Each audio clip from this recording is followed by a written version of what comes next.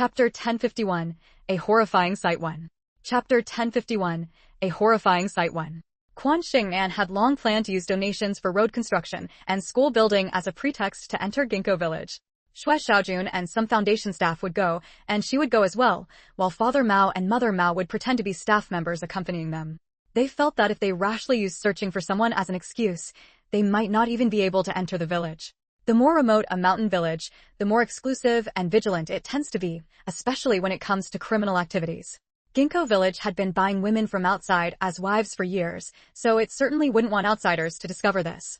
Of course, building roads and schools in impoverished mountain areas had always been a major project for the Foundation, ongoing for many years without interruption, having constructed countless roads and schools. Thus, while it was an excuse, it was also a fact. Ginkgo village was just one of many mountain villages. Quan Xingnan planned to use this pretext to visit various mountain villages and investigate cases of human trafficking. Villages that operated like Ginkgo village were certainly not limited to it alone. There were likely countless others. What Quan Xingnan wanted to save was not just the women imprisoned in Ginkgo village, as Mao Yuran had mentioned. Saving them was urgent. But the project here had only just begun, and she couldn't leave immediately. After joint discussions, Quan Xingnan, Xue Xiaojun, and the others stayed to receive the growing number of people seeking help, while Li Nan and the others first led a team to the city and county where Ginkgo village was located. For many projects to proceed, a survey was necessary before any follow-up actions. Li Nan and his team were tasked with counting the number of impoverished mountain villages there, surveying the terrain, and compiling various data.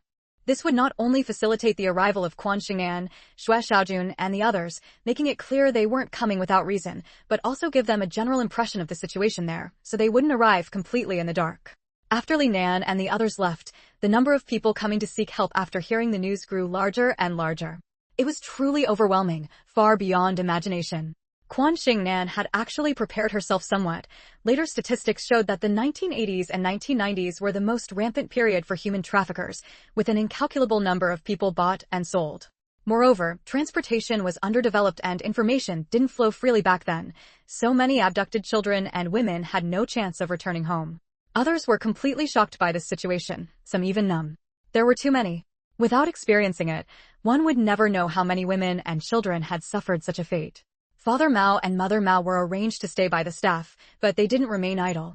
Instead, they volunteered, receiving those who came to seek help and handing over the recorded information to Quan Xingnan. The so-called information included the birth details of the missing persons and the circumstances of their disappearance. Quan Xingnan never truly showed herself throughout this process. Yuan Ziyuan and Lin Xiaoxue were certainly not at ease with their precious daughter. They had long contacted the local government, especially the military and police, asking old friends working there to keep an eye on things. In fact, the police had already been alerted. Human trafficking cases involving women and children were, after all, the responsibility of the police. Many people, after learning the whereabouts of their family members, directly chose to report it to the police, hoping to find their loved ones with their help. Reporting it here didn't mean the police in the location of the family members wouldn't handle it.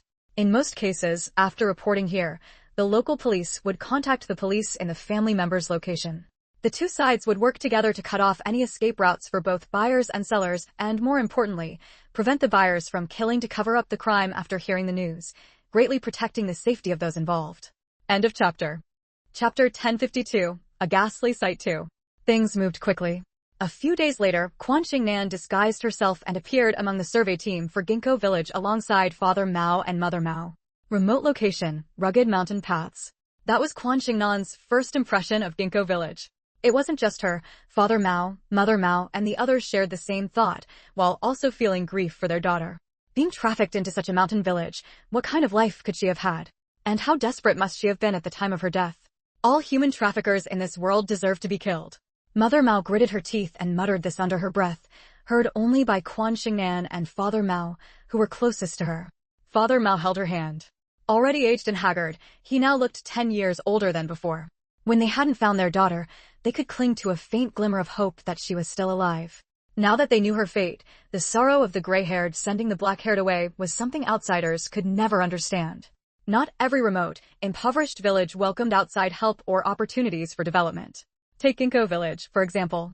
If Ginkgo village hadn't been involved in trafficking women, they might have been welcoming. But now they were more aware than anyone of what they had done, and they feared outsiders learning about their deeds. So, They were hostile toward the municipal and county staff who had come to survey the terrain and design road construction plans.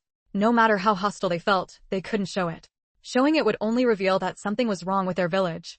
Thus, the village chief led 4 or 5 able-bodied men to greet Quan Xingnan's group. Bai Desui is among these people. Spotting her enemy in the crowd, Mao Yuron's eyes turned red. Her ghost form became unstable, even emitting some malevolent energy. Seeing and hearing this, Quan Xingnan quickly made a covert gesture, casting a stabilizing talisman onto Mao Yuron. It dispelled the malevolent energy that could turn a ghost into a vengeful spirit and steadied her soul. Which one is Bai Desui? At Quan Xingnan's question, Mao Yuron pointed at her enemy. Quan Xingnan looked closely and saw a rather handsome man, seemingly under 30, with a square face, thick eyebrows, and big eyes. He wore blue cloth pants and a white undershirt typical of the 1970s or 1980s, giving off an impression of righteousness. Truly, you can't judge a book by its cover. A righteous appearance, yet he had committed despicable evils. After glancing at him, Quan Xingnan sent a telepathic message to Mao Yuron. Go and see the current situation in the village. News of our arrival was already released, so they should have prepared. I'm afraid innocent people might be harmed. All right. Mao Yuron drifted away. The village chief of Ginkgo village was also surnamed Bai. Bai was the dominant surname in the village, derived from Baigwa ginkgo fruit. Isn't Baigwa just ginkgo? While village chief Bai exchanged pleasantries with Xue Xiaojun, Li Nan, and the others, Quan Xingnan noticed that malevolent energy surged in Ginkgo village. This wasn't feng shui-related malevolence, but rather that emitted by ghosts, indicating that countless wronged souls and vengeful spirits lingered here. Just as she thought this, Mao Yuron drifted back out. Behind her followed many ghosts, at a rough count, no fewer than 20 or 30. These ghosts were all women, the youngest around 17 or 18, the oldest in their 40s or 50s. Some had died horribly, others peacefully, but without exception, they were steeped in malevolent energy. Master Quan, these are poor souls like me. Please save them. Mao Yuron's face was full of anger as she continued. The village has already hidden the trafficked women in the mountains. Those left in the village are the ones who willingly stay here. End of this chapter. Chapter 1053, Horrific to Behold 3. As Mao Yuron's words fell, the oldest female ghost lunged desperately at village chief Bai, clawing and biting with such ferocity that even Quan Xingnan, an outsider, was startled. What immense hatred and resentment must drive someone to strike so viciously? Unfortunately, the living and the dead are separate realms. No matter how the middle-aged female ghost attacked, she could not harm village chief Bai. Yet she refused to stop. Among the ghosts, 2 younger female ghosts also charged at the able-bodied men accompanying village chief Bai, targeting 2 men in their 30s. Their attacks were even fiercer and more ruthless, as they were younger and quicker, their limbs more agile than the middle-aged ghosts. Mao Yuron explained, most of them were tricked or kidnapped here. After becoming a ghost herself, Mao Yuron learned of the heinous crimes committed in Silver Apricot Village, crimes so vile that even descending into the 18th level of hell would not be punishment enough. She continued to Quan Xingnan, the oldest is Aunt Qin. Her name is Qin Xia. She was originally from the Jinling area, a sent-down youth during the era of re-education in the countryside. She was assigned to Silver Apricot Village and never left, enduring endless humiliation here. 2 other female, educated youths came with her, but they ended up settling down here. Quan Xingnan nodded slightly. Although Silver Apricot Village was remote and impoverished, it was still a registered village in the country. The sent-down youth movement of the 1960s and 1970s could not have overlooked this place. The 2 younger ones are Jiang Hong and Zhao Lin. Jiang Hong was kidnapped, and Zhao Lin was deceived. Zhao Lin came from an even more remote and impoverished mountainous area in the southwest. A friend told her she would take her out to make big money and live a good life, but instead sold her to Silver Apricot Village. She was only 17 at the time. She later died in childbirth, leaving behind a son who is now 3 years old. Jiang Hong arrived earlier. Quan Xingnan had never seen her alive, only met her after death. Zhao Lin came later than her. After Mao Yuron died and became a ghost, she wandered through Silver Apricot Village and witnessed all of Zhao Lin's suffering firsthand, feeling a deep sense of shared misery. As Quan Xingnan and Mao Yuron spoke, village chief Bai had already finished exchanging pleasantries with Xue Xiaojun and the others. No matter how unwilling he felt, village chief Bai forced a smile and invited them into the village. Quan Xingnan followed behind, supporting Mao's mother, who grew more sorrowful the closer they got to the place where her daughter had died. Though Quan Xingnan did not focus on their conversation, her sharp ears caught every word and committed it to memory. Mao's mother's legs felt as heavy as lead, each step almost impossible to lift. She dared not show her pain, swallowing her bitter tears in silence. Mao's father, a man who rarely shed tears, supported his wife on the other side, his eyes red and terrifying. The closer they got to the village, the heavier the malevolent aura became. This place had buried the lives of countless innocent women. Those who lingered in the mortal world had unfinished business or unresolved grievances, and only those with strong innate souls could remain. Ghosts without such roots had long since dissipated into nothingness. Even after their souls scattered, the malevolent aura remained, condensing into the enduring and overwhelming hatred. The village was indeed backward compared to the outside world. Mud walls and thatched roofs were scattered haphazardly along the mountain terrain.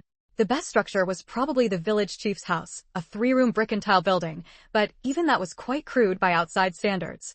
Village Chief Bai, however, said, "Though we are poor here, we live by the rhythm of the sun rising at dawn and resting at dusk. Life is not bad."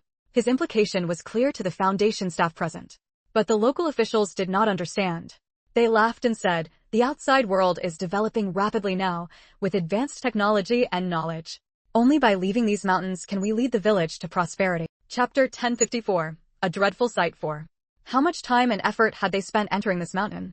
They couldn't just listen to a village chief. It was too remote, with no roads for vehicles, relying entirely on their own 2 feet, step by step, walking for 2 days and 1 night before stepping into the territory of Silver Apricot Village, camping and eating dry rations along the way. Quan Xingnan, however, hid among the crowd, staring at the official who was speaking. This man, named Zhao Chong, inevitably had some selfish motives, but he was still better than most officials, at least without any corrupt behavior. Although more than a decade of reform and opening up had brought tremendous economic progress to the country, it was still not enough. The national fiscal revenue simply couldn't cover everything, couldn't reach all mountainous areas. So, if not for Quan Xingnan's foundation contributing both money and effort, selecting Silver Apricot Village as the first subsidized mountain village after investigation and statistics, the local government wouldn't have even thought of Silver Apricot Village. This was an unspoken understanding among everyone. Why say this? Because after the National Poverty Alleviation Policy was implemented, the ones who truly managed to support impoverished mountain villages were upright government officials who put the policy into practice. However, many officials would choose villages with connections or backdoor access, which weren't necessarily poor villages, but could still enjoy the benefits of the poverty alleviation policy. Reform and opening up spurred economic development, but also bred human greed. Just like some news Quan Xingnan heard 10 or 20 years later, there were many corrupt village cadres, and many village cadres reserved low-income allowance quotas for relatives and friends instead of the truly needy. Even though the money and goods the low-income households received were trivial to them, they still wouldn't let go. Village Chief Bai, hearing Zhao Chang's words, gave a simple smile and immediately changed his tune. Everyone knows the outside world is like heaven. Many villagers who leave are unwilling to return and settle down. The few who don't stay outside are those who can't earn money. But we're too backward here, a remote corner with rugged mountain paths. Building a road would cost who knows how much, be dangerous and waste money. How could a small village like ours bear to add to the nation's burden? Once the road is built, there's hope of getting out. To get rich, build roads first. If the village becomes prosperous, are you afraid the children who stayed outside won't come home? Mr. Shui has come in person, funded by Miss Kwan's foundation, to build a cement road for Silver Apricot Village leading to the outside world. In these times, no matter the choice, it all came down to money. Zhao Chong, being a grassroots official, naturally understood the situation below. Those who refused to return were the ones who had made something of themselves outside, at least with no worries about food and clothing, unwilling to come back to a poor mountain village life. Those who did return, honestly, it came down to one word: poverty. They had no money to continue living outside, so they chose to come home after earning a bit. In truth, as long as someone had hands and feet and wasn't stupid, how could they not support themselves outside? At the root, it was their own fault. But Zhao Chong kept these thoughts to himself, telling no one. As Zhao Chong spoke, Shui Xiaojun smiled and said, "Village Chief Bai, could you take us for a walk around the village? We'd like to see the terrain and make some specific data statistics, then report it and wait for the funds to be released." Village Chief Bai, hearing this, had no choice but to nod. Just as they stepped into the village, Shui Xiaojun pretended to frown casually. "Is this all the people in Silver Apricot Village?" End of chapter. Chapter 1055, A Dreadful Sight 5. Not just Shui Xiaojun, even Zhao Chong frowned. He had seen impoverished mountain villages before, but the gender ratio in this village was astonishing, wasn't it? Ginkgo Village had a small population. According to local records, there should be 300 to 400 people, with at least 200 still living in the village, at least those registered. There were likely unregistered residents as well. This situation was common in poor mountain villages. Some girls were never registered, and some women who married into the village hadn't transferred their household registration. Yet now, in Ginkgo village, there were nowhere near 200 people visible, at most a little over 100. Among these 100-plus people, there were only 20 or 30 women, ranging in age from the elderly in their 50s and 60s to the young at 18 or 19. The younger women either held children by the hand or carried toddlers in their arms. The young people have all gone out to work. Not many are left in the village, just these folks, village chief Bai replied to Xue Xiaojun. Xue Xiaojun nodded without speaking, but he didn't believe a word of it. If all the young people had gone out to work, then weren't the ones village chief Bai had brought out to greet them young? Weren't most of the people he saw right in front of him young? He was clearly lying through his teeth. Zhao Chong vaguely sensed something was off, but couldn't pinpoint why, and soon dismissed it from his mind. He's lying, Mao Yuran shouted. Unfortunately, only Quan Xingnan and the female ghosts who knew Quan Xingnan could help her heard it. Mao Yuran glared angrily at village chief Bai, then turned to Quan Xingnan and said, Master Quan, village chief Bai is really lying. There are still dozens of women and some children driven into the mountains to hide. Village chief Bai and the others are afraid the young children will look for their mothers in the village, so they've taken them all into the mountains. Also, there are a dozen or so young men guarding these women and children in the mountains, worried they might escape and attract attention, and even more afraid they'll flee the mountains. The people of Ginkgo village were stubborn and vicious, but not stupid at all. They handled everything with airtight precision. I know.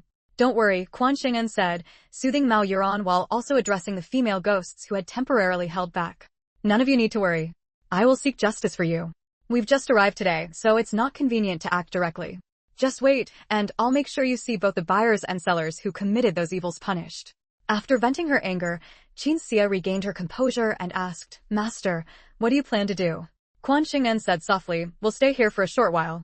Isn't it only natural to discover a tragedy during our stay? Besides, Ginkgo village won't keep those women and children hidden in the deep mountains forever. But they're utterly vicious. They might not allow you to stay. As Qin Xia finished speaking, village chief Bai, while instructing a few elderly women to prepare a meal to entertain the guests, said to Zhao Chong, Xue Xiaojun and the others, it's not that I'm unwelcoming. But our conditions here are too poor to host honored guests overnight. It turned out that while Quan Xingnan was talking with the female ghosts, Zhao Chong had already asked village chief Bai to arrange accommodations for them. Having finally reached Ginkgo village without even starting their real work, how could they leave? If Zhao Chong left, his colleagues in the unit would surely mock him. And Xue Xiaojun and the others all had their own purposes, so they certainly wouldn't leave just because village chief Bai politely declined. Instead, he smiled and said, no problem, village chief Bai. We've all brought camping gear. Just find us an empty spot to set up our tents. End of chapter. Chapter 1056, A Dreadful Sight 6. No matter how shrewd and cunning village chief Bai was, he couldn't compare to Xue Xiaojun and the others who had navigated the real world. Whatever village chief Bai said, Xue Xiaojun immediately shut him down. The result of being shut down was that village chief Bai could only find an empty plot for Xue Xiaojun and his team to set up their tents. According to Mao Yuran's report to Quan Xingnan, this plot happened to be opposite the path leading up the mountain. In other words, the empty plot for the tents was at the village entrance, while the mountain path was at the back of the village. Old fox, Quan Xingnan muttered in her own tent. As the head of the foundation, she had a tent to herself. Moreover, this tent was set up in the middle, surrounded by the tents of foundation staff like Xue Xiaojun and Li Nan, forming a protective ring around her, even though they all knew Quan Xingnan didn't need it. The meals were prepared and delivered by Yinxing village. The porridge was made from dried sweet potatoes and brown rice, thin and watery, with coarse grain steamed buns as the staple, dark and unappealing.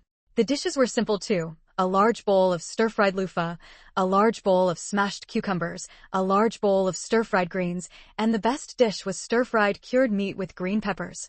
Everything was cooked in big pots, with no special treatment for the visiting government officials or donors. Quan Xingnan and the others had brought their own lunchboxes. Knowing the village was poor, they didn't complain. The weather was hot, and faced with the issue of human traffickers abducting women and children, Quan Xingnan had little appetite. She just scooped a spoonful of smashed cucumbers and a spoonful of stir-fried loofah, and took one coarse grain-steamed bun. Mao's father and mother had even less appetite, staring blankly at the dishes in the pot before suddenly turning and walking away. Their daughter had died here. They didn't want to eat food made by these people. Quan Xingnan understood their feelings well and let out a soft sigh. They had arrived in Yinxing village in the evening. Since the days were long and the nights short, Darkness hadn't yet fallen after dinner. It was almost dark, so work was out of the question. Most of the staff, who had been traveling for 2 days, lay resting in their tents, with only a few still moving around outside, including Quan Xingnan and Mao's parents. Unsurprisingly, villagers from Inxing village were constantly following them, claiming to guide the way, but Quan Xingnan and Mao's parents knew full well they were being watched, and that the villagers didn't want them wandering off. With few people out and the Inxing villagers nearby, Mao's father and mother didn't dare ask Quan Xingnan anything. Their 4 eyes scanned the surroundings, taking in this mountain village about to be swallowed by night, steeped in sin. Quan Xingnan's ears were filled with the wailing cries of female ghosts. The resentment was so heavy that the condensed malevolent energy had almost become tangible. Though the living and the dead were separate, it still affected the terrain and magnetic field of Inxing village, bringing gusts of wind that sounded like women's laments. Anyone could hear it, but no one thought much of it. They only felt a chill on their skin and in their hearts, utterly out of place for the season. You should go back now. It's getting dark, and we have no electricity or lights here. The roads are hard to walk on. A Inxing village villager, sensing something off about the wind, said this to Quan Xingnan and the others, impatience written on their face. Let's go back, Quan Xingnan said to Mao's father and mother. The women who refused to stay in Inxing village were all in the mountains. Just walking around and looking like this wouldn't reveal much. It would be better to find an opportunity to rescue the women in the mountains first. Every matter needed a starting point. All right, let's head back. Just as she returned to her tent, Quan Xingnan heard the voice of the young female ghost Zhao Lin outside. Master Quan, may I come in? I have a favor to ask of you. End of this chapter. Chapter 1057, A Dreadful Sight 7. Ask her for a favor? Quan Xingnan had a sudden realization. Was she hoping to arrange something for her child? Come in. As she said this, Zhao Lin stepped through the tent and appeared inside, unsurprised to see Quan Xingnan sitting upright on a cushion, her long hair loose, wearing a simple yet modest nightgown. It was a soft yellow base with small floral prints, the collar and cuffs trimmed with lace. The delicate color made Quan Xingnan look radiant and lovely. A beautiful young woman, no matter when or where, was as beautiful as a painting. Zhao Lin had once thought Mao Yuran was pretty enough, but she never expected that this Master Quan, who could help them, was even more stunning and ethereal. Master Quan, Zhao Lin said respectfully. Quan Xingnan gave a slight nod. What favor are you asking of me? As long as it's within my power, I'll help. Hearing this, a trace of joy flickered across Zhao Lin's face. It's about my child. I hate everyone in Silver Apricot Village, but I don't hate my child. No matter what, he was born from my flesh and blood. He's the only continuation of my existence in this world. He's only 3 years old now, doesn't understand anything, has no concept of good or evil. I don't want him to grow up in Silver Apricot Village, this place full of sin, and later earn money to buy trafficked women as wives, disregarding their family's happiness, just for the sake of carrying on the family line. Although she came from an even more remote and impoverished mountain area, she couldn't tolerate everything about Silver Apricot Village, especially after learning of the village's evils after death and meeting so many suffering female ghosts. She deeply understood how painful the lives of trafficked women were, and she didn't want her son to do such things in the future. How do you want me to help you? Quan Xingnan asked. Zhao Lin was taken aback, then said blankly, I don't know either. I just don't want him to live here. Although you're no longer in this world, the child still has a father and grandparents. According to our country's laws, no one else has the right to interfere in the child's future affairs. If he were an orphan, it would be easy to arrange. Her sponsored orphanage had taken in countless orphans. Unfortunately, Zhao Lin's child was not an orphan. That made it very difficult for her to intervene. That's just how the world is. Not everything can be done as one pleases, and the law is not just a decoration. Then what should I do? Zhao Lin asked urgently, panicking at Quan Xingnan's words. Quan Xingnan thought for a moment. I can't take your child away and make other arrangements, since his guardians are still alive. But I can change the environment of Silver Apricot Village. Once all those who deserve punishment are caught, and the road connecting Silver Apricot Village to the outside world is repaired, I will build a primary school here, hire qualified teachers, let all the children receive a proper education, and guide them to go out into the world. The ignorance and cruelty of Silver Apricot Village lay in its traditions. After eradicating that, change would follow, not just the fate of the children in Silver Apricot Village, but also the fate of countless women and children outside who were targeted by human traffickers. Of course, the prerequisite was that all criminals must be punished, not a single one forgiven. Trafficking women and children was one of the greatest crimes in the world. After listening, Zhao Lin was silent for a moment, then bowed deeply to Quan Xingnan. Thank you, Master Quan. But I still hope that Master Quan will keep a close watch on my child's situation and not let him go down the wrong path. End of this chapter. Chapter 1058. A Ghastly Sight 8. Chapter 1058. A Ghastly Sight 8. A mother's heart is truly moving. Quan Xingnan agreed to Zhao Lin's request. She had already planned to put more effort into education in Silver Birch Village and was determined to overturn its bad habits. Although the place was poor and remote, as long as the money was sufficient and there was no need to stay there forever, quite a few teachers would be willing to come, gaining both reputation and profit. It was still too early to say anything now. Everything had to be taken step by step. First, solve the problem of child and woman trafficking, then build roads, and then address education. After Zhao Lin left, Quan Xingnan heard Qin Siyu's voice again. Master Quan, may I come in? Please come in. Qin Siyu entered and said directly, Master Quan, please help Baifeng find his parents. Who is Baifeng? Having just arrived, Quan Xingnan had not yet met everyone in Silver Birch Village, so she naturally did not know Baifeng. Qin Siyu wiped the corner of her eye and said, the son I gave birth to is called Bai Zhenxing. Because he was good-looking, had a sweet tongue, and could recognize a few characters, he married a local girl from the village. They've been married for over 10 years without children, so they discussed it and last year bought a boy from a human trafficker. At this point, Qin Siyu sighed. When Bai Zhenxing was young, I always taught him earnestly, hoping he wouldn't become like those villains in Silver Birch Village. I hate this place, and I hate his father. I've been trapped here for decades, unable to return to my hometown. I hate it. The people here are all demons. But I didn't take it out on the child. I put my heart into it. I even asked him to go out of the mountains and see if my parents were still alive. Unfortunately, after I died, he was still influenced by this environment and became one of the butchers in the child trafficking trade. Qin Siyu's voice was calm as she recounted everything slowly. She had seen through it all, seen it clearly, and had nothing left to hold on to. Given her age, her parents were likely no longer alive. She was utterly disappointed in her child and had no more maternal kindness left, only pity for the little boy who had been bought. Baifeng was only 3 years old when he was bought. He was sturdy and clever, very adorable. His clothes were very good at the time, so his family might have been well off.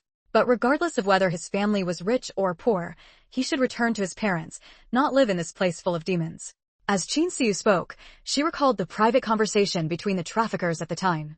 I remember those two traffickers saying that Baifeng was wearing 2 small gold bangles on his wrists, with little gold longevity locks attached to them. From that, it could be determined that Baifeng's family was very well off. It seemed the traffickers also said that the employer had ordered them to kill the child, but they agreed verbally without carrying it out. Instead, they sold the child for a sum of money, which actually saved his life, and they thought they had accumulated great merit. When she mentioned the word merit, a hint of sarcastic smile appeared at the corner of Qin Siyu's mouth. The kidnappers sold the child and still claimed they had merit. How ridiculous. What were the names of those 2 kidnappers and traffickers? Where were they from? Quan Xingnan asked, though she knew it was probably a pointless question. Many traffickers and kidnappers would not reveal their names or origins, and they rarely returned to the same place to traffic women and children. As expected, Qin Siyu shook her head, saying she didn't know. Quan Xingnan nodded. I understand. I've noted it down. Don't worry, I will send Baifeng back to his parents. Thank you. Qin Siyu's thinking was simple. Her son was unworthy and had committed a crime, so he should face punishment. The most innocent one was the child, who should be with his biological parents. End of chapter. Chapter 1059. A Dreadful Sight 9. The next day, Quan Xingnan saw Baifeng, the one Qin Xia had mentioned. Baifeng was young and had little memory of the past, and his parents were both residents of Yinqing village, so there was no fear of them letting anything slip. Thus, the family of 3 stayed in the village to fool outsiders. In a village, especially when the able-bodied young adults had gone out to work, too few women and children could also arouse suspicion. Village Chief Bai was very meticulous in his thinking, but unfortunately, Quan Xingnan and her group had come with a purpose and were not fooled by him at all. Some people, led by Village Chief Bai, were surveying the terrain. These included the cadres and staff, while others, including Quan Xingnan, Mao's parents, and Li Nan, wandered around the village. Though it was called wandering around the village, they were actually accompanied by Yinqing village residents, effectively under surveillance. It was during this wandering that Quan Xingnan saw Baifeng. Bai Ginxing's wife, Bai Shui, was playing with Baifeng at the doorstep, a loving smile on her face. With Qin Xia's explanation, Quan Xingnan looked closely at Baifeng. He was a 3- or 4-year-old boy, exceptionally delicate in appearance, with long eyebrows and big eyes. His cheeks were not marked by the 2 patches of high-altitude redness from wind and sun exposure, though he was somewhat tanned. Yet, this could not hide a certain temperament emanating from his very bones. This temperament set him apart from ordinary people. It was the result of being pampered and nurtured in a family environment. Children from wealthy families and those from impoverished ones lived in different environments, and their behavior and demeanor were shaped accordingly. Bai Feng's temperament clearly marked him as a child from a wealthy family. Before being abducted, he must have been a little young master. Though he had lived in Yinqing village for some time, this had not been completely erased. Based solely on his temperament and facial features, Quan Xingnan knew that Bai Feng's origins were not simple. Nevertheless, she activated her heavenly eye.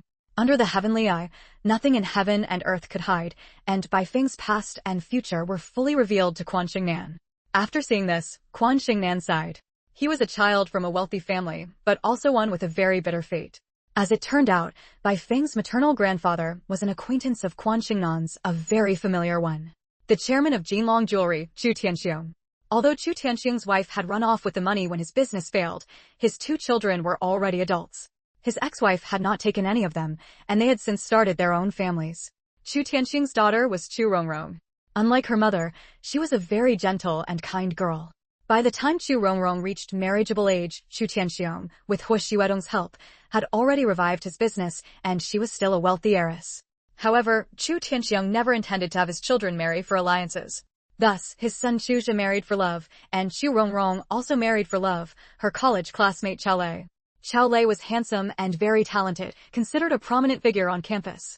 His only flaw was probably his impoverished family background, but Chu Tianxiong didn't mind. He himself had started from scratch and would not look down on children from humble origins. So Chao Lei, through hard work and constant improvement, found a good job after graduation. After years of struggle, and with Chu Tianxiong's influence, he had become an elite figure in the business world. Chu Rongrong married Chao Lei right after graduation. Due to her physical issues and Chao Lei's focus on building his career, they had no children for many years, finally giving birth to a son 4 years ago. This child was Bai Feng. No, his name should be Chao Feng. Unfortunately, people's hearts are prone to change. Whether it was Chao Feng or Bai Feng, the misfortune was brought by Chao Lei. End of this chapter. Chapter 1060. A Dreadful Sight 10. The kindness of the Chu family and Chu Rongrong's deep love did not earn Chao Lei's undivided devotion. Perhaps due to his humble origins, even though he had achieved considerable success, Chao Lei always harbored a trace of inferiority deep down when facing the Chu family and Chu Rongrong, unwilling to face life honestly. That initial trace grew year by year, eventually becoming a massive tumor. At the moment of his success, Chao Lei encountered a gentle, kind, and agreeable confidant. This confidant was named Qin Qishui. She was not as beautiful as Chu Rongrong, not as elegant as Chu Rongrong, not as educated as Chu Rongrong, and not as well-born as Chu Rongrong. In every way, she fell short of Chu Rongrong, yet it was precisely this inferiority that captured Chao Lei's heart. The reason Chao Lei was so taken was very simple. Qin Qishui came from a poor family, just like Chao Lei. When facing Chu Rongrong, Chao Lei could not hide his inferiority, but he felt no such thing around Qin Qishui. Thus, the scales in Chao Lei's heart tipped relentlessly toward Qin Qishui. Everyone in Chao Lei's family knew about his affair with Qin Qishui, except for Chu Rongrong. The reason they kept quiet was twofold. First, Chu Rongrong had never given birth to a child, and Chao Lei's parents, brothers, and sisters had long been dissatisfied with her, believing she could not carry on the Chao family line. Second, Chao Lei's numerous relatives, aunts, uncles, cousins, and the like, all relied on him for jobs and solutions to their problems. Moreover, his inferiority had turned into arrogance, and his infidelity gave them a sense of schadenfreude when facing Chu Rongrong. So, what if you're rich? So, what if you're a wealthy heiress with a highborn background and education? Your man still has a mistress on the side. That's your greatest failure. The cruelty of human hearts was all too evident. Qin Qishui had a child before Chu Rongrong, a son named Chao Shan, now 7 years old. The mother and son lived in a villa Chao Lei had bought for them, enjoying a comfortable life with a nanny. That the Chu family never discovered this was not their fault. It was because both Chao Lei and Chu Rongrong lived in Chao Lei's hometown. Chao Lei's hometown was a third-tier city, very far from the Chu family. Moreover, Chao Lei was adept at handling people. If Chu Rongrong hadn't noticed, how could the Chu father and son, far away, possibly find out? As the economy developed, people grew more restless, and it was common for those with money to keep mistresses. Even if some in the business world caught wind of it, they had no connection to the Chu family and wouldn't go out of their way to gossip. After marrying, Chu Rongrong rarely returned to her parents' home at Chao Lei's request. Thus, when Quan Xingnan interacted with the Chu family, she never met Chu Rongrong. If she had, she wouldn't have stood by and let this happen. As the saying goes, a man's greed is like a snake trying to swallow an elephant. Qin Shishui was exactly that kind of person. When she had no money, she latched onto Chao Lei. Once she had money, she wanted a child. Once she had a child, she wanted a title. She envied Chu Rongrong's innate wealth, envied her legitimate status, and even more so envied that Chao Feng was born to inherit a large fortune. So, behind Chao Lei's back, she secretly spent money to hire someone to kidnap Chao Feng. Qin Shishui wanted Chao Feng dead, intending for the kidnappers to kill him after receiving the 1 million ransom. Once the 1 million was in hand, she would split it with the kidnappers. With Chao Feng dead, Chao Lei would have only Chao Shan as his son. When Chu Rongrong gave birth to Chao Feng, Chao Lei's mother had insisted on a natural delivery, causing Chu Rongrong's body to suffer damage. She had hemorrhaged severely at the time and, though saved, was left with lasting health issues. If Chao Feng died, Chu Rongrong wouldn't live long. With Chu Rongrong gone, the dowry property from the Chu family under her name would all go to Chao Lei, and eventually to her own son. End of chapter. Chapter 1061, A Dreadful Sight 11. What followed was quite simple. After Chao Feng was kidnapped, the kidnappers threatened the Chao family not to call the police. They took the ransom money and split it with Qin Shishui, but instead of killing him, they sold him to a familiar village, Silver Apricot Village, to make an extra profit. Even though this amount was nothing compared to the 5 million, for them, it was still a year's worth of wages they could never earn. Seeing this, Quan Xingnan withdrew her heavenly eye and walked over to Chao Feng. Chao Feng looked up, staring at Quan Xingnan with his big, round eyes, flashing a sweet, adorable smile. Raised by Chu Rongrong, Chao Feng was exceptionally innocent. This child is really cute. What's his name? Quan Xingnan crouched down to meet Chao Feng's gaze, gently holding his soft, tender little hand. From an angle no one else could see, she drew a protective talisman and placed it on him. This talisman could keep him safe. Bai Shui shot Quan Xingnan a wary glance and immediately scooped up Chao Feng. Seeming to realize her attitude was inappropriate, Bai Shui gave a stiff smile. This is my son. His name is Xiaofeng. Stopping the carriage to sit and admire the evening maple grove, the frost-touched leaves redder than the flowers of February. Quan Xingnan praised the name's beauty, then pulled a red string with a wooden lucky charm from her pocket and tied it around Xiaofeng's wrist. This is a peace charm blessed by a master. I'm giving it to this child to wear, hoping he'll have a life of peace, health, and happiness. Thank you. Even though he was a bought child, since she and her husband had no children of their own, Bai Shui still cherished Xiaofeng deeply. She naturally hoped he would live the life Quan Xingnan described. Quan Xingnan patted Xiaofeng on the head, smiled, and took her leave. There were no phones in the mountains, no way to contact the outside world. She would have to wait until she got out to get in touch with Chu Tianxiong. Chu Tianxiong probably didn't know that his nephew had been kidnapped and killed. If he did, he would surely come to her. Chu Rongrong was utterly useless. When her son was in trouble, she didn't seek help from her family or call the police. Instead, she followed Chao Lei's instructions and paid the ransom, only to end up with a dead son anyway. Even after getting that result, she still didn't tell her family. Quan Xingnan was certain of this for 2 reasons. 1, the Chu family showed no reaction. 2, from what her heavenly eye revealed, Chao Lei had now confined Chu Rongrong to rest, cutting off almost all contact with the outside world. Qin Shishui having Chao Feng kidnapped wasn't Chao Lei's idea, but in the end, she left traces that allowed Chao Lei to find out. By the time Chao Lei discovered it, the kidnappers had already killed the boy. He had lost one son and didn't want to lose Qin Shishui and the son she bore him, Chao Shan.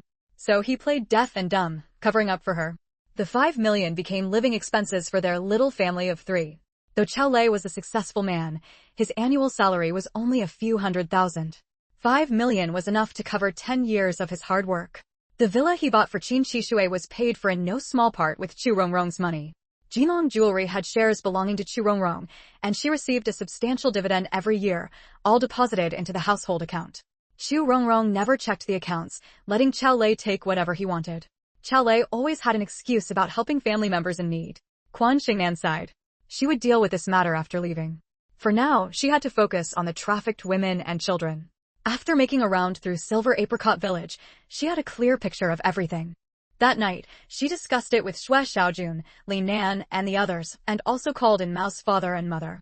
In the early hours of the morning, Xue Xiaojun and Li Nan, under Quan Xingnan's cover, slipped out of Silver Apricot Village and headed to the back mountain. They found the location of the women and, in the faint light of dawn, took a few photos. Once they came back out, Li Nan used the excuse that the measuring tools weren't fully prepared, grabbed the backpack containing the camera, and went back to get the equipment. After leaving the mountain area, Li Nan immediately reported the situation to the local authorities. Chapter 1062, Horrific Beyond Words 12. While surveying the terrain of Silver Birch Village, we accidentally discovered that the village was trafficking many women and children. Because of our arrival, they locked the women and children in the back mountain under guard. These words, along with the photos in the camera and Li Nan's terrified expression, immediately alarmed the local public security bureau. Li Nan was an ordinary person, but she couldn't withstand the reputation of Quan Xingnan's foundation. Add to that Quan Xingnan's status and the connections she had already arranged in this regard, who would dare take it lightly? Li Nan spoke with conviction, and no one doubted her. The reputation of Quan Xingnan's foundation was simply too great. The name Divine Calculator was not undeserved, and coming from a high-ranking official family, she was even less likely to joke with the local police. It's often said that harsh environments breed unruly people. Silver Birch Village was a criminal village, with many people and considerable power. The local police feared they might not be able to keep up and worried that tipping off the criminals would ruin the operation. Coincidentally, there was a military unit stationed nearby, so they requested troop assistance. Arriving at Silver Birch Village with lightning speed, part of the police and soldiers surrounded the village while others ventured into the back mountain to take control of the young men guarding the women and children, rescuing those poor souls. Why call them poor?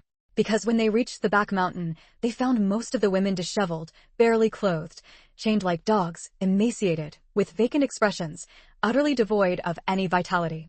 The female police officers and soldiers who had come along couldn't hold back their tears. It was too pitiful, truly. They couldn't even describe the feeling of witnessing such a scene. Only one idiom came to mind: horrific beyond words. There was no other phrase for it. Police?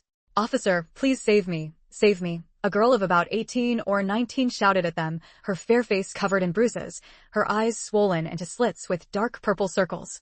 Wearing long pants and a short-sleeved shirt, her exposed arms were also marked with bloodstains, some from whiplashes, others from rope burns. A female officer in her 30s quickly approached and untied the ropes binding her. As soon as the ropes were undone, the girl threw herself into the officer's arms, sobbing loudly, "Anti-police, you've finally come. If you hadn't, I would have ended up like them, neither human nor ghost. Don't be afraid, don't be afraid. We're here." The officer's heart ached. Her own daughter was in her teens. If something like this happened to her, her life would be ruined. The police and soldiers stood like mountains, tall, steady, and reliable. A few of the women finally began to cry along, their sobs rising and falling. Day after day, year after year, they had all lost hope. Only those numb women remained indifferent, some even losing their sanity. The girl who had spoken first wiped her eyes and choked out to the officer, "I hadn't met them before, but in the past 2 days on the back mountain, I heard from the older sisters who had been trafficked here for years that these women were brought here long ago. After years of abuse and imprisonment, they've forgotten how to speak." Hearing this, all the police and soldiers cursed, "Damn human traffickers. They deserve to die." Deserve to die, yes. Seeing such horrors, everyone felt the traffickers deserved death. The female officers and soldiers helped tidy up the women's appearances, then followed the police and soldiers escorting the Silver Birch Village residents down the mountain, entering the surrounded village. By then, everyone was under police custody. Village officials like Village Chief Bai Desui, and Bai Zhenxing, along with the leading young men, were all handcuffed with steel chains. End of chapter. Chapter 1063, Journey to Kunlun 1. Chapter 1063, Journey to Kunlun 1. Quan Xingnan's methods had always been straightforward and ruthless. The confidence behind this straightforwardness came from her current family background, status, and personal influence. Without these factors, she would have had to take a more roundabout approach, wasting time. In many cases, saving lives is as urgent as putting out a fire. So many trafficked women, all talking at once and clamoring to call the police, basically confirmed the crimes of many people in Silver Apricot Village. Coupled with their assault on the police during the encirclement, the police had no choice but to handcuff them. It wasn't that they were arbitrarily labeled as criminal suspects without investigation. From there, Quan Xingnan didn't need to step in personally. She only gave everyone in Silver Apricot Village, including Village Chief Bai, a truth talisman during police interrogations to ensure the case proceeded smoothly. At the same time, Xue Xiaodun contacted Foundation staff to come and comfort the trafficked women and children. In this regard, the Foundation handled things far better than others. After all, Their welfare homes had professional staff, some responsible for arranging daily life, some for treating psychological trauma, and others for tending to injuries and illnesses. The military stood guard, the police handled the case, and the foundation staff provided comfort. Everything was orderly, with no chaos. There were innocent people in Silver Apricot Village, but very few, most were children. The innocent adult residents of Silver Apricot Village, however, had stood by and watched others in the village commit crimes without reporting them, nor had they extended a hand to help the victimized women and children. Though not guilty in the eyes of the law, they were morally lacking. The other trafficked children were taken care of by foundation staff, while Chow Feng was brought to Quan Xingnan's side. I have some connection with this child's elders, Quan Xingnan told the police. The police didn't suspect a thing. Who didn't know about Quan Xingnan's uncanny foresight? She must have deduced the child's background from his appearance. She had even carefully written down the hometown address of the trafficked child and secretly handed it to them so they could locate the child's family and reunite them. Counting Chow Feng, Silver Apricot Village had bought 28 children. The oldest was 27, already married with children. The youngest was only 3. Among them, only 4 were girls. The number of women trafficked here was even greater. Over time, not counting those who had died, there were 52. Only 11 were willing to stay and live here willingly. The remaining 41 were either insane, mentally broken, or too despairing to even think about leaving. As Lei Nan had said, this place was a den of thieves. The police were furious, the military was furious, and everyone from outside was seething with rage. Such a thing was unheard of, an entire village complicit in crime, harming countless families. The female ghosts lingering there felt a sense of justice served, but each had their own wishes. Some wanted their remains to return to their homeland, some wanted to see their families one last time, and some wanted to watch their tormentors face justice. Quan Xingnan granted all their wishes, casually dropping a few hints to the police along the way. Based on the confessions of Silver Apricot Village residents, the police unearthed the remains of the deceased women, carefully collected them, and sent them for forensic examination. Silver Apricot Village was too remote. The dead had all been buried in the ground. While forensic examiners determined the cause of death from the bones, they also entered the DNA into the database to match against families searching for their loved ones. Mao Yuran's parents' data had long been in the database. Based on this, they first identified their daughter's remains. Staring at the decayed white bones, the couple broke down in loud sobs. End of this chapter. Chapter 1064, Journey to Kunlun 2. After crying, Father Mao and Mother Mao promptly thanked Quan Xingnan, the foundation staff, the police, and the military, then took their daughter's ashes back to their hometown for burial. As for the criminals in Silver Apricot Village and the human traffickers being pursued by the police, they believed the law would impose severe punishment on them as part of the prosecution. This was a major case, almost comparable to the earlier case of abducting children and disabling them. Thus, it drew widespread attention in society. The case was too big, involving too many victims and families. The local police simply could not handle it, and when the authorities reported it in the news, it even made national headlines. Once broadcast, the entire country was shocked. An entire village committing crimes? Imprisoning trafficked women? Just for reproduction. How disgusting, how hateful, and how terrifying for families with daughters. The photos showed women imprisoned in a state where they were not treated as human beings, but as livestock. Anyone with a shred of conscience would feel pity upon seeing them, and anyone who saw them would curse the traffickers, saying they deserved to die 1,000 deaths. Whose child is not a treasure? Just because Silver Apricot Village was poor and backward, I'm poor, so I'm right. Did those girls deserve such a fate? Those girls, when they fell into the depths of the mountains, were at the age of blooming flowers.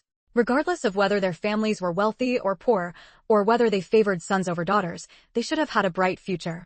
But everything was destroyed by the traffickers. Buyers and sellers share the same crime. Never before had there been such a unified call for equal punishment for both buyers and sellers. Human nature is the most complex. It can be good or evil. Among the women rescued alive, some had been assimilated by Silver Apricot Village and, after having children, were unwilling to leave.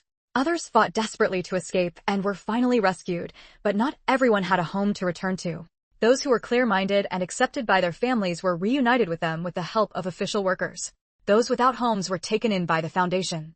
After psychological treatment, they were temporarily employed by the Foundation, of course, not locally.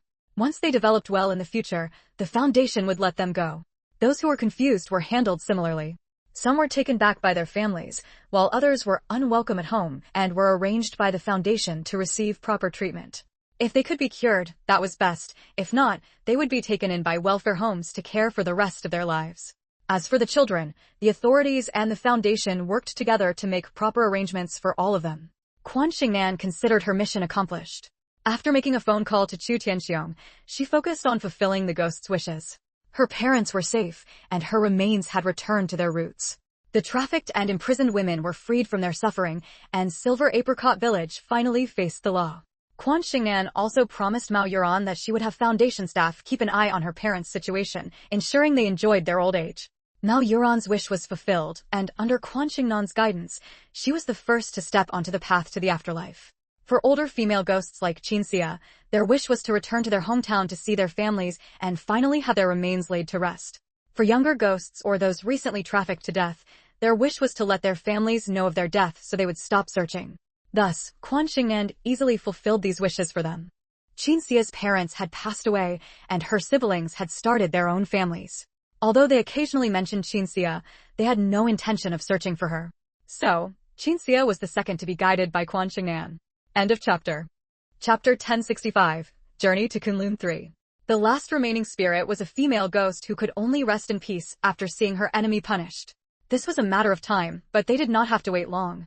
The police had gathered ample evidence and intelligence, and before the human traffickers could react, they swiftly coordinated with local authorities to arrest them, fulfilling the spirit's wishes. At that time, transportation and information were not as advanced as they would be 2 decades later, but with determination and state intervention, matters were handled efficiently, especially with the help of someone as resourceful as Quan Xingnan. Before all the female ghosts could be fully liberated, Chu Tianxing arrived, travel-worn and weary. When he first learned of what had happened to his daughter and grandson, he was both furious and terrified. Furious at Chao Lei's heartlessness, terrified at the thought of nearly losing his daughter and grandson. Though Chao Feng was his grandson through his daughter, he was still his blood descendant. At the same time, he resented his daughter's weakness. How could she have endured such a major ordeal for so long without telling him or her brother? Even a single phone call would have sufficed, yet she had not made one. If he had known about Chao Feng's kidnapping, he would have sought Quan Xingnan's help. Would there have been any fear of not finding him immediately? Quan Xingnan watched as Chu Tianxiong tightly embraced Chao Feng and let out a sigh. Mr. Chu, do not be too harsh on your daughter. I believe that if she could have saved her child, she would not have refrained from seeking help from her family. She knows well the capabilities of her father and brother. The only reason she did not is that she could not. Why could she not? A lamb trapped among wolves finds every move beyond its control. Hearing this, a flicker of ruthlessness passed through Chu Tianxiong's eyes. Having spent years navigating the business world and experiencing life's ups and downs, even past the age of 50, he remained formidable, his heart hardened, his methods far beyond what ordinary people could imagine. Before coming here, I already sent Yongsong to pick up Rongrong. Anyone who dares to scheme against and harm my family, I will not let a single one off. Yongsong was Chu Tianxing's son, named Chu Yongsong, who had inherited his father's methods and demeanor. Quan Xingnan had no doubt that Chao Lei and Qin Qishui would face the Chu family's relentless vengeance. She did not ask how the Chu family would retaliate but instead said to Chu Tianxiong, "This child has lived in Silver Apricot Village for half a year. Fortunately, he is young and has not picked up any bad habits. I just wonder if he still remembers you all. Take good care of him when you return." Chu Tianxiong nodded. Just as he was about to speak, Chao Feng called out crisply, "Grandpa." "Chao Feng, you remember me?" Chu Tianxiong was overjoyed. Because Chu Tianxiong came from an ordinary background and still carried common folk habits, his grandchildren addressed him in a very colloquial manner. Chao Feng had always called him grandpa rather than grandfather. Chao Feng grinned, looking especially innocent, and called out grandpa again before saying, "Buy treats." In the past, whenever Chu Tianxiong saw his grandson, he would take him to buy snacks. The boy actually still remembered. Isn't that wonderful? It shows that Chao Feng still has memories of his life and loved ones before the abduction. His future will not be tainted by the trafficker's influence. Quan Xingnan never underestimated a child's memory. Some memories might fade with time, but others could remain deeply etched in the mind even into adulthood. Chu Tianxiong felt deeply comforted. Master Quan is right. After this ordeal, I only hope he lives a peaceful life. However, from now on, he will be called Chu Feng, a child of the Chu family. End of chapter. Chapter 1066, Journey to Kunlun 4. The Chu family was wealthy and influential. Although the heir had already been determined to be Chu Tianxin's son, Chu Yongsong, the dowry given to Chu Rongrong alone was enough to raise her child. When Chu Rongrong married, her dowry amounted to nearly half of the Chu family's total assets, totaling 50 million. This 50 million included shares in Jinlong jewelry, cash, real estate, jewelry, antiques, luxury cars, furniture, and more. Their current value had roughly multiplied several times over, not counting the tens of millions in dividends Chu Rongrong had received since her marriage. Chu Tianqing was very fair. He did not treat Chu Rongrong poorly just because she was a daughter. Of course, thanks to the efforts of the Chu father and son, the remaining assets of the Chu family, especially the market value of Jinlong jewelry, had increased more than tenfold. However, Chu Rongrong did not take a position at Jinlong jewelry, unwilling to take advantage of her brother and worried about future property disputes. She only wanted a 10% stake. Chu Tianqing and Chu Yongsong then gave her 80% of the family's real estate, jewelry, antiques, and other items. Because she married far away and was self-aware, finding it inconvenient to manage properties from a distance and unskilled at preserving antiques, she entrusted the real estate and antiques to Chu Tianqing for management. She only brought the jewelry and several million in cash to settle in her husband's hometown, naturally taking one car as a means of transportation. So, the three most valuable items in Chu Rongrong's dowry were all left at her parents' home.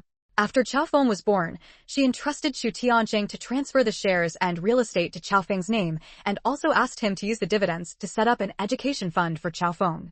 Quan Xingnan was taken aback. Does the Chao family know about this? When she had used her clairvoyance, she had only seen the sequence of events surrounding Chao Feng's incident, not every minute detail. If Rongrong didn't tell them, the Chao family probably doesn't know, but I'm afraid she might put Chao Lei first and tell him everything. Chu Tianqing recalled events from a few years ago. Rongrong struggled to give birth to Xiao Feng. She cherished him like a treasure and wanted to give him everything. But since he was young and couldn't do much, she still couldn't resist the urge to transfer the real estate and shares to him. Speaking of this, Chu Tianqing frowned deeply. The reason for Chao Feng's kidnapping might be related to the property under his name. Chao Feng was the child of Chao Lei and Chu Rongrong. If he died, without a spouse or children at a young age, his parents could inherit his property. That way, Chao Lei could get half. Don't underestimate that half of the shares and half of the real estate. At current value, it was worth at least 50 to 60 million. Moreover, real estate was fixed property. Its rental income and dividends were both steady streams, easily amounting to tens of millions a year. Although Chu Rongrong gave birth to Chao Feng several years into her marriage, that was due to a reproductive system issue, not because she was frail. Even if she had some lingering health problems from childbirth, after years of nourishment and care, her life was not in danger. As long as it wasn't a terminal illness or an accident, a normal person's life wasn't that fragile. Chu Tianqing suspected that the mastermind behind Chao Feng's kidnapping was not just Qin Shishui alone. Chao Lei's tacit complicity might have considered the inheritance of Chao Feng's property after his death. Chu Rongrong wouldn't die anytime soon, so Chao Lei couldn't inherit her property. But Chao Feng's was different. It was said that even a fierce tiger wouldn't eat its own cubs, but some people, blinded by greed for wealth, would consider their children's lives as nothing. Moreover, even before Chao Feng was born, Chao Lei already had a son with his mistress. The first child was more likely to receive his affection. End of chapter. Chapter 1067, Journey to Kunlun 5. Strangely, Quan Xingnan actually found Chu Tianqing's reasoning quite sound.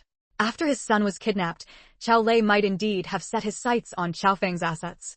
After all, she had read Chu Tianqing's facial features earlier and saw no sign of losing a daughter within the next decade. However, she really hadn't paid attention to these issues. She only intended to hand Chao Feng over to Chu Tianqing. As for justice for Chao Feng, the Chu family could seek it on his behalf. She didn't need to get involved herself. It wasn't that she was cold-blooded, but rather that she trusted Chu Tianqing's methods. Besides, a mother becomes strong for her child. For a son regained after being lost, upon learning the truth of it all and enduring a life surrounded by wolves and tigers, unless Chu Rongrong valued her husband above her son, she would never remain weak any longer. Then again, it wasn't certain, because in some people's hearts, love often trumps everything. Quan Xingnan had no intention of interfering. Before Chu Tianqing left with Chao Feng, she kindly provided him with detailed information about the kidnappers. Starting from this angle would make it easier for Chao Lei and Qin Shishui, that scumbag and that shameless woman, to receive the punishment they deserved. After fulfilling the final female ghost's wish and sending her on, Quan Xingnan called her parents, uncle, and aunt. The main point of the call, aside from greetings, was to ask them to take good care of the children and not give human traffickers any opportunity. Every one of the 3 children in their family was the apple of everyone's eye. Thinking of her adorable little brother, whom she hadn't seen in a long time, a soft smile flickered in Quan Xingnan's eyes. If you're worried about your little brother, then come home when you have time, Lin Xiaoxue said over the phone. Her son kept calling for his sister every day, and when he was being mischievous, she, as his mother, found it quite a headache. She didn't know if boys were naturally mischievous, but her son was especially so. Quan Xingnan leaned against the table. "Mom, are you outside or at home right now?" Before Lin Xiaoxue could say she was at home, the receiver was snatched away by Little Lion, who had climbed onto the table. He pressed it to his ear and said in a babyish voice, "Sister. Sister. Sister. Oh my, who's talking to me?" As the image of her precious little brother flashed before her eyes, Quan Xingnan's voice softened. Although she loved all three of her little brothers dearly, the one she cherished most was always Little Lion, who had died a violent death in her past life and was hard won in this one. Because Little Lion was the youngest, no one found this unusual. Only Grandpa and Grandma Yan knew the secret of their granddaughter's rebirth and understood why she doted on Little Lion so much. She truly treasured him as the apple of her eye, even more than Yuan Ziyuan and Lin Xiaoxue, his own parents. Hearing his sister's question, Little Lion's eyes curved into crescents as he laughed heartily. "Little Lion. It's Little Lion." The scorching summer had passed, and the cool autumn had just arrived. Little Lion, who had lost some weight from the summer heat or sweating, had gained it back. He was now plump and chubby all over. Fortunately, his face was small, so he didn't look fat, but if you looked at his arms, legs, back, and chest, you'd see he had the potential to become a little chubby. So when his eyes curved, they almost squeezed into two slits, making him look as adorable as could be. Quan Xingnan said with a smile, "Is it Little Lion? What a good boy. Do you miss your sister?" "Yes, I miss sister." "Sister misses Little Lion too. Sister wants to hear Little Lion sing. Will Little Lion sing for sister, okay?" She remembered that when she last called her father, he said Little Lion could already sing simple nursery rhymes. "Okay." Little Lion laughed into the receiver, then dropped it onto the table as he started hopping around. Lin Xiaoxue quickly picked up the receiver and held it to his mouth as he sang, two tigers, running fast, one has no ears, one has no tail, how strange, how strange. Oh wow. I'm not Little Lion, I'm a big tiger." End of chapter. Chapter 1068, Journey to Kunlun 6. Listening to the childish and amusing singing through the phone, she could almost picture the scene at home. Quan Xingnan laughed so hard she doubled over. "Little Lion, we have a tiger at home, remember?" Little Lion stomped his feet. Tiger brother. I want tiger brother. Eagle brother." Children's minds always wandered freely. Mentioning the little tiger reminded him of the little eagle. Children shared common topics with other children, and they only liked playing with kids their own age. Unfortunately, the three Yuan brothers each had their own duties and couldn't always be in one place. Just as Quan Xingnan was about to make concessions to temporarily distract Little Lion from the little tiger and little eagle, he changed the subject on his own. Sister, eat meat, eat meat." "Huh?" Quan Xingnan was puzzled. Lin Xiaoxue laughed into the phone. "Little Lion is about to eat. I had the nanny steam some sea bass, and it's just been brought out." "I see. Mom, you feed Little Lion. I'll call home again when I have time tomorrow." Hearing Lin Xiaoxue's agreement, Quan Xingnan laughed again. "Little Lion, come on, say bye-bye to sister." "Bye-bye."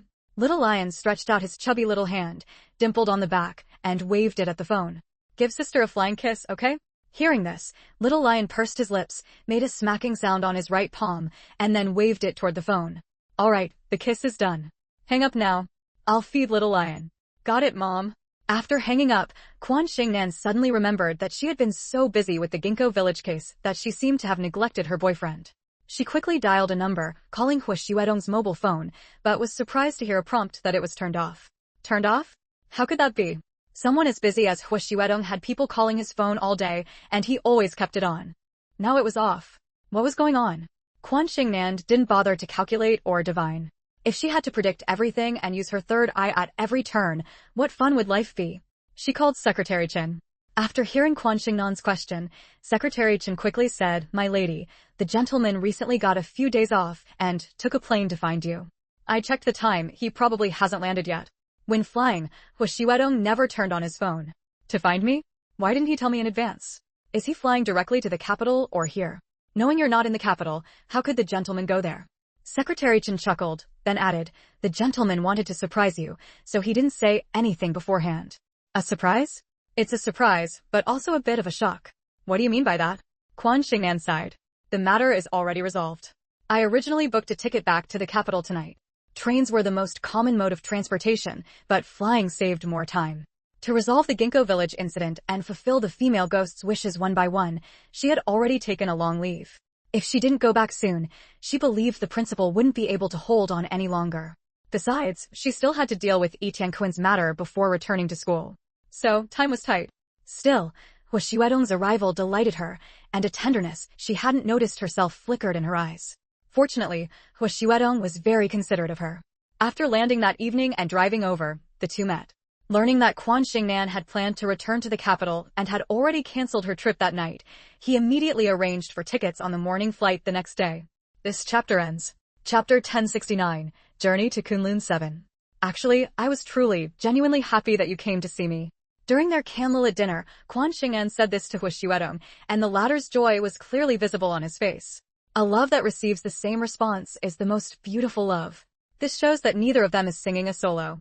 Hua Xuedong's only wish now was for time to pass faster, preferably in the blink of an eye, until Quan Xingnan's 18th birthday. Only when she came of age could their relationship be made public. By the way, Chu Xing from Jinlong Jewelry borrowed 2 internationally renowned lawyers from me, one specializing in criminal cases and one skilled in divorce proceedings. Do you know what happened in their family? I'm not particularly curious, but I couldn't resist when he said something over the phone that made me want to ask you directly. Since Chu Tianxiong had no intention of hiding it, Quan Xingnan recounted Chao Feng's story to Hua Xuedong. After listening quietly to the whole story, Hua Xuedong sighed and said, "The most unpredictable thing in the world is the human heart. Chao Lei's change must have had signs, otherwise, the Chao family wouldn't have been unaware. It's just that the Chu family is far away, and Chu Rongrong was blinded by so-called love.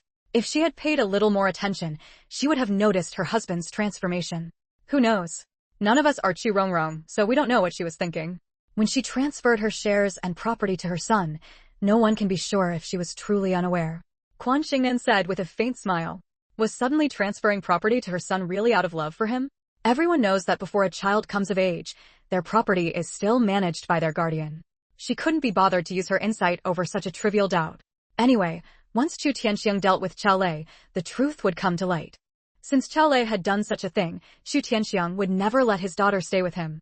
Otherwise, why would he have said in front of Quan Xingnan that Chao Feng would henceforth be Chu Feng, a child of the Chu family? When he said that, he must have been planning for his daughter to get a divorce, which was why he had also hired a lawyer skilled in divorce cases. Let's not talk about them anymore. Come, take a look at the gift I brought you. What gift? Hearing there was a gift to receive, Quan Xingnan's face immediately lit up with joy. She wasn't short of money or things, but she appreciated Hua Xuedong's thoughtfulness. Hua Xuedong first took out an exquisite little gift box and said with a smile, "You're still a student, and aside from social occasions, you don't usually wear jewelry. So when I went to France a few days ago, I bought you a watch." Something that caught Hua Xuedong's eye and was deemed worthy of being a gift for his girlfriend was naturally no ordinary item. This Van Cleef & Arpels diamond watch was exquisite and stylish, dreamlike, and enchanting. Hua Xuedong directly put it on Quan Xingnan's wrist. Against her snow-white skin, the already elegant watch instantly elevated in appeal, truly complementing each other perfectly. Thank you, Terence. I really like it. I also brought a set of cosmetics and perfume for each of the older female relatives. I'll have them delivered once we're back in the capital. When it came to cosmetics, French technology was mature and effective. Hearing this, Quan Xingnan's eyes sparkled, and her face was full of smiles. My mom and aunts all have some? Of course. Isn't it a bit too early for you to be buttering them up?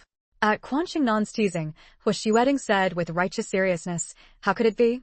Winning over one's mother-in-law should be done as early as possible. Last-minute efforts would be too late. End of chapter. Chapter 1070, Journey to Kunlun 8. Chapter 1070, Journey to Kunlun 8. Hua Xuedong brought more than just a watch for Quan Xingnan. After finishing dinner and returning to the hotel, he smiled as he watched her happily unwrap the gifts. The first box Quan Xingnan opened contained the latest mobile phone developed by Hua Group Electronics Company, which had not yet been mass-produced or released. Compared to the bulky phones most people in the country used, this pink-shelled phone was extremely lightweight, exquisitely designed, and packed with many features.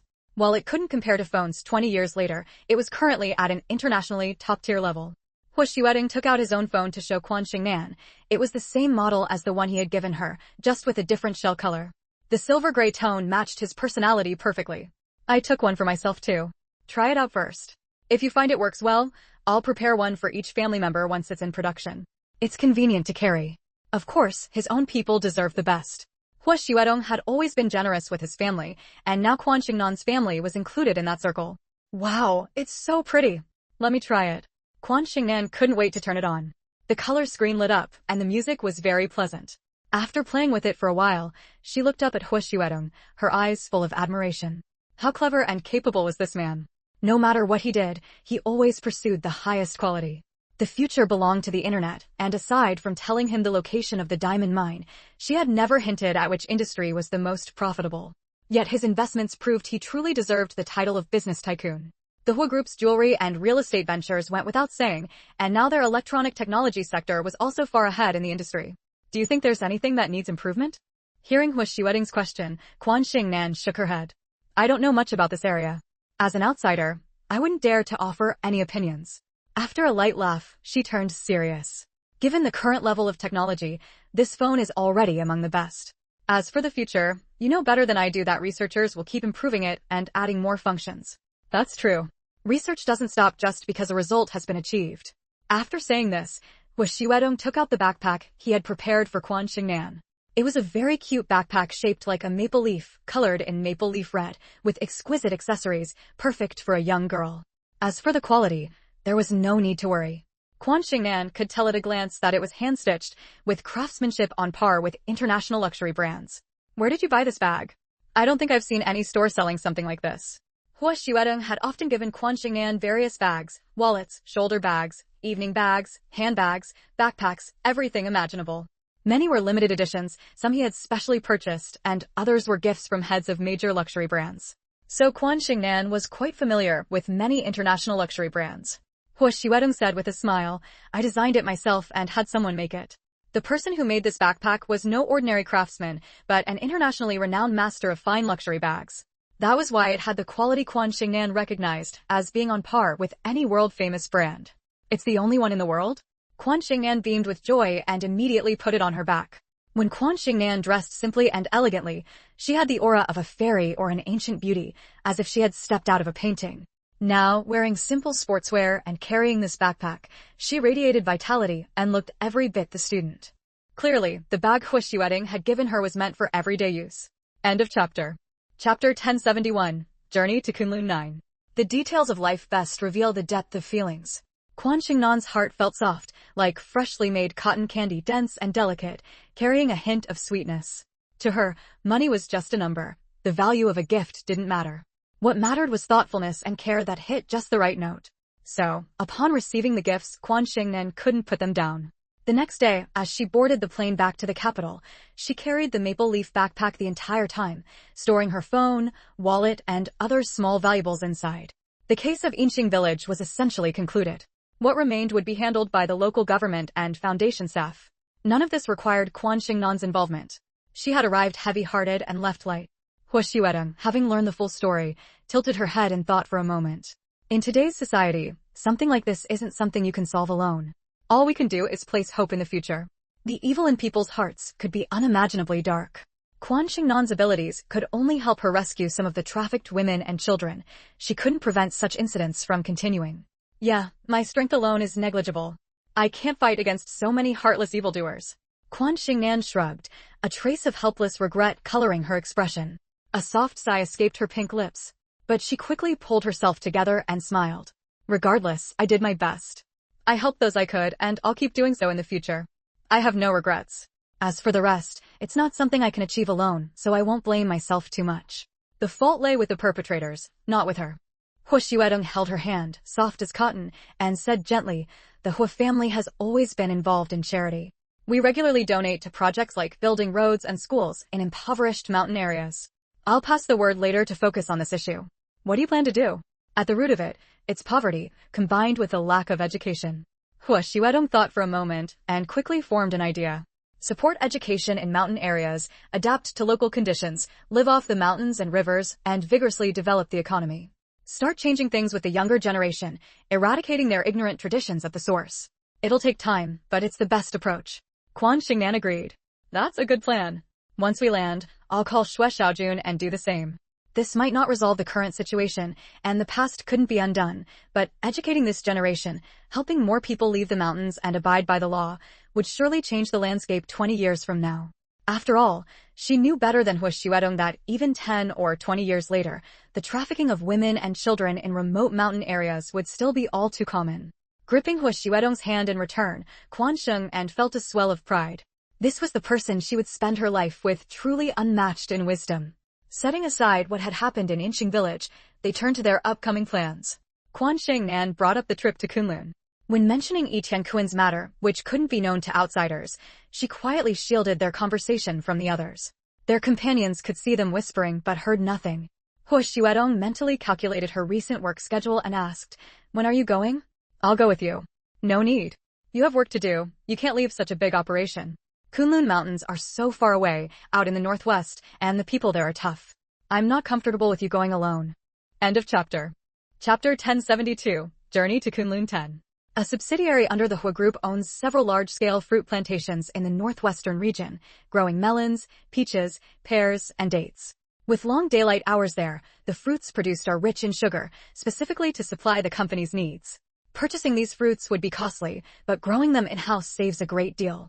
Hua Xuedong is a businessman, so he naturally prioritizes the company's profits. Thus, he had previously visited the area to inspect and understand the situation there.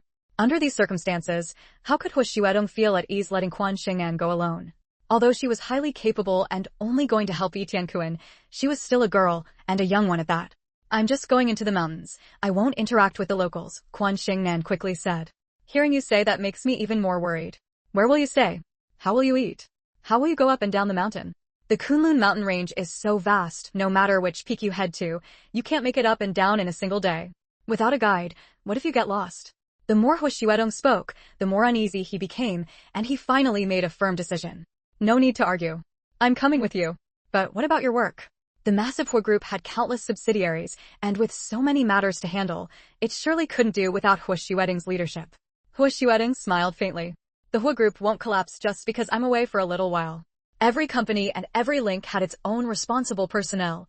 It wasn't as if things would grind to a halt without him. Besides, to him, his career was far less important than his girlfriend." Hearing this, Quan Shengnan had no choice but to give in. Though it sounded like a reluctant compromise, she was actually overjoyed, feeling as if she were soaking in a honey pot. In her previous life, she had gone straight up Kunlun Mountain. After turning back time, her physical body had long since turned to ashes, so there was naturally no question of coming down the mountain. Thus, she had never actually interacted with the locals. When she heard Hua Xuedong mention that he had dealt with ethnic minority friends there, Quan Shengnan became intrigued.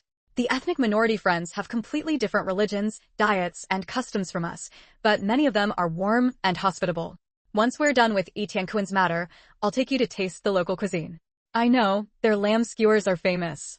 The food is far more than just lamb skewers. I have a Uyghur friend there named Anywhere. The lamb skewers and lamb chops he grills are delicious, and his wife, Raihan, is great at making naan and pulling noodles."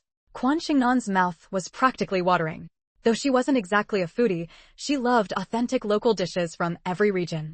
Specialty foods often reflect local customs and culture, forming a tradition that brings a sense of novelty and joy when eaten, and leaves one longing for them even after leaving. Seeing his girlfriend's adorable reaction of swallowing her saliva, Hua Xuedong's eyes brimmed with amusement. Even though there are places serving halal food in the capital, they can't compare to the authentic flavor of the local fare. "When we get there, I'll make sure you eat your fill." End of this chapter. Chapter 1073, Journey to Kunlun 11. With the thought of finishing her tasks and enjoying some delicious food, Quan Shengnan looked forward to her trip to Kunlun with great anticipation. By the time she arrived in the capital, National Day had just passed. Unknowingly, the trip to Ginkgo village had taken up an entire month. There was no such thing as a golden week back then, so Quan Shengnan had to ask for leave. She went straight to find her homeroom teacher after getting off the plane. Fortunately, the school understood that Quan Shengnan was a busy person, and since she hadn't fallen behind in her studies despite her hectic schedule, they approved her leave request. When she returned home to report on the trip, Wang Juanda and Quan Shuang asked about it, and only then did Quan Shengnan realize she had left Wang Hui behind. Actually, it wasn't her fault. Not long after they arrived, before heading to Ginkgo village, Wang Hui fell ill with a high fever. How could a sick person go to a remote mountain area? What if something went wrong? Remote mountain areas often lacked medical care and medicine. Besides, with so many people from the Foundation accompanying them, missing one Wang Hui didn't matter, so Quan Shengnan firmly insisted that Wang Hui stay behind in Mao Yuran's hometown to see a doctor. That was why Wang Hui was nowhere to be seen during the Ginkgo village trip. Quan Shengnan had already cancelled her previous ticket, so Wang Hui naturally wouldn't return to the capital alone. When Hua Xuedong booked the tickets, she carelessly forgot about Wang Hui. It wasn't until they were about to board the plane that Quan Xingnan realized this, so she had to call Wang Hui and tell him to book his own ticket back to the capital. Whether it was truly careless or intentionally so, no one knew except Hua Xuedong herself. Brother is coming back tomorrow. He's a grown man, so we don't need to worry about him. Quan Xingnan quickly brought out the cosmetics Hua Xuedong had brought from France, including skincare products, makeup, and perfume, all of which suited Quan Xuedong's age. Skincare was the best way for a woman to preserve her youth. Otherwise, why would wealthier women always look younger than their peers? Now, Quan Xuedong appeared far more elegant, graceful, young, and beautiful than when she had adopted Quan Xingnan. Although the crow's feet at the corners of her eyes were a bit more pronounced than in her youth, her skin was fair, delicate, and smooth. The faint crow's feet only made her seem more mature and charming. Back in her impoverished days, though she was young at heart, her appearance couldn't withstand the ravages of wind and frost. Her skin was rough and her face lacked luster. Quan Xuedong was indeed delighted. She tried the perfume, gently sniffed it, and said, "This scent is lovely and suits my age well. I don't think I've seen this brand before." Quan Xingnan glanced at it. "Oh, it's a new product developed by Fourth Brothers Company, the one in Provence." She was young and still a student, so she didn't usually wear perfume, and Hua Xuedong had never given her any. But because she knew about Hua Xuedong's affairs, she recognized the origin of this perfume. Quan Xuedong immediately remembered. Right, the essential oils he gave last time were from that same company. Quan Xingnan nodded with a smile. Many of Hua Corporation's products were internationally top-tier, considered luxuries even by foreigners, so it was natural that Hua Xuedong's gifts included items from his own company. That child is thoughtful. He never comes empty-handed. We should have kept him for a meal, said Grandpa Yin. Hua Xuedong had dropped Quan Xingnan off at home, paid his respects to the elders, and then taken his leave. We can invite Fourth Brother for a meal another time. He's not an outsider, so why be so formal? He rarely gets back to the capital, so of course he needs to go see his own parents. Quan Xingnan waved her hand and went to take a shower. During her shower, she used the lavender essential oil Hua Xuedong had given her, and when she came out, her whole body was enveloped in a captivating fragrance. Carrying that scent, Quan Xingnan went to find Yi Tiankuan. This chapter ends. Chapter 1074, Journey to Kunlun 12. After spending a month frantically reading through all the unofficial histories and miscellaneous books of the Republic of China era, Yi Tiankuan now stood by the window, gazing outside with a contemplative expression, deeply lost in thought. Hearing footsteps, Yi Tiankuan immediately turned around. Seeing that it was Quan Xingnan, his eyes burst with remarkable brilliance. Master Quan, you're back. When are we going to Kunlun Mountain?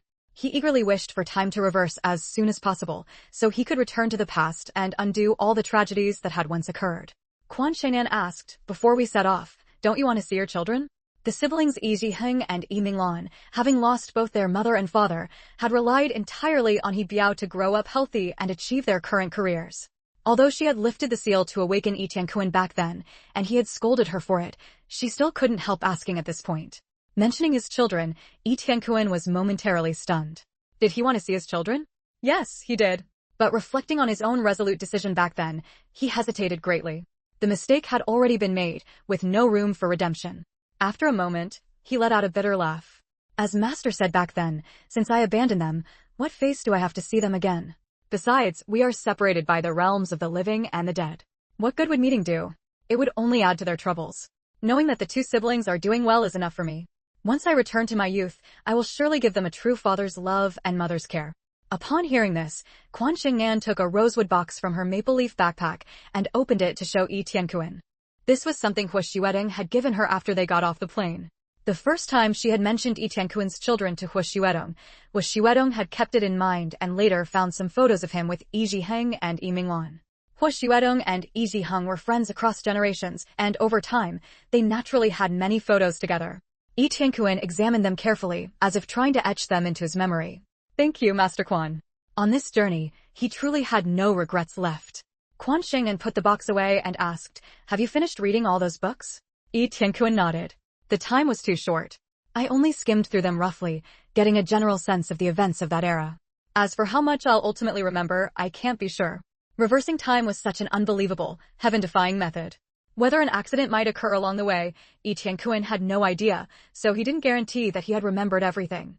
Then let's prepare to set off. I hope that no matter what happens, once you return to the era you want to go back to, you can help our country's people suffer a little less humiliation. A nation exists only with a home, and a home is secure only when the nation is strong. Yi Tianquan said solemnly, Master Quan, rest assured, I will do my utmost. Having learned the course of history in advance, failing to save his countrymen's lives would make him unworthy of being called a person. Thank you. I hope you mean what you say. After their conversation, Quan Xingnan began preparing for the westward journey. She set the destination as the mountain peak where she had once traveled back in time. It was covered in snow year-round, so mountaineering gear and winter clothing were essential. Once everything was packed, she informed Hu Xuedong. Having just returned to the capital not long ago, she was about to leave again for Kunlun Mountain. How could the elders at home not worry? Just as they were about to suggest that Wang Hui, who had just rushed back to the capital, accompany her, Hu Xuedong said, I happen to be going there to survey a project, so I'll accompany Nan. Please rest assured, everyone, I will bring Nan back safely. Hu Xuedong was far more mature and steady than Wang Hui, and the family had no objections. End of chapter.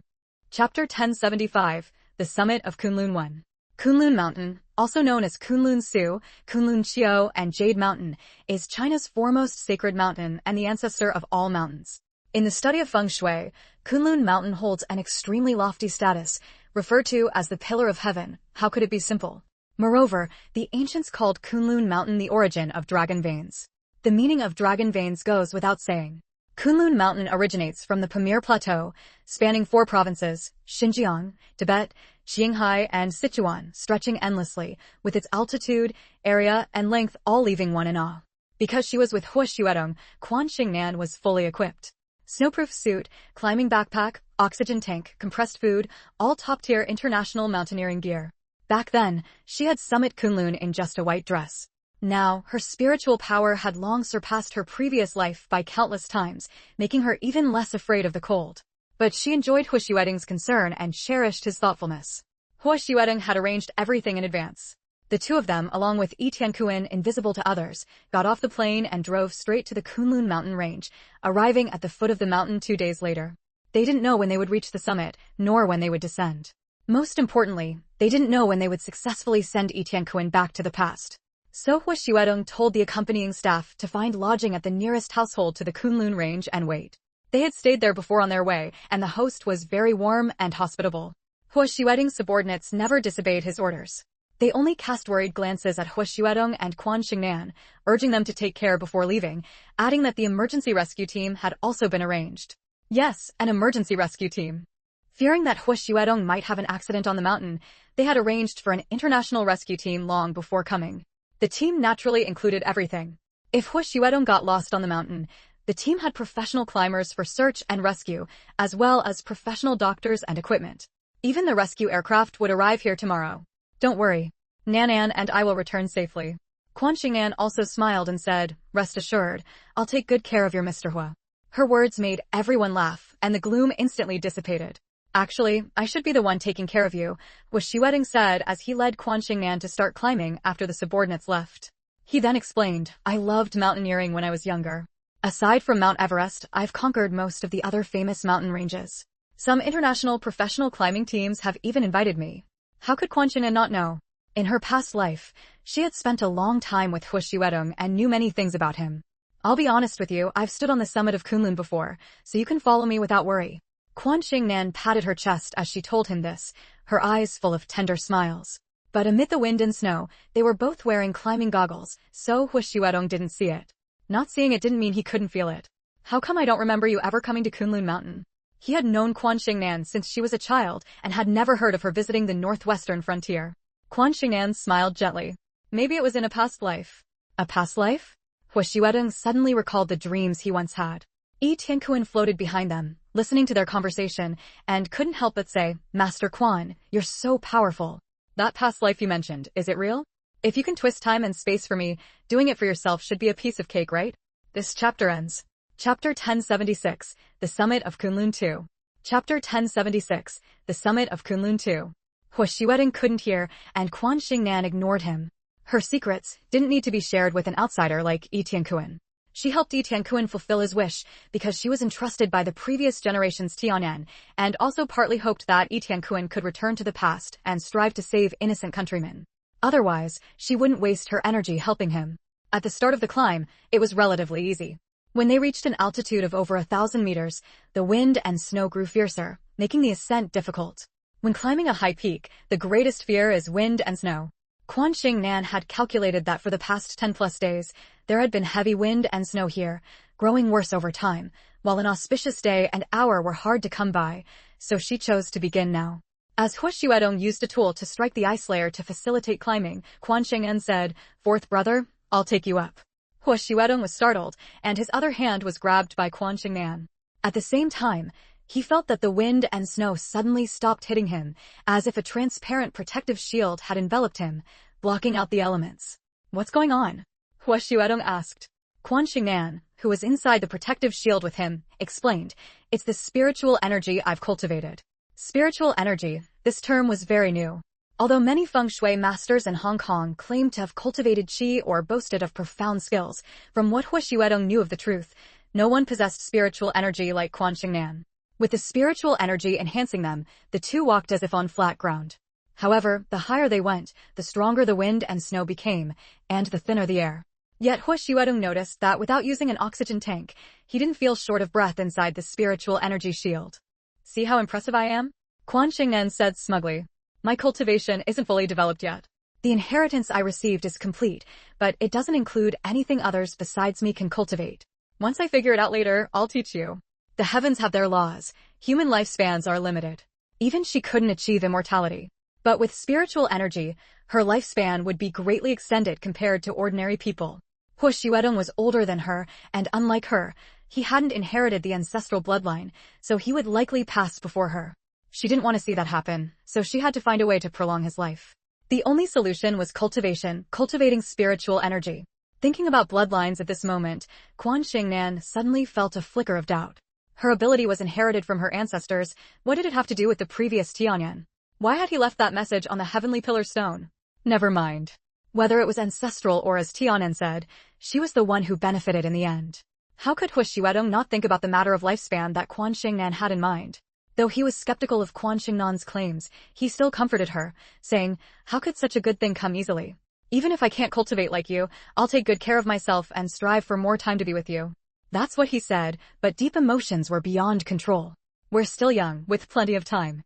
Merit actually plays a big role. The fact that we're here now is thanks to merit as the price. Fourth brother, let's keep doing good deeds from now on. 20 years of merit allowed her to reverse time and return to the past.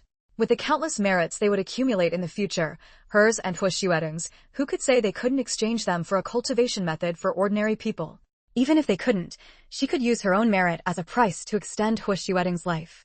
Besides, based on the content of the inheritance, it wasn't impossible that she might. Chapter 1077, The Summit of Kunlun 3.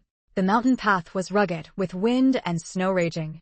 Even with spiritual energy, it was impossible to reach the summit instantly. Slipping and sliding with every step, they climbed to about 2,000 meters above sea level when Quan Xingnan felt her stomach growl. If she, with her spiritual energy, felt this way, how must Hua Xuedong be feeling? It was time to rest. She looked around for a moment, found a small cave sheltered from the wind, and entered it together with Hua Xuedong. The cave was not large, about 20 or 30 square meters, enough to block the wind and snow, and it bore traces of climbers who had taken shelter there before. Yi Tiankuan followed them in, watching as they chatted while eating the food they had brought.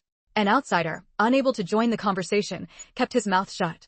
Outside, the blizzard intensified and the sky grew dark. With their stomachs full and nothing to do, naturally, idle chatter ensued. There are many mysterious places in the Kunlun Mountains unknown to others. I haven't explored them either, but I know there's a treasure hidden in Kunlun. Hua Xuedong smiled. Who would come here to explore when there's nothing to do? A treasure? The Kunlun Mountains themselves are a natural treasure trove. Our company has mining rights for a jade mine here. The jade from the Kunlun Mountains was Hetian jade. What was mined from the jade mine was mostly mountain material or some mountain stream material. The truly fine jade was seed material, which was washed down by river water and had to be picked up downstream, giving rise to the profession of jade pickers. Quan Xingnan naturally knew that the Hua family's business spanned the globe. How could their jewelry company overlook Hetian jade? But she was talking about a treasure, a real treasure hidden in the Kunlun Mountains by someone else. She had discovered it in her previous life, but at that time, she had climbed Kunlun to return to the past, so she hadn't touched that treasure, leaving it frozen in the snow. After listening, Hua Xuedong smiled and said, "After Mr. Yi's wish is fulfilled, are you going to retrieve it?" If you go, I'll accompany you. We don't lack money, and retrieving the treasure would be tiring and troublesome. How would the two of us carry it down? She had abilities, but no storage space. Besides, bringing people to retrieve it wasn't realistic either. It would all end up belonging to the state. Her eyes flickered, and she suddenly looked at Yi Tianquan. Master Quan, why are you looking at me? Yi Tianquan had been listening to their conversation with great interest. Quan Xingnan smiled. We don't need it, but that doesn't mean you don't. When you go back to the past, you'll definitely need startup funds. Even if you still follow Da Hexing, having money is always a safety net. So, I'll give you the location. After you return to your youth, find a way to retrieve it. But this money must not be used for evil. It's best to take it from the people and use it for the people. Yi Tianquan was stunned. Let me take it? Yes, aren't you a poor young man? When you return to your youth, you'll still be very poor. Although with your skills, you'll surely build a fortune and marry Miss Lin. This money will make it easier for you to rise and win her hand, won't it? That was a time of chaos, and those who built their fortunes from scratch were still easily respected. Quan Xingnan followed through immediately, taking out paper and a pen to draw the treasure's location, marking precautions one by one. While Yi Tianquan was diligently memorizing the location, Quan Xingnan smiled and said, when you come to retrieve the treasure, leave a few items for me. After fourth brother and I descend the mountain, we'll go take a look. If there are only a few things left, it means you really returned to your youth and took the treasure, and we can leave Kunlun Mountain at ease. Hua Xuedong agreed. Yes, Mr. Yi. That way, we'll know you got your wish. End of chapter. Start. Chapter 1078, The Summit of Kunlun 4. For Yi Tianquan, Lin Baofu was above all else. On the other hand, Yi Tianquan knew that Hua Xuedong and Quan Xingnan truly weren't short of money, and he also wanted to marry Lin Baofu as soon as possible to prevent the tragedy of his previous life from happening. So he agreed to Quan Xingnan's proposal and thanked her repeatedly. Regarding the origin of that treasure, Hua Xuedong couldn't help but ask a few more questions. Quan Xingnan replied, this goes back to the era of Genghis Khan's western expeditions. Most of it was wealth plundered from the western regions by the army. Why a portion was buried here, you'd probably have to ask the original owner. Now this treasure is ownerless and should rightfully belong to the state, but I think it would be more useful for Mr. Yi to use it to save the people from disaster than to hand it over to the state. The country's economy was developing rapidly, and aside from historical research, this treasure had little other use. But in Yi Tianquan's hands, it was different. He lived in chaotic times, and with such wealth, the number of people he could save was unimaginable. Of course, Yi Tianquan's upright character was the real reason Quan Xingnan was willing to entrust it to him. With this in mind, they continued climbing the next day and soon reached the summit. Snow and wind raged, the scene almost identical to what Quan Xingnan had seen in her previous life. The eternally frozen Kunlun Mountains would not change just because 20 years had passed. Master Quan, what should I do? Yi Tianquan asked excitedly. Quan Xingnan smiled and said, you don't need to do anything. Just stand where I tell you. Because she had successfully returned to the past, Quan Xingnan found the spot where she had stood back then, had Yi Tianquan stand there, and told Hua Xuedong to stay far away. Be very careful, don't push yourself. Don't worry. After instructing his girlfriend, Hua Xuedong slowly retreated several dozen zhang away as Quan Xingnan instructed, standing on a large boulder to watch. He saw Quan Xingnan remove her climbing gear and snowproof suit, leaving her in a thin pink tracksuit. Seeing this, Hua Xuedong felt deeply distressed. But soon, he noticed that Quan Xingnan didn't seem to feel the cold at all. Her face was still rosy as a peach blossom, breathtakingly beautiful. Quan Xingnan pressed her palms together, then turned them outward into a lotus shape. She slowly closed her eyes and stood motionless. After a long while, she suddenly opened them, and an overwhelming, world-shattering aura erupted atop the mountain, nearly taking Hua Xuedong's breath away. Though he felt the pressure, it didn't affect his body. Then, he saw a golden halo appear in the sky. Gradually, the wind and snow stopped. The halo grew larger, expanding to cover an area of about 1 square meter, forming a ring that hovered above Yi Tianquan's head. Yes, Hua Xuedong suddenly saw Yi Tianquan's soul, clearly and distinctly. When this ring enveloped Yi Tianquan, it burst into intense golden light. Yi Tianquan instantly transformed into a streak of light, sucked into the ring, which then closed. The process seemed long, but it was over in an instant. The ring closed, the wind and snow resumed, but the earlier aura vanished, and everything returned to calm. Nan. Without a second thought, Hua Xuedong rushed to Quan Xingnan's side and caught her faltering body. Quan Xingnan suddenly spat out a mouthful of blood, looking weak and pale. The blood fell on the snow, like a suddenly blooming red plum blossom, vivid and alluring, yet glaringly harsh to Hua Xuedong's eyes. End of chapter. End. Chapter 1079, Summit of Kunlun 5. Turning the tide and reversing time truly comes at a cost. Quan Xingnan smiled bitterly. The consequence of bearing the karmic burden was that her spiritual power regressed and her merit was halved. Fortunately, her heavenly eye and earthly pupil were unaffected. Hua Xuedong suddenly felt a surge of anger. While putting a snow jacket on her, he said, "If I had known this would happen, I wouldn't have let you help in the first place. How could the debt of the previous heavenly eye be repaid by you?" When it came to his girlfriend, Hua Xuedong's anger shifted unfairly. He resented the heavenly eye Taoist and resented Yi Tianquan. Without them, none of this would have happened. That mouthful of blood she coughed up would surely damage her foundation. It's fine, the impact is limited. Quan Xingnan took a breath, feeling a faint pain in her chest, but she still comforted her boyfriend this way. How could there be no impact? Look at your face, it's as pale as the snow. Before, her cheeks were like peach blossoms. Now, her jade-like face was as white as snow. He was especially distressed and quickly found a sheltered spot for her to rest. Quan Xingnan naturally wouldn't refuse his kindness. After resting for a while, circulating her spiritual power to repair the injury, Quan Xingnan suddenly let out a surprised "Huh? What's wrong?" Hua Xuedong asked worriedly. The merit that was halved has suddenly surged more than tenfold. Others couldn't see it, but she could feel it. Now her entire soul was shining with a dazzling golden light. It was the golden glow of merit enveloping her.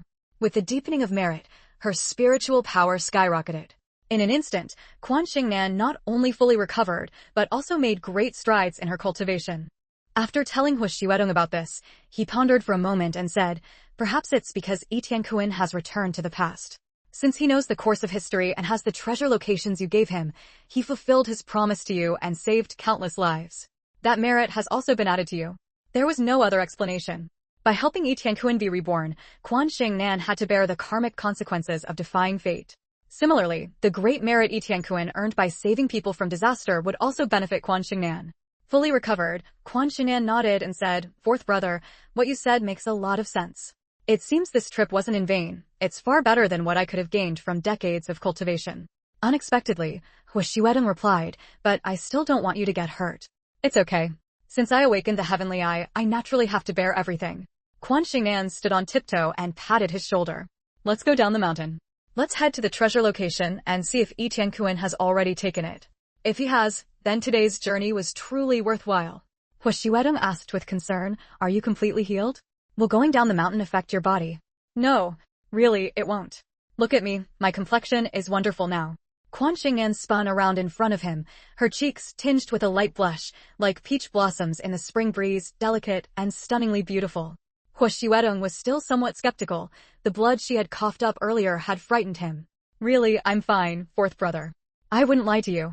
Quan Xingnan reiterated this several times, and Hua Xuedong reluctantly believed her. However, as they descended the mountain, he forbade her from using spiritual power recklessly.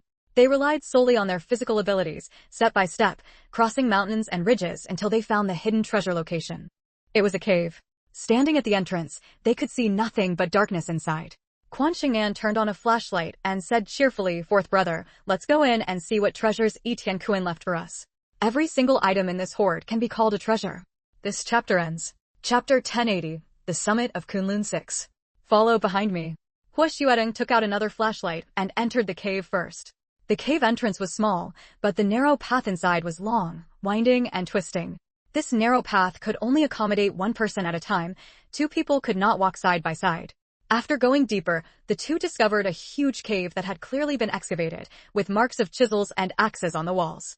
It was empty inside, except for a smooth boulder on which sat two rosewood chests.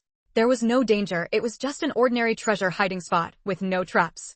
"It seems Yi Tianquan indeed got his wish, returned to the past, and took the treasure from here," Hua Xuedong said.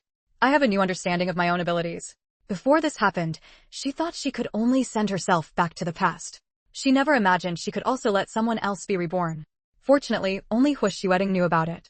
If outsiders found out, they would go crazy begging her for help. Who wouldn't want to return to the past with their current memories? Those with simple minds would want to undo past regrets or seize opportunities to get rich based on their foreknowledge. Those with complex thoughts and ambitions might even dream of ruling the world. So, she must never help a second person be reborn. Quan Xingnan solemnly swore that one Yi Tianquan returning to the past was already enough. Hua Xuedong nodded. "I feel the same.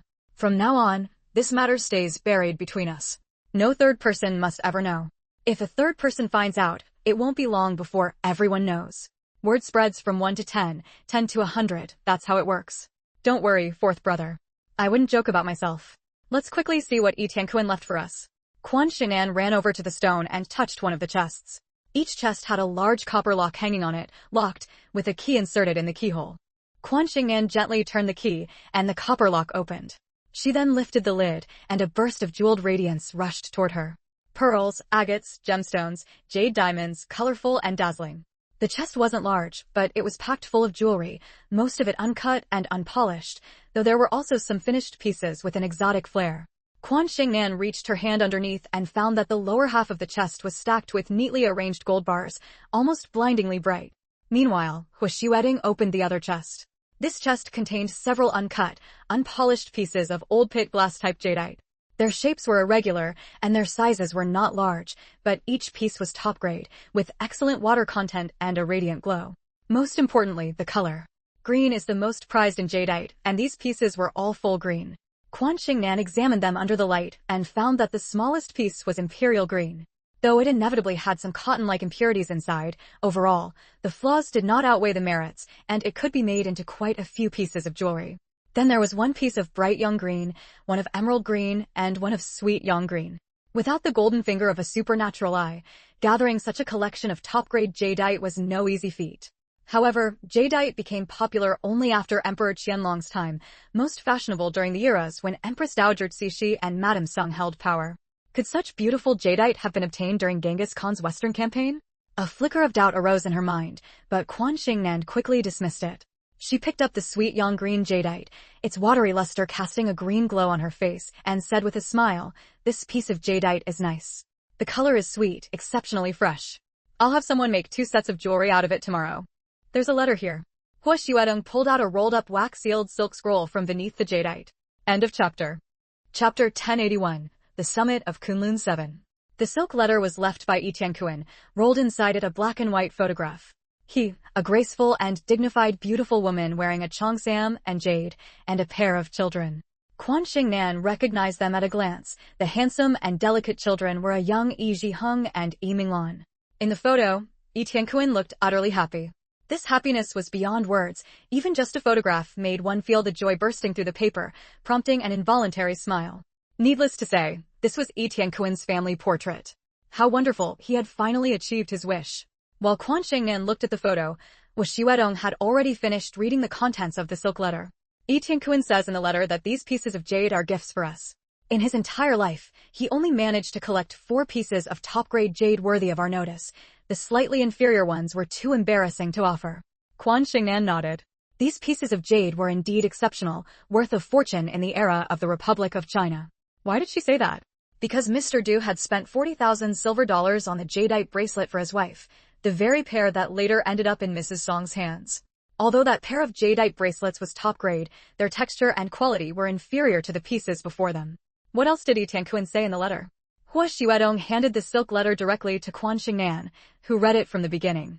It turned out that Yi Tianquan had successfully been reborn into his youth, just as Quan Xingnan had said, still extremely poor. Though his intelligence and foresight allowed him to amass great wealth and become a winner in life, time waited for no one. Lin Baofu's youth was limited, and her suitors among the elite were as numerous as fish in a river. So he ultimately took Quan Xingnan's advice and went to Kunlun Mountain. When he retrieved the treasure, he specially selected some gold ingots and expensive, compact jewelry to pack in a chest for Quan Xingnan. The remaining 29 chests of gold and jewelry he took for himself. The treasure consisted of 30 chests in total, all gold and jewelry from the western regions.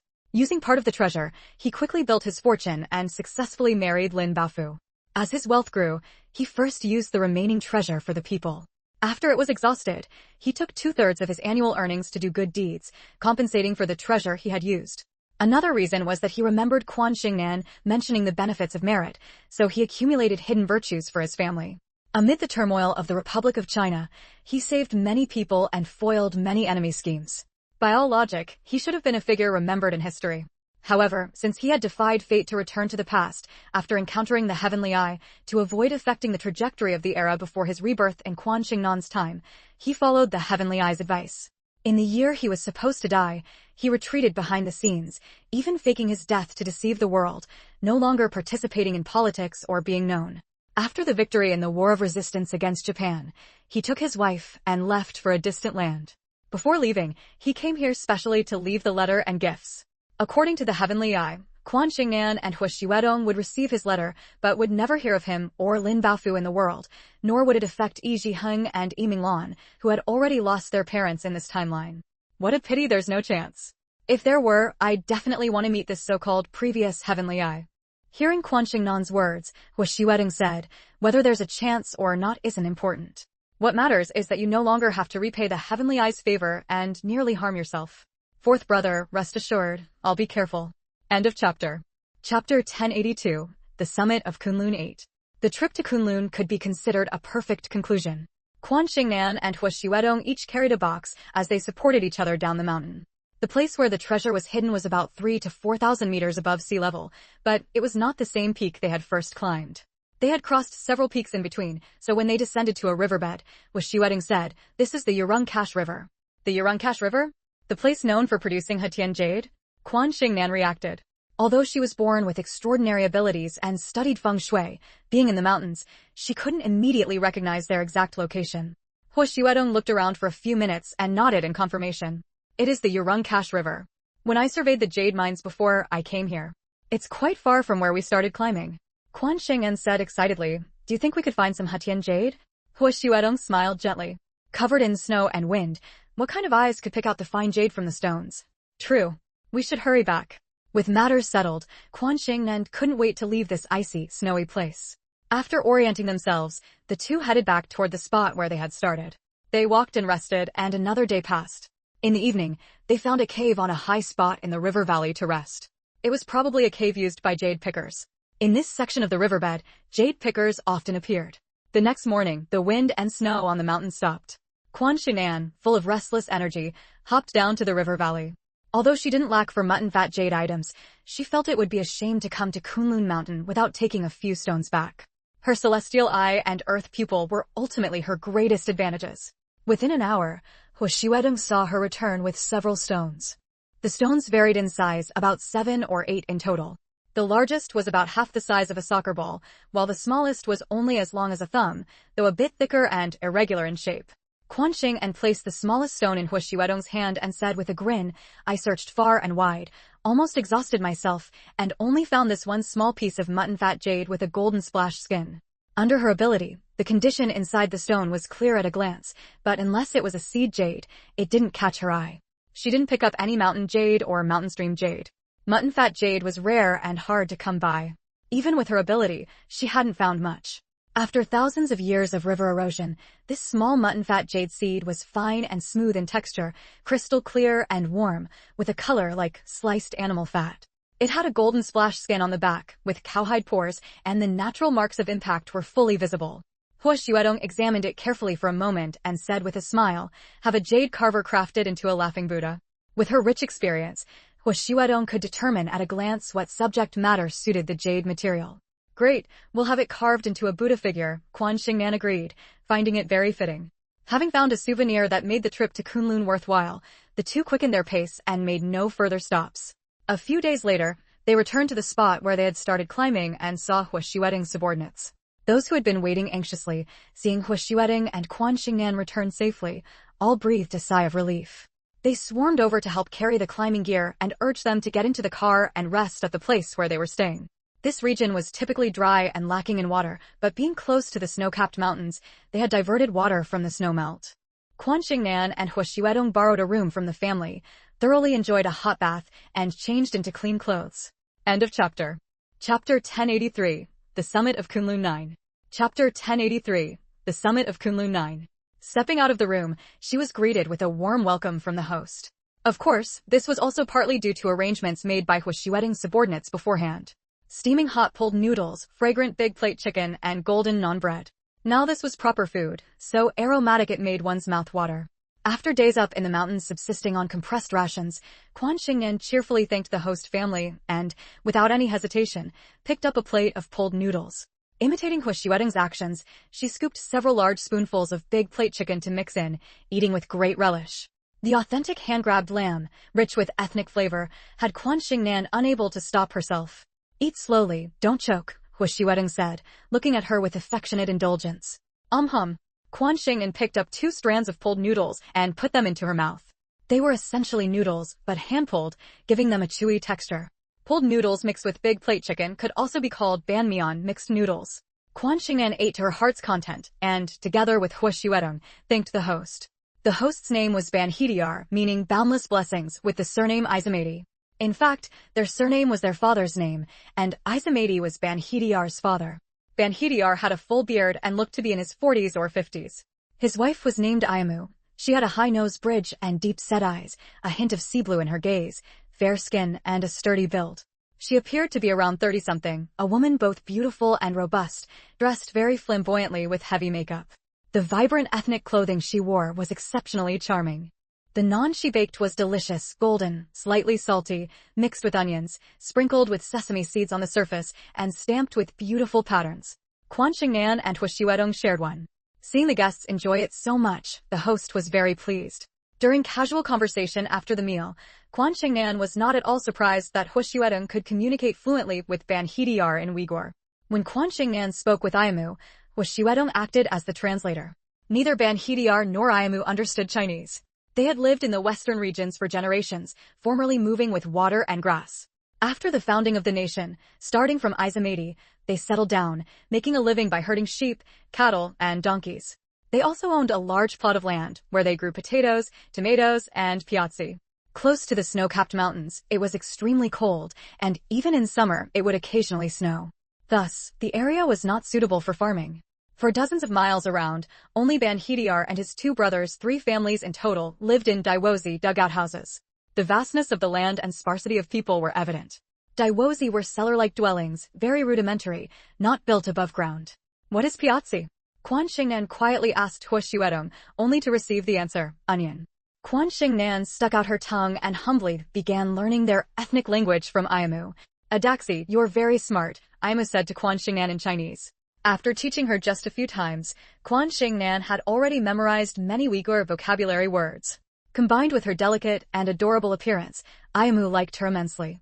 Quan Xingnan quickly complimented her back, Ayamu, you are very beautiful. She knew the meaning of adaxi, it meant friend, though it was mostly used among males. When a girl called another girl that, it meant she regarded her as a close friend, a bosom companion. Through their exchange, Quan Xingnan learned Ayamu's age. Ayamu was only 28 years old. She had married at 16, and Banhitiar was 8 years older than her. Having endured the hardships of wind and sand for a long time, their appearances often looked older than their actual ages. End of chapter.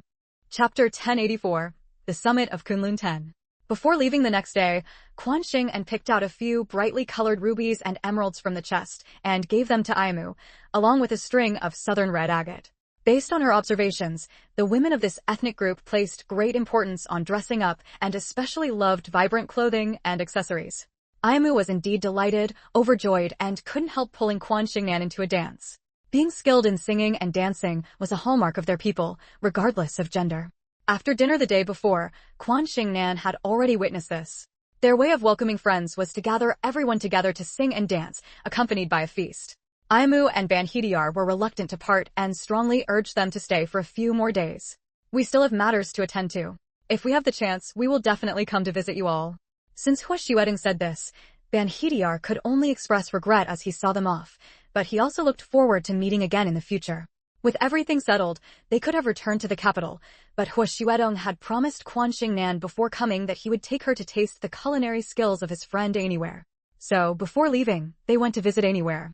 Upon arriving at Anywhere's home, Quan Xingnan noticed that his wife, Ryahin, was wearing a long green dress with floral patterns. Around her neck hung a colorful necklace. Upon closer inspection, it was strung with irregular pieces of agate, honey amber, and some red and green gemstones. It was heavy, and at the end was a large, waterdrop-shaped gold pendant inlaid with a ruby. She also wore 2 large gold earrings, also waterdrop-shaped and inlaid with rubies. Despite such adornments, Ryahin did not appear the least bit vulgar.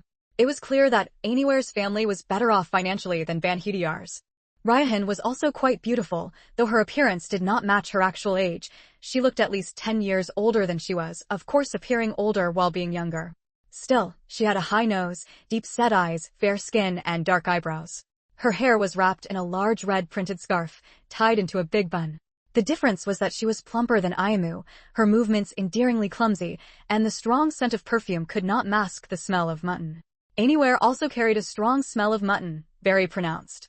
From her recent understanding, Quan Xing'an knew that although this ethnic group slaughtered sheep every year for festivals, only those with better living conditions could afford to eat mutton daily. The result of frequent mutton consumption was a pervasive smell of sheep, which was a symbol of wealth. Anywhere's home was far from the snowy mountains, and driving there took a considerable amount of time. But it was well worth it. As soon as their group arrived at Anywhere's home, they received a warm and thorough welcome. The area was dry with little rain, and some people still lived in dugout homes. Anywhere's house, however, was an earthen structure built above ground, made of adobe bricks. It was a square, three-dimensional building with a heated brick bed inside and a stove for baking naan bread. Both Anywhere and Ryahin could speak Chinese. Although Ryahin's Chinese was not very fluent, communication was not a problem. No matter the time, a pretty girl easily wins people's affection. "Little girl, please eat." Ryahin's pronunciation was a bit unclear, but her movements were quick. She brought out milk tea, raisins, red dates, almonds, walnuts, and nut cake one after another, until the space in front of Quan Xing'an was completely filled. "The grapes this year are very good, very sweet, sweet like honey. The raisins are also excellent, perfectly dried," Anywhere told Huashuedong. "When you leave, I'll give you a sack." After saying this, he quickly added to Quan Xing'an, "I'll give you a sack too." End of this chapter. Chapter 1085, Summit of Kunlun 11. Thank you, Anwar. Quan Xing'an did not decline his kindness. Huashuedong, however, asked, "The grapes are good. How are the sales of raisins? What about the fruits grown in the White Land? How is the yield of Dayan in the Saxol forest? Are you satisfied with the purchase price our company offers you?" "Satisfied, of course satisfied." Anwar's mouth beneath his thick beard stretched wide, revealing a row of white teeth. "Back then, I followed your advice and opened up 500 mu of wasteland, planting 100 mu of grapes and 200 mu of Dayan. Although there was no income at the start, the yields are excellent now. I only need to hire people for harvesting each year. I've earned a lot of money and my wife is very happy." "Anwar, you have that much land? What did you plan on the remaining 500 mu? Quan Xing'an asked curiously. Anwar laughed. "The remaining 200 mu of white land, I planted melons, hami melons and watermelons. Although there have been gains and losses over the years, overall I've made a lot of money. Everyone elected me as team leader and asked me to lead them to prosperity. All of this is thanks to Hua.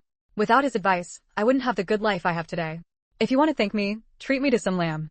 I specifically brought Nan and here to taste your cooking. Don't worry, I'll make sure you eat well." Knowing you were coming, I started preparations right away. "We can roast the lamb now. I'll treat you to a whole roasted lamb." For honored guests, they always roast a whole lamb. Quan Xing'an loved watching the excitement and carefully observed him showcasing his skills. Huashuedong smiled indulgently and stayed with her. While watching Anwar roast the whole lamb, Quan Xing'an couldn't help asking Huashuedong how he came to give Anwar such advice.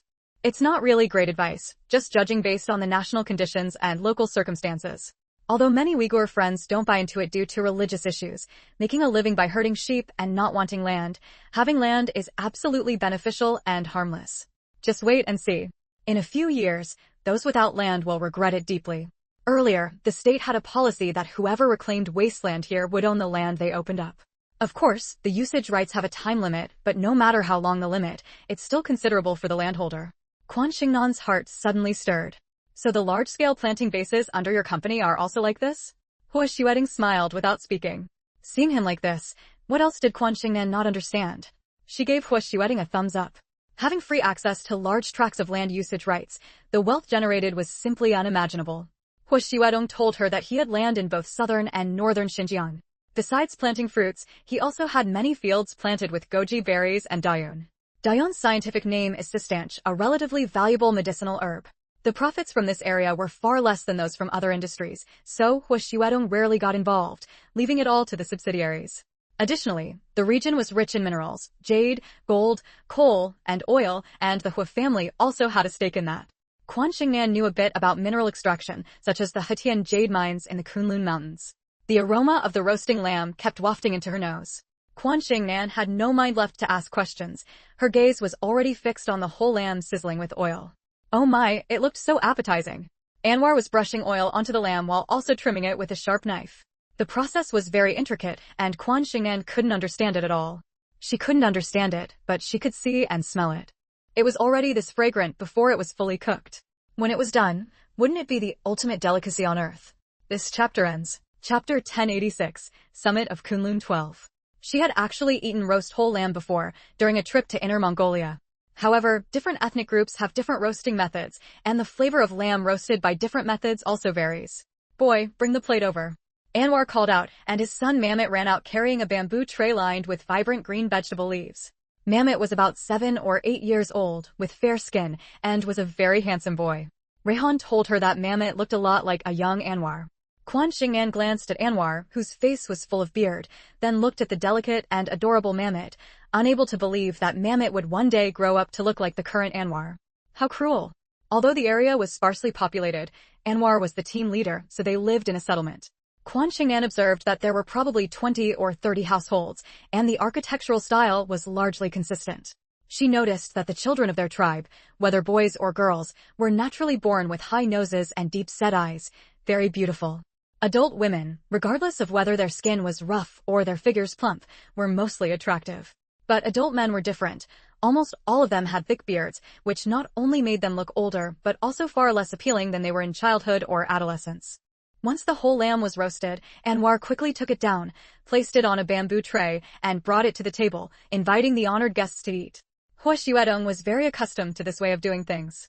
She waited for Anwar to personally slice the lamb, then took the best piece of meat that Anwar handed her, cut it into portions, placed it on a plate, and handed it to Quan Xingnan. The aroma rushed straight to her nostrils, and Quan Xingnan's mouth kept secreting saliva. She cut a piece and put it into her mouth. The skin was crispy, the meat tender, with no gamey or muddiny smell. Wow! It's really delicious. Crispy on the outside, tender on the inside, fatty, but not greasy. Rehan smiled and said, "If you like it, eat more." As she spoke, she served them steaming hot milk tea. Anwar had always been proud of his culinary skills. Sitting cross-legged on the heated brick bed, he said, "Next meal, I'll treat you to hand-grabbed lamb and big plate chicken, as well as my grilled lamb chops and lamb skewers. I guarantee you'll feel right at home." Compared to his wife, Anwar, who often dealt with Han Chinese, was clearly fluent in Chinese. "That's really wonderful." Quan Xingnan expressed her anticipation. Anwar's family was well off. Every day, they would slaughter chickens and sheep to entertain them, and Quan Xingnan felt that her face had grown rounder from all the eating. When they left after giving gifts, aside from the 2 bags of raisins Anwar had mentioned, the car was also loaded with many specialties he had given them, including walnuts, red dates, almonds, dried hami melon, goji berries, sistanch, and snow lotuses. After returning to the capital and seeing her parents, Hua Xuedong quickly became busy. The trip to Kunlun, going and coming, ascending and descending the mountain, had taken a lot of time. Even though the elites under Hua Xuedong could handle things independently and the group continued to operate without her, there were still many matters that required Hua Xuedong's personal attention. Quan Xingnan finished distributing the specialties she had brought back and hurriedly packed her school bag to go to class. She had taken leave right after the semester started and had done so twice for such a long time.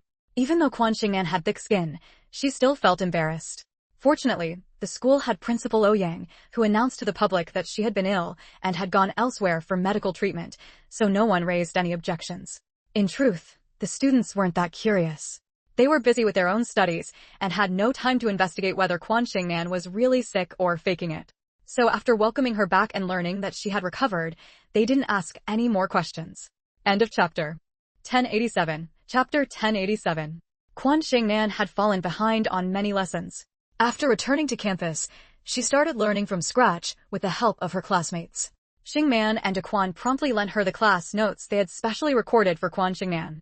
Whenever she encountered something she didn't understand, they instantly turned into little teachers, showing thoughtfulness in every way and care in every aspect. With friends like these in life, what more could one ask for? After this reflection, Quan Xingnan happily buried herself in her studies again. Fortunately, the middle school content wasn't difficult, her comprehension wasn't bad, and since she had learned it all in her previous life, she easily picked it up. A week of simple, happy days had just passed when she came home from school and found Xu Tianxiong and Chao Feng waiting for her at home. "Has your daughter's matter been resolved?" Quan Xingnan asked. Xu Tianxiong let out a long sigh. "It's resolved. Everything is over. Rongrong and Xiaofeng have both been brought to my side, but Rongrong is very ill, so only I and Xiaofeng came to thank you." "Big sister." Chao Feng smiled happily at Quan Xingnan, his innocent face as bright as ever. Xiao Feng is such a good boy. Seeing him run up to her, Quan Xingnan crouched down to meet his eyes, took his soft little hand, carefully studied his features, and said to Chu Tianxing with a smile, "This child has turned misfortune into blessing. He will have a lifetime of peace and health, growing into a capable and responsible man, unlike before when his wealthy destiny was severed, leaving him lonely for life." Hearing this, Chu Tianxiang's expression relaxed. He had no doubt about Quan Xingnan's judgment. If not for meeting Quan Xingnan, what future would this child have had living in Silver Apricot Village? His daughter, who had lost her son, would have also lost her life. No one outside knew how furious he was when he saw his daughter, sickly and nearly imprisoned. "Master Quan, Xiao Feng has now been renamed Chu Feng." "There is no longer a Chao Feng in this world," Chu Tianxiang said. Quan Xingnan nodded. "Chu Feng is a very good name. There's no need to keep the old one." Chu Tianxiang felt the same way, and Chu Rongrong had no objections either. Having regained her son, Chu Rongrong had already cast aside her corrupted love. Following her father and brother's advice, she used the case of her son being kidnapped, presumed dead, and then sold by the kidnappers to expose the mastermind, Qin Qingshui, which then implicated Chao Lei. Not only did she send this adulterous couple to prison, but she also successfully divorced him, reclaimed the assets Qin Qingshui had obtained from Chao Lei, and took back 70% of the marital property. Although Chao Lei had cheated with Qin Qingshui, lived with her under the guise of marriage, fathered Chao Shan, and committed bigamy, this didn't force him to leave with nothing. The law only stipulated that such a person would receive a smaller share of the property, not none at all, because Chao Lei still had an underage son, Chao Shan. Even though Chao Shan was the product of an extramarital affair with Qin Qingshui in prison, Chao Lei had to support him. If Chao Lei died, he and Chu Feng would have equal inheritance rights. Unfortunately, Qin Qingshui took full responsibility for the kidnapping, claiming Chao Lei was unaware, and Chao Lei had left no evidence when covering his tracks, making it impossible to prove he conspired with her. So only Qin Qingshui and the kidnappers went to prison. Even so, Chao Lei's crime of bigamy was enough to give him a hard time under the law. After the divorce, he lost most of his property, was sentenced, and then fired from his job. No employer would continue to use an employee notorious for allowing his mistress to plot against his wife and son. Thus, even if Chu Tianxiang didn't make another move, Chao Lei's life would still be difficult. End of chapter. 1088. Chapter 1088. His daughter and grandson had suffered so much and nearly lost their lives. How could Chu Tianxiang possibly let Chao Lei off easily? The relatives from the Chao family bullied Rongrong for her kindness, making endless demands that grew insatiable. With plenty of money to squander, none of them worked. Now that Chao Lei is in prison and his parents are old, surrounded by wolves, they absolutely cannot hold onto the marital assets Chao Lei obtained. "I won't lift a finger, I'll just watch coldly as they reap what they sow." It wasn't that Chu Tianxiang was soft-hearted. Rather, Chu Rongrong felt those people weren't worth dirtying her father's hands and giving others ammunition. It's easy to go from frugality to extravagance, but hard to go from extravagance to frugality. Having lived with the Chao family for so many years, Chu Rongrong understood this better than anyone. Moreover, those who had previously been friendly with Chao Lei and his family, often yielding to them in many matters, did so out of respect for Chu Tianxiang. Now that the divorce was final and Chu Tianxiang had shown his disgust for Chao Lei and the Chao family, those who had been forced to back down or had been bullied by the Chao family would naturally kick them while they were down. Since ancient times, there have been many who add flowers to brocade, few who offer charcoal in the snow, and countless who kick someone when they're down. Chu Rongrong's dowry was premarital property, so it didn't need to be divided in the divorce. The shared property that was split came from after the marriage, Chao Lei's income and her various dividends and rental earnings. In the end, Chao Lei ended up with about 10 million, including the villa he had bought for Qin Qingshui. As for cash, Chao Lei had roughly 5 million. For the Chu family and Chu Rongrong, 5 million wasn't much, but for the Chao family, it was an astronomical sum, enough for them to squander for a long time. Many people eyed that money greedily. Outsiders didn't know the exact amount, but Chu Tianxiang was willing to let them in on it. Chu Rongrong had a gentle personality, but wasn't weak. Before, she had been blinded by so-called love and trusted Chao Lei too much, leading to the situation where her son was in danger and she was powerless, not even knowing who the enemy was. Now that the bond was severed, the decisiveness inherited from Chu Tianxiang was fully on display in her. She repaid kindness with kindness and enmity with enmity, acting firmly without any hesitation. Her enemies no longer deserved a second glance. As for her benefactor, Quan Xingnan, she was overwhelmed with gratitude. However, under the strain of great sorrow and joy, her body couldn't handle it, so she couldn't come in person to thank her. Instead, she prepared gifts and asked her father and son to deliver them. The shares of Jinlong jewelry and the properties had already been transferred to her son, and she refused to accept help from her father and brother. The only things Chu Rongrong could use were the jewelry and antiques from her dowry. As for other things, she couldn't offer them, who didn't know that Quan Xingnan was of noble status and immensely wealthy. She had no shortage of such items. So, Chu Rongrong carefully selected the 4 most precious antiques and 2 sets of top-tier jewelry she had never worn as thanks. She also donated 20 million to the foundation in her son's name, specifying that it be used to help trafficked women and children. The case of Silver Apricot Village was still causing an uproar, and Chu Rongrong had naturally heard about it. Every time she thought of her son being trafficked to Silver Apricot Village and possibly being assimilated into their ways, trafficking girls as wives, she broke out in a cold sweat. On top of his daughter's gifts, Xu Tianxiong, with his son's consent, prepared 2 sets of top-tier Jinlong jewelry for Quan Xingnan and also offered her 10% of the shares. No matter how much Xu Tianxiong tried to persuade her, Quan Xingnan declined the shares and only accepted the antiques and jewelry. After seeing off Xu Tianxiong and Chu Feng, she turned around and went back to her room to do homework. For her, the most important thing right now was school. She was still a pure middle school student. End of chapter. 1089. Chapter 1089, Chapter 1107, 1999. 3. Student days were pure and beautiful. Classmates were carefree, their smiling faces as bright as flowers. The oversized school uniforms were ugly in an endearing way. No matter how much darkness one experienced outside, returning to campus always felt like stepping into the light. After being busy for so long, most matters had been settled. What needed wrapping up was handled by the aggrieved parties themselves. Not everything required Quan Xingnan's intervention. The few things that did need her help, such as treating illnesses or fortune-telling, could be done during holiday. At first, she entered school ranked 4th in the city. People always focused on the top scorer, not the 4th place, so she didn't attract much attention. Later, her grades improved rapidly. After the first year of high school, she advanced to the 2nd year with the highest final exam score. From then on, in every major and minor exam, she held firmly onto the 1st place. As the first semester ended, time stepped into 1999, as if in the blink of an eye. No one was happier than the elders and younger siblings living in the capital. Elders like Grandpa and Grandma Yan, Grandpa and Grandma Lin, and Quan Shuang and her husband, who wouldn't want their favorite child to stay by their side and go nowhere. Nanan was still so young, and the outside world was so chaotic, it was better for her to stay home. The Little Eagle, Little Tiger, and Little Lion brothers wished nothing more than for their favorite sister to stay with them forever, tutoring them in their studies. Indeed, these 3 brothers had been in the capital all along and had gradually started school. They all lived in Quan Xingnan's courtyard house. By now, Quan Xingnan had become the leader of the children. During the winter break before and after the new year, she spent all her time accompanying them as they bounced around, ice skated, and had snowball fights. Quan Anon returned, travel-worn, and couldn't help but laugh. "What are you all doing?" Little Tiger tightly gripped the back of Quan Xingnan's cotton coat, while Little Lion held onto Little Tiger's coat. Quan Xingnan spread her arms to protect the 2 little ones behind her. In front, Little Eagle leaped and pounced toward his sister and brother, shouting, "I'm the big eagle. Little chicks, come into my mouth quickly."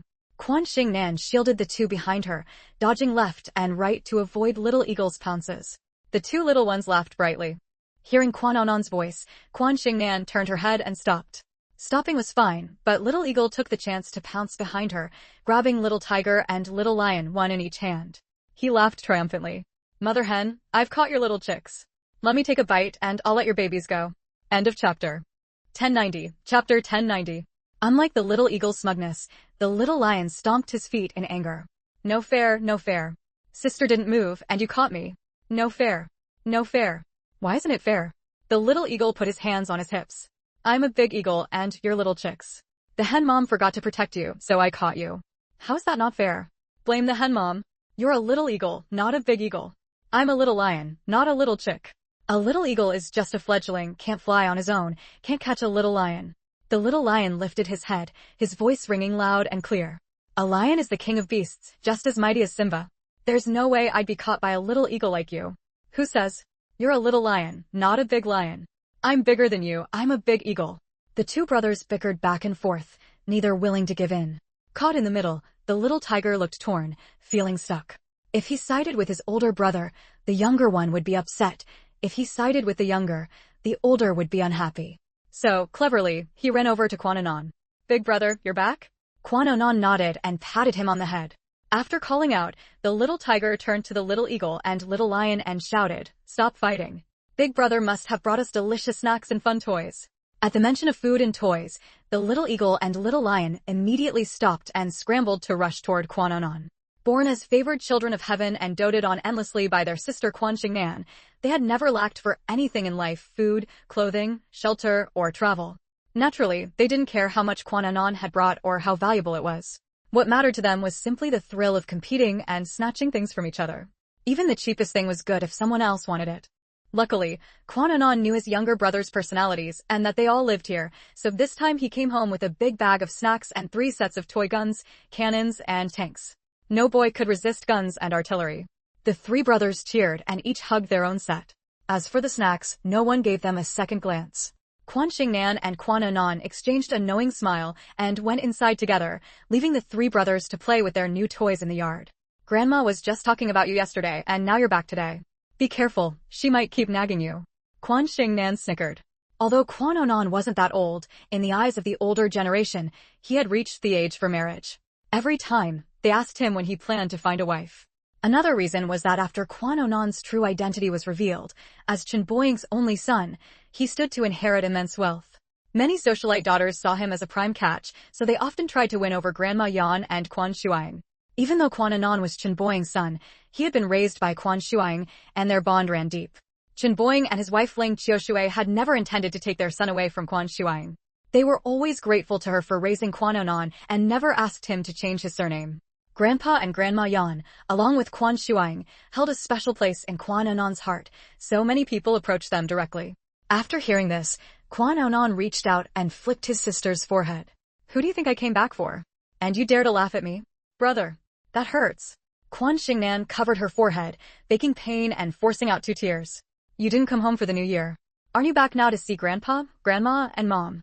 The chapter ends. 1091. Chapter 1091. Quan Anon glanced sideways at her, ignored her, and walked straight ahead.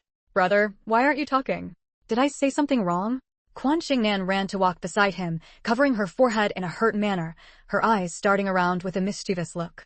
Quan Anon didn't answer her but changed the subject, pointing at the bracelet on her wrist. "Where did that come from? I've never seen you wear it before. Among my jewelry, there are plenty you've never seen." Quan Xingnan quickly lowered her hand from her forehead and pulled at her sleeve to cover her wrist. Quan Anon shot her a glare. "Do you think I've never been in your jewelry room? My memory may not be great, but I remember things I've seen. I've never seen a bracelet like this. Did Huisheng give it to you?" There was no one else. Unless Quan Xingnan particularly liked a piece of jewelry someone gave her, she rarely wore it. But the jewelry Hu Xuedong gave her, regardless of style or material, she would wear for a while before putting it away. If she especially liked it, she would wear it often until Hu Xuedong gave her something new.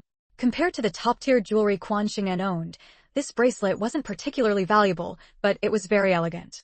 It was made of southern red agate beads, full and fleshy persimmon red, glossy and smooth.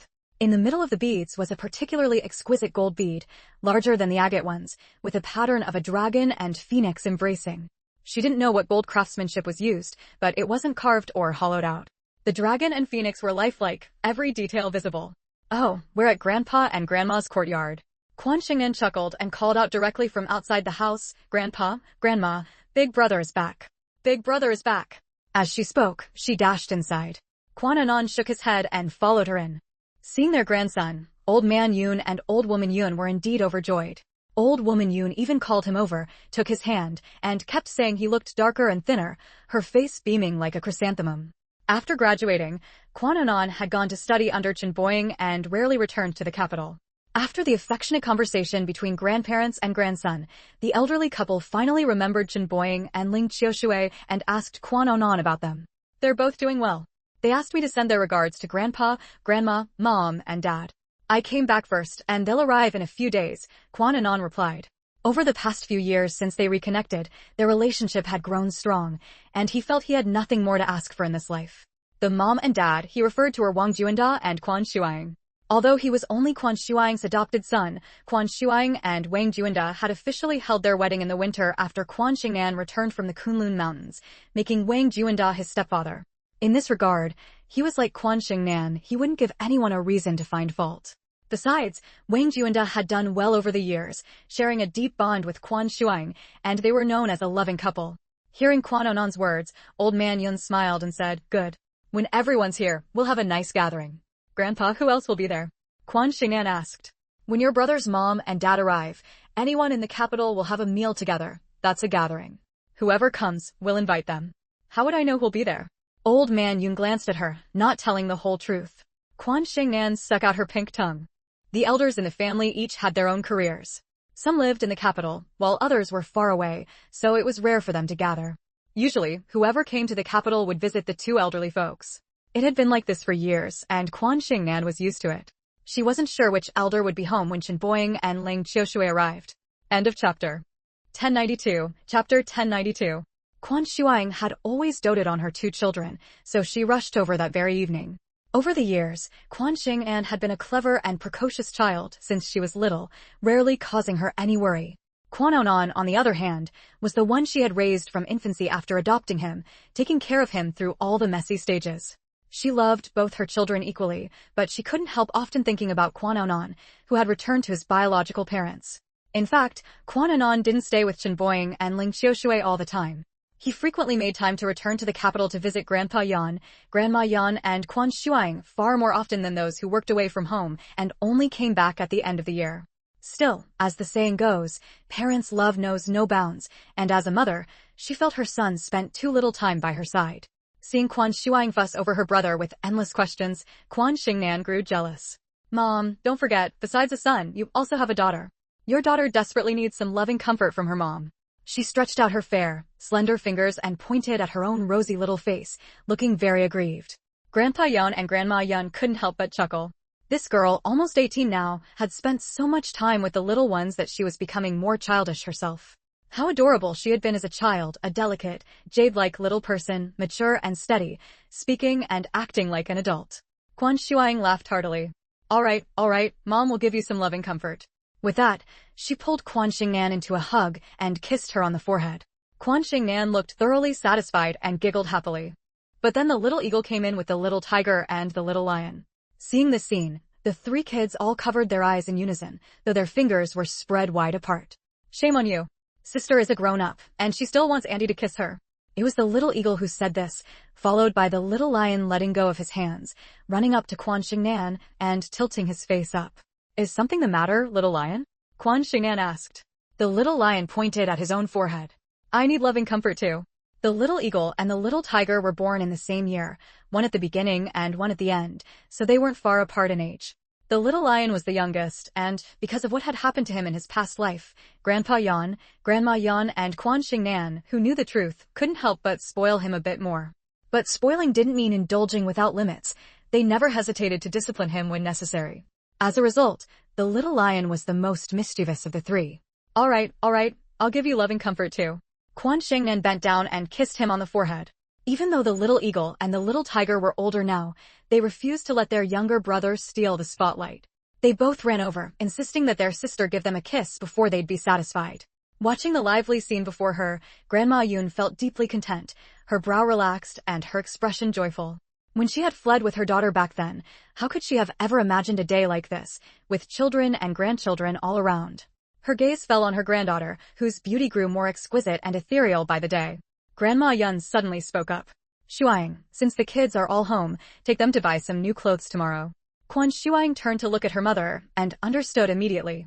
"Got it, Mom. I've actually had a few outfits custom-made for Nan anyway.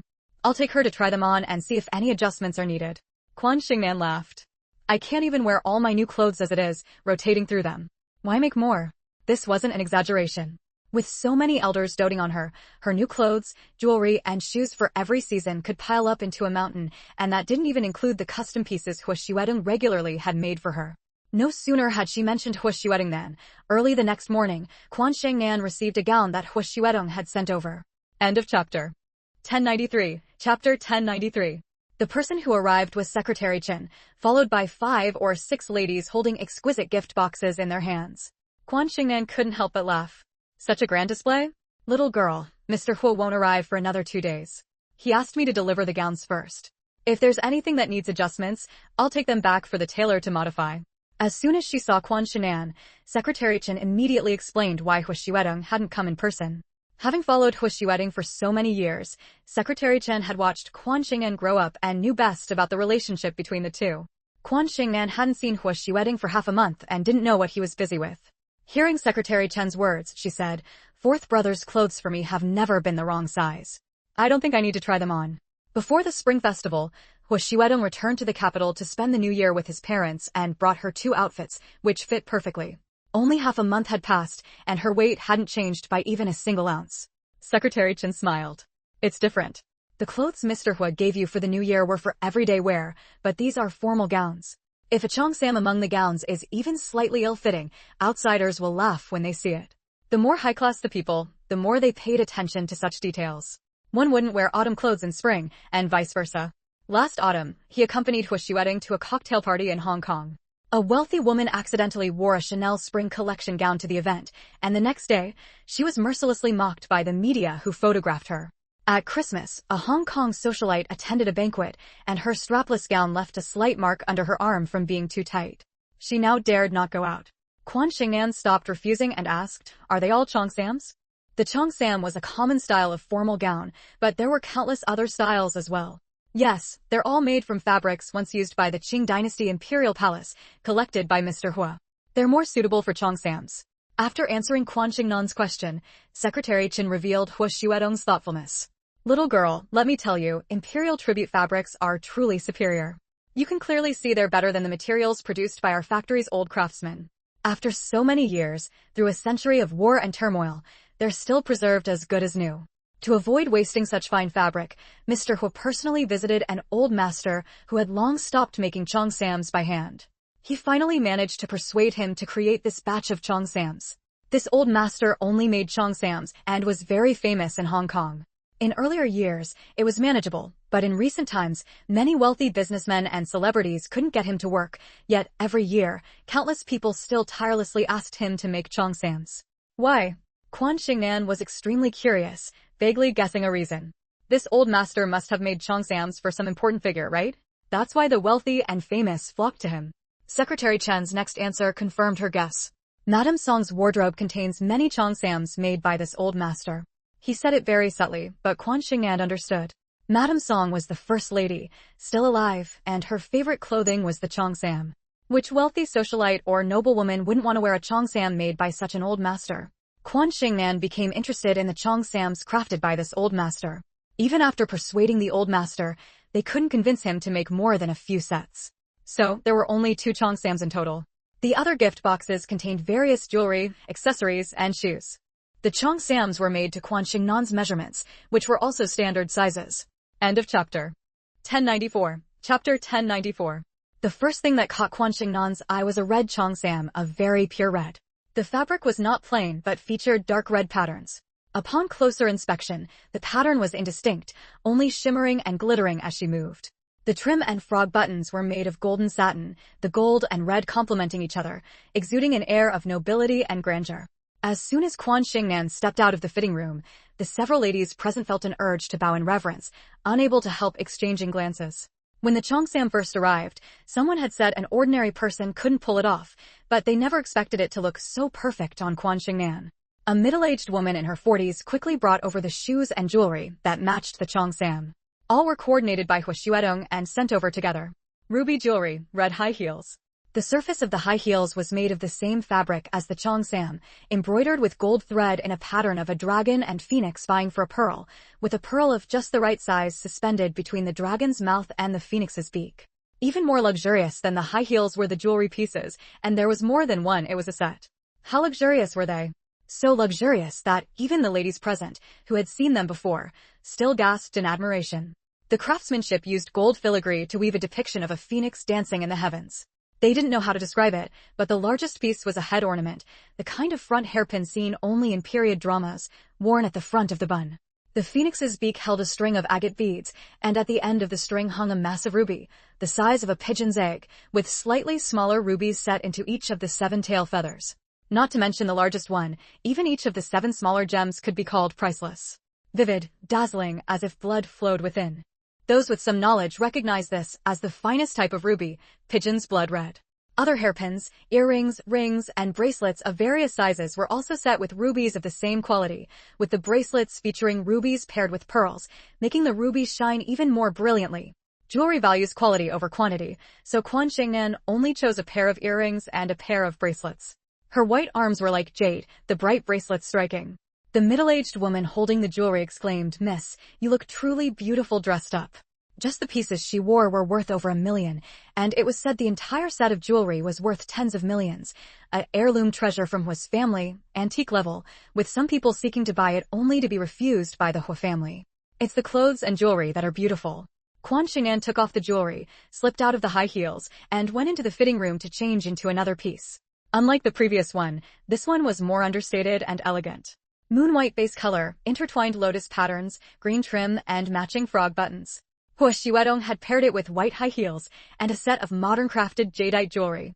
It wasn't the finest jadeite, but it came from the Muna material of the Paikut mining area, shimmering with fluorescence, full of water content, a sweet and fresh green, clear and transparent, vivid and even, dotted with snowflake cotton, and masterfully carved into a uniquely beautiful form. There wasn't a girl in the world who could resist beautiful clothes and jewelry, especially since all of these were gifts from Hua Xuedong. Quan Xingnan was overjoyed. After trying on the clothes, she asked Secretary Chen, "Is there any banquet coming up? Suddenly sending me gowns and jewelry." Secretary Chen was talking with Quan Aonan and paused at the question, looking at Quan Aonan. Quan Aonan shook his head at him, so he smiled and replied to Quan Xingnan, "Does Mr. Hua need a reason to give you a gift?" End of chapter. 1095, Chapter 1095. Quan Xingnan thought for a moment, then shook her head. For Hua Xuedong, there really was no need for a reason. The clothes had been delivered and the sizes fit, so Secretary Chen proposed to take his leave. Quan Xingnan tried to keep him. "It's so cold out, and you've gone to the trouble of delivering these. Why not stay for a meal before you go?" "No need. The tasks Mr. Hua assigned me aren't finished yet, and the people who came with me are hotel staff. They have their own work to do," Secretary Chen said very politely. He wasn't lying. Before Hua Xuedong arrived in the capital, he had to go to the museum, which had been completed last year, to check for any omissions and fill in the gaps. Since Hong Kong's return to the motherland in 1997, more and more Hong Kong businessmen had been doing business with the mainland, with increasingly close ties. But the two groups that cooperated most with the mainland were still the Tianxia Group and the Hua Corporation. These two conglomerates continuously invested in projects across various industries. To an outsider, it looked like they were just throwing money into the mainland. Many project timelines were long, and outsiders couldn't see the returns in the short term. But for insiders, it was nothing short of admirable. A few years ago, the Hua Corporation and the Tianxia Group jointly invested in a project for an ecological wetland park, with a total investment of 220 million renminbi. The park was built on a coal mining subsidence area. Because the local economy wasn't well developed and it wasn't a first or second-tier major city, not many people were optimistic about it. But unexpectedly, after it opened to the public last year, it attracted a large number of visitors. In just half a year, it generated 30 million renminbi in revenue. The wetland park was designated a National 4A level ecological scenic area. As the economy grew, its revenue would only increase, and the investment would be recouped in a few years, with pure profit thereafter. In this way, the Hua Corporation and the Tianxia Group not only gained fame but also made a fortune. At the time, the museum project, which was nearing completion, had drawn the attention of many interested parties. Now, most of the museum's interior and exterior facilities were in place. Apart from the name, the glass used to display the antiques inside the museum was imported from abroad, high-tech bulletproof glass. Hua Xuedong had put a lot of thought into it, and the other security facilities were also top-notch. Although the antiques hadn't been moved in yet, the security personnel were all in place. In charge of security was Luoda. Thanks to Quan Xingnan's treatment, Luoda's legs had fully recovered, and he had returned to Hua Xuedong's side to work for him. Using his expertise, he trained top-tier security personnel, who were and would continue to be responsible for the safety of both the people and the items in the museum. Seeing Secretary Chen arrive, Luoda smiled and asked, "Everything's basically in order. When's the ribbon cutting?" "You're asking me?" Secretary Chen pointed at his own nose. "If not you, then who? Should I call Hua directly?" Luoda said with some exasperation. Secretary Chen walked into the museum with a smile and said, "I wouldn't know. I only follow Mr. Hua's instructions. How the museum will be used, and how the commercial street, food street, and antique street will be handled, he hasn't said anything. But Mr. Hua never does anything without purpose. He's probably already made a decision, just hasn't shared it with us yet. Luo De clicked his tongue twice. There are quite a few wealthy and famous people keeping an eye on this area. Yesterday, when I went grocery shopping with my wife, an old man who specializes in collecting asked me when the antique street would open. He wants to buy a shop there to open an antique store. Under normal circumstances, this area would definitely become one of the busiest and most prosperous spots in the capital. The museum would attract enthusiasts in this field to visit, and they couldn't go without eating or drinking, so the food street would come in handy. Antique lovers would inevitably stroll through the antique street. With heavy foot traffic, the purpose of the commercial street was self-evident. End of chapter. 1096. Chapter 1096. After Rod's exclamation, he said to Secretary Chen, "Tell me, how is Huasheng's mind wired?" "That's why we're the workers, while Huasheng is the leader." The longer Secretary Chen worked under Huashuedong, the more he admired him wholeheartedly. If it weren't for this peaceful era, Huashuedong would only be famous in the business world. In times of chaos, he might have unified the realm. Huashuedong was born with the aura of a ruler. Secretary Chen often frequented the red-walled courtyards, and many of the old revolutionaries praised Huashuedong. Several wanted to play matchmaker for him, and some even wished to marry their granddaughters to him. However, Huashuedong had Quan Xingnan as his partner and refused every time. Because of this, Secretary Chen endured many resentful glances from young socialites. After walking through every hall and chamber inside and outside the museum, Secretary Chen stopped at the entrance of an empty hall. "Ade, why is this place only covered with a red carpet but has no furnishings? I never noticed it before." "Oh, you mean this place?" Rod glanced at it and said, "Huasheng ordered it to be left empty." The museum had hired a team of professional veterans to design the interior layout, and Secretary Chen had handled their reception. Not being an expert in this field, he couldn't figure out why Huashuedong kept this room empty for half a day. After all, other rooms were basically filled with various display cabinets for exhibiting all kinds of antiques. "When the master arrives, I'll ask him." Rod asked, "When will Huasheng arrive?" "Nanan's birthday is coming soon. Huasheng won't miss it." It was her 18th birthday, marking Quan Xingnan's coming of age. Over the past few years, those in the know from the Qin and Hua families had been counting down the days. He'll arrive in 2 days. This trip to Beijing is specifically to celebrate Nanan's 18th birthday. Once Quan Xingnan came of age, their relationship no longer needed to be kept secret. Secretary Chen wore a faint smile. It was also admirable that Huashuedong was willing to wait for Quan Xingnan to grow up. Of course, aside from Quan Xingnan, he truly couldn't think of any other woman worthy of Huashuedong. Quan Xingnan was Rod's benefactor. Without her, he wouldn't have been able to stand again. So, he was deeply grateful to her. After learning that she was dating Huashuedong, he felt genuinely happy for them.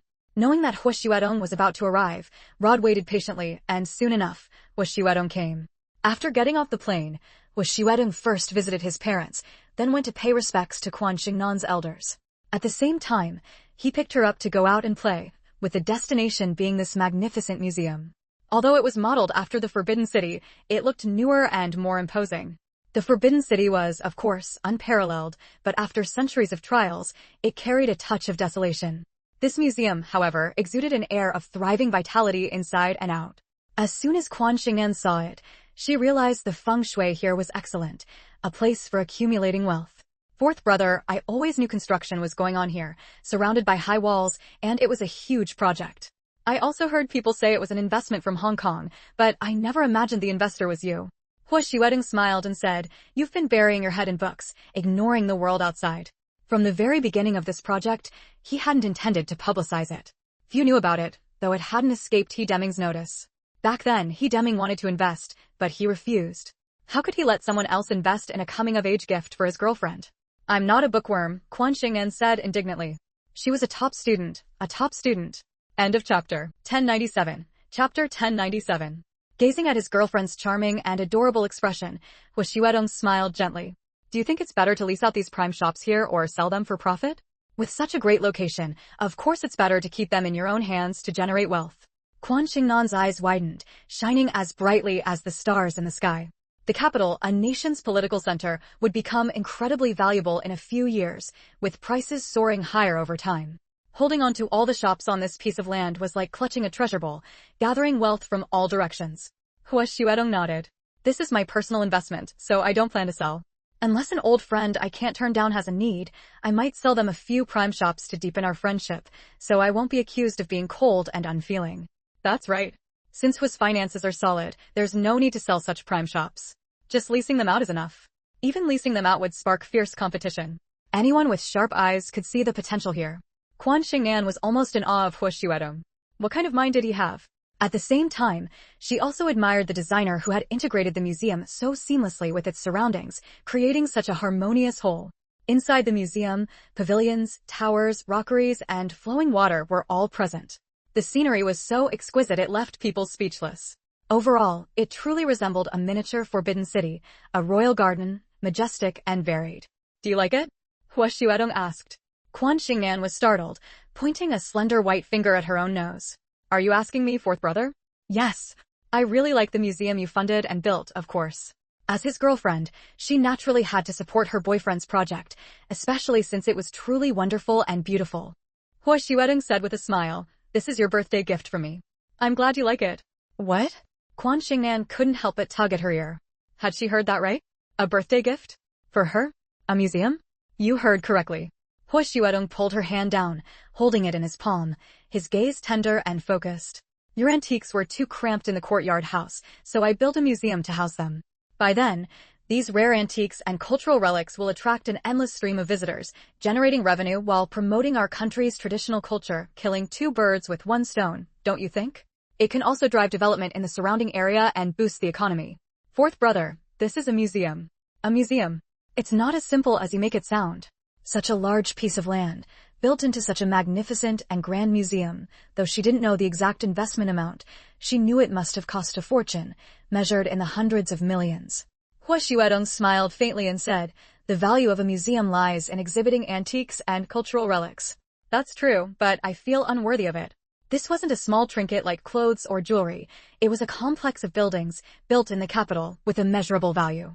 If you refuse to accept it, the empty museum will become a laughingstock. Seeing Quan Xingnan's hesitant expression, Hu Xuedong pressed on. The museum was built for you. Aside from the antiques and relics you own that can fill it, I have no way to gather enough antiques. If you don't take it, the museum has no reason to exist, and all my investment will go down the drain. You wouldn't want to see me lose everything, would you? End of chapter. 1098. Chapter 1098. Quan Xingnan sighed. Fourth brother, what do you want me to say? I don't know how to describe what I'm feeling inside. She was both thrilled and anxious. Thrilled to receive such a precious gift, yet anxious that she couldn't bear it. All along, it had been Hu Xuedong who gave. And she, enjoying his care and tenderness, had not offered the same level of thoughtfulness and devotion in return. She truly hadn't expected Hu Xuedong to spend such vast resources to build a museum just for her, solely to give her collection a place to rest. Ask yourself, who in this world could make such a grand gesture? What had she done to deserve this? As she voiced this sentiment, Hu Xuedong finished listening and disagreed. Nan, don't sell yourself short. There is no girl kinder, more considerate, or smarter than you in this world. If not for the wicked causing trouble, you were born to have the best of everything. We have the financial means for this, so don't deny yourself in life. As he spoke, he took Quan Xingnan's hands in his, gazing at her increasingly ethereal and stunning face, his voice as soft as cotton candy.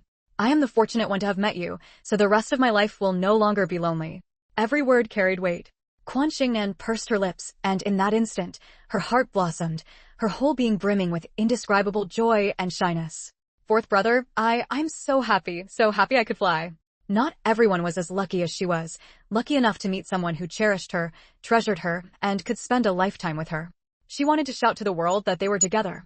Wait, Quan Xingnan suddenly thought of the most important point. Oh, right, I'm 18 now. After her 18th birthday, she was an adult.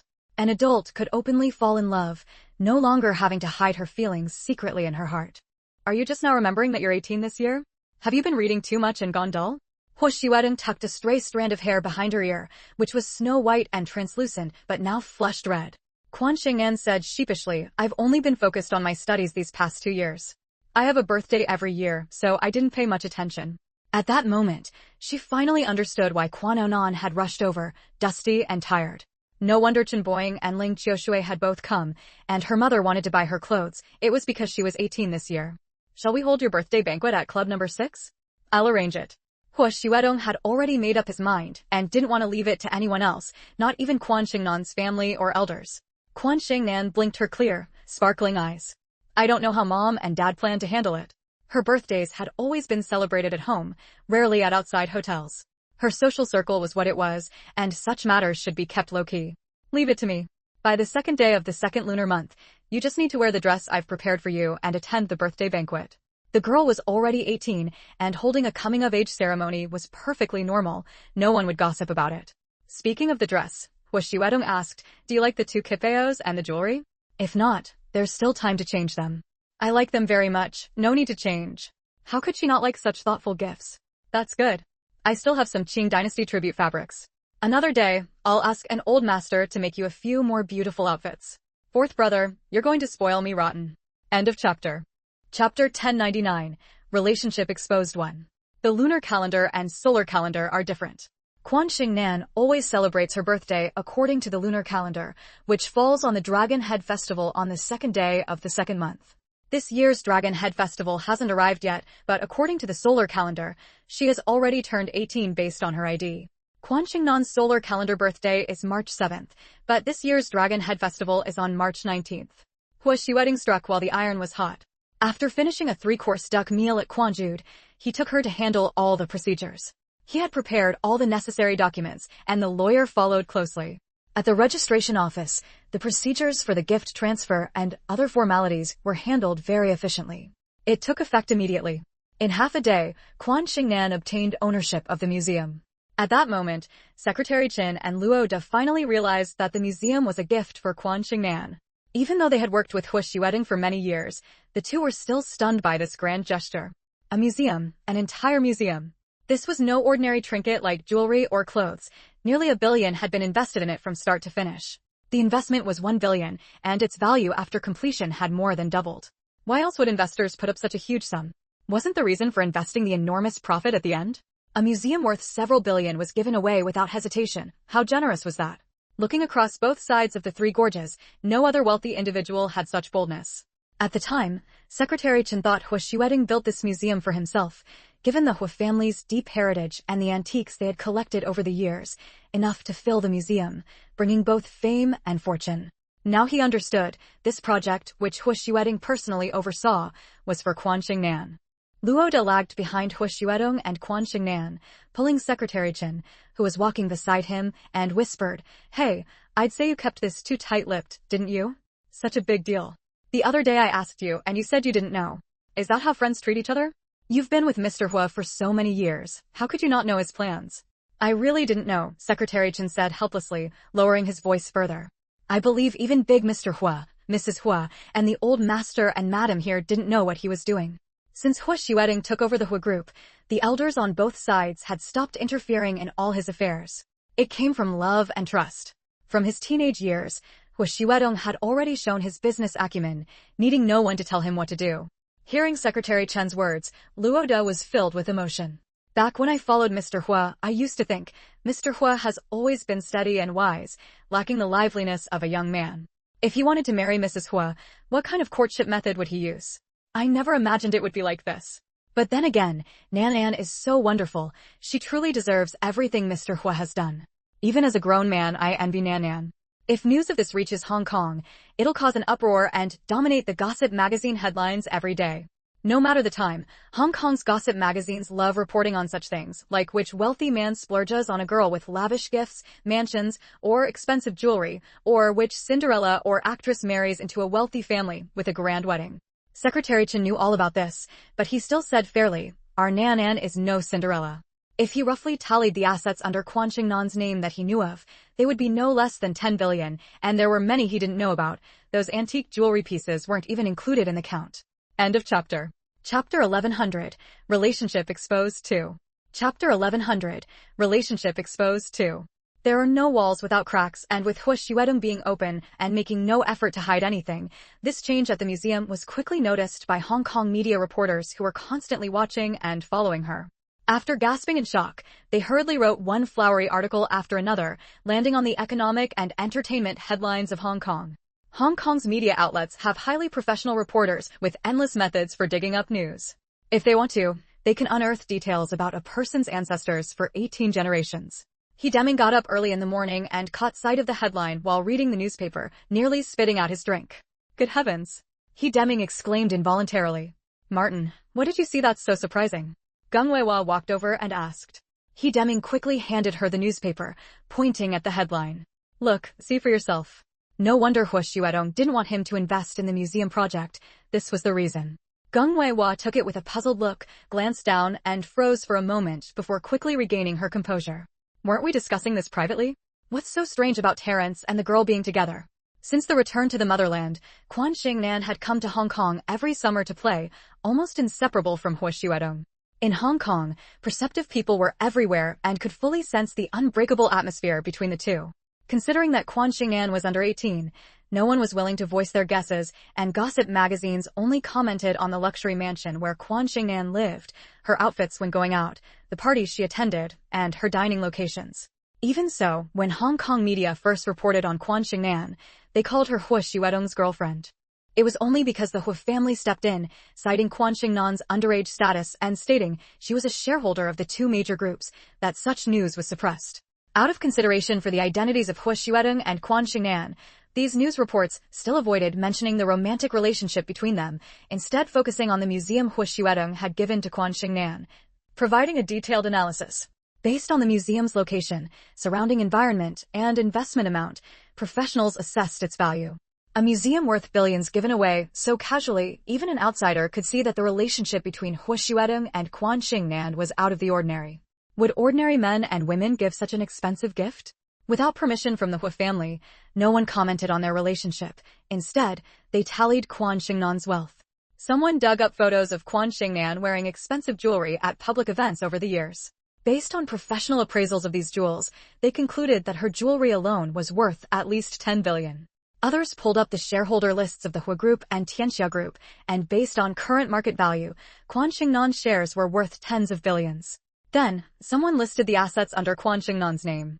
When Quan Xingnan first arrived in Hong Kong, the Hu family had already announced these matters publicly, so outsiders knew she was a shareholder in many groups and owned her own jewelry company. 3 years had passed, and those assets had grown rapidly, their value multiplying several times over. It was no exaggeration to call her a billionaire. Finally, no one forgot Quan Xingnan's Peninsula Villa.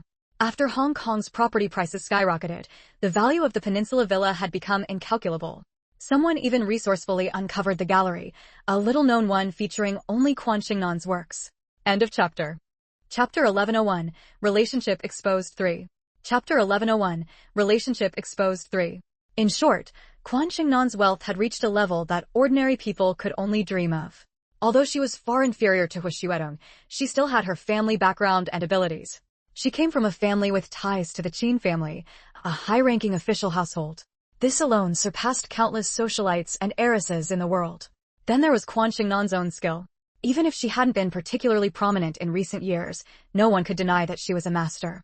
With such wealth, such origins, and such talent, she was more than a match for Hu Xuedong. What people found most fascinating was Hu Xuedong's grand gesture.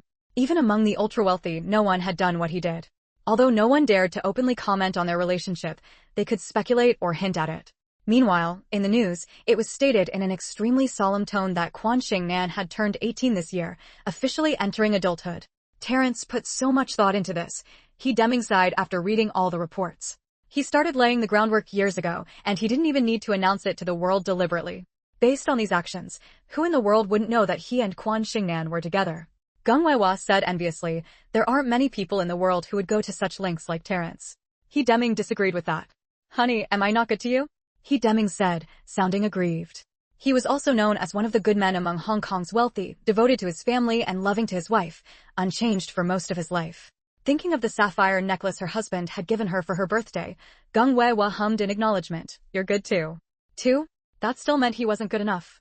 Just as he was about to dump his work on his son and take his wife on what would be who knows how many honeymoon, he heard his wife ask how the birthday gift for Quan Xingnan was coming along. They sent Quan Xingnan birthday gifts every year, but this year was different. It was her coming-of-age ceremony, so they had to attend in person. The gift had naturally been prepared well in advance. The He family elders were giving a set of emerald jewelry and a set of pigeon's blood ruby jewelry, while he and Geng Weihua, as a couple, were giving a pink diamond set. They had started preparing 3 years ago, and it was finished before the new year. Master craftsmanship, priceless value. He suddenly recalled a thought he had while preparing the gift back then and couldn't help saying, at the time, I was thinking, since our family was giving top-tier jewelry, what would Terrence give to Nanan? If it was worth less than ours, it wouldn't be presentable. Who would have thought that Hu Xuedong would come up with something unique and give her a museum? Even though it wasn't given on her birthday, everyone understood that it was the birthday gift he had prepared for Quan Xingnan. Tell me, now that Nanan's coming-of-age ceremony is over and Terrence gave her a museum, what will he use as a betrothal gift before the wedding? There are still 2 years until Nanan reaches marriageable age, and this museum can't count as a betrothal gift, Geng Weihua said with a smile. At that point, if the betrothal gift was worth less than the museum, it would inevitably invite gossip from outsiders. The media's tongues were as venomous as arsenic.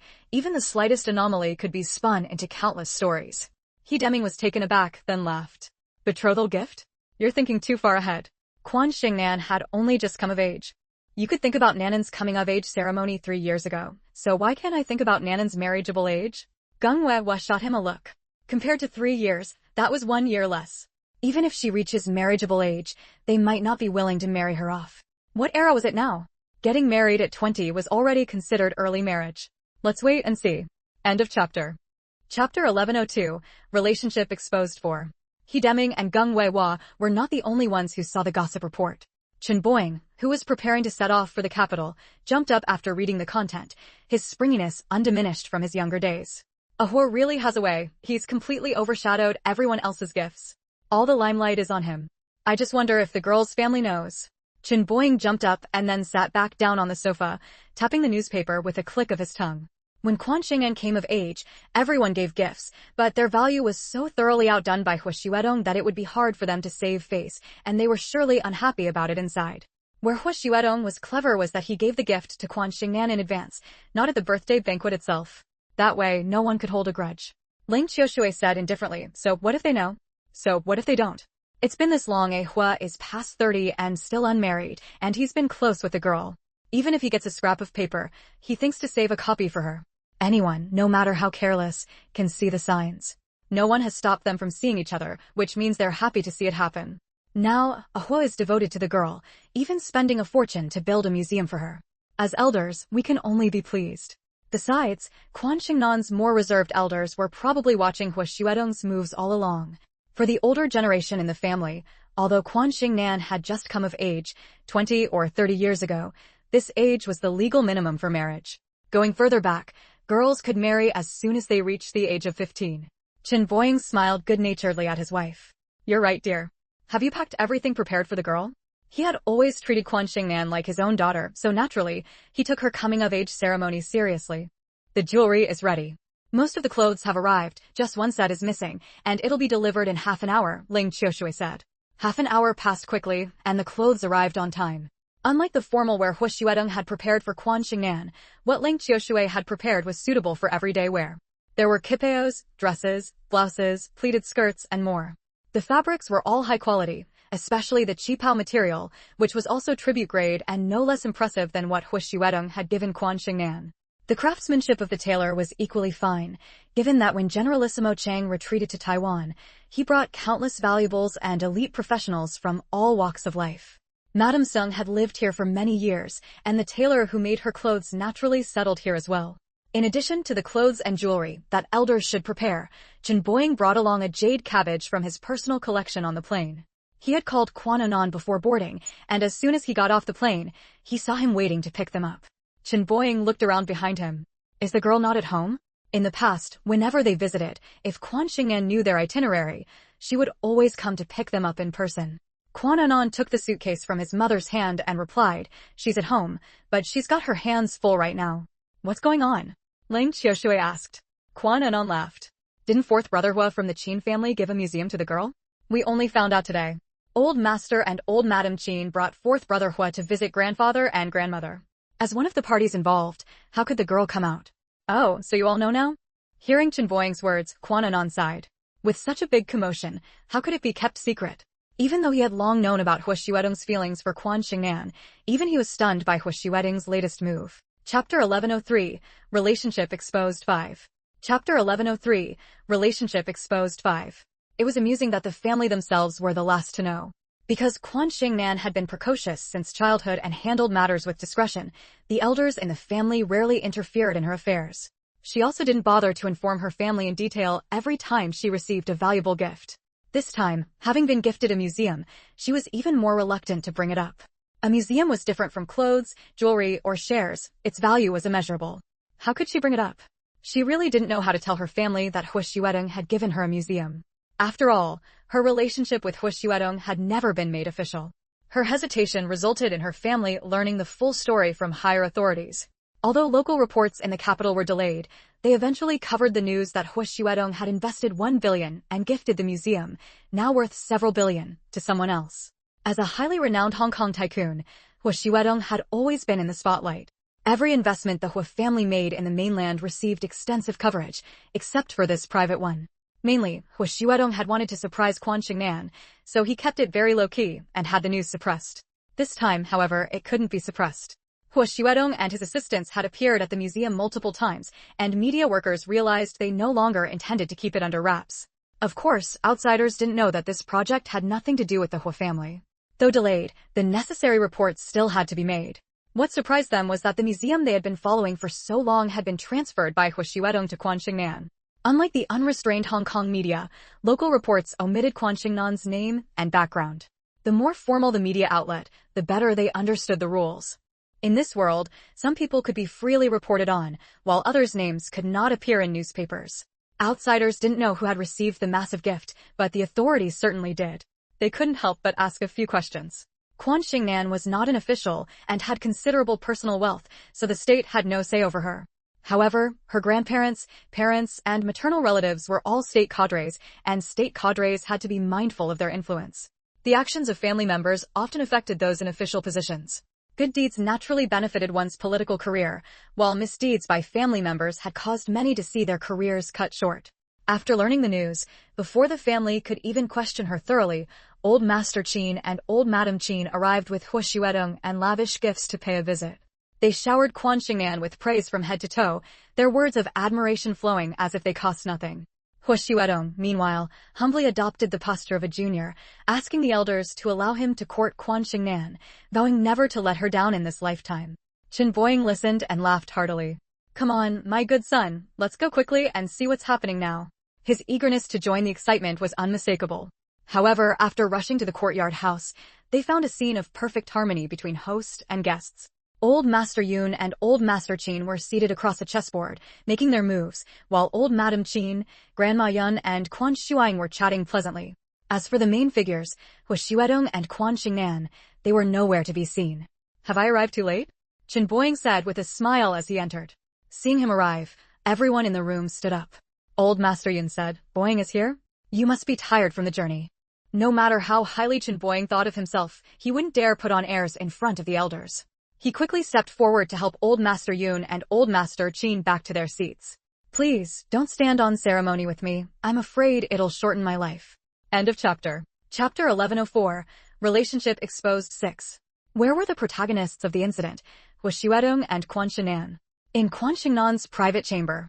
When the elders were speaking, they told the two to go play on their own, so they came here. The courtyard house was very large, and after its renovation, careful arrangements had been made. As the only girl in the family, she naturally had her own separate courtyard, with carved beams and painted rafters, magnificent and beautiful. Living in a courtyard house that had skyrocketed in price was blissful, but the annual maintenance and upkeep costs were also considerable. Because her 3 younger brothers all lived in the same courtyard as her, their toys could be seen everywhere, vibrant in color, varied in texture, highly modern, and clashing with the antique architectural style. Hu Xuedong had been here before, but this time, the significance was different. Now, he was Quan Xingnan's legitimate boyfriend, in a relationship aimed at marriage. It could be announced to the world and had already received the blessings of the elders, including Yuan Ziyuan and Lin Xiaoxue. The couple was far away in another place and couldn't rush back immediately. However, they had each spoken with Hu Xuedong on the phone for a long time, giving preliminary approval to the relationship. All of this was thanks to Hu Xuedong's efforts over the years, which everyone had witnessed, building up considerable goodwill. Coupled with Grandpa Qin and Grandma Qin personally stepping forward to show their regard for Quan Xingnan, otherwise, he certainly wouldn't have gotten through so easily. When Quan Onan came over, he only saw Hu Xuedong playing chess with Little Lion. Little Eagle and Little Tiger were playing go by the window, frowning as they held their pieces. Only Little Lion was smiling, his eyebrows curved like crescent moons, the little fat on his chin trembling, because he had made several moves in a row without Hu Xuedong noticing. Hee hee. "Where's Nan Nan?" Quan Onon's other foot was still outside the threshold as the words left his mouth. Huashuedong turned his head and smiled. Nan Nan is changing clothes. Neither early nor late. Why change clothes? Quan Onon asked as he walked over to Huashuedong and unfortunately caught sight of Little Lion secretly removing one of Huashuedong's chess pieces from the board. Quan Onon glanced at Little Lion, who looked up at him with an innocent expression. Huashuedong had an excellent memory. How could he not notice the change on the board when he turned back? He smiled, but said nothing. Seeing this, Little Lion grew bolder. Earlier, Little Lion accidentally knocked over the daffodil pot, and the water splashed all over Nan Nan. Huashuedong replied to Quan Onon's question, standing up at the same time to show courtesy. After explaining, he saw Quan Xingnan come out of the bedroom. Although the first month of the lunar year was almost over, the weather was still cold. Not one to fear the cold, she wore a white cashmere turtleneck sweater to avoid appearing unusual, and over it, a wool coat with a cloud-patterned brocade fabric featuring intertwined lotus vines. The fabric was a light purple, exceptionally fresh and elegant, yet as sunlight streamed in through the window, a trace of shimmering light flickered. Unless she was on campus, Quan Xingnan would always wear one or two suitable pieces of jewelry as accents, no matter the style of clothing. Today was no exception. A black silk cord held a platinum and diamond set jadeite plaque hanging on her chest. The rectangular plaque was plain and unadorned, with fine, smooth jade, a full, vibrant green, shimmering like glass. What was most rare was the even color, flawless throughout, clear and translucent, both striking and beautiful, extremely eye-catching. In the jargon of the jadeite trade, this old pit jadeite plaque possessed all four qualities: vibrant, bright, rich, and even. As she grew older, Quan Xingnan's love for jadeite only increased with each passing day. End of chapter. Chapter 1105, Relationship Exposed 7. As a family member, Quan Onon knew his sister's preferences well and specifically suggested that their parents give her jade as a gift. Just as he was about to praise her, he heard Quan Xingnan say, "Brother, you're back? Have Uncle Chin and Aunt Chin arrived?" Quan Onon smiled and nodded. They've arrived. They're in the main room of Grandpa's courtyard. Hearing this, Quan Xingnan pulled Huashuedong along. "Fourth brother, let's go keep Uncle Chin and Aunt Chin company." When guests came to the house, the younger generation couldn't just stay holed up in their own rooms. A faint smile appeared on Huashuedong's refined and handsome face, clearly showing the joy radiating from within him. Quan Onon shot him an exasperated look. Wasn't he so happy simply because his sister had naturally included him as part of the family? Only the hosts would accompany the guests to chat. His sister was only 18. If he wanted to marry her, he had a long wait ahead. With 3 younger brothers behind them, the group soon arrived at the main room. "Haven't seen you in a few months, and Nanan has grown more and more beautiful, like a Chang'e who has descended from the moon palace to the mortal world, with skills even more impressive than Chang'e's. I just wonder who will be lucky enough to win her." Chen Boying's face was full of smiles, nothing like the bloodthirsty demon others spoke of. He cast a contemptuous glance at Huashuedong, finding it utterly outrageous that he had set his sights on such a young girl so early. Grandma Qin quickly interjected, "Boying, what are you saying? Don't you know it's our 4th son who's the lucky one?" The Qin elders, who had come to visit today, deliberately lowered their posture with every word and elevated Quan Xingnan's status, giving the impression that it was Huashuedong's great fortune to be involved with Quan Xingnan. Hearing this, Grandpa Yun disagreed. "Elder sister-in-law, what do you mean by lucky? Meeting a man as outstanding as a Tong is actually our Nanan's blessing. Nanan is young, and she's been fortunate to have a Tong's care and tolerance all these years." Because he knew the secret of Quan Xingnan's rebirth, Grandpa Yun often wondered what kind of person could truly match her. He thought about it year after year, until he noticed a hint of something between Huashuedong and Quan Xingnan. At that moment, Grandpa Yun suddenly understood. Yes, aside from the mature, elegant, wise, and refined Huashuedong, no one else was so perfectly suited to Quan Xingnan. The fate of their past life hadn't led to marriage, but it continued in this life. They were always meant to be together, destined from the very beginning, inseparable, unbreakable, with no one able to come between them. Anyone standing beside them would seem out of place. The fact that Yuan Ziyuan and his 2 brothers, along with Lin Xiaoxue and her sisters-in-law, had accepted Huashuedong so quickly was partly due to his efforts in guiding their thoughts. However, there was no need to tell the parties involved about that. One of the parties, Huashuedong, upon hearing Grandpa Yun's words, said humbly, "Grandpa Yun, you flatter me. Actually, my mother was right. Meeting Nanan is my great fortune, and I will never let her down in this life." As an elder, he felt deeply gratified. Quan Xingnan's eyes were brimming with laughter, almost overflowing, as if she were immersed in a honey pot, exuding a sweet fragrance. Though the elders were advanced in age, they weren't so old as to be blind. Who couldn't see the deep affection between the two? On one hand, they felt comforted. On the other, it was a bit dazzling. Finally, Grandma Yun spoke up. We elders are talking, discussing our children's lifelong matters. You youngsters shouldn't be hanging around here. End of chapter. Chapter 1106, Relationship Exposed 8. Chapter 1106, Relationship Exposed 8. Thus, Hua Xuedong and Quan Xingnan obediently walked out of the main room. The three brothers, Eagle, Tiger, and Lion, who often followed closely behind, pestered Quan Onan, who had graduated from military school, chattering away about firearms, artillery shells, and the like. Any boy would hold great admiration for soldiers who defend the country, and as they grew older, boys still preferred playing with other boys, so they had recently been circling around their elder brother. With guests in the house, it wouldn't be proper for the hosts to abandon them and go out, so the two strolled hand in hand through the back garden. Spring had arrived, and everything was reviving. Although the garden wasn't bursting with colorful flowers, the grass leaves were sprouting green, willow branches were budding, and sunlight like scattered gold fell upon them, refreshing the eyes and soothing the spirit with every breath. Quan Xingnan stretched lazily. How wonderful! Her family hadn't made things difficult for Hua Xuedong. As a younger member of the family and her boyfriend's lover, she had been most worried about a tense confrontation ending in discord. Yes, wonderful. Hua Xuedong reached up to lift a willow branch above her head, waiting until she passed before letting it go. He himself hadn't expected to pass the elder's scrutiny so easily. You have the best family in the world. Quan Xingnan smiled. Your family is wonderful too. The elders were upright, the descendants capable, and there were none of those messy conflicts. No wonder they had always stood firm. For a true great family, internal unity was the most important thing. Being born into such a family is our fortune, Hua Xuedong said, quickly changing the subject. Many people have called to ask about the museum's opening hours. What day do you think would be suitable? The opening will have to wait until after the ribbon cutting, right? And before the ribbon cutting, the museum can't be left empty. The urgent task was to transport the antiques and cultural relics to the museum. Thinking of this, Quan Xingnan wrinkled her delicate little face, looking at Hua Xuedong with her sparkling eyes full of liveliness. Hua Xuedong thought for a moment, then couldn't help but smile. I'll handle the arrangements. Quan Xingnan's face lit up with a smile. Then I'll leave it to you. Hua Xuedong was about to ask how she could be so at ease. Given that the value of her antiques and relics far surpassed that of a museum, museums could be rebuilt, but once damaged, antiques and relics could never be restored. When he suddenly remembered that Quan Xingnan had actually already started school. She was home these past 2 days only because she had taken an extra day off on top of the weekend. Alright, since Onan is home, I'll handle the transfer of the antiques and relics to the museum together with him. When Quan Onan heard this news during lunch, he immediately became displeased. You two really know how to pile work on me.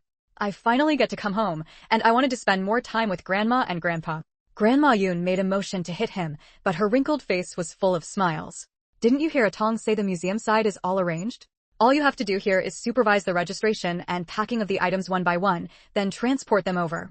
Some of those things are in your sister's courtyard. You can't just let outsiders wander in and out freely, can you? At this, Quan Onan nodded firmly. I'll have to be careful and not let anyone barge into my sister's private quarters. Changing the subject, Quan Onan asked Quan Xingnan, is it urgent? If not, we can take it slow. There are quite a few fragile items. With enough hands, there's no need to worry about time, Hua Xuedong said. I plan to have the antiques and relics safely transported to the museum before Nanan's birthday banquet and hold the ribbon-cutting ceremony for the museum on her birthday. That would make it meaningful, wouldn't it? Hearing this, Quan Onan immediately said, that makes the timeline a bit tight. We'll start tomorrow. End of chapter. Chapter 1107, Relationship Exposed 9. Chapter 1107, Relationship Exposed 9. Quan Xingnan had collected far too many antiques, calligraphy works, and paintings. She had even forgotten the origins of many of them herself. If all these antiques were piled together, they could form several mountains. Their value was immeasurable. Some larger items, such as Ming and Qing dynasty furniture, large porcelain vases, and bronze tripods, were placed in various rooms of the courtyard house. Aside from the formations Quan Xingnan had set up, there were no other protective measures. Some smaller, more valuable pieces were kept in safes. When one room was opened, the rows of safes inside nearly blinded the staff with their sheer number. Good heavens, how many treasures were there? Quan Onan and Hua Xuedong both knew the passwords to Quan Xingnan's safes. They took the keys and opened them. Since Quan Xingnan was too lazy to bother and wasn't afraid of theft, she used the same password for all of them. The first safe opened, revealing several pieces of Ru-ware porcelain, a collection so valuable that a fortune in gold pales next to a single shard of Ru. The second safe opened, revealing an abundance of ancient jewelry, glittering and gleaming with splendor. The third safe, the fourth safe, everything after that was an endless list. Fearing that the moving staff might be careless and damage the antiques and worried about improper arrangements, Washiwedong specially and sincerely invited the Cultural Relics Department to help. They cataloged the items while transporting them to the museum. Quan Anon arranged for the items to be moved out from home, received them at the museum, and in between, Rod led a team to escort them. Quan Xingnan's collection of antiques was no different from hoarding treasures for herself. But putting them on display allowed many people to learn about their country's history and culture. The head of the Cultural Relics Department had long been aware of Quan Xingnan's collection and had coveted it for a long time, but had been too embarrassed to frequently disturb her. Now that Quan Xingnan was willing to let her collection see the light of day, they naturally offered full support. Even Ouyang Qing, an elderly figure, came to help, directing the staff at the museum to arrange all the treasures. Display cases were designed by professionals, and the antiques were categorized and placed upon arrival, leaving no trace of disorder. The empty hall Secretary Chen had mentioned earlier was now filled with Quan Xingnan's Ming and Qing dynasty furniture. Authentic Ming and Qing furniture, all made from top-quality materials, could basically be confirmed to be of royal or noble specifications. Some had even come from the imperial palace, while others were dowries of Ming and Qing noblewomen. After the furniture was properly arranged, Washiwedong arranged for new measurements to be taken and glass covers to be installed. No matter the time, if too many people came to admire the pieces, the quality of the crowd would inevitably vary. Someone might touch this, someone might sit on that. These wooden furniture pieces would certainly suffer wear and tear.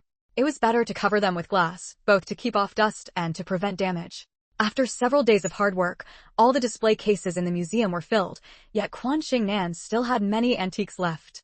With Quan Xingnan's consent, Ouyang Qing arranged for some duplicate antiques to be removed and then selected a few items from Quan Xingnan's home that hadn't been displayed before to add to the museum. Ah Tong, I had no idea that girl had hidden a chicken cup.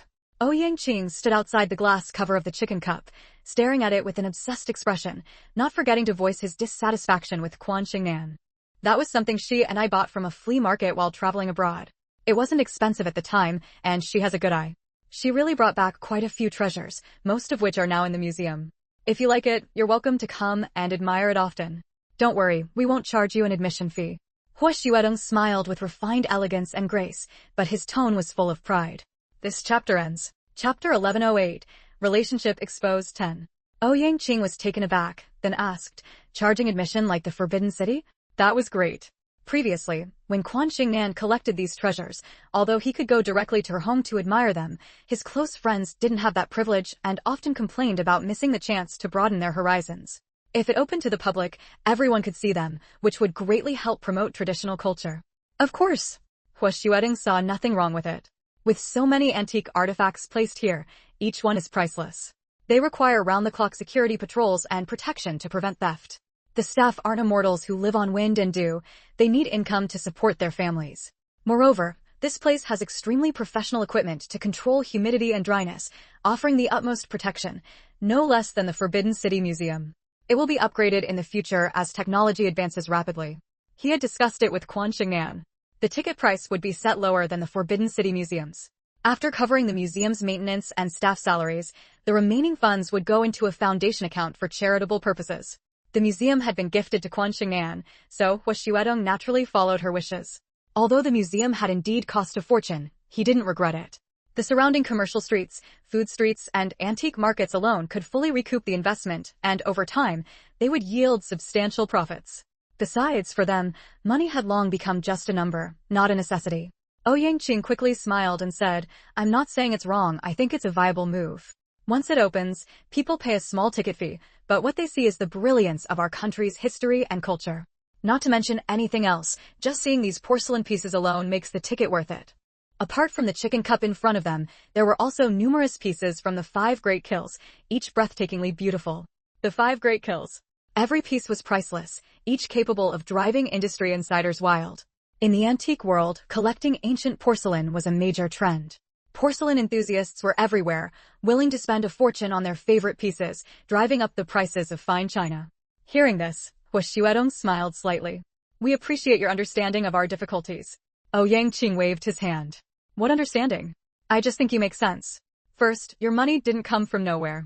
Second, the museum staff aren't immortals. They get paid, and that only makes them more passionate about their work.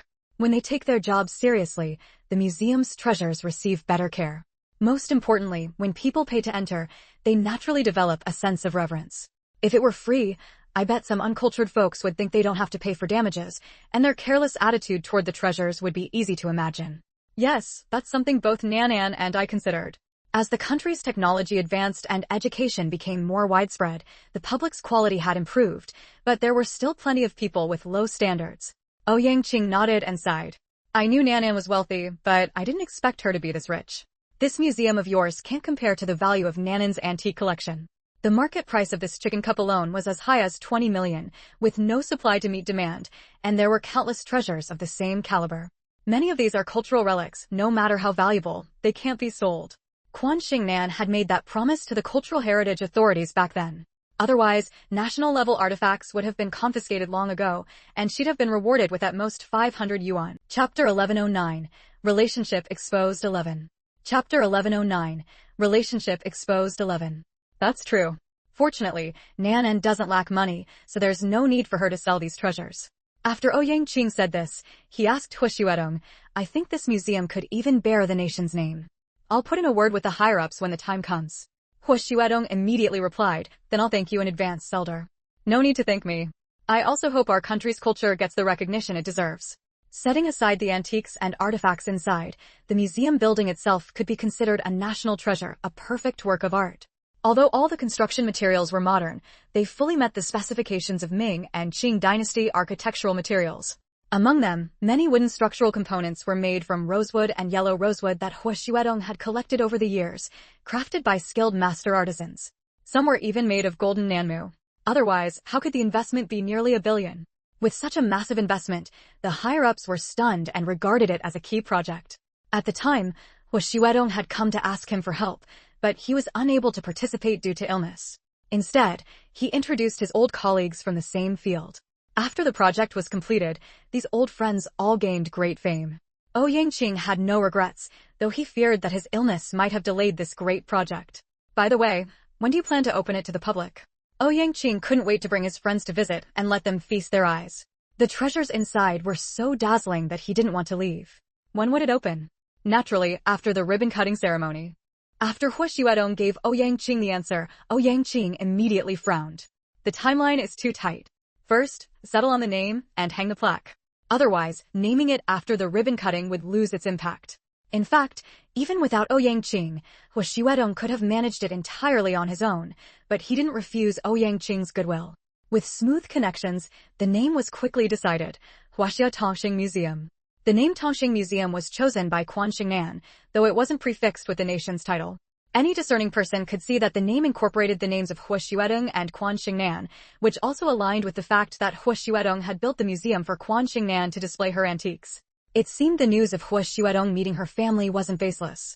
However, recalling that Huishuedong's company had long carried this name, they suddenly realized he really had been thinking about Quan Xingnan from that early on. In the same social circle, countless people sighed in regret and stamped their feet in frustration. Why? Because many had their eyes on Huishuedong, and even more had their eyes on Quan Xingnan. Huishuedong came from an extraordinary family, had noble character, outstanding looks, and immense wealth that could last several lifetimes. Most remarkably, even after entering his 30s, he remained self-disciplined and didn't indulge in women despite his wealth and power. And Quan Xingnan? She was born into nobility, had unparalleled beauty, and aside from her assets, her skills alone were enough to command awe. Two such outstanding individuals with such a significant age gap had actually ended up together. Not only did outsiders find it unbelievable, but even people within their circle clamored that they didn't believe it. The result of their disbelief was that on the day of the ribbon cutting, they all flocked to Tongxing Museum, only to find it packed with crowds. News of the large number of antiques and artifacts entering the museum spread, capturing the attention of countless citizens. A private museum, with antiques and artifacts also privately owned. How wealthy must the owner be to possess so many artifact-grade antiques in an era of growing collecting fever? Especially antique enthusiasts, who had long been eagerly watching. End of chapter. Chapter 1110, Relationship Exposed 12. Many people did not know that this day was Quan Xingnan's birthday. Generally speaking, most people are accustomed to celebrating birthdays according to the solar calendar, arranging work and life by it as well. Although some celebrate according to the lunar calendar, they are far outnumbered by those who follow the solar calendar. It is mostly the older generation who prefer the lunar calendar. For their generation, the birth date on their ID cards is actually the lunar calendar date. Quan Xingnan's solar calendar birthday was not difficult to find out, as she was not someone who never left her home. She received many gifts every year, especially around her birthday, with countless people using the occasion to get closer to her. Even if they could not see her, they would send gifts to her residence. After March began this year, she gradually received many gifts, but she had not yet realized that this year marked her 18th birthday. Among those gifts were some from classmates, some from acquaintances in social circles, and some from people she had helped. Apart from a few close classmates, the rest were merely casual acquaintances.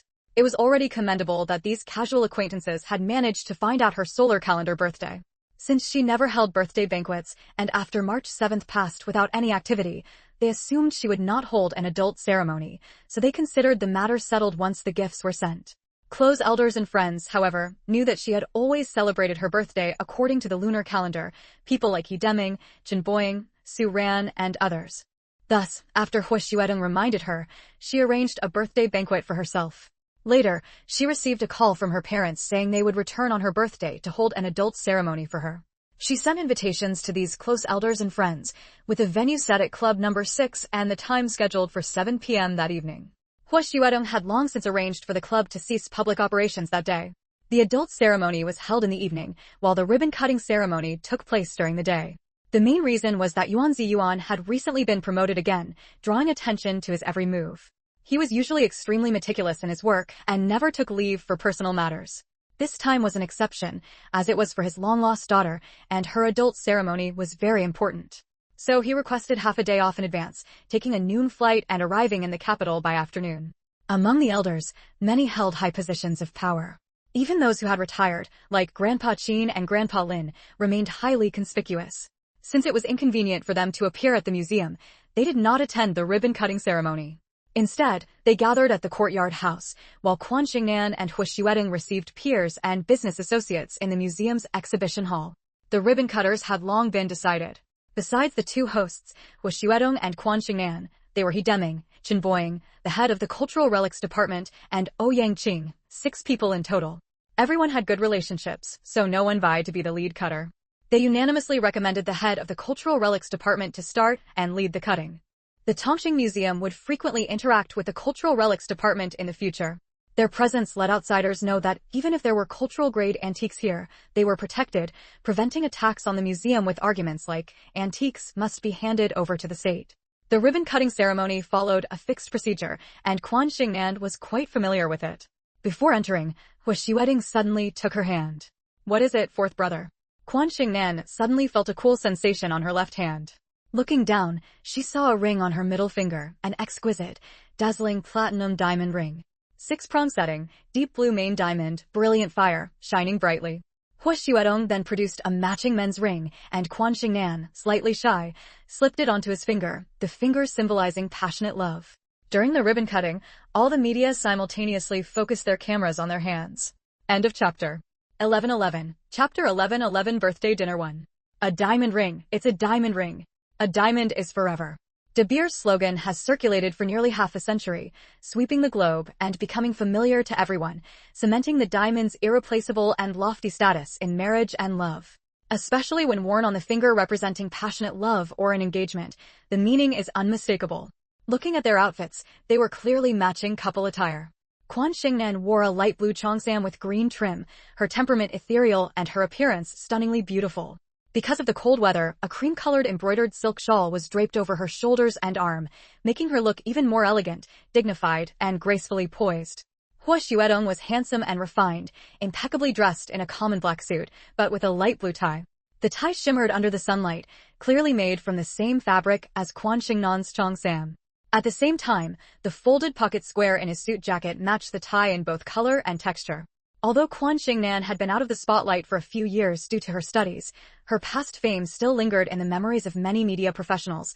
Only those unaffected by her had forgotten. Strangely enough, what had brought Quan Xingnan the most fame and envy wasn't her birth into a high-ranking official family, her brilliant foresight, her founding of a Weshing clothing store and subsequent acquisition of Weshing Jewelry Company. her shares in multiple listed companies, her status as a major collector, or her billions in wealth, but rather the recent uproar over her receiving a museum as a gift. For no reason at all, would Hua Xuedong give her a museum? So, when everyone saw the two in matching outfits and matching rings on their fingers, with the diamonds sparkling brilliantly, it all clicked in their minds. The earlier news from Hong Kong was now fully confirmed. Realizing this, everyone present grew excited, and the atmosphere suddenly boiled over. The result of this excitement was that interest in the museum was suddenly overshadowed by the urge to interview Hua Xuedong and Quan Xingnan about their personal affairs. Who doesn't have a romantic streak? This was a textbook idol drama plot. Several female reporters were so excited their faces turned red, their eyes gleaming as they frantically pressed their camera shutters. The clicking sounds came one after another, and no one was paying attention to the ribbon-cutting speech, which was actually about the museum's completion and the exhibition of antique artifacts. The male reporters were no less eager, their minds racing. In an instant, countless news headlines surged into their thoughts, and they had never felt so inspired. Hua Group Chairman Hua Xuedong goes public with relationship.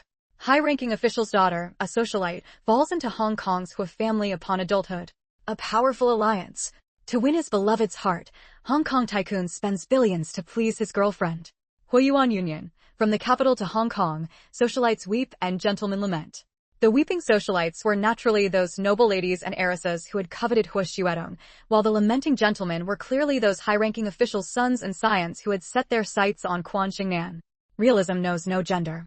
Women wish to marry into high society for wealth and luxury, and men also wish to marry a well-bred heiress to skip decades of struggle. Ironically, men in the world often label such women as gold diggers, yet refuse to face their own desires for wealth and status. As media professionals, they understood human nature's pragmatism better than anyone. In terms of family background and assets, Quan Xingnan was undoubtedly the top choice among high-ranking officials' daughters. Whoever married her would essentially become a prince consort. This chapter ends. Chapter 11-12, Birthday Dinner 2.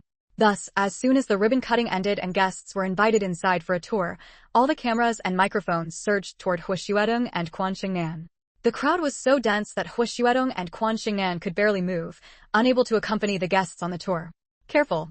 Hua Xuedong tightly held Quan Xingnan's hand, brushing aside a microphone that nearly poked her in the face.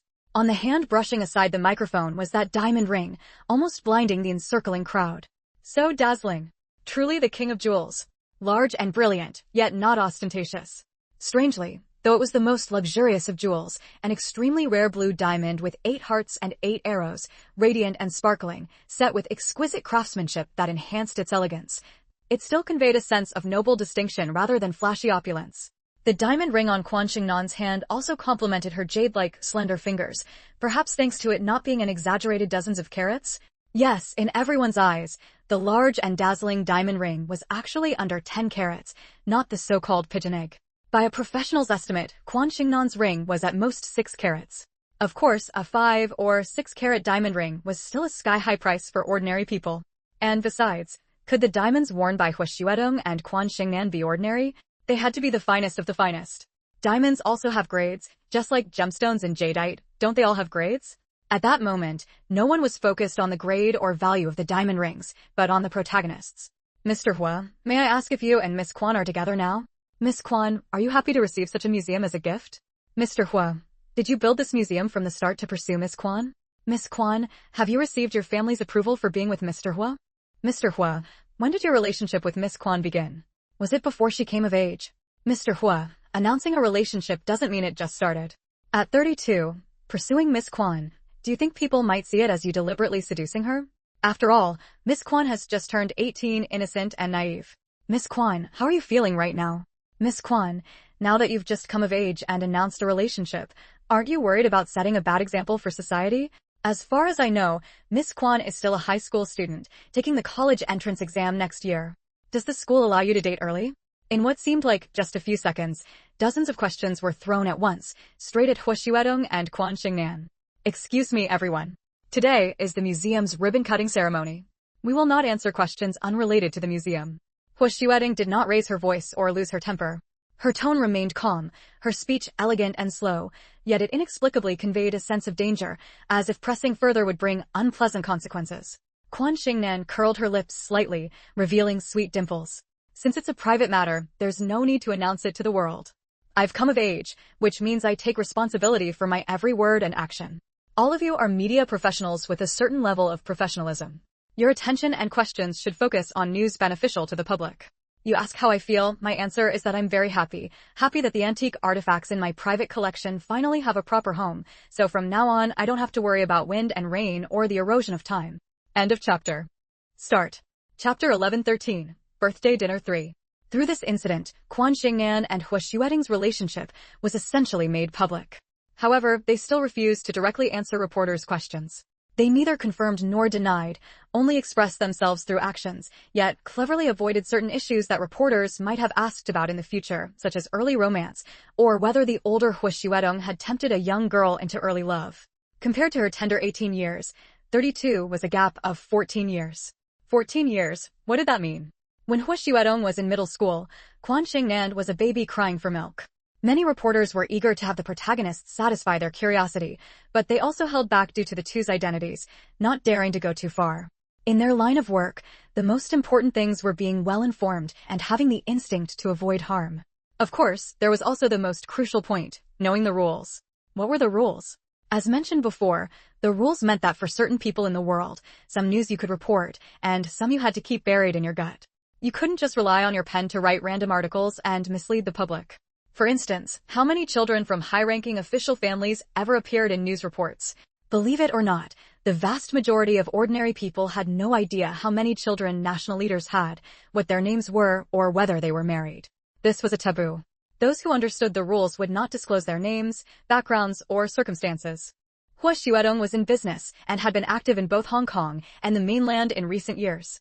Yet, reports still rarely mentioned that he was the fourth son of the Qin family, only referring to him as the head of the Hua group. Of course, some people knew, but not many. Most only knew he came from a high-ranking official family, not that he was the old General Qin's late-born son, especially since their surnames differed. Quan Xingnan's name could appear in the press because she was a public figure, bearing honorary titles such as young collector, philanthropist, and founder of a foundation with a positive and wholesome image. In fact, the reason it was now being reported was that Quan Xingnan and Hua Xuedong didn't mind.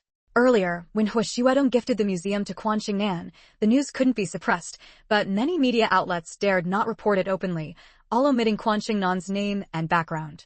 Now that Quan Xingnan had appeared for the ribbon cutting, there was no need to be so cautious. Since Quan Xingnan showed up, wearing matching rings and couple outfits with Hua Xuedong, it indicated there was no need to hide. Thus, the sensible reporters who knew the rules, after failing to get answers, quickly stepped back. A few rookies who didn't quite understand the rules tried to rush forward, but were pulled back by their colleagues. Why are you pulling me? As Hua Xuedong and Quan Xingnan, escorted by bodyguards, smoothly made their way through the parting crowd to greet the guests who had come to tour the museum's many antiques and cultural relics, the rookies complained about being stopped. An experienced veteran reporter kindly said, "In our line of work, we don't always have to get an answer. What we see and hear is enough for us to write plenty. Today is the museum's ribbon-cutting ceremony. The person cutting the ribbon goes without saying, but many of the guests are also influential. If you rush up like that, aren't you afraid of causing trouble?" Anyone involved in antique collecting was a big name, famous people, all here for the museum's treasure trove of artifacts. Though they seemed focused only on Hua Xuedong and Quan Xingnan's seemingly announced yet unannounced relationship, they had long since snapped photos of the heavyweight guests, many of whom were giants in the world of collecting and appraisal. End of chapter. End. Chapter 1114, Birthday Dinner 4. The hot-headed youngsters wanted to argue, but a female journalist said, "Brother Liu, why waste words with them? Let's hurry and follow." Taking photos of the exhibits would give rise to article after article. Capturing the arrival of guests and the exhibits they valued most was another news story. From then on, there was no fear of lacking press releases to submit. The veteran journalist called Brother Liu quickly led his partner, the female journalist, into the museum with the crowd. As soon as they stepped inside, they were captivated by the items displayed in the glass cases. They were so beautiful, even though they had no idea how to appraise antiques or whether what was before them was real or fake. When something reached a certain level of beauty, anyone would be drawn to it, their hearts and eyes filled with nothing but awe. Before the ribbon cutting, Ouyang Qing had already visited several times. He had a work pass specially given to him by Hua Xuedong, so he didn't need a ticket and could come and go freely. Yet he still couldn't help but soften his breathing as he accompanied his old friend to admire the exhibits they particularly loved. The more he looked, the more amazed he became, astonished by the variety and immense value of Quan Xingnan's collection. National treasures. They're all national treasures. Professor Yi, who was so old he needed a cane, looked at the exhibits before him, coughing incessantly but still unable to contain his excited exclamation. Seeing our country's national treasures still in our own country, rather than lost overseas, even if they're privately owned, it's truly comforting. Ouyang Yi, who had come with Ouyang Qing, quickly steadied Professor Yi. Teacher, you're right. But Nan donated a large batch of national treasure-level artifacts to the country a long time ago. I remember my father invited you to help with the appraisal back then, didn't he? Hearing this, Professor Yi recalled it. That was a very, very long time ago. At the time, he was so thrilled about the return of the national treasures that he hadn't paid attention to the donor. Was the donor back then today's museum owner, Miss Quan? Professor Yi asked. If so, it showed that this young woman truly had the country in her heart and was an exceptionally good person. The value of national treasure-level artifacts went without saying. They were priceless. To be willing to donate priceless treasures to the country for free was a level of consciousness that ordinary people simply couldn't possess. Ouyang Qing nodded. Who else could it be? She not only has remarkable foresight, but also a keen eye, surpassing many veterans in the collection world. That's how she managed to gather so many treasures. Old Yi, I'm different from you. I have a good relationship with Nan's family. I've been visiting her home for many years and have seen plenty of her treasures. Oh, right. Those books you were clamoring about as lost, you copied them from my place, didn't you? They were actually copied at Nan's home. Let me tell you, she has a library building filled with countless lost books, though most are handwritten copies. Even if they were copies, the content was lost knowledge, still priceless. Why didn't you tell me earlier? If you had, I would have swallowed my pride and asked you to introduce me to Miss Quan. Professor Yi lamented, repeatedly blaming Ouyang Qing. Ouyang Qing said innocently, I clearly invited you to come and broaden your horizons, but you refused because you wanted to copy books. Professor Yi shot him a glare. Ouyang Qing coughed twice, covering his mouth with his fist. All right, he admitted he had deliberately let Professor Yi see those copies first without revealing the specifics of Quan Xingnan's home, especially her collection. This chapter ends. Chapter 11:15, Birthday Dinner 5. Professor Yi and Ouyang Qing were classmates from before the founding of the nation, though they later chose different fields of study. At the same time, he was also Ouyang Yi's teacher. Thus, the relationship between the two elders dates back to a very long time ago. The two families had a good rapport and even shared hardships during a special era. In recent years, Professor Yi, who was not on good terms with his son and daughter-in-law, lived alone in the capital and received considerable support from the Ouyang family. After casting a disdainful glance at Ouyang Qing, Professor Yi tottered forward and finally stopped in front of the glass cabinet containing the Ru Kiln brush washer. Rain sky blue after a clear sky, truly breathtakingly beautiful. Ouyang Qing echoed with emotion. The artistry of our ancestors is something we can never match. Looking up, he saw Hu Xuedong and Quan Xingnan accompanying several old experts who had originally participated in the museum's design and construction as they toured the exhibits one by one. Ouyang Qing quickly waved them over. Living in the same capital, the old experts and professors were all old acquaintances. When the group gathered, they had endless topics to discuss. If one listened carefully, most of the praise was directed at Hu Xuedong and Quan Xingnan's selfless dedication. Of course, Hu Xuedong was selflessly dedicated to Quan Xingnan, and Quan Xingnan was selflessly dedicated to the nation and its people. The fact that the museum's surplus revenue was deposited into the foundation's account every month was not something that needed to be kept from the public. It was announced during today's ribbon-cutting ceremony, and the general public was invited to supervise. After years of operation, Quan Xingnan's foundation had earned a strong reputation for credibility, and no one doubted it. This was because every penny of the foundation's funds was used for practical purposes. Aside from the staff's salaries, since they, like the museum staff, were not immortals who could subsist on wind and dew and needed to support their families, the foundation paid them a reasonable wage. This approach actually won public approval, as people felt that with a steady income, there would be no need for them to secretly siphon off charitable funds. There were originally those who envied Quan Xingnan's good fortune in acquiring a museum worth billions. But after hearing the announcement, no one had anything more to say. In this arrangement, aside from the museum and the antiques and artifacts within it, Quan Xingnan didn't have a single cent to her name. Many people called Quan Xingnan foolish, how could she not be, to turn away so much money? Not to mention anything else, the amount the foundation had donated over the years could probably build another museum with plenty left over. For them, that was wealth they could never earn in a lifetime. Though they thought she was foolish in their hearts, they still had to praise her selfless dedication on the surface. Compared to those who paid lip service while harboring different thoughts, the old experts and professors were far more straightforward and endearing. Every word of praise they uttered came from the heart, genuine and without a trace of falsehood. He Xuedong and Quan Xingnan, being young, listened respectfully as the elders spoke one after another. The elders were especially fond of their attitude.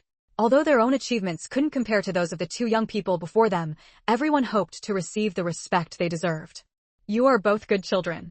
Age is not an issue. You must take good care of each other in the future. Professor Yi looked at Quan Xing and with particularly kind eyes. What a wonderful girl she was, contributing so much to the nation. She deserved to meet the best man in the world. In his heart, the best man was He Xuedong, handsome, elegant, graceful, wealthy, and influential. Most importantly, He Xuedong's devotion to Quan Xingnan was evident in every way. If he hadn't been utterly devoted, how could he have spent so much money building a museum and letting his girlfriend handle it as she pleased? Although money cannot be used to measure the depth of feelings, someone unwilling to spend money on their partner is undoubtedly heartless, while someone willing to do so shows that they hold that person in their heart. End of chapter. Chapter 11:16. Birthday Dinner 6. Chapter 11:16. Birthday Dinner 6.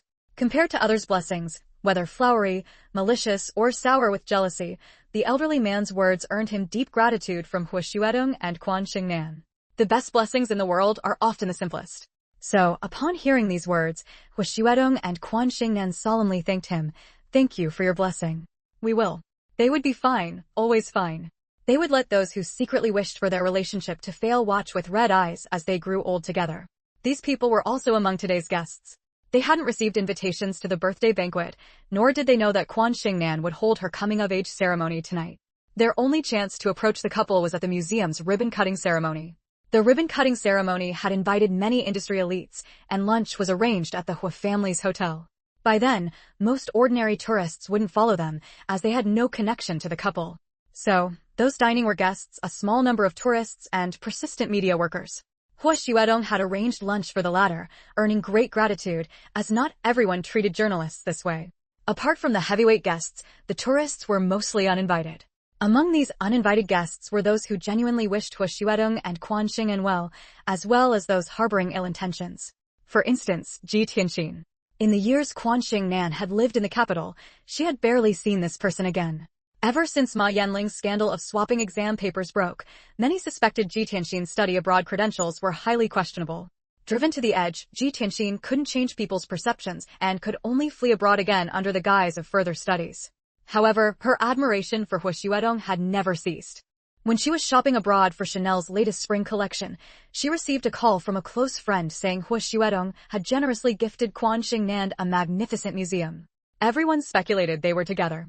Ji Tianxin could no longer stay abroad. She booked a flight overnight to the capital, arriving just in time for the museum's ribbon-cutting ceremony.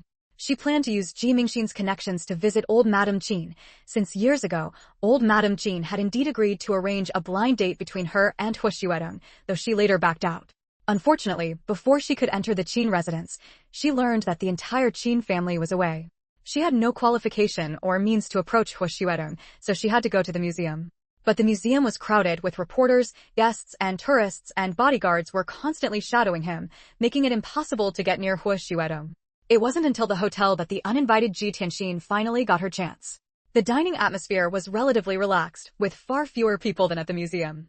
Ji Tianxin spotted He Xuedong returning to his seat after greeting the VIPs.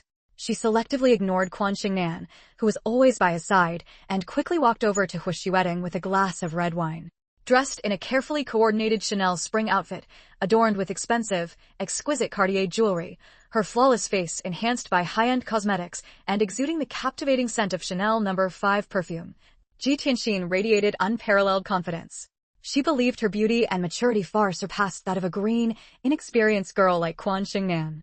Mr. He, the He family truly lives up to being the pinnacle of high society. The 1982 Lafite served to guests has an excellent taste. May I have the honor of toasting you? Though Ji Tianxin longed to call him by his first name, she didn't dare. 1982 Lafite? Quan Xingnan barely stifled a laugh. How much 1982 Lafite could there really be in the world? End of chapter. Chapter 11:17. Birthday Dinner 7. The 1982 Lafite is indeed a top-tier red wine, renowned worldwide for its quality and high price, sought after by countless wealthy elites and celebrities. Collecting red wine is a point of pride, especially when it comes to the 1982 Lafite. If someone were to bring out a bottle of 1982 Lafite to share with friends, both the host and the guests could bask in the glory for a long time, perhaps even earning a spot in the newspapers. However, with so many wealthy individuals globally, the 1982 Lafite, due to its exceptional quality, was quickly hoarded by these elites upon its release. After years of consumption, how much remains on the market? The amount of red wine produced in any given year is finite, and 1982 is no exception. True Lafite has limited production because it requires grapes from vines aged between 30 and 40 years, along with extremely high standards for the cellar environment and grape quality. Lafite's annual production is typically between 200,000 and 300,000 bottles, and the 1982 vintage was no different. Hua Xiaodong owns several chateaux in Bordeaux, France, and his cellars hold many cases of 1982 Lafite, purchased after its release, because the quality that year was indeed perfect and worth collecting. However, this supply is insufficient to serve so many people at once, so the red wine brought out is merely Lafite from good vintages. A good vintage refers to years when the grapes produced are top-notch, resulting in high-quality red wine. Since 1982, there have been several excellent vintages in the history of red wine. Hua Xiaodong has collected many cases of high-quality Lafite from each of these good vintages, believing this industry has investment potential. In this life, she has just turned 18 and hasn't yet been exposed to alcoholic beverages. But in her past life, she had close dealings with Hua Xiaodong, accompanying him to taste many famous wines and sampling numerous red wines from his collection. In her view, Lafite from good vintages each has its own merits, with no clear superiority in quality. The night after the waiter passed, Hua Xiaodong nodded coldly and indifferently at Ji Tianxin. "I'm sorry, madam, but Hua's hotel in the capital does not have any 1982 Lafite." End of chapter. Chapter 1118, Birthday Banquet 8. Although the 1982 Lafite is very famous and has become popular in both mainland China and Hong Kong in recent years, the wine cellar of the Hua's Hotel does not deliberately stock 1982 Lafite at the expense of other good vintage wines. In the eyes of true wine enthusiasts, Lafite from 1982 is not the best. Therefore, after some of the Lafite in the Hua's hotels was consumed by guests, they stopped acquiring and storing more, and this happened to include the hotel in the capital. Even though wealthy businessmen and celebrities often specifically requested 1982 Lafite. Upon hearing Hua Xiaodong's words, Ji Tianxin's face instantly flushed bright red, but it was hidden by her thick makeup. In fact, she was quite knowledgeable about jewelry, clothing, and cosmetics, even an expert, but her understanding of wine was very shallow. She couldn't tell the difference between wines from different years at all, but she could read the labels on the bottles, so she knew the wine in her glass was only 1996 Lafite. She simply wanted to use this opportunity to exchange a few more words with Hua Xiaodong. "Sorry, Mr. Hua, I misspoke. I meant to say 1996 Lafite, but I unconsciously thought of the fame of 1982 Lafite and ended up saying 1982 Lafite." Ouyang Qing knew Ji Tianxin's character best and was also acquainted with her. After all, his daughter and Ji Mingxin were sisters-in-law, and they had a very good relationship. From a distance, he saw Ji Tianxin calling out to Hua Xiaodong, ignoring Quan Xingnan, and couldn't help waving and saying, "Atong, bring the girl over here. Old Yi and I have a question to ask you too." Hua Xiaodong quickly responded, excused himself, and directly pulled Quan Xingnan over to Professor Yi and Ouyang Qing. "What questions do you two have? How much did you spend on that chicken cup? Was it $100 or 200? Ouyang Qing asked. Quan Xingnan thought for a moment. "I think it was $100. Fourth brother, right?"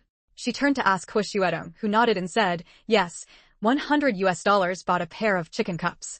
Ouyang Qing and Professor Yi were taken aback. "A pair? What about a single one?" "That one was a fake. It was thrown away somewhere long ago. It was already very lucky to come across a genuine one and buy it back. How could we hope to buy a pair?" Quan Xingnan smiled gently, her expression radiant. "If I could buy a pair, I would definitely put them in a museum for the world to see, to witness the splendor of the chicken cup worth 100,000 before the Ming Emperor." Upon hearing this, Ouyang Qing, Professor Yi, and the other old experts and professors at the table felt regret but not disappointment. Indeed, as Quan Xingnan said, a single one was already rare enough, let alone a pair. This table wasn't fully occupied, so Ouyang Qing directly asked Hua Xiaodong and Quan Xingnan to sit in the two remaining empty seats. While eating, he said, "If you're not in a hurry, join us for a tour of the museum after the meal. Even though I've been here many times, I always gain new insights each visit." Hua Xiaodong said apologetically, "Since you still have the energy and interest, I'll arrange for someone to accompany you and these senior colleagues." In the afternoon and evening, the girl and I have matters to attend to and won't be free. For him, the most important thing was not the ribbon-cutting ceremony, but Quan Xingnan's birthday banquet. Ouyang Qing suddenly remembered. Because he had to accompany Professor Yi and take care of his wife in the evening, he had already planned to have his son attend the birthday banquet in his place, and the gift was already prepared. I almost forgot. Your main event is tonight. Quan Xingnan chuckled. Professor Yi asked what the main event was. Ouyang Qing didn't hide it from him and pointed at Quan Xingnan. This kid's birthday banquet is set for tonight. This chapter ends. 1119, Chapter 1119 Birthday Banquet 9. Upon hearing this, Professor Yi said, "The second day of the second month, the dragon raises its head. What a fine day to be born. For the Dragon Head Festival, spring pancakes are eaten," and he was holding the spring pancakes prepared by the hotel. Regarding the festival, the Hua family hotel had made exceptionally thorough preparations. Unfortunately, many people no longer pay much attention to the Dragon Head Festival, having long forgotten its traditions. Upon learning Quan Xingnan's birthday, the older generation felt they could not let it pass without some gesture. Professor Yi recalled that many of the books he had copied from Ouyang Qing were lost treasures. That evening, upon arriving home, he opened the safe, took out a brocade box, wrapped it up, and had someone deliver it to Club Number 6 for Quan Xingnan. He himself declined to attend, citing his age and need for rest. He had asked Ouyang Qing, and the birthday banquet was being held at Club Number 6, a well-known venue in high society. In Professor Ye's view, Quan Xingnan's actions were worthy of being etched into the monument of history. Thinking back to the chaotic years of the past, when foreigners ran rampant on Chinese soil, killing their compatriots, plundering their belongings, destroying their civilization, and calling them the sick man of Asia. Every piece of history was steeped in the taste of blood, and every time history was unveiled, it was hard to forget the humiliation endured back then. Though the motherland had since soared, producing many talents and shedding its former image of a weak nation, who among them did not feel a pang of heartache every time they saw their country's cultural relics preserved in foreign museums. For an elderly man like Professor Yi, his greatest wish was for the national treasures to return, to come back to the embrace of the motherland, just like Hong Kong and Macau had. But how easy was that? Although every year, patriotic wealthy businessmen spent large sums to bid on their country's artifacts at foreign auctions, using their own money to buy back their own belongings, countless foreigners laughed behind their backs. So what? At least the motherland's possessions had returned to the motherland's embrace. What he had seen in the museum today made Professor Yi realize that there were many people in the world like Quan Xingnan, who spared no expense to bring their country's treasures back home, thereby changing the tragic reality that historical records had to note these treasures were currently housed in foreign museums. Thus, Professor Yi gave this gift willingly. When Quan Xingnan received the gift, the evening banquet had not yet begun. She was accompanying a room full of women, chatting. Yuan Ziyuan and his two brothers, along with Lin Xiaoxue and her three sisters-in-law, went without saying. How could they miss the coming-of-age ceremony of the only girl in the family? The old Madame Lin brought her daughter-in-law, granddaughter-in-law, husband, son, grandson, and a large group of others. Except for one serving in the military who couldn't make it back, everyone else came, even the 3-year-old child. The Qin family was all present except for the eldest, Qin Fengji, who was abroad on a diplomatic visit. Every person in charge of Quan Xingnan's assets was also there, such as Xue Xiaojun, Xiao Xinghua, Liao Wanqiu, and others. Among her classmates, she had only invited a few, like De Quan, Xingman, and Meng Shuang. Apart from her immediate family, who all came as a group from the oldest to the youngest, the other distinguished guests sent representatives. Some came alone, some as couples, and some as families of 3. Among them, everyone could find acquaintances they knew, making the gathering lively and free from loneliness. Chen Jing, Ji Mingxin, and Ouyang Yu, the 3 sisters-in-law, smiled as they watched their mother-in-law hold Quan Xingnan's little hand tightly after she put away her birthday gift. Though they were Hu Xuedong's sisters-in-law, they actually regarded Hu Xuedong as a son. When the youngest, Ouyang Yu, married into the family, Hu Xuedong was only a few years old. Chapter 1120, Birthday Dinner 10. Chapter 1120, Birthday Dinner 10. Regarding the matter of Hu Xuedong and Quan Xingnan, they had long been prepared and were happy to see it come to pass.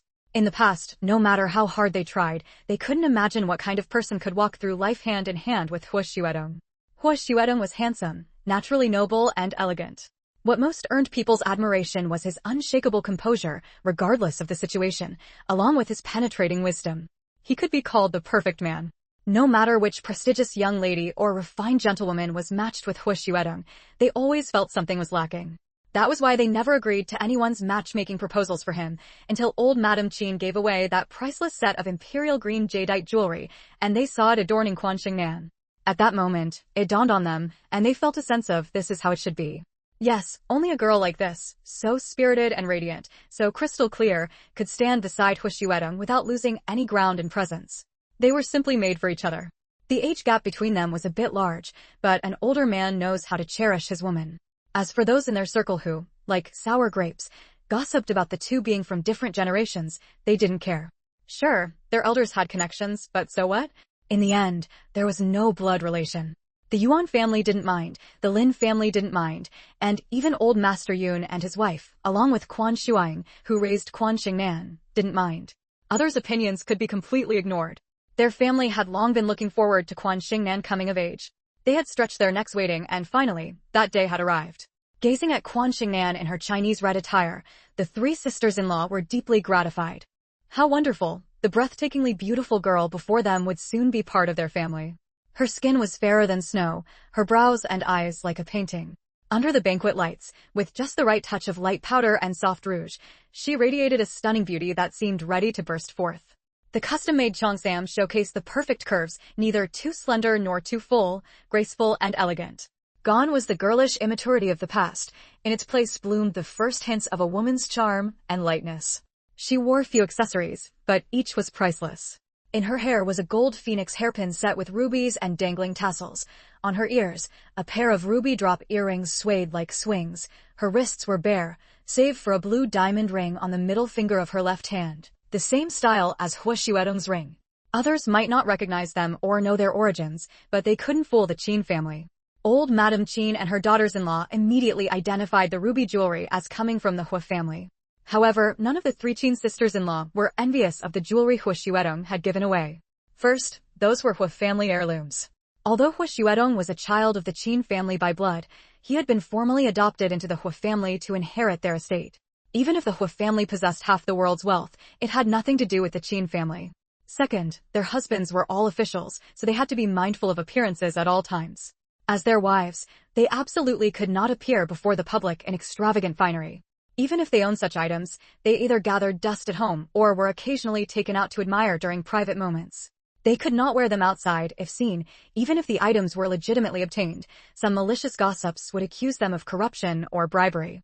And there was another point. Ever since Hu Xuedong took over the Hu Corporation, he had never failed to send them and their mother-in-law all kinds of expensive jewelry and luxurious clothing every year.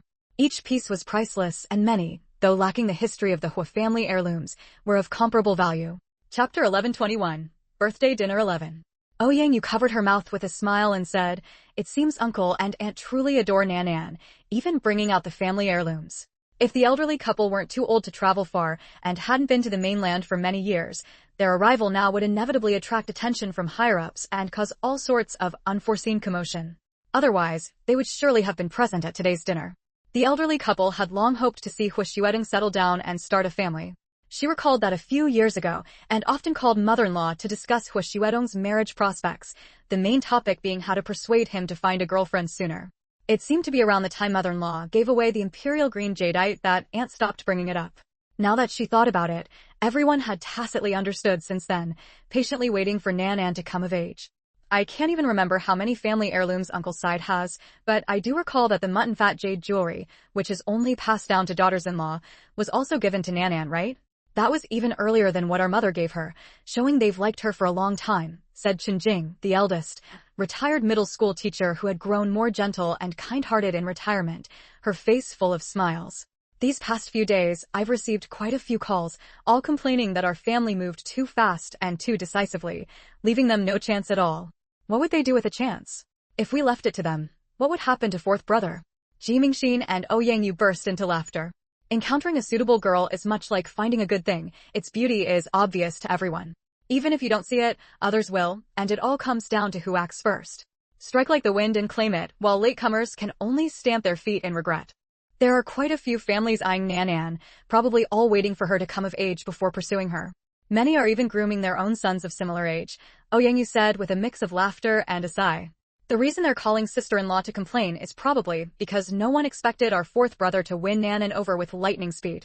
But sometimes, when I think about it, fourth brother is quite wicked. How old was Nanan back then? It's a good thing her family didn't beat him up. Ji Mingxin agreed. Xiaoya is right. If I had a daughter in that situation, I'd definitely give the culprit a good beating. So despicable and shameless, seducing a young girl. But when it comes to our fourth brother, I think it's better not to beat him. It's his blessing to have such understanding in-laws. People really are complicated. Behind the scenes, there were more than a few people cursing Hu Xuedong for his shamelessness. Qinjing was also aware of this, as many had complained about it over the phone. Thinking back, there was some truth to it. To have set his sights on Quan Xingnan before she came of age, and then publicly announce it right after she turned 18, only someone with thick skin could pull that off. But since the one doing it was family, they couldn't bring themselves to scold him. All they could do was their utmost to protect Quan Xingnan, shielding her from any gossip or rumors from the outside. The sisters-in-law thought this way, and so did the mother. Facing old Madame Lin, old Madame Qin actually felt a bit embarrassed. Even after years of mental preparation, she still blushed a little. Her son's actions left her with no reason to praise him. She could only praise Quan Xingnan, and she did so with all her might. Fourth brother really is something. Why did he give a blue diamond ring? It matches the daytime outfit, but not tonight's. A ruby ring would have complemented this dress beautifully. Chapter 1122, Birthday Banquet 12. Although the old Madame Qin was over 80 years old, she came from a distinguished family and had an innate knack for dressing and accessorizing. This ring is wonderful, I really like it. Even though it doesn't quite match the color of tonight's gown, it goes perfectly with the dress I wore for the ribbon cutting during the day. Quan Xingnan said with a smile. Compared to all her previous jewelry, this ring held a different significance. In truth, diamond rings are quite versatile, regardless of the diamond's color. Hadn't she chosen to forego the ruby bracelet she had tried on that day in favor of this diamond ring? She could have worn it, or opted for a ruby ring instead of the bracelet, but as the saying goes, jewelry is valued for its quality, not quantity. 2 or 3 pieces of ruby jewelry paired with this diamond ring were enough to evoke both admiration and envy from many women present. Old Madame Lin shot a glance at old Madame Qin, squinting her presbyopic eyes behind her glasses as she scrutinized the fabric of Quan Xingnan's cheongsam, looking it over again and again. She said to old Madame Qin, "You've been eyeing it this early? Do you think I'm too old to give the fourth one a proper beating without a good reason? I remember this fabric was part of your dowry back then, wasn't it?" Old Madame Qin chuckled. "Who said you can't beat him? You can take your cane and hit him right now if you want. I won't feel sorry for him." After saying that, she answered old Madame Lin's latter question. "You're mistaken. My dowry from back then was long scattered to the winds. What remains are just a few antiques and treasures I've hidden away here and there, not including fabric, something that doesn't store well and takes up space. As for the fabric on Nanan's dress, in my opinion, it's either from my sister-in-law's dowry or something the fourth one bought at a high price. It's a Qing Dynasty imperial tribute piece from the Suzhou Weaving Bureau, preserved so well over the years that it still looks bright and new. Wearing it, Nanan looks as beautiful as a little fairy." The key point was the auspicious meaning of the hidden pattern, pomegranates bearing 100 seeds. She couldn't say that in front of Nanan's elders, or she'd get beaten up. Turning her gaze, she saw Hu Xuedong, who was greeting the guests alongside Quan Onan, wearing a matching outfit with Quan Xingnan, a black suit, red tie, and red pocket square. His appearance was elegant and refined, his demeanor graceful, and with age, he had gained a restrained nobility and steadiness that surpassed everyone else present. Old Madame Lin's mood eased slightly. Regardless, Hu Xuedong was indeed the most outstanding among the younger generation. Unlike Hu Xuedong's attire, Yuan Ziyuan wore a simple navy blue mouse suit, exuding the dignity and charm of a middle-aged man. The higher one's status and power, the more an intangible aura set them apart from others. When the banquet began, the clock chimed. Under the gaze of the crowd, Yuan Ziyuan and Lin Xiaoxue, with their daughter holding their hands, stepped onto the stage step by step, stopping at the center under the lights. Lin Xiaoxue also wore a cheongsam, with a white base and blue and white porcelain patterns, trimmed in navy blue, radiating feminine elegance and nobility. For jewelry, she only wore a pair of pearl stud earrings. They had initially wanted Quan Shuaing to take the stage, but she declined. Although she was Quan Xingnan's biological mother, to outsiders, she was merely an aunt and foster mother. Yuan Ziyuan and Lin Xiaoxue were her rightful parents, and it was only fitting that they preside over her coming-of-age ceremony on this important day, honoring Lin Xiaoxue's 10 months of pregnancy. Distinguished guests, good evening. As her parents, we thank you all for taking time out of your busy schedules to attend our daughter's coming-of-age ceremony. With these words, Yuan Ziyuan and Lin Xiaoxue bowed deeply to the audience below. Seeing this, nearly everyone in the audience, except for the elderly, stood up, repeatedly saying they were unworthy of such courtesy. End of chapter. Chapter 1123, Determining the Main Path 1. Some of these people were younger members of the same social circle, while others were elites from the business world. They all held great respect for Yuan Ziyuan. Business people fear nothing more than corrupt officials who disregard discipline. Spending money is not a concern. Yuan Ziyuan had an excellent reputation as an official. He was strict with himself, worked diligently for the people, never accepted gifts, and rarely promoted the culture of drinking at banquets.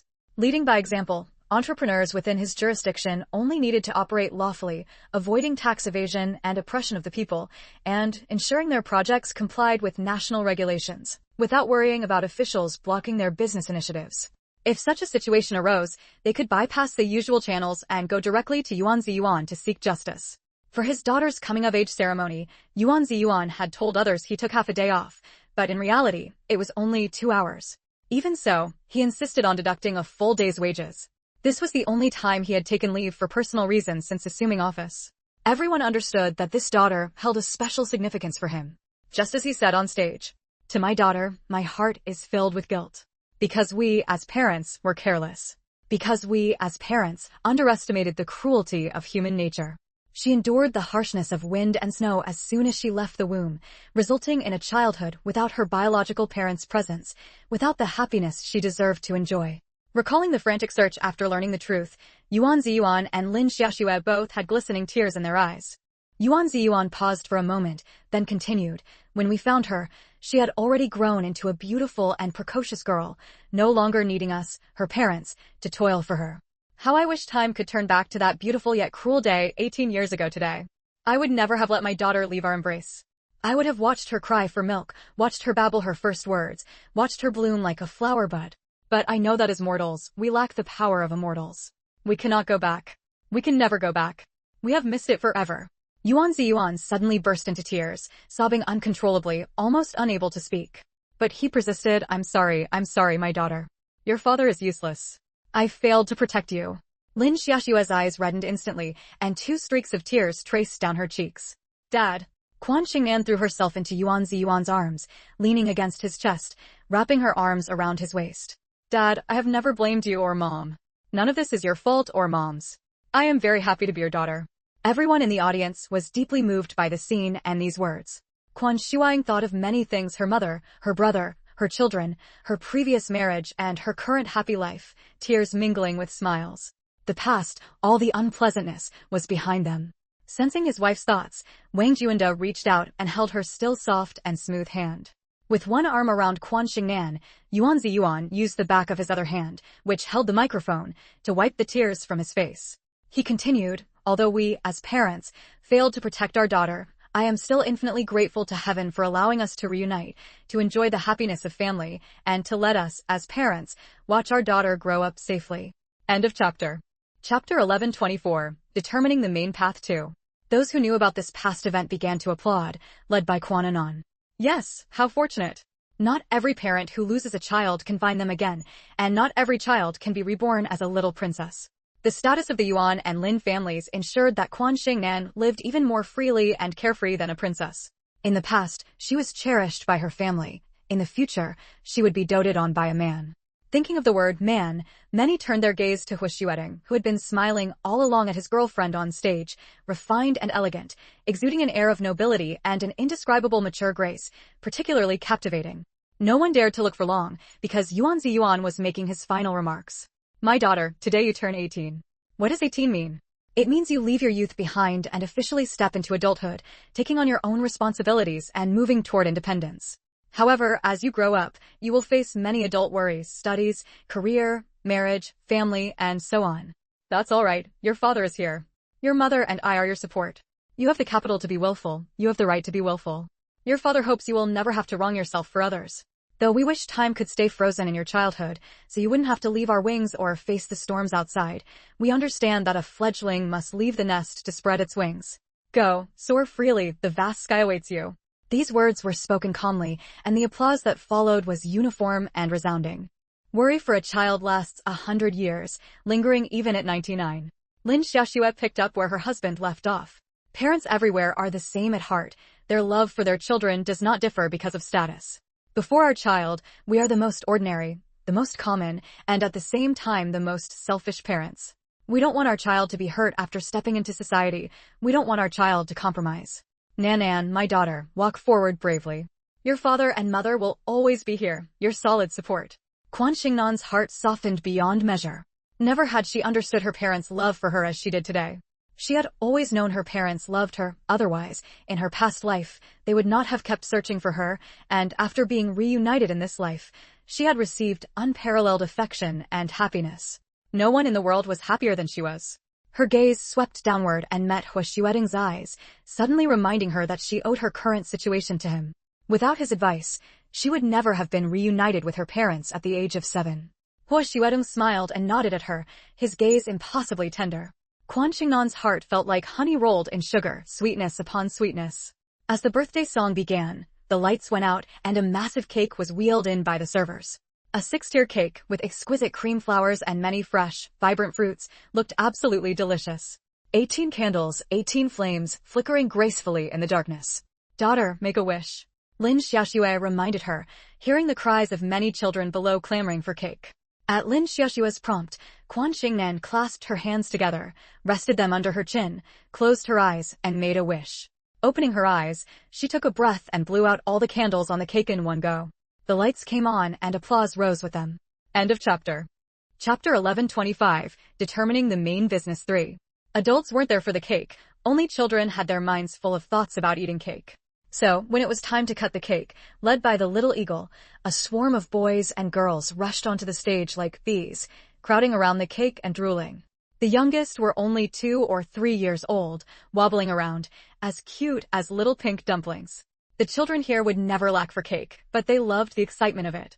Quan Xingnan quickly asked the waitstaff to bring a large stack of paper plates and spoons for the cake, while she herself cut and distributed it. After finishing the cake distribution and stepping off the stage, Quan Xingnan greeted everyone present before returning to the dressing room. Several sets of gowns and matching jewelry had been prepared in advance, all stored in the dressing room.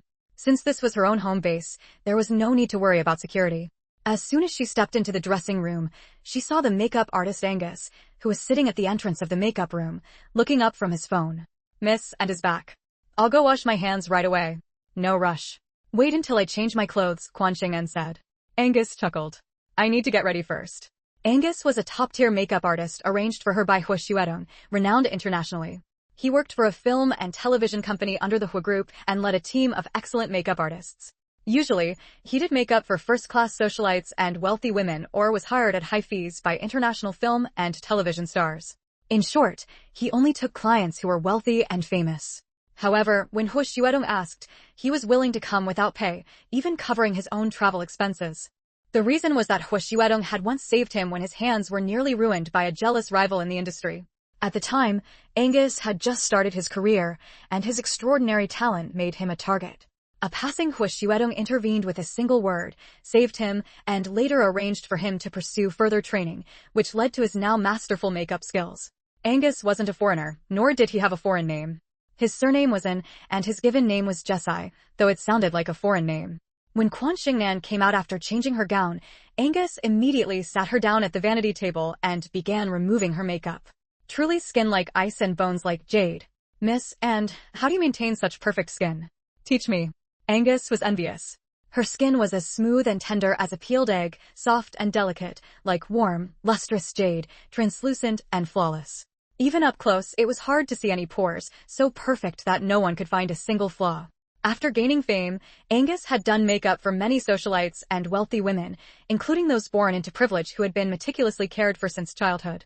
Yet no matter how carefully they were maintained, up close, there were always imperfections. In his eyes, he had never seen perfection. Only makeup could make imperfect people appear perfect. But Quan Xingnan had not a single flaw. Her beauty was entirely natural. I've been taking care of my skin since I was young, and now I eat bird's nest every morning and evening, Quan Xingnan said with a straight face, spouting nonsense.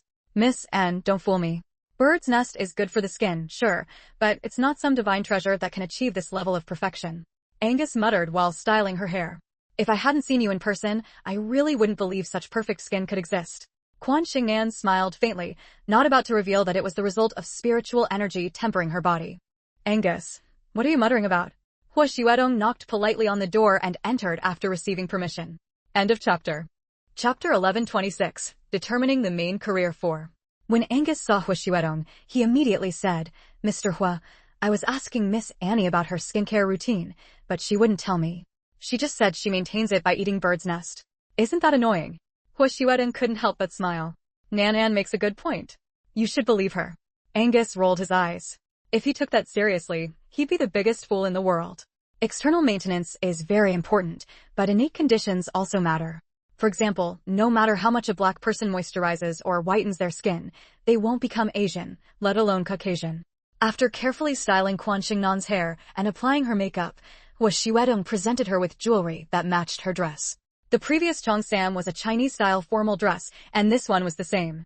Perhaps because she had come of age, Quan Xingnan had suddenly developed a fondness for cheongsams that accentuated a woman's curves and charm. This cheongsam was Liao Wanqiu's creation, named Treading Snow in Search of Plum Blossoms. It had a snow-white base, with a single branch of red plum blossoms intricately embroidered winding upward from the hem. The branch was gnarled and iron-like, with blossoms either fully open, fallen, or half-open and half-closed. Their color was like rouge, vivid and lifelike, as if their fragrance filled the room. Red satin trimmed the edges, and the plum blossom frog buttons were also red. The fabric came from their own silk factory. Though slightly inferior to tribute silk, it was undoubtedly top-tier among modern silks. The jewelry remained unchanged, still the ruby hairpin and ruby earrings. Angus had simply changed her hairstyle, and she hadn't switched shoes either, as she felt they matched the cheongsam better than white leather shoes. After all, it was her birthday, a celebratory occasion, so it should be vibrant and lively. But as the night grew late and chilly, Hua Xuedong picked out a dark green shawl for her to drape over her shoulders. Embroidered on its surface were a few scattered red plum blossoms, also specially crafted by Liao Wanqiu to match the cheongsam, considering the cold weather. Watching the two walk away side by side, Angus suddenly let out a sigh. Perhaps this was what love looked like. It wasn't determined by wealth or poverty. The depth of love could only be decided by the people involved. Having moved among Hong Kong's high society for so many years, he had never seen Hua Xuedong be so gentle with any girl. His self-restraint since coming of age had made him the ideal man in every woman's eyes. Women's requirements for a good man were simple: no flirting with others, no stirring up trouble, and being good to only one woman. So, as soon as Hua Xuedong and Quan Xingnan appeared, they were surrounded by a crowd of wealthy ladies offering birthday wishes and congratulations, saying the two were a match made in heaven. Winking and chattering, they urged Hua Xuedong to remember to invite them to the wedding feast. Compared to certain unmarried socialites with ulterior motives, the blessings from these married ladies were far more sincere. Hua Xuedong politely thanked them. When the time comes, I will certainly extend a sincere invitation to all of you. Everyone knew that Hua Xuedong's word was his bond, with no exceptions. So, upon hearing this, they all felt certain that Hua Xuedong and Quan Xingnan were dating with marriage in mind, unlike many men who dragged their girlfriends through a decade-long romance, only to break up citing incompatibility when the women got older, which made them want to curse. Admittedly, they shouldn't have doubted, given the family's long-standing friendship and social standing, but what if something changed? Quan Xingnan just smiled without speaking. Only when they were farther from the group of ladies did she quietly chuckle. Fourth brother, they don't quite trust you, do they? She had seen right through what those ladies were thinking. She had no prior connection with this group. Their husbands or sons simply had business dealings with the Hua family. Still, she found them rather endearing, proper in appearance, and upright, kind-hearted people. End of chapter. Start. Chapter 1127, Determining the Main Focus 5.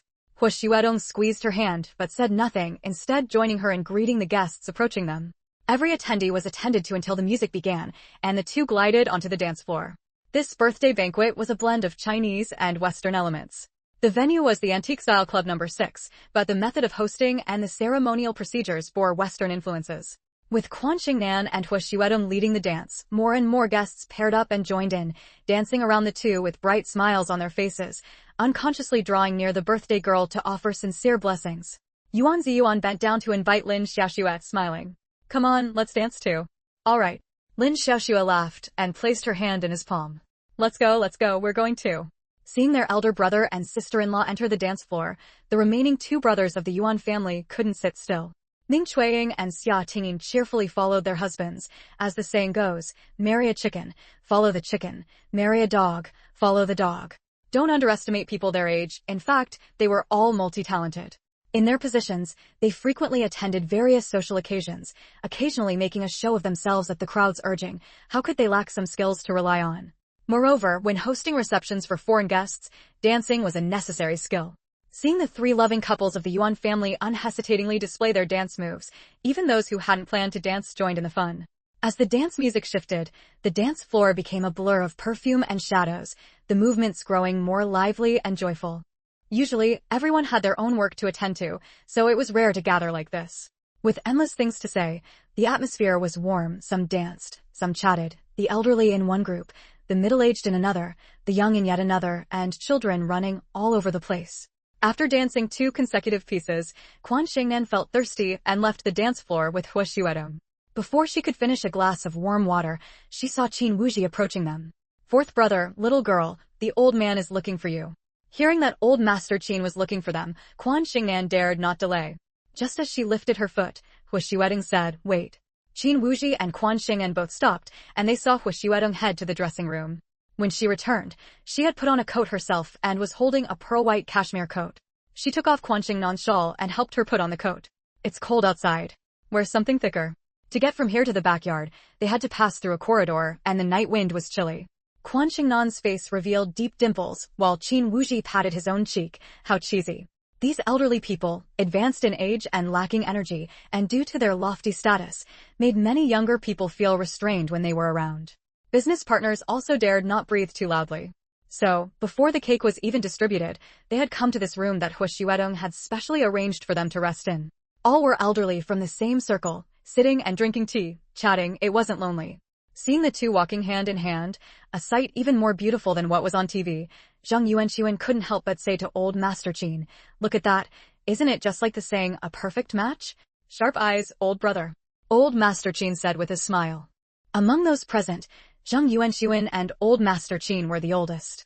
The over 90-year-old elder had personally come to attend Quan Xingnan's coming-of-age ceremony, which was a tremendous honor. Old Master Lin was about 10 years younger than them, but still around 80. So, seeing a room full of white-haired but ruddy-faced elderly gentlemen and ladies, Quan Xingnan and Hua Xuedong instinctively bowed. End of chapter. End. Chapter 1128, Determining the Main Path 6. "Father, what instructions do you have for calling me and Nanan over?" After greeting all the elders, Hua Xuedong asked old Master Qin why he had summoned them. Old Master Qin smiled and said, "It's not me who has something to discuss with you, it's your grandpa Zheng." Hearing this, Hua Xuedong and Quan Xingnan both looked at old Master Zheng. Although old Master Zheng's marriage was criticized, his conduct in life earned everyone's respect. His meritorious service to the nation was evident, and at his age, he was a national treasure. Many matters were handled by the state, so what could he need from them? Old Master Zheng suddenly let out a laugh. "Nanan calls me Grandpa Zheng, and I accept it readily. But how could your fourth brother call me Grandpa Zheng? He used to call me Uncle Zheng, just like Xiaoxue. If he changes his address now, what would you call me?" The Xiaoxue he referred to as Lin Xiaoxue. Old Master Zheng, old Master Qin, and old Master Lin were of the same generation in their social circle, so Hua Xuedong was only one generation below him. In fact, Hua Xuedong was old Master Qin's late-life child, which meant he was young but held a high generational status in this circle. This had often led to amusing situations involving generational titles, with many people 20 years older than him having to call him uncle. Hearing old Master Zheng's words, old Master Qin caught on and coughed twice. "It's fine. After all, my fourth son has come to lower our family's generational standing." Everyone who understood his implication laughed. Afraid they would continue and delve into the specifics of generational titles, Quan Xingnan quickly said, "Grandpa Zhang, what is it that you need? Just tell me directly. If it's something I can do for you without violating moral principles, I will certainly see it through." "Without violating moral principles? Do you think I'm some princess from a wuxia novel needing a 3-clap pact?" Old Master Zheng replied, then grew serious. "There really is one thing that only you, little Nanan, can help with. Lately, you haven't been coming to the compound, so I couldn't see you and had to come here to find you." Quan Xingnan quickly said she didn't deserve such praise and asked what the matter was. Old Master Zheng took a sip of tea, caught his breath, and said slowly, "Today is your birthday, so I won't say anything unlucky. But there's something buried in my heart for over half a century, about the whereabouts of a person. I want to ask you about it. At 70, life is rare." He was already over 90, with one foot in the grave, just waiting for the coffin to close. If he could learn of this person's whereabouts before his death, he would have no regrets. "Tell me who this person is, and I'll help you find them." Old Master Zheng suddenly found it hard to speak, hesitating without getting the words out. Old Master Qin said bluntly, "At your age, what's there to hide about that trivial matter of yours? Everyone sitting in this room knows each other well. No one will gossip about it outside." Hearing this and seeing that only the elders were in the room, Qin Wuji had long slipped out Quan Xing and realized this person was no simple matter. Was it too late to back out now? Too late, Hua Xueding whispered in her ear. Although Old Master Zheng hadn't yet said who he was looking for, given his life story, Hua Xueding had roughly guessed. "How do you know what I'm thinking?" Quan Xingnan glared at him, her clear, sparkling eyes conveying this question. Hua Xueding smiled softly. How could he not know? Every word, every action, every move she made was in his eyes and heart. End of chapter. Chapter 1129, Determining the Main Profession 7. Old Master Zheng sighed, interrupting the silent exchange of glances between the two. You old fellow is right.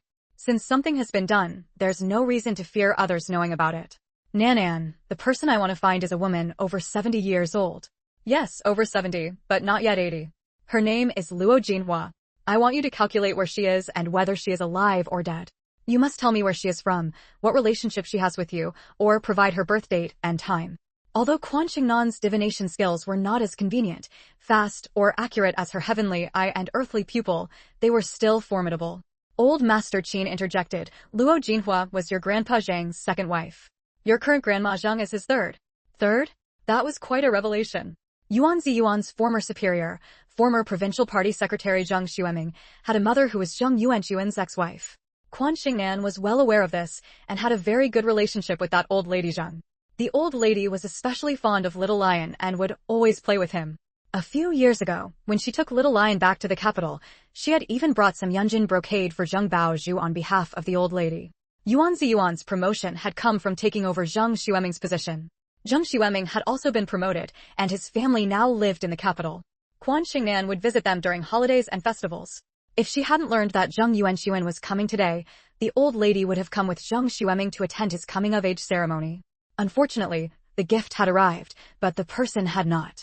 In fact, before she had a good relationship with the first old lady Zheng, Quan Xingnan had little interaction with the current old lady Zheng. Although she had once given a pair of Fu Lushou jade bangles to Zheng Yuanxuan to help him please his wife, it was likely because she had helped many women or female ghosts harmed by men and mistresses that she instinctively disliked mistresses. The current old lady Zheng was unequivocally a mistress. When she married Zheng Yuanxuan, he had not yet divorced his first wife. Well, they had a lovely term for it, revolutionary comrades. Wait, didn't this mean that Luo Jinhua, whom Old Master Qin referred to as Zheng Yuanxuan's second wife, was actually the mistress and the current wife was the fourth? The current wife had taken her position while Zheng Yuanxuan was still married to the first old lady Zheng, not to mention the timing of the second wife's appearance. This marriage was truly a mess. Quan Xingnan shook her head inwardly. When it came to defending the country, Zheng Yuanxuan was worthy of a thumbs up. His meritorious service was undeniable. But in matters of marriage, it was as tangled as a ball of hemp, carrying on with others while still married. He was a good general, but not a good man. As a woman, Quan Xingnan preferred good men more. Her Hua Xuedong was a top-tier good man. In truth, a man's character in marriage and love had nothing to do with his achievements. Some men loved their families and wives, had a sense of responsibility, and were unwilling to commit the mistakes that all men make. Others believed that their great accomplishments entitled them to enjoy the blissful life of having multiple wives and concubines, so one wife was not enough to satisfy their grand egos. Zheng Yuanxuan felt a bit embarrassed and looked at Old Master Qin. Old Master Qin, being straightforward, said, Your Grandma Jinhua was from southern Shandong. Back then, your Grandpa Zheng's troops were stationed there. They were introduced by someone, met, and held their wedding locally.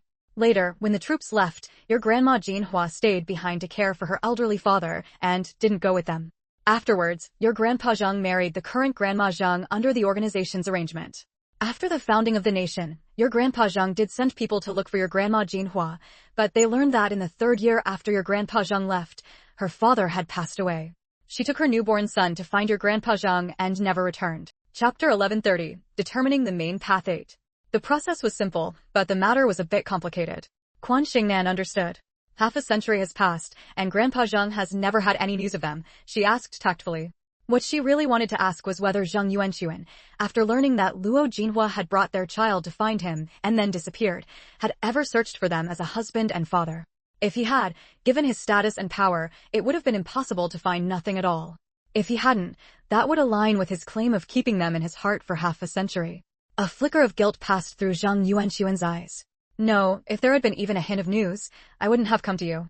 Hua Xuedong subtly tugged at her young girlfriend's sleeve. The slight movement immediately caught Quan Xingnan's attention, and she understood the ambiguity in Zhang Yuanxuan's words. He hadn't searched. Quan Xingnan had long heard that the current old Madame Zheng was formidable, forbidding Zhang Yuanxuan from helping Zheng Xueming and Zheng Baozhu, and preventing him from seeing the first old Madame Zheng.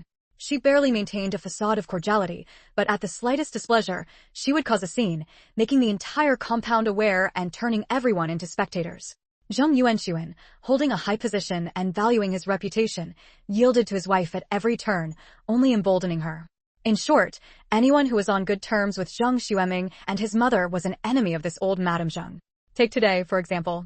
Old Master Qin, Old Master Lin, and several other revolutionary elders from the compound had brought their spouses to attend Quan Xingnan's coming-of-age ceremony, but old Madame Zheng did not come, making her dislike for the Yuan family quite evident. So, Grandpa Zheng, you're not actually looking for one person, but a mother and child? Quan Xingnan didn't press further. More or less. Find your grandma Jinhua, and the child's whereabouts will follow. Zheng Yuanxuan coughed twice, then sighed. Little girl, do a reading for me. I've even prepared the divination fee. Quan Xingnan deliberately said, so, I have no choice but to do it? Of course not. Everyone laughed. Zheng Yuanxuan didn't have Luo Jinhua's birth date and time, nor did he know that of his son. Although Quan Xingnan had formally studied feng shui, she wasn't very skilled at character divination, so she pretended to count on her fingers while actually opening her third eye. Under the third eye, the past and future were laid bare. After seeing what she needed, Quan Xingnan grinned at the anxiously waiting Zheng Yuanxuan. How is it? Zheng Yuanxuan asked urgently. The several revolutionary elders present also looked at Quan Xingnan. Those who were close to Zheng Yuanxuan hoped he could resolve this lingering matter, a matter everyone knew about but could not help with. Even an upright official finds it hard to settle family disputes. With old Madame Zheng's fiery temper, who dared to interfere? If not for Zheng Yuanxuan's advanced age, old Master Lin and old Master Yun would never have agreed to let him come to Quan Xingnan. Grandma Jinhua has already passed away. The son she bore was frail and sickly due to poor care in childhood, and as an adult, he lacked the financial means to properly tend to his health, so he died young. The grandson is an orphan, raised in an orphanage. His name is Luoda. Quan Xingnan closed her eyes and said it all in one breath. Luoda? Old Master Qin and Hua Xuedong exchanged a sudden glance. Old Master Lin and Old Master Yun's white brows also twitched. If they remembered correctly, the person currently in charge of security at the Tongxing Museum was named Luoda. His legs had been healed by Quan Xingnan, and his family was deeply grateful to her, often visiting the courtyard house. End of Chapter 1131, Determining the Main Path 9. Because he had once followed Hua Xuedong, came from a military background, and became disabled while saving someone, yet never complained about the ingratitude of the person he saved, the old gentlemen all liked him very much. Upon learning that he was an orphan, they invited his whole family to the courtyard house during holidays. The old lady especially liked Rhode's wife, who had a round face, round eyes, and a round mouth, an exceptionally endearing appearance. Could the Rhode that Quan Xingnan mentioned be this Rhode? The old people all had this question. They wanted to ask, but were afraid of guessing wrong. Most importantly, if it was Rhode, he might not be willing to acknowledge Zheng Yuanxuan, so they all fell silent, as if the silence came from hearing the news of Luo Jinhua's death rather than anything else. However, upon careful reflection, Rhode's features did bear a resemblance to Zheng Yuanxuan in his youth. Why had they never noticed this before? After Quan Xingnan finished speaking, she opened her eyes, lowered her head, and played with Hua Xuedong's fingers. She gently squeezed them twice, and Hua Xuedong understood that the road Quan Xingnan mentioned was the road they knew. Quan Xingnan expressed great helplessness. It was too unexpected. For those close to her, she rarely probed into their past or future. She only knew what Hua Xuedong had told her, such as Rhode being an orphan and so on. Thus, she had never imagined that Rhode was actually Zheng Yuanxuan's grandson. Life is not a TV drama, but the plot resembles one. Sometimes the world is vast, taking a long time to circle the globe. Sometimes it is so small that everyone lives within a few feet of each other. After hearing Quan Xingnan's words, Zheng Yuanxuan was stunned. In an instant, he seemed to have aged more than 10 years. He was already very old, with wrinkled skin and white hair, but because he had held high power before retiring and received state care in every aspect of his life, he had been exceptionally well-preserved, ruddy complexion and vigorous spirit. Now, that vitality had largely dissipated, leaving only a sense of dejection. Dead? All dead? Zheng Yuanxuan asked. Quan Xingnan nodded. In that era, it was a stroke of luck for a helpless mother and child to survive it all. Moreover, during the late 1950s and early 1960s, they endured the 3 years of natural disaster. It was only natural that their lives were short. Quan Xingnan held great respect for Luo Jinhua, because through her clairvoyance, she saw Luo Jinhua bringing the child to Zheng Yuanxuan's hometown. At that time, the mother and son had reached the end of their rope. It was Grandma Zheng who extended a helping hand, letting them stay in her home. Upon learning that they were searching for someone, she even offered to help find him. After understanding the full situation, she finally asked for the name and realized the person they were looking for was Zheng Yuanxuan. Upon learning that he had a wife and children, Luo Jinhua was overwhelmed with shame and felt she had wronged Grandma Zheng and Zheng Xueming, who had kindly taken them in. If not for the child, she would have almost hanged herself with a hemp rope. She felt that her marriage to Zheng Yuanxuan was a joke, an insult to her. To set aside one's wife and remarry, in the old days, a second marriage was not to a wife, but to a concubine. If she had known that Zheng Yuanxuan had a wife at home, even if the matchmaker had spoken glowingly, she would never have agreed to marry this revolutionary soldier, whom the villagers saw as having boundless potential. Regret came too late. Luo Jinhua wept bitterly, kowtowing to Grandma Zheng to apologize until her forehead was bruised, a testament to the depth of her remorse and regret. In the end, Grandma Zheng stopped her. Silly sister, the fault is not yours. The one who wronged me is not you. The real culprit has not reflected on his own mistakes. Why should you, an innocent woman dragged into this, kowtow and apologize? And Chapter 1132, Determining the Main Path 10. Back then, Zheng Yuanxuan had married the current old Madame Zheng, who admired him and cared for him in every way, under the organization's arrangement. One of his subordinates had once received a favor from old Madame Zheng and secretly sent her a letter, which arrived before Luo Jinhua came looking for him. He had also tipped off old Madame Zheng about Luo Jinhua's situation, and she knew everything clearly, which was why she so easily forgave Luo Jinhua's unintentional mistake. Compared to the current old Madame Zheng, who knew Zheng Yuanxuan had been married twice before yet still pursued him, Luo Jinhua was truly unaware of the facts. She had married Zheng Yuanxuan, who was stationed locally, only because her family arranged it. That subordinate had told old Madame Zheng everything and had also tried to persuade Zheng Yuanxuan, but unfortunately, Zheng Yuanxuan refused to heed his earnest advice. When Luo Jinhua learned of this, it struck her like a thunderbolt. She was a kind-hearted woman with a strong sense of right and wrong. The less old Madame Zheng blamed her, the more distressed she felt, and the more she believed that Zheng Yuanxuan's betrayal of such a good woman was utterly unforgivable. A man so wicked was not worth her staying with. So when old Madame Zheng asked her what she planned to do, she voluntarily offered to leave with her child and never see Zheng Yuanxuan again. It was old Madame Zheng who urged her to stay, suggesting they raise the 3 children together. Regardless of the grievances between the adults, the children were innocent. Besides, the 2 women shared the same plight, both hurt by the same man. Luo Jinhua was strong-willed and refused. She felt her position was improper, so she bid old Madame Zheng farewell. She refused to accept anything when she left, but old Madame Zheng secretly tucked over a dozen small gold bars and a large bag of silver dollars into her bundle. From then on, she never saw Luo Jinhua again, nor did she ever hear any news of her. Old Madame Zheng came from a well-established scholarly family. She was a renowned gentlewoman of the area and quite wealthy. Her father had married her to Zheng Yuanxuan because he saw him as a promising young man. Little did he know that while Zheng Yuanxuan indeed had a bright future, he would later divorce old Madame Zheng after the founding of the nation. At that time, the law required monogamy, and he had to make a choice. Old Madame Zheng agreed to the divorce without any hesitation, showing no sign of reluctance. It seemed to have infuriated Zheng Yuanxuan at the time, as his pride was wounded. Out of spite, he let his current wife throw her tantrums and stopped concerning himself with his ex-wife and children. All of the above was what the heavenly eye had revealed of the past, and Quan Xingnan had no intention of telling Zheng Yuanxuan. As for Zheng Yuanxuan, he was filled with guilt toward Luo Jinhua and her son, repeatedly pressing for news of Luo De's whereabouts.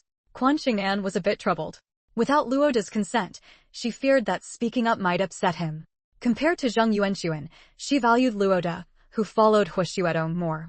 Hu Xuedong suddenly spoke up, "Uncle Zheng, you should let Nan rest for a while. Fortune-telling is especially draining." That's right, Grandpa Zheng.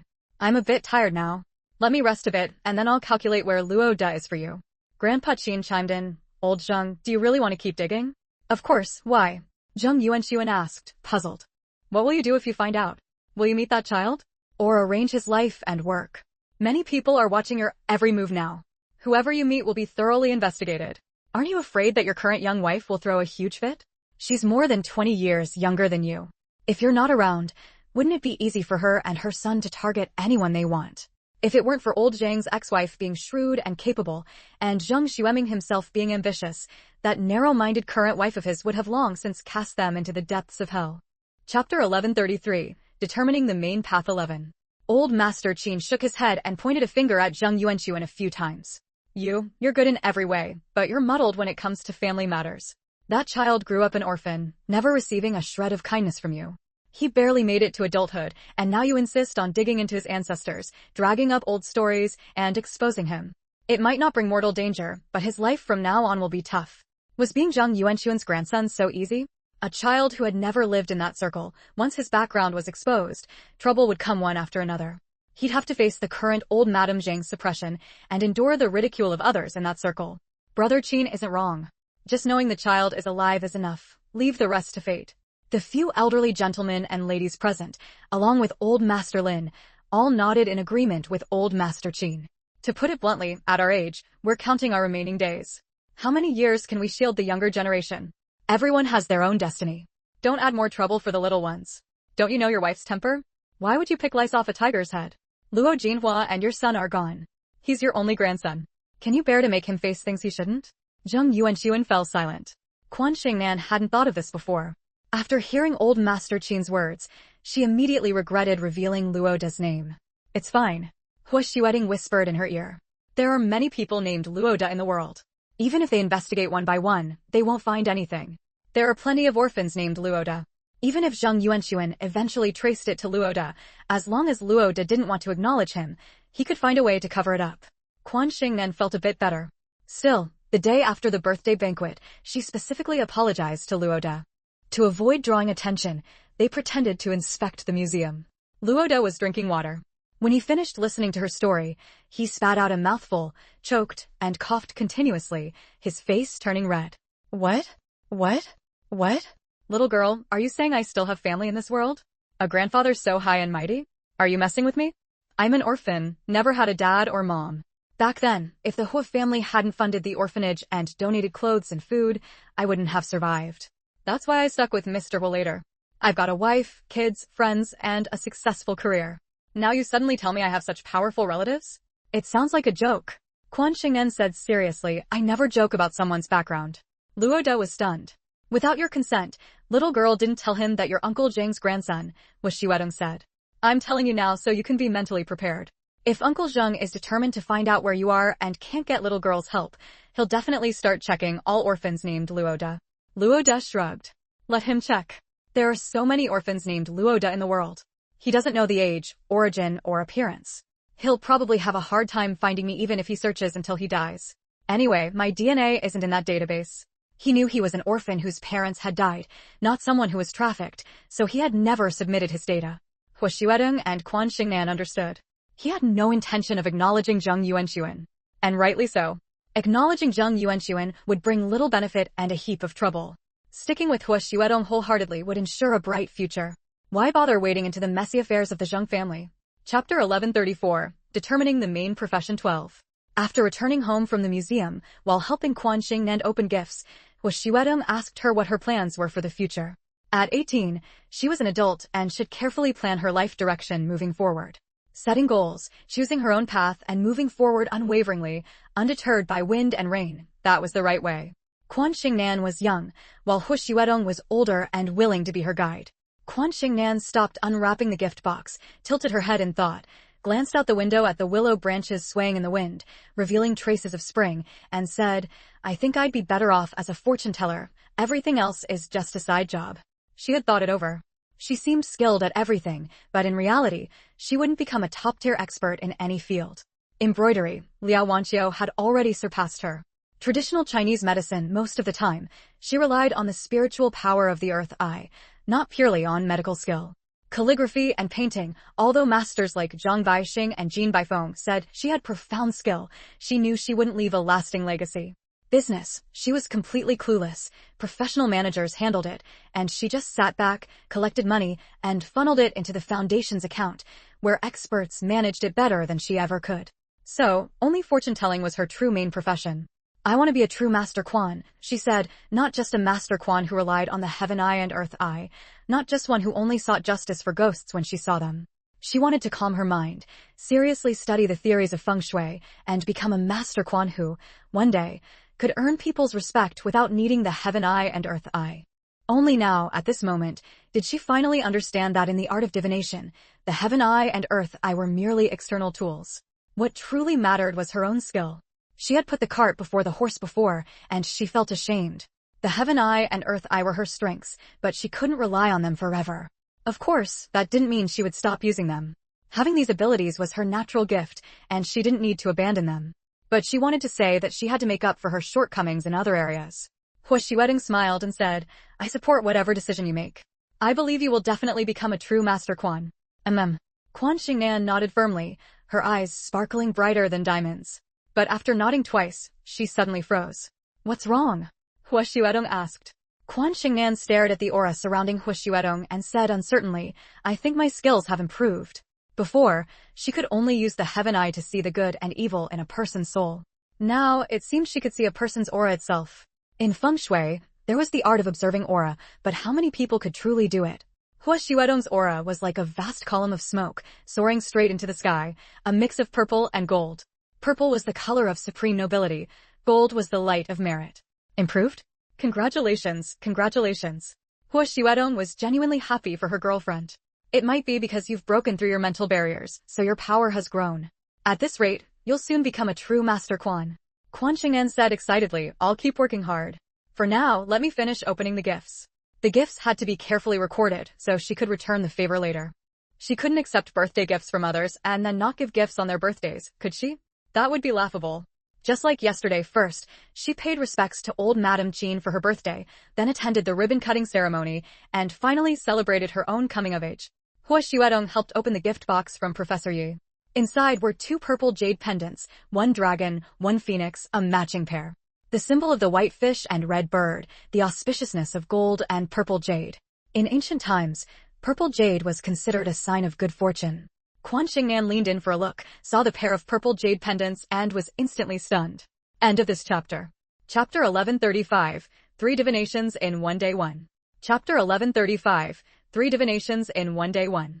Hua Xiuedong immediately noticed her girlfriend's unusual expression. What's wrong? Have you seen this pair of jade pendants before? Quan Xingnan did not answer. Instead, she reached out and held the pair of jade pendants in her palm. After examining them closely for a moment, she finally confirmed that these pendants were one of the treasures in a property dispute case from her previous life. It could be said to be a bloody incident triggered by a hospital baby swap. The female leads in that bloody case were Lin Wenjing and Yi Mingzhu. The matter was not complicated. Yi Mingzhu was the child of the Lin family, and Lin Wenjing was the child of the Yi family. The 2 families had swapped babies in the same hospital. 18 years later, the truth was discovered. Both the Lin and Yi families, without prior agreement, chose Yi Mingzhu and abandoned Lin Wenjing. The Yi family valued the bond they had cultivated over the years, while the Lin family valued their own bloodline. The property dispute occurred at this time. Before his death, old Master Yi had left a will stating that all the antiques, calligraphy, and paintings he had collected during his lifetime would be donated to the state free of charge. Only a pair of purple jade dragon and phoenix pendants, an old house in the capital, all his savings, books, and notes were left to his granddaughter as her dowry. He had only one son, who had 2 twin grandsons, but only one granddaughter, Yi Mingzhu. Although old Master Yi had a strained relationship with his son and daughter-in-law, he was very fond of his grandchildren. Old Master Yi believed that a man should stand tall and proud, earning his own fortune rather than relying on his ancestors. Moreover, since society was more lenient toward men than women, with his grandson's consent, he left all his property to his granddaughter. Thus, Yi Mingzhu inherited these assets. Unfortunately, after the baby swap was exposed, old Master Yi's 2 grandsons filed a lawsuit against Yi Mingzhu. One reason was that they disapproved of their parents' decision to abandon their biological sister. Another reason was that old Master Yi's will clearly stated that the property was left to his granddaughter, and since Yi Mingzhu was not of Yi blood, she could not be considered old Master Yi's granddaughter. A third reason was that Lin Wenjing had nothing, and the brothers, deeply concerned for this sister abandoned by both families, wanted to reclaim the property through legal means and give it to her. Even though Lin Wenjing did not bear the surname Yi, in the eyes of the two brothers, she was still a child of the Yi family, their biological sister, and their grandfather's true granddaughter. For some unknown reason, Old Master Yez will only stated that the property was left to his granddaughter, without explicitly naming Yi Mingzhu. The legal team hired by Yi Hai and Yi Tao seized upon the term granddaughter in Old Master Yez's will, which did not mention Yi Mingzhu by name. They then presented paternity test results and other evidence to prove that Lin Wenjing was the real Yi Mingzhu. Through this, they forcibly reclaimed the house, books, and notes from Yi Mingzhu, though the purple jade dragon and phoenix pendants and the savings were not recovered. Some say that human nature is inherently good at birth, others say it is inherently evil. However, Quan Xingnan believed that whether good or evil, part of one's nature is shaped by nurture, while another part is innate. The same upbringing often produces children with vastly different moral inclinations. Yi Mingzhu had been doted on since childhood. Even though the Yi family was a scholarly household, she grew up to be willful and headstrong. Lin Wenjing, raised in comfort in the Lin family, was not spoiled into arrogance by their nouveau riche lifestyle of reckless spending. Instead, she lived up to her name, quiet and elegant, kind and considerate. After losing the lawsuit, Yi Mingzhu, under the guise of an accident but with clear intent, shattered the purple jade dragon and phoenix pendants into pieces. End of chapter. Chapter 1136. 3 Divinations in a Day 2. Chapter 1136. 3 Divinations in a Day 2. Quan Xingnan liked Lin Wenjing very much. Lin Wenjing was able to support herself later thanks to the skills and knowledge she learned in the Lin family. So, when she thought about the mix-up between Lin Wenjing and Yi Mingzhu in Hong Kong, she did not intervene to change it. Old Professor Yi was a very good person. If he knew the truth, he probably wouldn't abandon his granddaughter like his son and daughter-in-law, would he? With a grandfather like that guiding her, Lin Wenjing would likely have a better life, right?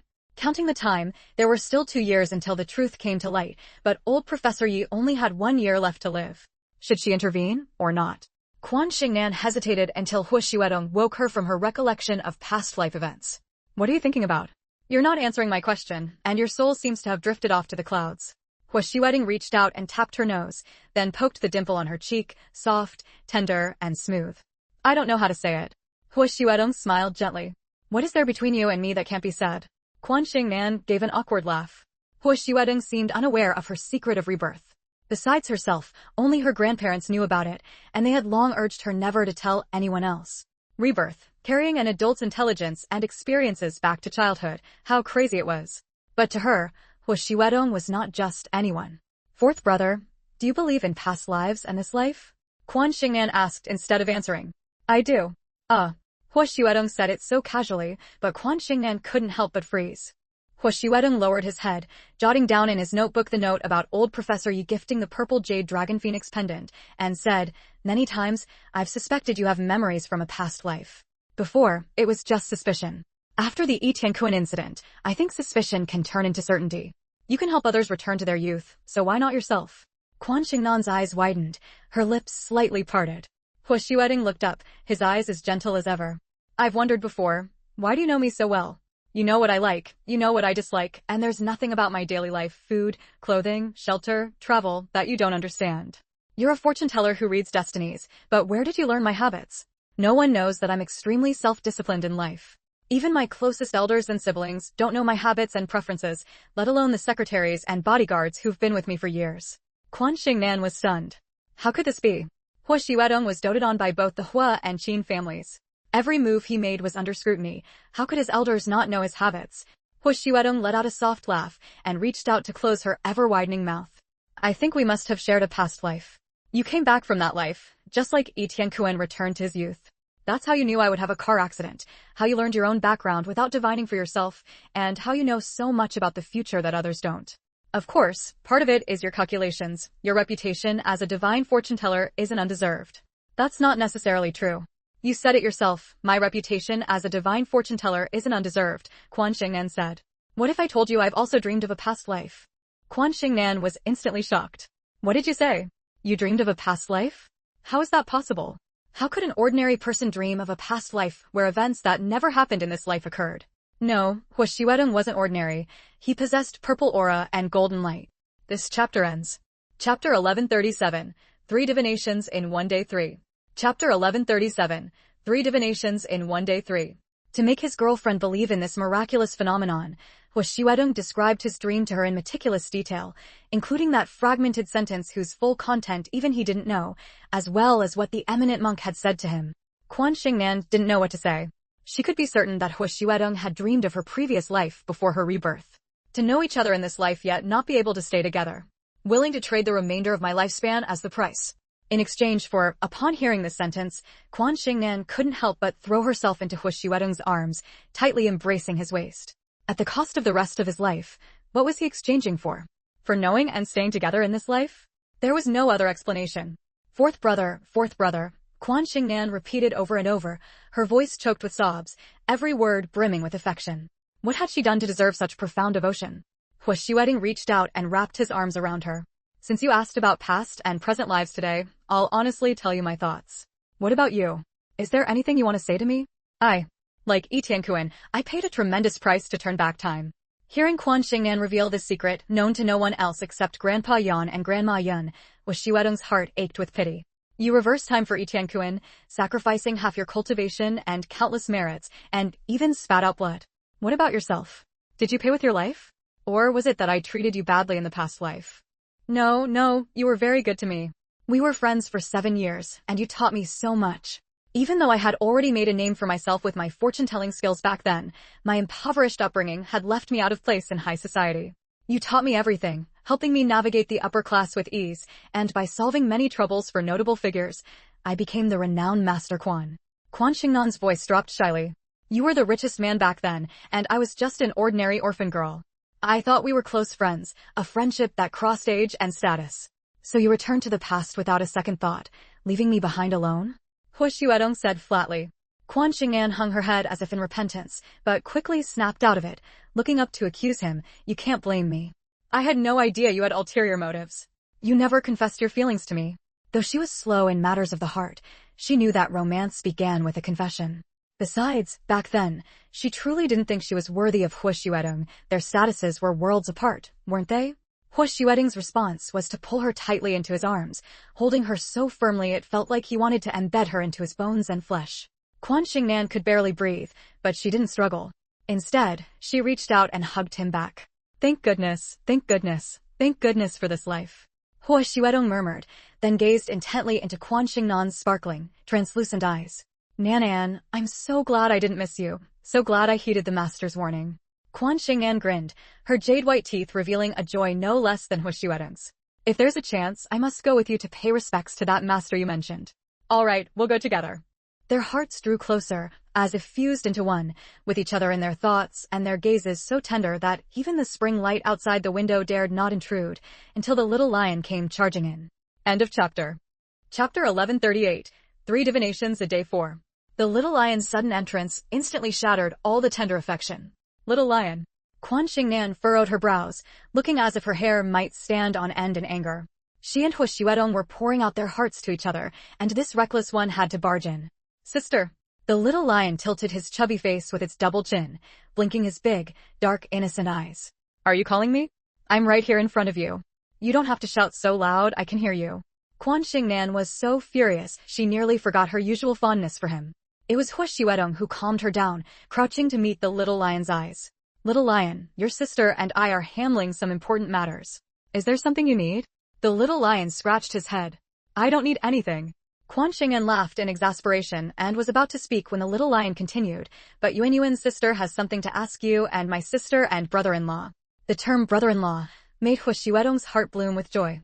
Little lion, would you say that again? It's the first time someone's called me that, and it feels wonderful. Hearing Hwashiwedong's words, the little lion extended his chubby little right hand toward him and said slyly, I can call you brother-in-law every day, but you'll have to give me something to win me over. He rubbed his thumb and forefinger together. Hwashiwedong patted himself down.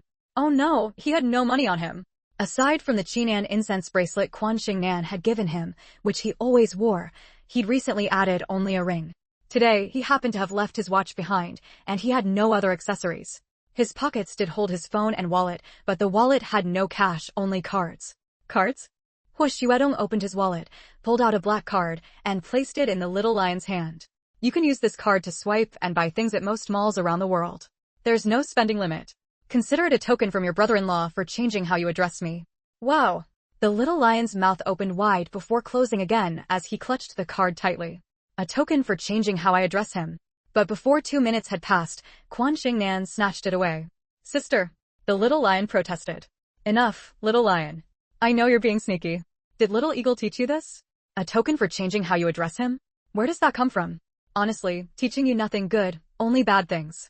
I'll keep this card for you. If you want to buy anything, just tell me and I'll get it for you. You're too young to carry something so dangerous. Remember that phrase I taught you? How does it go?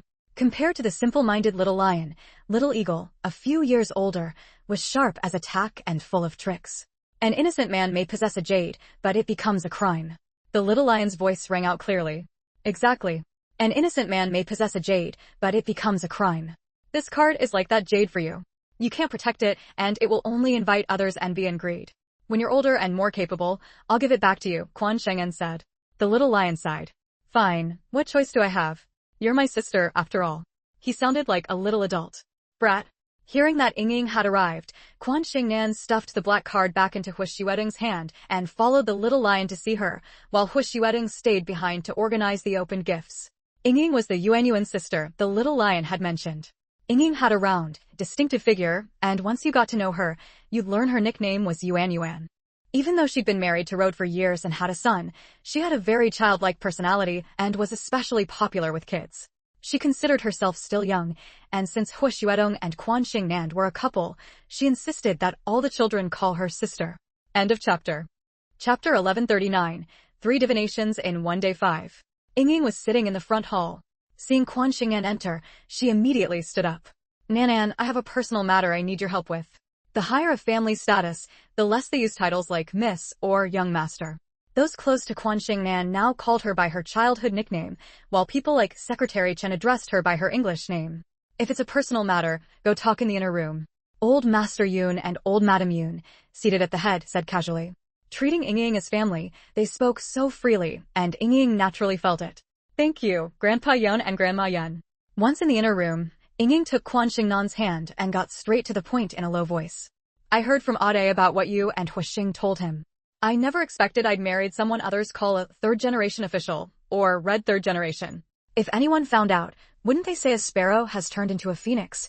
Hearing her teasing words, Quan Xingnan couldn't help but laugh. But Ade doesn't acknowledge them, and of course I listen to Ade. So whatever, third-generation official, or red third generation, none of that has anything to do with our family. Ying waved her chubby hand, revealing a round, fair wrist. Still, not knowing was one thing, but now that we do, Ade wants to ask where his grandmother and parents' graves are. We want to visit, sweep the tombs, and burn incense, so they have money to spend in the underworld and won't be bullied by other ghosts for being broke. Ade was very young when he was sent to the orphanage. His father's funeral was handled by his mother, and his mother's funeral was handled by her family. Ade knows nothing about it. Wasn't there any record of Ade's parents in the orphanage files when he entered after they died? Quan Xingnan asked curiously. Ying shrugged. Ade said that after his parents passed, the relatives on that side took the money, didn't want to raise him, and took him to another place, dumping him at the orphanage gate. So the orphanage has no information on Ade's parents. Ade was little then. He only remembered his own name and that his parents were gone, but he didn't recall his hometown or his parents' names. That was normal.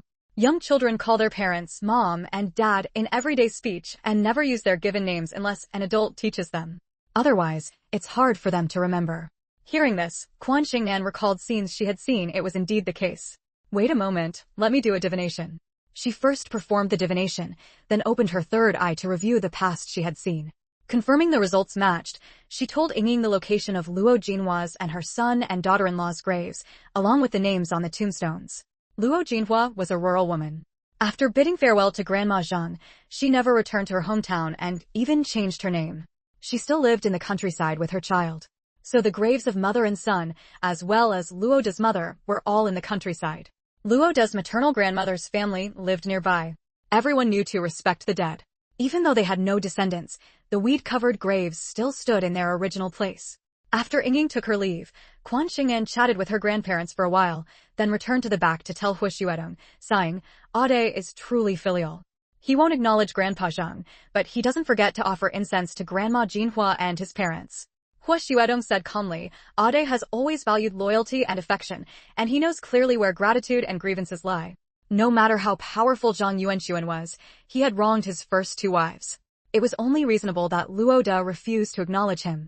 End of chapter. Chapter 1140. 3 Fortunes in 1 Day 6. Quan Xingnan agreed. She despised promiscuous and unfaithful men the most, yet society treated them with great leniency. A man's promiscuity was called romantic, while a woman's was labeled wanton. Men were allowed to have multiple wives and concubines, but women were looked down upon for having several boyfriends. People often spoke of gender equality, but true equality still required further progress. However, compared to the past, the status of women in her country had already improved significantly, granting them the right to be willful. Ad's matter is settled for now. Since we're both at home, tell me about your rebirth and this pair of purple jade. Unlike Rode, who could solve his own problems, Hua Xuedong was more eager to learn about his girlfriend's experiences. He wanted to know what had driven her to resolutely abandon the life she had already achieved in her past life and stubbornly return to her childhood. Since he already knew about her rebirth, what else was there to hide from him? My inner demon was hard to dispel, and my cultivation stagnated. That's why I paid the price of merit to reverse time and return to the past. After saying this, Quan Xingnan lowered her voice and recounted the full story of her rebirth. Actually, when I found out that I hadn't been abandoned by my parents, I was incredibly happy truly. Especially since, in our past life, they had been searching for me all along, never stopping. I had seen through everything in the world, but I could never let go of this one thing. Over time, it became my inner demon, a stumbling block on my path of cultivation. She ended with these words, but Hua Xuedong's heart ached unbearably. It's my fault. In our past life, I failed to notice this and didn't help you see through it, causing you to dwell on it and waste our past life together. How could it be your fault?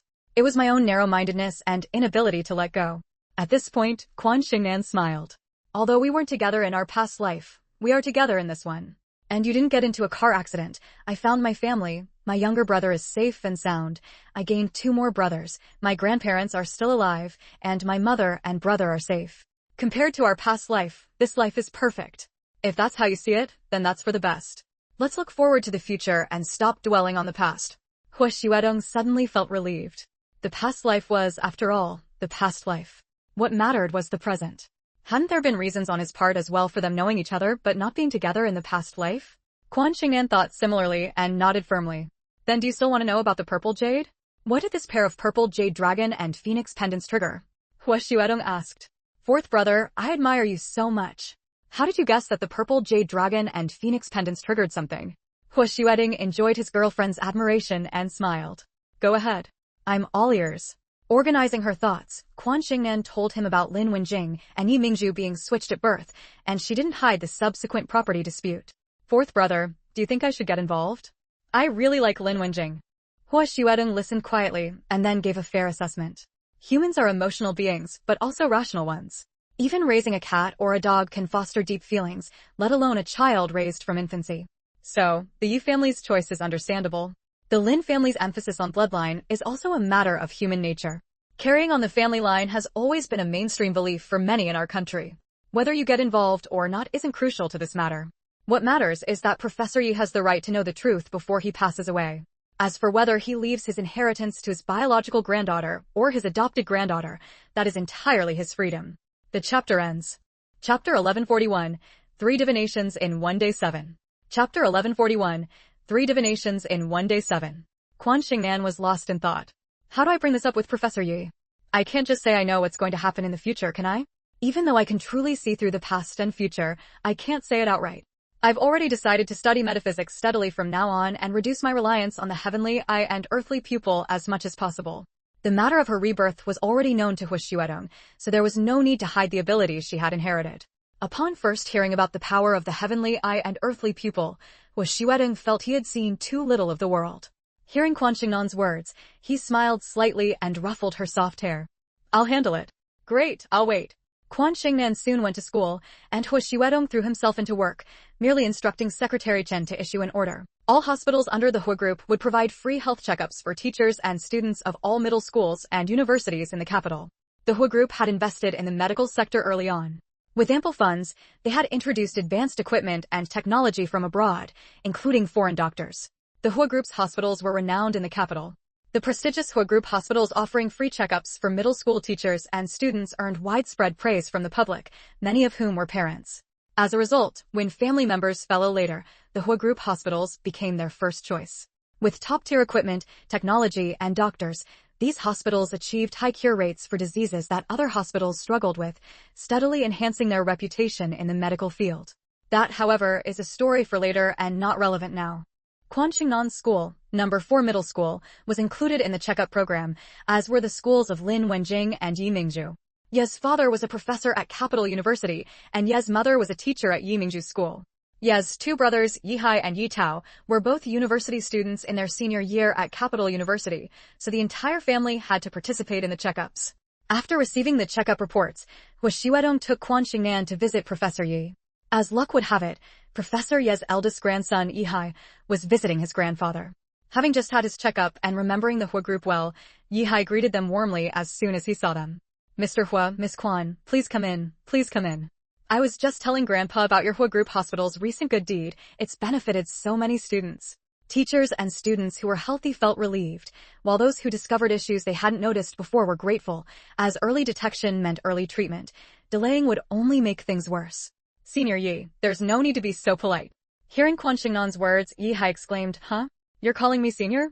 Which school do you go to? Quanxingnan smiled brightly. Number 4 middle school. I'm in my 2nd year of high school now. Number 4 middle school? Oh. Xiao Tao and I both graduated from there. You're our junior schoolmate, how wonderful. I hope you'll continue to be our junior after the college entrance exam. Yihai was cheerful and sunny, repeatedly saying how fated their meeting was. Thank you for your kind words, senior. Yihai's words were truly the best blessing, as Capital University was the nation's top institution of higher learning. After the pleasantries, Hua Xiuedong said to Professor Yi, Sir, my girl and I have come unannounced for 2 reasons. First, to thank you for the birthday gift you gave her. Second, there's something I'd like to tell you alone. Professor Yi paused, then said, Thank me for what? You're both good children. Compared to what you've done for the country, my little gift is nothing. As for the second matter, let's talk in my study. Feel free to say whatever you need to. Xiaohai, ask the housekeeper to buy groceries and prepare a few good dishes. I'm keeping our honored guests for lunch. Got it. End of chapter. Chapter 1142, 3 Divinations in a Day 8. Upon arriving at Professor Ye's study, Quanxingnan felt a surge of familiarity. It was antique and elegant, full of charm. 2 walls were lined with rosewood bookshelves, packed with a wide variety of books, thread-bound editions, modern volumes, professional texts, and classical masterpieces, all neatly arranged and spotlessly clean. On a large rosewood-carved desk lay brushes, ink, paper, and an inkstone, embodying the epitome of a scholarly family. After they took their seats as host and guest, Professor Yi coughed a couple of times and was about to pick up the kettle to pour tea when Quanxingnan quickly stepped forward. Sir, please sit down. Let me do it. Thank you, young lady. Professor Yi didn't stand on ceremony. He slowly sat down and pointed to a tea canister, instructing her to brew the tea. Once the tea was brewed and placed before them, Professor Yi looked at the swirling steam and said, If you have something to say, just tell me directly. I've weathered all kinds of storms in my life. Hua Xiuedong promptly pulled out several medical reports and placed them in front of Professor Yi. Professor Yi put on his reading glasses and casually flipped through them. Isn't this my son's family's medical reports? Is there something wrong? Is there an issue? He leaned forward anxiously. Quanxingnan quickly said, Don't worry, sir. There's nothing wrong. They're all in good health. Oh, that's good, that's good. Professor Yi immediately sighed in relief and leaned back against his chair. Since there's no problem, why are you showing me their reports? Quanxingnan glanced at Hua Xiuedong and decided to let him handle the answer. You gave such a valuable gift to Nanan. Both she and I are deeply grateful. This time, with the free medical checkups for faculty and students, I specifically instructed my secretary to present a separate copy of your family's reports once the results came out. Seeing your family in good health made us happy for you. But upon closer look, we noticed a problem. After much thought, we had to come to you. What problem? Professor Yi asked. Hua Xiuedong said, Your granddaughter's blood type does not match the genetic inheritance pattern of your son and his wife. Professor Yi was momentarily stunned. What do you mean? Based on our findings, your granddaughter may not be the biological daughter of your son and his wife, Hua Xiuedong explained patiently. Professor Yi froze. Quanxingnan had already positioned herself beside the old gentleman while Hua Xiuedong was speaking, ready to intervene if anything happened to him, to prevent any harm to the elderly man. To their surprise, Professor Ye's resilience was remarkable. After a long pause, he let out a deep breath. Are you certain? certain that Mingju isn't my son and daughter-in-law's daughter? Professor Yi asked. According to genetics, it's impossible for your son and his wife to have a child with this blood type. However, a DNA paternity test would be needed for further confirmation. Our hospital has the capability to perform this test. Professor Yi thought for a moment and asked, are the blood samples from their checkups still available? Hua Xuedong immediately replied, yes. After I received the reports and sensed something was off, since this is no small matter, I arranged for their family's blood samples to be pulled and stored separately. Do it. Do the test. The paternity test. Professor Yi decided on the spot.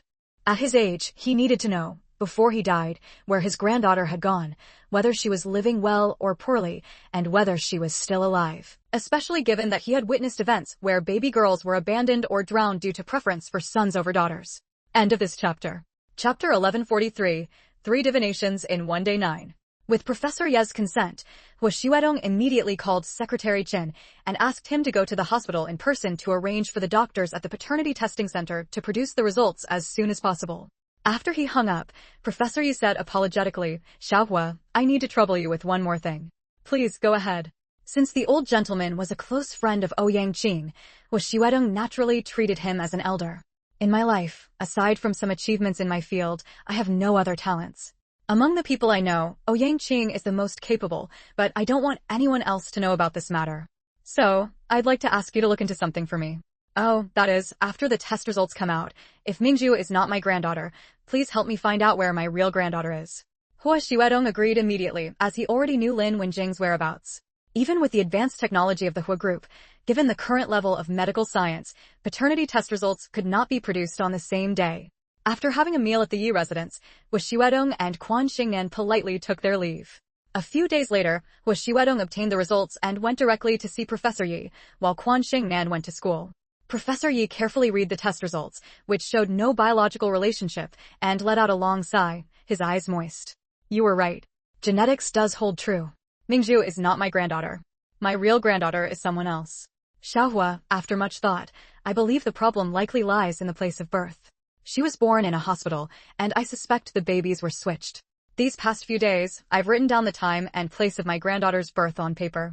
I entrust her whereabouts to you, I beg you. Rest assured, I will send people to investigate immediately. Results will come soon.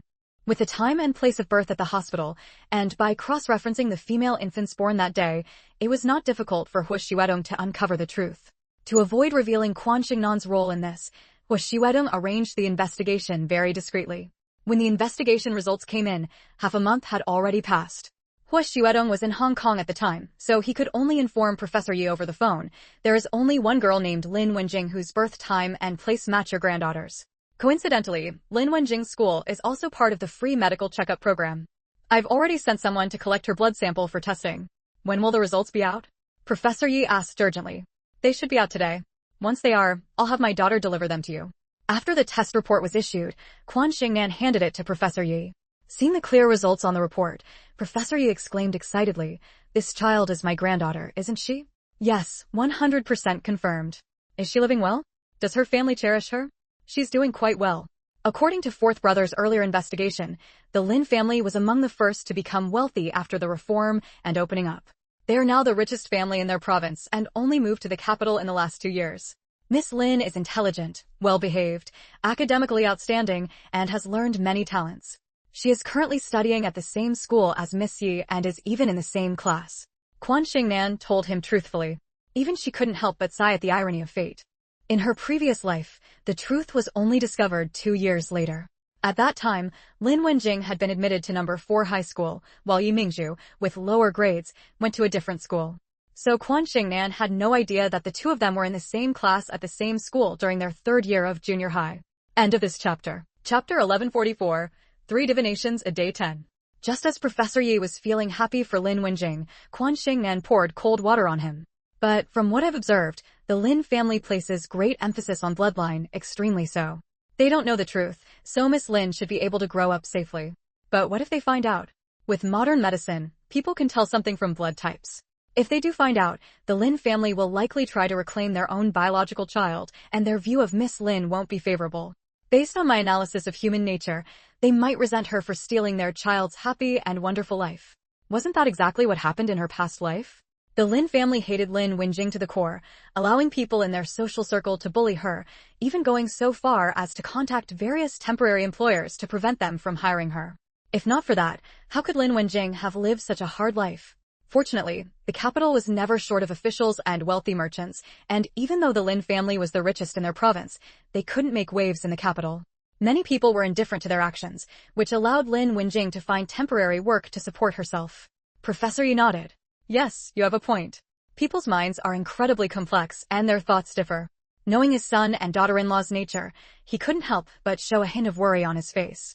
Even so, after Quan Xingnan left, Professor Yi called his son and daughter-in-law over and told them the truth. Having resolved her concerns, Quan Xingnan returned to campus for classes. As the college entrance exam drew closer, even for second-year high school students, the academic pressure gradually increased. In just one more year, it would be their turn to take the exam. Finally enduring until a day off, Quan Xingnan found a set of clothes with no tags but a very ordinary look, put on a sun hat, slipped into sneakers, slung a maple leaf bag over her shoulder, and took along the tools she had made, a piece of red silk cloth, a wooden sign, and a small folding stool. On the sign were 8 bold, flowing ink characters, 3 divinations a day, unerring predictions, the work of Zhang Baixing. The red silk cloth also bore ink characters, all written by Zhang Baixing, with content about palm reading, fortune-telling, feng shui, and so on. After reading it, Grandpa Yan laughed. What's the difference between this and those street corner or bridge-side charlatans? I'm going to set up a stall on the street corners and bridges, Quan Xingnan said matter-of-factly. The circle I live in determines that most people who come to me are wealthy or powerful, but the ones who truly need help are the common people. Aside from occasionally helping the Foundation calculate where missing persons' families are, I can't help with much else. Grandpa Yan suddenly understood. So you're going down to help ordinary people? That's right. Then go ahead. Indeed, as Quan Xingnan said, those who truly needed help were always the lowest rung of society. Just don't go too far from home. If there's any trouble, be sure to call home. Don't let yourself get taken advantage of. Don't worry, Grandpa. No one can hurt me. Better safe than sorry. I know. As soon as she stepped out of the courtyard house's main gate, Quan Xingnan ran into Yi Hai, who was pacing at the entrance, holding a medium-sized carved rosewood box in his arms. Senior Yi? You're at the door, why didn't you knock? Please come in. Hearing Quan Xingnan's voice, Yi Hai quickly looked up, his worried face breaking into a bright smile. He hurried over to her, handed over the rosewood box with both hands, and bowed slightly. Junior, my grandfather told me to give this box to you and to ask you and Mr. Hua for a favor. Chapter 1145, 3 Divinations in 1 Day 11. Chapter 1145, 3 Divinations in 1 Day 11. Something was off. Quan Xingnan took the heavy box with one hand and asked, Senior, what happened? Yi Hai looked around to make sure no one was nearby and said in a low voice, We all know about your sister. Quan Xingnan was taken aback, then saw his bitter smile. Senior Yi, come inside and talk. What exactly happened? Where is the old gentleman? I won't go in. I'll head back to take care of Grandpa after I finish speaking. My parents think feelings can be cultivated. They watched Mingzhu grow from a crying baby into a graceful young woman and have always cherished her like a pearl in their palm. They believe that Wenjing, having never met them, has no emotional foundation with them and won't be able to get along in the future. So they think it's better to let her stay with the Lin family and don't want to reveal the truth to them. The more Yi Hai spoke, the more bitter his expression became. Quan Xingnan had anticipated this and wasn't surprised. She simply asked, How is the old gentleman's health? Is he at home or in the hospital? When he's free another day, I'll visit him. Yi Hai quickly waved his hand. My grandfather isn't ill. He's just angry and can't eat. Oh, I'm glad the old gentleman is fine. Yi Hai immediately straightened up and said seriously, My grandfather can't change my parents' decision. He thought about how Wenjing isn't yet 18 this year. If he insists on my parents telling the Lin family the truth and the 2 families' children are swapped, my parents definitely won't treat Wenjing well. Once her custody returns to them, her life will be tough. So on this matter, Grandpa decided to let things take their natural course and wait for the Lin family to discover the truth. That way, my parents can't stop it. Quan Xingnan understood immediately and agreed with the idea of letting things unfold naturally. This way, Lin Wenjing could live with the Lin family for 2 years, enough time for her to learn a lot, ensuring she wouldn't lack a skill in the future. She lowered her head and made a careful calculation. Tell the old gentleman that, based on my calculation, the Lin family will likely discover the truth in about 2 years. Although the truth had been revealed to old Mr. Yi ahead of time, the timing of its exposure hadn't changed. At the root of it, the Lin family had been careless. They hadn't noticed the blood type issue in this medical report. Yi-hai felt a wave of relief upon hearing this. He already knew that this junior was a renowned divine fortune teller in high society. That's good. At least in 2 years, Wenjing will be an adult. No matter whether both families acknowledge her or not, she'll be an adult, and adults don't need to worry about custody issues. Right? Why are you giving me this box? What do you need my help with? Bringing up the matter, Yi-hai said solemnly, my grandfather told me about the Lin family's emphasis on bloodline. He's worried that when the time comes, neither family will want Wenjing, so he used all his savings to buy gold. Then, he packed a few small, valuable jade and trinket collectibles that aren't cultural relics, along with the gold, into this box. He asks you and Mr. Hua to keep it safe.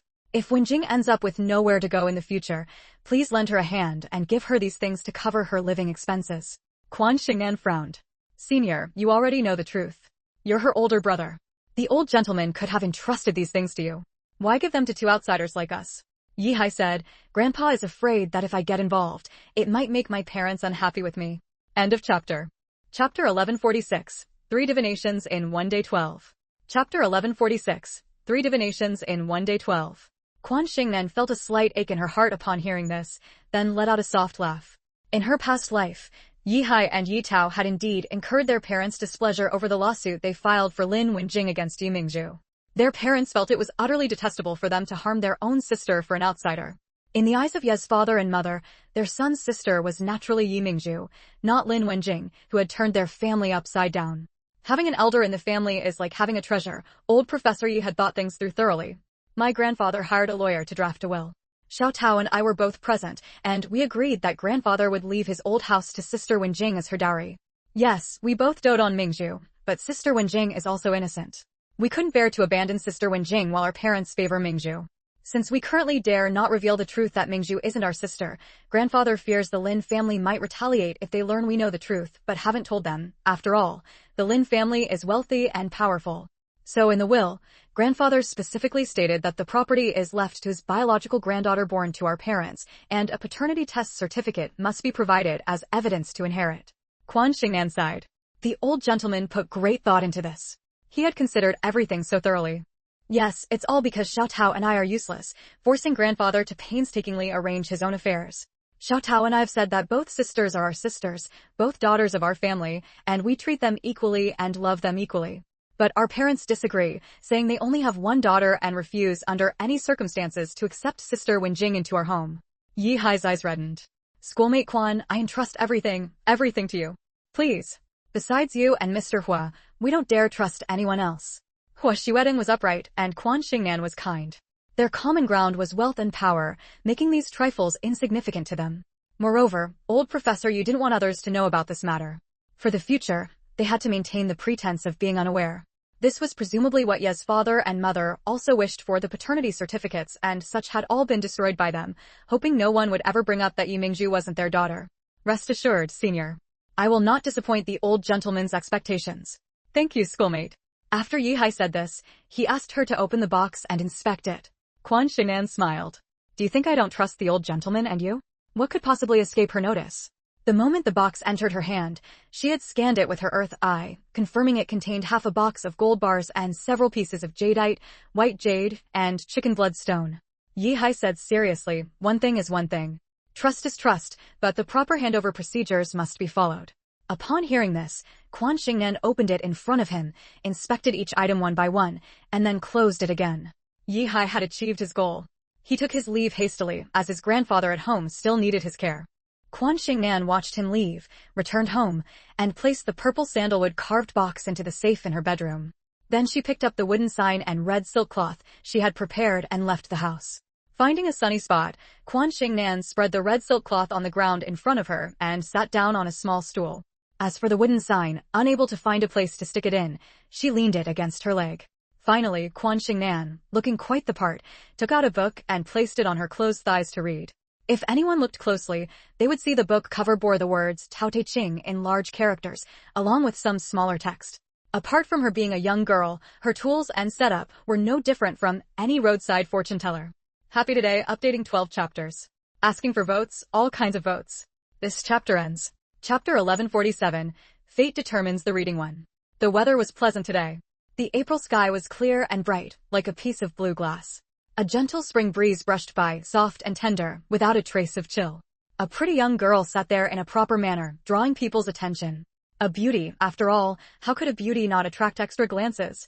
The fortune tellers around her were either old or disabled, which only highlighted the girl's fresh and exquisite beauty. Even though the sign at her feet bore the bold words, straightforward fortune-telling, 3 readings a day, many people still gathered around, chattering in hushed tones. They looked at the red cloth on the sign, then at Quan Xingnan. A middle-aged aunt held back for a while but finally couldn't help herself. She spoke up, "Little girl, are you out of money to eat? Or are you in some trouble? Otherwise, why would a pretty young lady like you set up a stall here like a blind fortune teller?" Quan Xingnan smiled and said, "Auntie, do I look like someone who can't afford to eat?" Hearing this, the aunt scrutinized her from head to toe, finally stopping at her hands resting on the pages of a book on her lap. Those fingers were slender and long, truly like carved jade and fresh snow, with 10 round, flower-like pink nails. She shook her head bluntly and said, "With your delicate skin and refined air, you don't look poor at all. In fact, you look like a child from a wealthy family." "That's right. It's not about money. I'm here setting up this stall to tell fortunes." Quan Xingnan finished speaking with a grin, then reached out and patted the wooden sign at her feet. "Straightforward fortune-telling, 3 readings a day. Fate determines the reading." "Oh, right, I need to add one last line. I won't read for anyone I don't like the look of." She opened her backpack, pulled out a brush and a bottle of ink, dipped the brush fully into the ink, and wrote swiftly on the wooden sign. When Zheng Baixing had written the first 8 characters, the layout was well-spaced and balanced. Now, with these 4 characters forcibly added, the words 3 readings a day and the trailing "Fate determines the reading" ended up shoulder to shoulder and leg to leg, looking a bit awkward. Quan Xingnan's handwriting was not bad, but the addition of these 4 characters ruined the layout. Beautiful calligraphy. Beautiful calligraphy. Before the ink on the sign had even dried, a middle-aged man in the crowd suddenly blurted out in praise. He stepped closer, crouched in front of Quan Xingnan, and carefully examined the calligraphy on the wooden sign and the red silk cloth. Finally, he began tracing the strokes in the air, utterly captivated. Someone seemed to recognize him as Zheng Nanqing, a calligrapher of some repute in the calligraphy world and a calligraphy teacher. Of course, Zheng Nanqing never called himself a calligrapher, often saying he only knew a bit of the basics of Chinese studies. But many experts in the field still held his calligraphy in high regard. This stirred up the crowd. Zheng Nanqing lived nearby, often going to the market to buy groceries or dropping his kids off at school. Many locals recognized him, and if he said the calligraphy on the wooden sign and red cloth was good, then it must be good. But Quan Xingnan wasn't pleased. "Hey," I said, "sir, don't block my view. I'm just a fortune teller. What's the use of praising the calligraphy here? You're not here to get a reading from me. If you're not getting a reading, don't block others from seeing my sign. I'm waiting to finish today's 3 readings so I can go home and have dinner with my family." Zheng Nanqing snapped out of his calligraphy obsession and smiled sheepishly at Quan Xingnan. But his eyes were still glued to the calligraphy he admired, unwilling to look away. He spoke up, "Little girl, I'll get a reading. I'll get a reading. Do one for me." End of chapter. Chapter 1148. Fate Determines Whether to Calculate, Part 2. Quan Xingnan's eyes lit up. Her first customer had arrived. But as soon as Zheng Nanqing finished speaking, the older woman who had spoken earlier exclaimed, "Old Zheng, don't be fooled. Sure, the girl doesn't look like a swindler, but these days, swindlers have all kinds of tricks. Auntie, don't call me a swindler. 100 yuan for a fortune-telling session, is that worth my time to cheat?" Quan Xingnan said, displeased. 100 yuan? The older woman's voice shot up. 100 yuan for a fortune-telling session, and you say that's not a scam? Look around, other fortune tellers here charge 5 or 10 yuan per session, and you want 100? Listen, young lady, you look clean and pretty, and it shouldn't be hard for you to find a proper job. Don't go around spreading feudal superstition. By the end, the older woman sounded almost earnest in her advice. The older woman's daughter tugged at her mother's sleeve, stood on tiptoe, and whispered in her ear, "Mom, she doesn't seem like a fraud. Her clothes and shoes look ordinary, but they're actually from a famous brand sold in the Hua Group's department store, really expensive. At least this much." The young white-collar worker raised 3 fingers to her mother. 300. The older woman clicked her tongue in surprise. "That's not cheap." "No, it's 3,000. I bought some with my boss's daughter before. Just the outfit alone was over 3,000, not counting the shoes." Hearing this, the older woman nearly stumbled, opening her mouth to shriek, but her daughter quickly covered it. The older woman fell silent, and the others watched as Zheng Nanqing foolishly pulled out a 100 yuan bill and handed it to Quan Xingnan, his eyes still fixed on the wooden sign and the words on the red silk cloth. Quan Xing'an took the money, patted her wallet, and said slowly, "I've taken your money, so I'll do a reading for you." As she studied Zhang Nanqing's facial features, the older woman's daughter leaned in again and whispered, "Mom, her wallet is also a famous brand, world class. You couldn't buy half of it with 3 months of your salary." "Lily, you're not fooling me, are you? What wallet or clothes could be worth that much?" The older woman eyed her daughter suspiciously. "Famous brand, understand? Like when you go shopping, why do you always pick the Hua Group store? Isn't it because Hua Group has a big reputation and is an old, established store?" "Come on, I go to Hua Group store because they often do good deeds. Like this time, your brother got a free checkup. If not for that, how would we have known something was wrong with him? Lucky we caught it early, and he recovered quickly. If we'd waited, it would have gotten worse." "Amitba, praise be." The older woman clasped her hands together, deeply grateful to the Hua Group. Seeing Quan Xing'an start speaking, Lily quickly gestured for her mother to be quiet. Quan Xing'an snapped Zhang Nanqing out of his immersion in the calligraphy's beauty and said, "You are 45 this year. You lost your father at 3 and your mother in your youth.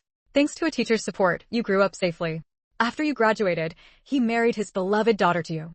You and your wife are harmonious, with a pair of twins, a boy and a girl, both grown and about to take this year's college entrance exam." Zhang Nanqing was stunned. How do you know?" Not just Zhang Nanqing, but even those in the crowd familiar with his family situation were taken aback, then burst into chatter. "Spot on. She really hit the mark. She actually figured out old Zhang's family background? Right.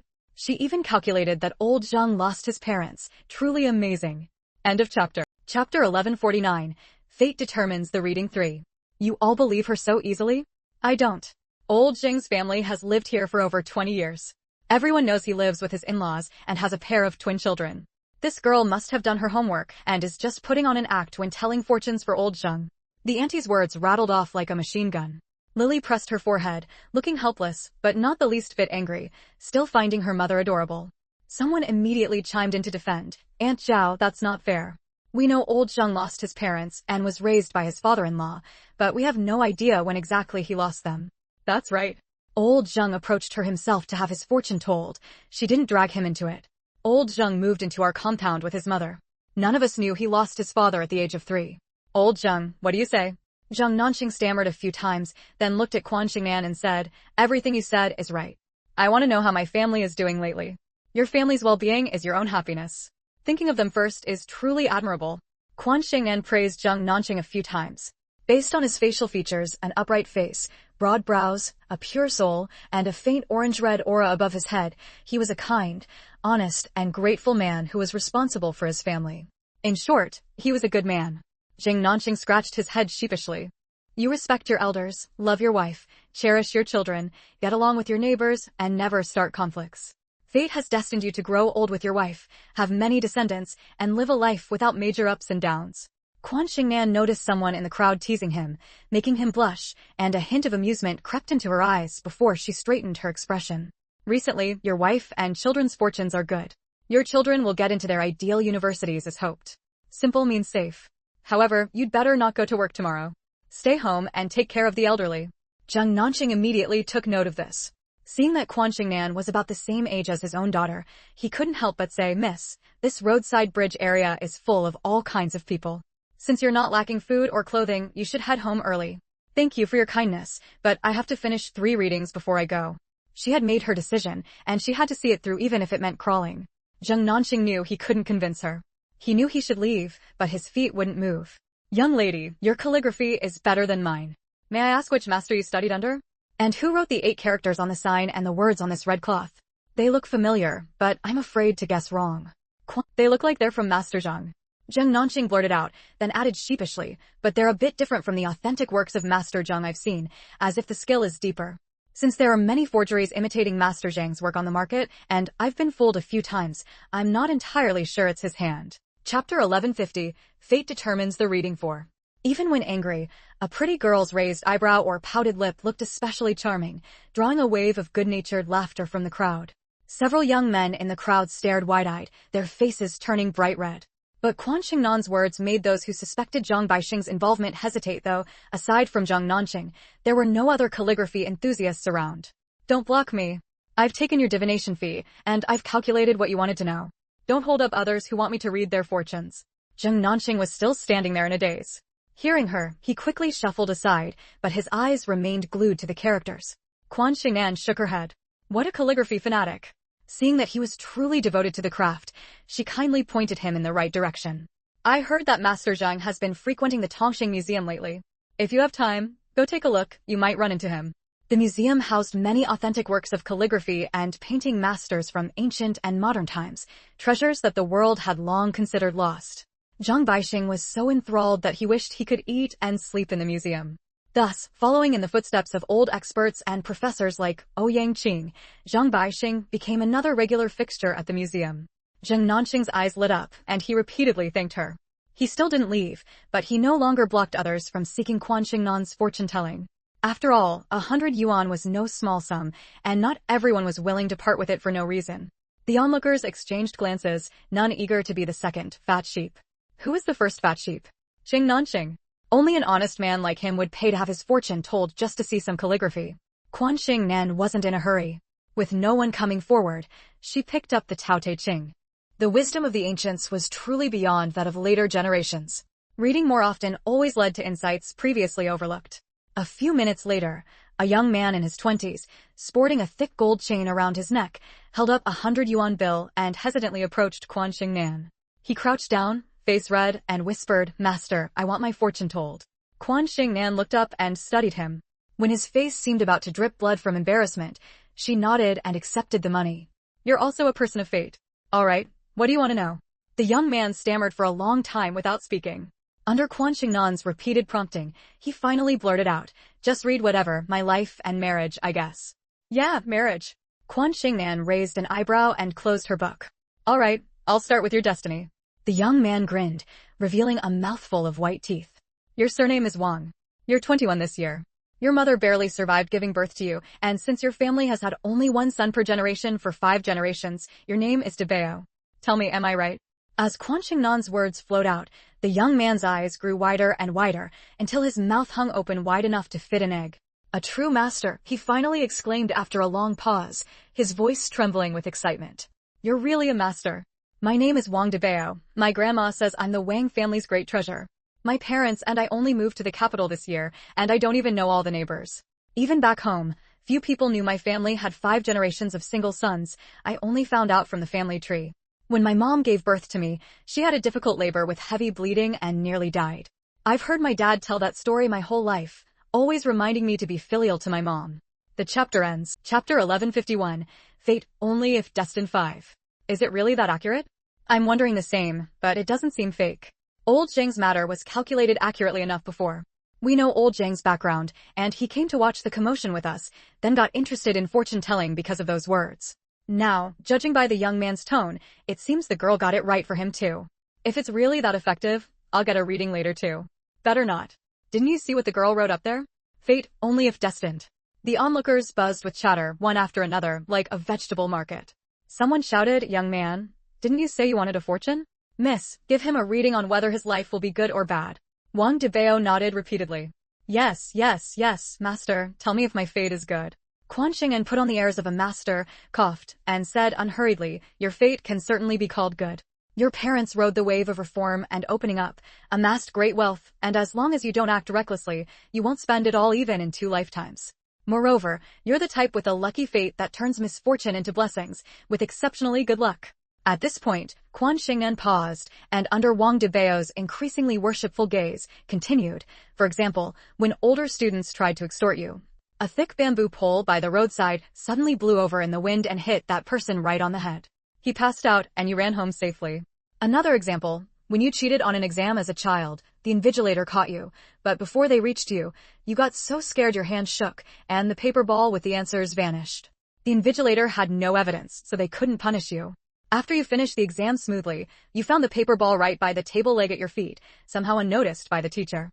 Wang Debao stammered, "Master, great master, you can even calculate such trivial matters?" These were 2 things he'd been proud of his whole life. After all, no one else had such good luck. "You have an inescapable ill-fated connection with water. At age 3, you faced a deadly calamity related to water, and last year, another life and death crisis, also tied to water. One reason is your good luck, truly innate good fortune.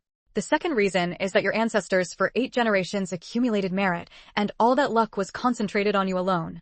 Did your parents start making money after you were born? Wherever they went or whatever business they did, as long as you were by their side, their ventures went smoothly and they raked in profits. Otherwise, it was just average, some gains, some losses, not much earned, not much lost. Wang Debao was speechless. He had no memory of the great calamity at age 3, but he'd heard his grandmother, father, and mother repeat it countless times. He was naughty, climbed a tree to rob a bird's nest, fell into a large water vat under the tree, and nearly drowned. Somehow, a strong wind blew the tree down, smashing the vat, and he crawled out soaking wet. He remembered last year's great calamity, a flood he'd never forget. He was visiting a friend's house when some master warned of a flood, and the local government urgently evacuated people. The friend's family, in their haste, forgot about him sleeping upstairs. When he woke up, he was terrified, water everywhere, impossible to leave. As the water rose higher, he climbed to the rooftop, with no food or drink, drenched like a drowned rat. Just when he thought he was doomed, the People's Liberation Army came and rescued him. Chapter end. Chapter 1152, Fate if Destined 6. Regarding his good luck, he had a more personal understanding. His grandmother, father, and mother all said he was lucky, and it was obvious to everyone. The situation was exactly as Quan Xingnan had described. When they brought him along, his parents' business ventures went smoothly. Otherwise, his parents wouldn't have brought him to the capital this time. They brought him hoping this business deal would go smoothly. Thinking this, Wang Debao heard Quan Xingnan say, "Although you run into trouble with water, you always end up safe in the end. Water can't harm you. Avoid these 2 life and death crises, and your future path will be very smooth, a fate so good it makes others envious." Wang Debao's soul was pure, and the aura above his head was thick, half orange and half red, truly an excellent destiny. Even though he was just the son of a nouveau riche, his behavior showed a strong tendency to carry on that legacy. Zheng Nanqing's fate was considered decent among ordinary people, and he was educated, but his aura only had a faint hint of red. Compared to Wang Debao, he was far behind. Even the simple fact of having both parents alive was something Wang Debao had over him. "Master, you're a true expert. You shouldn't charge just 100 for a divination, you should charge 1,000. No, 1,000 is too little, you should charge 10,000. Wang Debao was so excited he was babbling, yanking off the thick gold chain around his neck. "I didn't bring that much cash today, master. Take this gold chain as payment." "Really, I bought it for over 10,000, it's heavy." Quan Xingnan didn't even glance at the gold chain. She asked, "Don't you want your marriage fortune told?" Yes. "Master, you have to tell me." Wang Debao placed the gold chain on the red silk cloth, still squatting, his eyes shining like light bulbs as he looked at Quan Xingnan expectantly. Quan Xingnan suddenly smiled. "You'll get married next year, and your family will be so happy they'll throw a 3-day banquet. Of course my grandma, dad, and mom will be happy if I get married." Wang Debao stared at Quan Xingnan, fidgeting awkwardly. "What if your parents already have 2 chubby grandsons before you get married?" Wang Debao's face turned pale, then red. He seemed to think of something, his eyes darting around. He suddenly jumped up and stammered, Master, don't tease me. I'm not even 22 yet. How could I have 2 chubby sons before getting married next year? He kept stammering without knowing how to continue. Just as the crowd grew curious, Quan Xingnan said with a smile, "You, go tell your parents right now. Have them bring that girl to their side and take good care of her. Her health isn't good, and carrying twins isn't easy. Your mother had a hard time giving birth to you, didn't she? That was because living conditions were poor back then, bad food and bad clothes. If one child was tough, imagine carrying 2. 10 months of pregnancy drains a mother's lifeblood. It's very, very hard." Wang Debao turned and pushed through the crowd, running home for dear life, pulling out his phone as he ran. From a distance, people could still hear his loud voice drifting back. "Grandma, I met a master today. Her readings were spot on. She knew about my 2 big disasters. She said you're going to have great-grandsons, but the only one I can think of is Xiaohua. Go check on her quickly. That day, some bastard drugged me. I'm heading home with mom and dad now." The crowd stood stunned, their minds already spinning with countless novel and drama plotlines. Meanwhile, Quan Xingnan casually stuffed the heavy, gleaming gold chain into her backpack, looked up at the crowd, and said, "There's only 1 divination left for today. Who wants it?" End of chapter. Chapter 1153, Fate Determines Whether to Tell Fortune 7. Because her previous predictions had been quite accurate and the parties involved had admitted to them, as soon as she finished speaking, a sharp-faced, thin-cheeked middle-aged woman immediately pushed through the crowd, rushed to the front, stood in front of Quan Xingnan, looked down at her and said in a shrill voice, "Tell my fortune for me. If you get it right, I'll pay you." Quan Xingnan didn't even lift her head. She opened the Tao Te Ching in her hand and said, You and I have no fate. Please find someone else. The implication was that she didn't like the look of her. Many onlookers understood. They had been watching the commotion from the start and clearly remembered that when Quan Xingnan wrote the 4 big characters, fate determines whether to tell fortunes, she also added that she wouldn't tell fortunes for those she didn't like. The middle-aged woman immediately grew displeased, her voice piercingly sharp. Why do you tell fortunes for others but not for me? Are you afraid I don't have money to pay you? I can't afford a half-catty gold chain, but I can afford $100. Or are you looking down on me? Even as she said this, she kept her hand tightly over her pocket, showing no intention of taking out any money. Oh my, wanting a fortune told but not willing to pay? Is there such a person? Li Xiaoyan, if you can't afford $100, go find the fortune teller over there. He only charges $5, 10 at most. He's older, has been at this stall longer, and must be more experienced. Coming to this young lady to tell your fortune and not paying, aren't you just bullying her because she's young? Lily's mother, who had a grudge against her, was hesitating about whether to ask Quan Xingnan to calculate her daughter's marriage prospects. When she saw her enemy appear, she immediately spoke sarcastically. Li Xiaoyan's face changed instantly.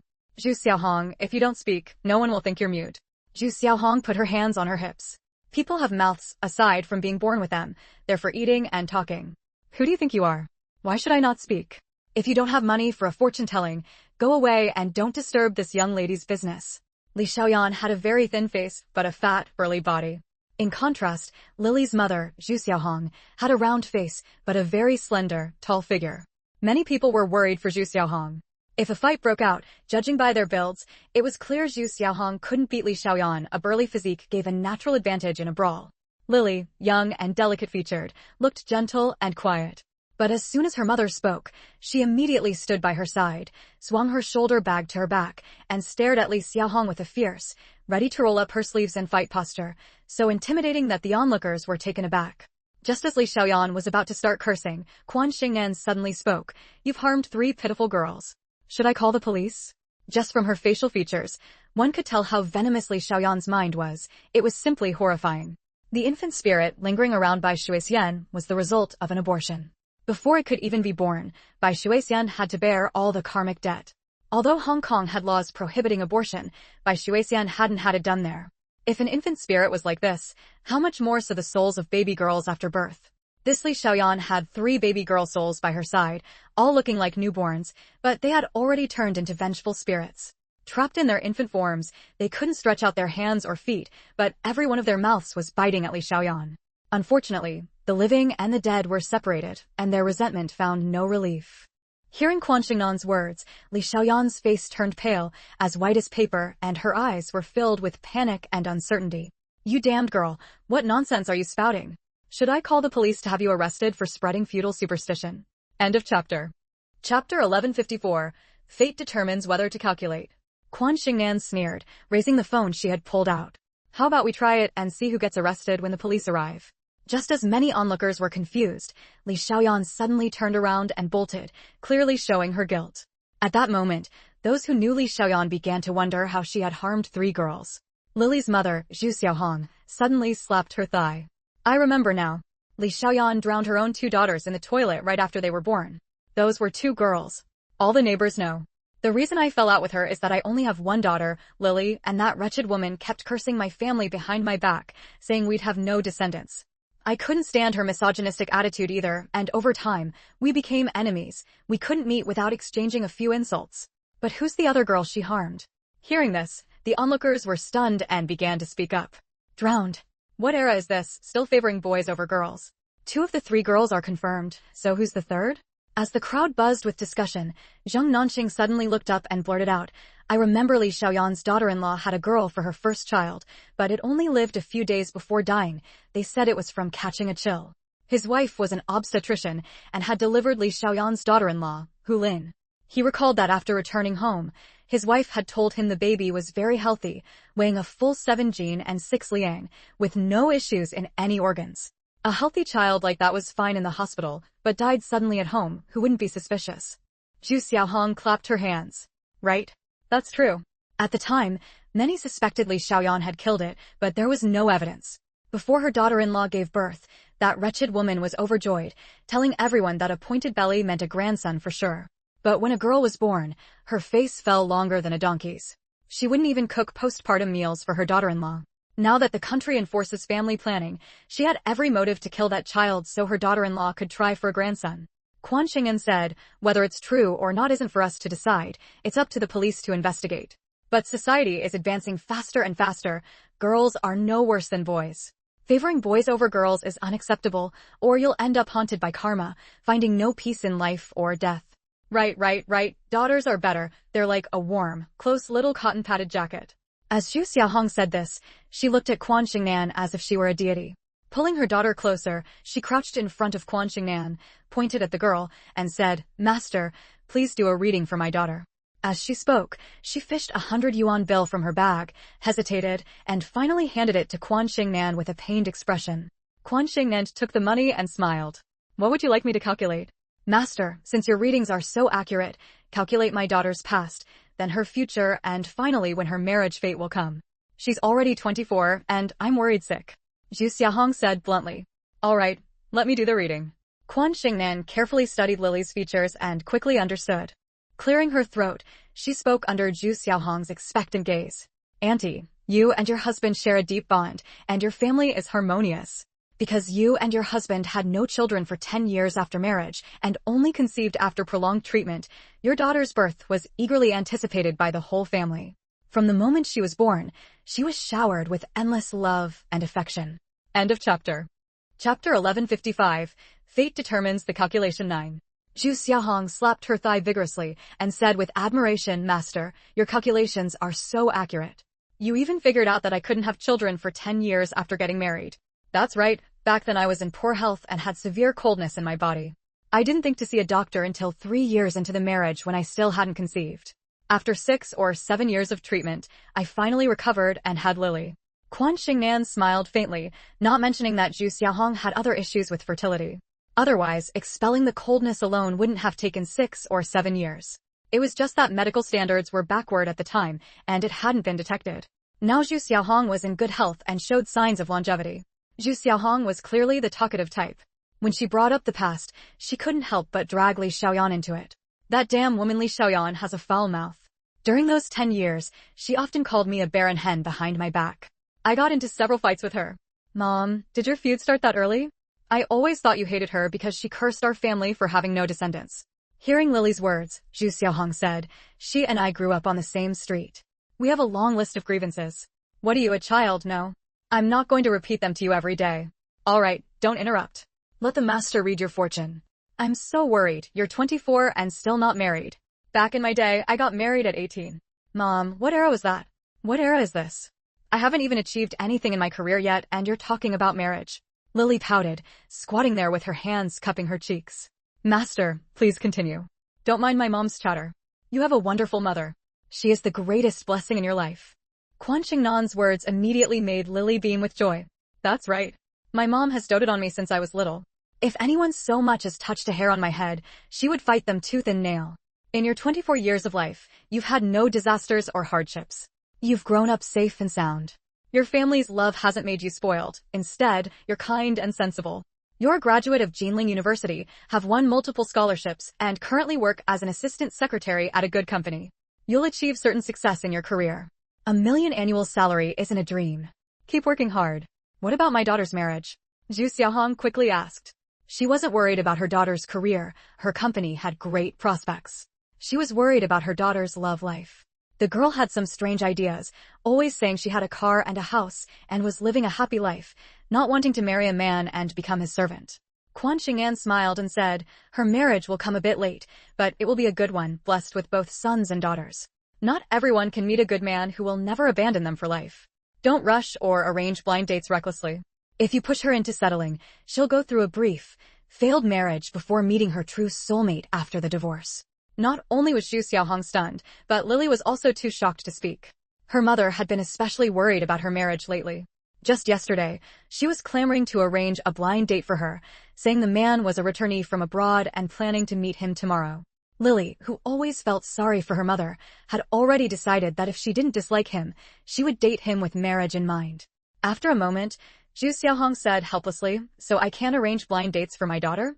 "Ma'am, it's best to let things take their natural course. Let nature take its course and marriage will come on its own." End of chapter. Chapter 1156, Fate Determines the Reading 10. Concerned about her daughter's lifelong matters, Zhu Xiaohong took it very seriously.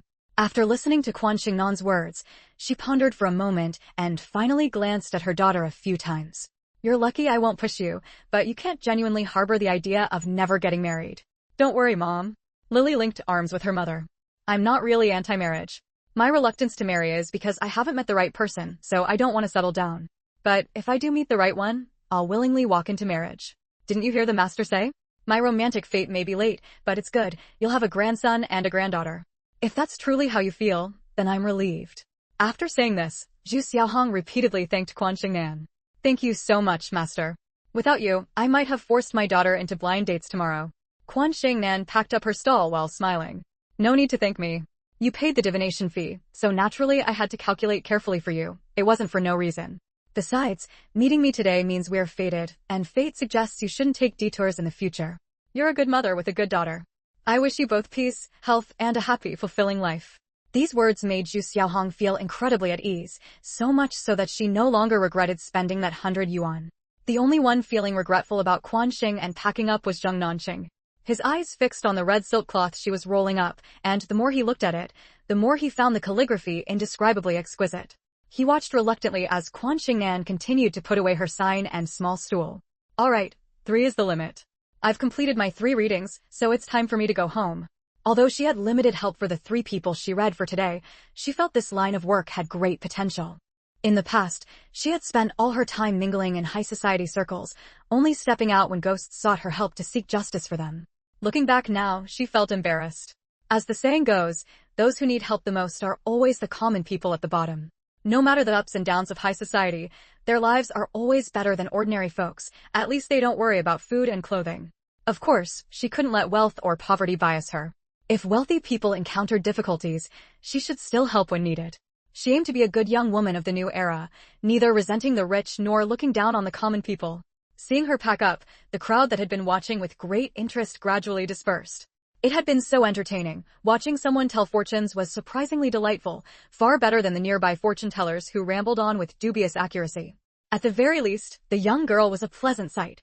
Master, will you come here to tell fortunes every day from now on? Zheng Nanqing couldn't help asking, unable to let go of those characters. Others who heard this also looked at Quan Xingnan, awaiting her answer. Quan Xingnan thought for a moment. Not necessarily. I'm more likely to show up on weekends, so don't wait for me during work or school days. And if I'm busy on weekends, I won't come either. Though the crowd felt a bit disappointed, it only made them believe more in her uncanny accuracy. Other fortune tellers set up stalls all day long, reading for anyone who came as long as they could pay the price. Who else was as capricious as her? 3 readings a day, and she wouldn't read for those she didn't like. Just then, Wang Debao's voice came from afar. Master, master, please wait. Quan Xingnan stopped in her tracks and saw Wang Debao rushing over with a middle-aged man. Despite the cool weather, he was sweating profusely, panting heavily when he reached her. End of chapter. Chapter 1157, Fate Determines Whether to Calculate 11. Seeing this, the crowd that had been about to leave stayed to watch the excitement. Everyone had just witnessed Uncle Wang's generosity, a gold chain worth over 10,000, given away without a second thought. They wondered whose foolish son was involved in this messy tale of drugging, grudges, and romance. Master, oh master, the middle-aged man with the thick gold chain panted as he spoke, his attitude extremely respectful. Quan Xingnan quickly said, please catch your breath first, speak slowly. I'm in no hurry to leave. The middle-aged man patted his chest, and after a while, his heavy breathing subsided. He said in a loud voice, Master, I'm Debao's father, Wang Dazhuang. Just call me Dazhuang. My old mother confirmed it, Xiaohua is pregnant, 3 months along. The thick winter clothes hid it. It matches the timeline when Debao was set up. My mother just called and said, whether it's a boy or a girl, we have to marry Xiaohua into the family. Xiaohua is 100 times better than my Debao. Debao can't wrong her. Our family has had only 1 son per generation for 5 generations, a single seedling each time. It's not easy to even wish for a daughter. If it's really twins like you said, Master, no matter their gender, they'll be our family's treasures. Master, don't think we value sons over daughters just because we've had 5 generations of single sons. It's just a coincidence. Each generation only has 1 son, not a single daughter in sight. After all, my mother and my wife are women, so how could I look down on women? Quan Xingnan listened carefully and smiled. I believe what you say. Your family is blessed, destined for prosperity. As long as your descendants are upright and moral, you won't have to worry for several generations. But if an unfilial descendant appears, then I'm sorry, no matter how much virtue your ancestors accumulated, it won't be enough to waste. Yes, you're right. That's why they say wealth doesn't last 3 generations. It's because the descendants are unworthy. Wang Dazhuang spoke respectfully, then continued, "We've booked our flight home this afternoon. My wife stayed behind to pack and buy supplements. I brought Debeo here to thank you. Thank you for the reminder. Otherwise, we wouldn't have known it was my Debeo's doing until Xiaohua gave birth. The whole village would have laughed at us." Xu Xiaohong hadn't left yet. Hearing this, she couldn't help but say, "Hey, brother, you keep saying Xiaohua. Who is the Xiaohua? How can you be so sure there's nothing shady about her?" Wang Dazhuang laughed. "Of course there's nothing shady. Xiaohua's family lives right behind ours. Xiaohua is a good kid. Her mother ran off with someone when she was little, and her father was in poor health and couldn't work. The family was so poor they couldn't even afford food. But Xiaohua was determined. She started washing clothes and cooking for herself at 5 or 6. She did great in school, with tuition and living expenses covered by the school. She skipped several grades and graduated from university at 20, much better than my Debeo. After graduation, she didn't stay in the big city to find a job. She came home to take care of her father, whose condition was getting worse. Because my mother often gave her food and bought her clothes when she was young, and later helped her father, she's now very good to my mother. And since she's a grown woman, living alone with her father could easily invite gossip. You know how dirty some people's mouths can be in the countryside. So she takes care of her father during the day, and at night, my mother calls her over to sleep at our house, keeping my mother company. That's how they could be so sure the child Xiaohua was carrying was Wang Debeo's, because she was always by his mother's side and had never been in contact with any other man besides Wang Debeo." End of chapter. Chapter 1158. Fate determines the reading 12. Xiaohua was good-natured, good-looking, had good grades, and an especially good personality. Countless people had come to propose marriage to her. Everyone knew how great an impact a talented and beautiful wife could have on the next generation. But she couldn't bear to leave her father and had to take care of him in his later years. Other families saw her father as a burden, so after a while, no one came to propose anymore. Wang Dazhuang knew very well that his son liked Xiaohua, but didn't dare to confess. Why? Xiaohua had graduated from university, while his son had barely scraped through high school, and even then, he had bought his way in. Couldn't he, his wife, and his mother see it? They all liked Xiaohua too. If she could marry into their family, it would be like their ancestors had burned hyacinths. But this matter required mutual consent, so they could only watch Debeo secretly pining and fret helplessly. As luck would have it, his son was drugged by his group of bad friends. That day, it happened to rain heavily, and he and his wife had guests at home and couldn't get away. Xiaohua went to find Debeo on behalf of his mother. She found him drunk, and he had called his own home, saying he had booked a hotel room for himself to rest. They all agreed and told Xiaohua to come back early. The girl was very innocent. How could she know the difference between being drugged and being drunk? They had no idea there was more to it. Looking back, Xiaohua had seemed a bit off that day. She went straight to her room to rest without saying a word. They thought she was just tired. Now they understood it was a different kind of tired. Only today did his son confess to them. He had grabbed Xiaohua and wouldn't let her leave, and in a daze, this happened. He really let her down. Luckily, his son was fortunate enough to meet the master, who woke him up. Thinking about becoming a grandfather in half a year, Wang Dazhuang's eyes narrowed into slits with joy. His mouth stretched to his ears. He snatched the black leather satchel his son was carrying and shoved it into Quan Xingnan's hands. "Master, this is our family's thanks. Inside is my business card. When Debeo and Xiaohua get married, Master must come and have a glass of wedding wine. Let Debeo and Xiaohua toast you together." A master like this was worth keeping in touch with, who knew when they might need to ask for help. It was heavy, no lightweight. Quan Xingnan liked this kind of thanks. "I should head home now. You all go back and prepare. I'll be there when the time comes."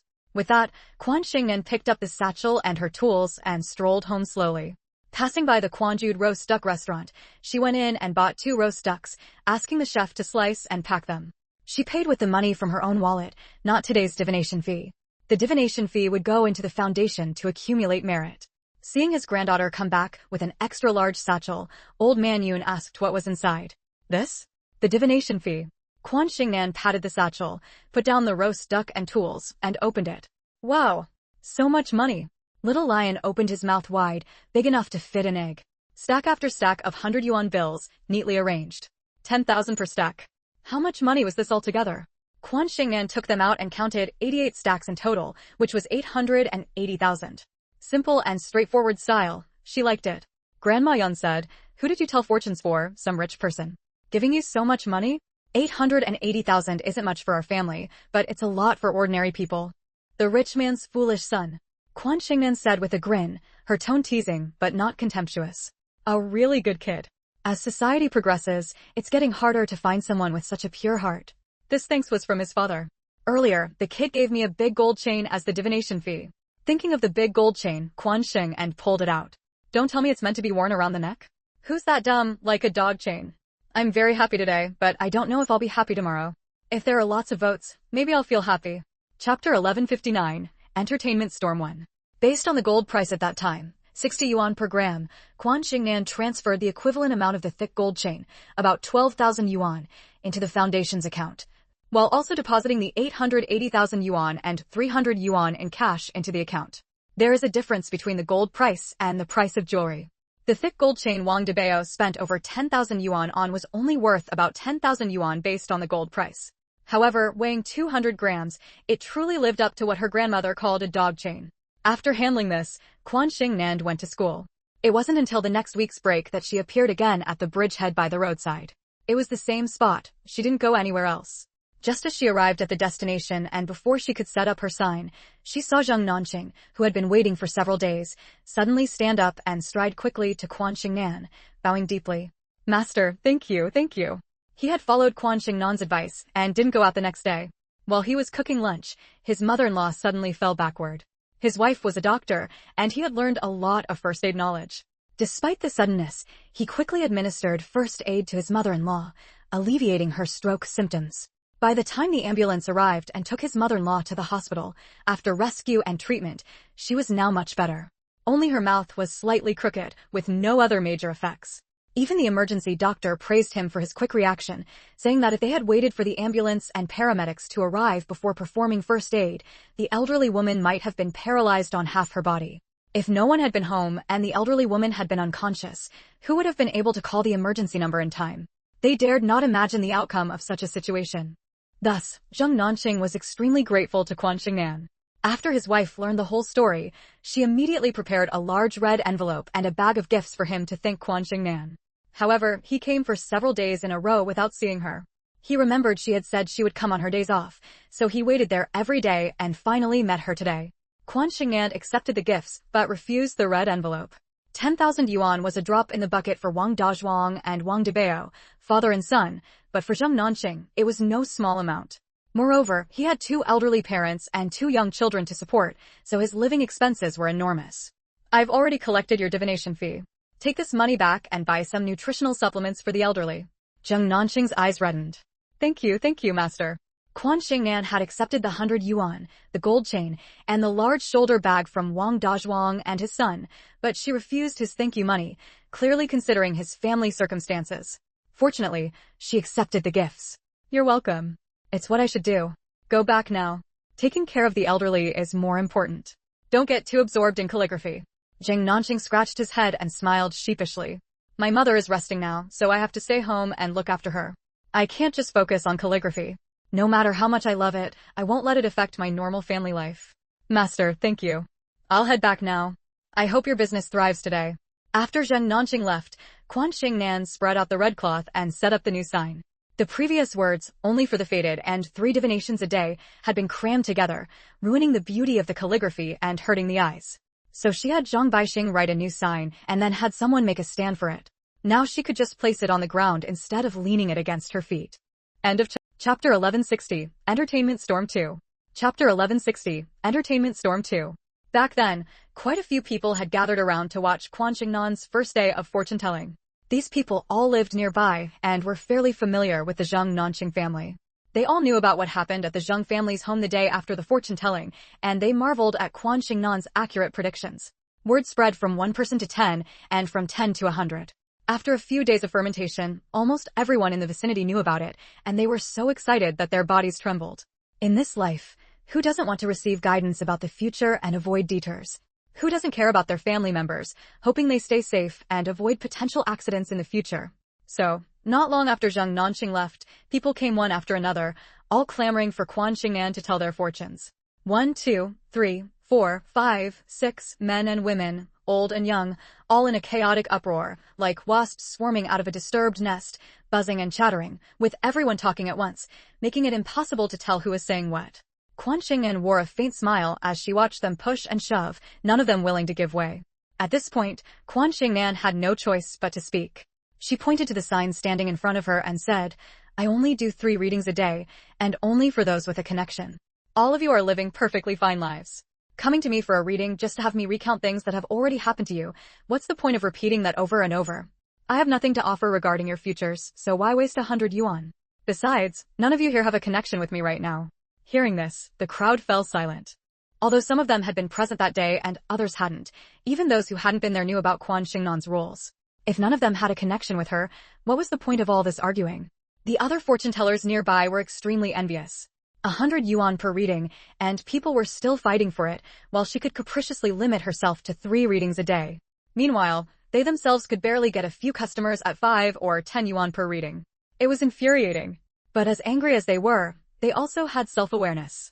Even if they didn't know a bit about the I Ching and such arts of divination, physiognomy, and naming, they knew they weren't so-called divine calculators.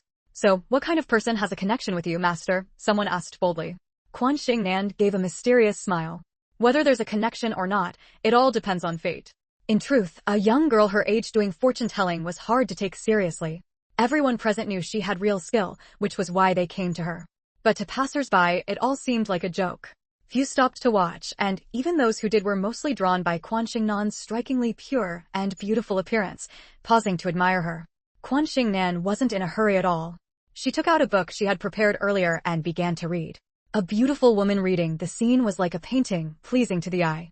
Those who had no connection for a reading gradually dispersed, except for a few who stayed behind to watch the excitement. In the end, only about a dozen people remained, most of them middle-aged women. They sat not far away, chatting while occasionally glancing in Quan Xingnan's direction. After about half an hour, a middle-aged man carrying a briefcase finally walked up to Quan Xingnan. The chatting women immediately fell silent, staring wide-eyed at the scene. The middle-aged man handed Quan Xingnan a business card and said, "Miss, are you interested in becoming a star?" His eyes were full of admiration. The girl before him was simply perfect, fresh, and translucent, with a striking, ethereal beauty. Her delicate features were flawless, and her small face was especially photogenic, highly distinctive, and unforgettable at first glance. This chapter ends. Chapter 1161, Entertainment Storm 3.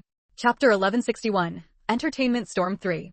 For ordinary girls, celebrities are full of temptation.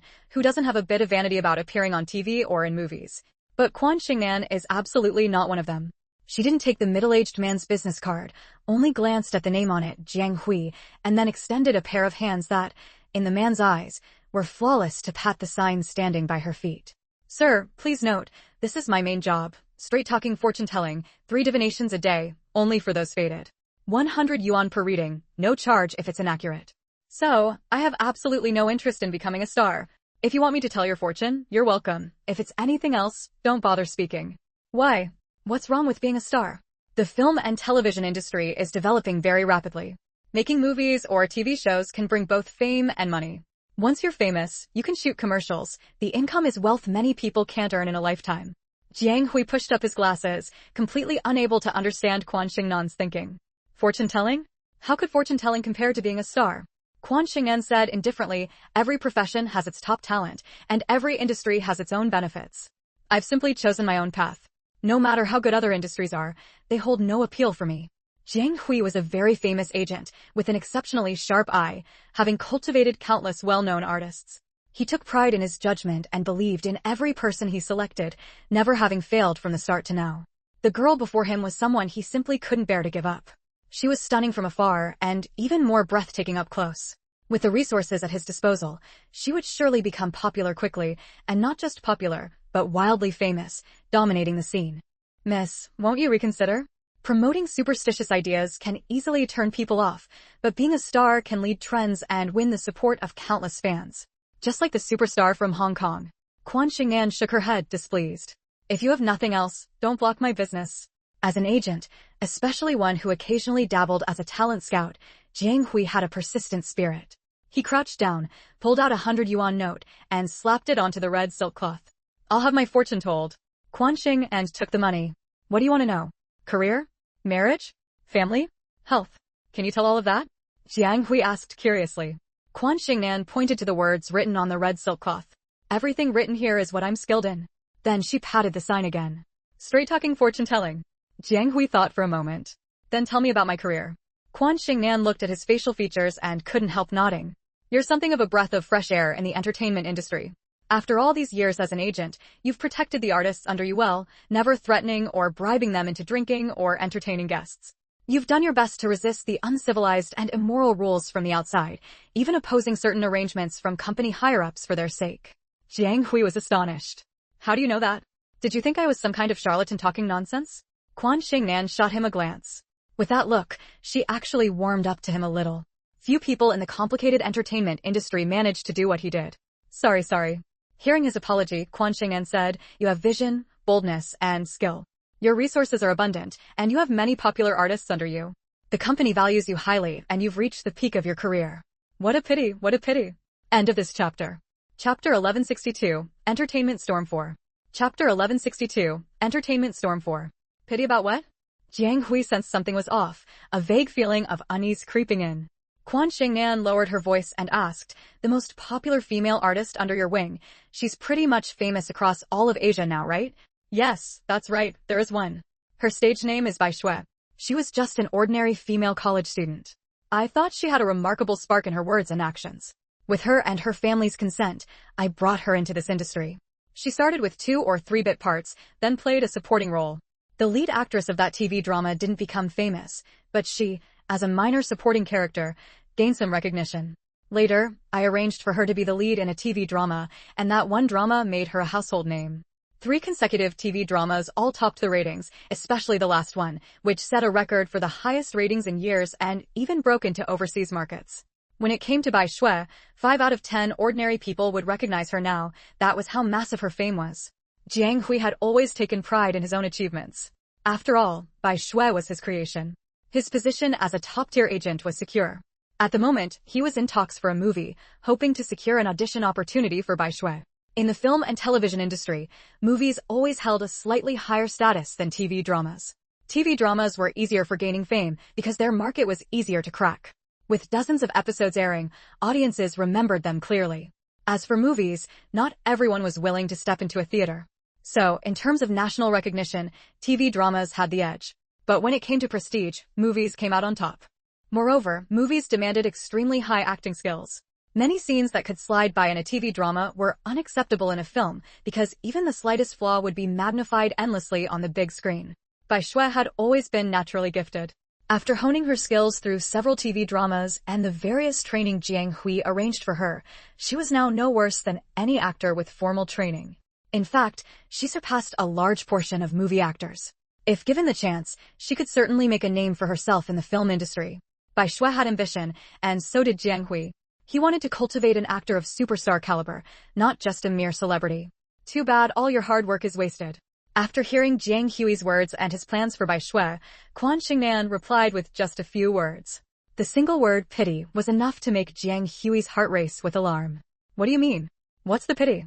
What I mean is, you've done everything you can for her, but she's getting ready to stab you in the back. The briefcase in Jiang Hui's hand dropped to the ground.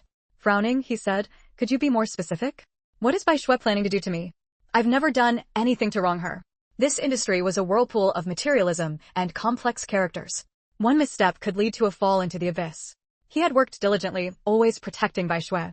Apart from normal commercial performances, he never arranged for her to attend drinking parties or meet clients, nor did he involve her in activities related to addictive substances. For this, he had offended countless big-name stars, wealthy tycoons, and executives who wanted to keep her as a mistress. Having been in this industry for over 20 years, he could proudly claim he had a clear conscience. He had never treated artists as tools for making money. But the private behavior of some artists was beyond his control. In this circle, not everyone was willing to act steadily and live with integrity. End of chapter. Chapter 1163, Entertainment Storm 5. Bai Shui was considered a rare, well-behaved girl in the circle. At 25, she was pure, beautiful, quiet, and dutiful, rarely participating in those messy activities, and she was very obedient. Jiang Hui was quite satisfied with her. Jiang Hui was an agent with some principles deep down. He hoped the artists under his wing would become famous for their acting skills rather than scandals. In the circle, Jiang Hui's strictness was well known. At the same time, his integrity was widely recognized. Many actresses who were eager to act but were oppressed by seniors or wealthy individuals wished they could be under Jiang Hui's management, even if it meant less fame and less money. Quan Xingnan, based on Jiang Hui's facial features, understood his integrity. She recalled that when young people in the circle occasionally discussed the entertainment industry, they would single out Jiang Hui, feeling both love and hate for him. Those who praised him admired his persistence, while those who disliked him did so because they couldn't get close to the female artists under his management. That was why Quan Xingnan was willing to offer him a little guidance. Whether in the business circle or the high-ranking official circle, there were plenty of acquaintances who interacted with the entertainment industry.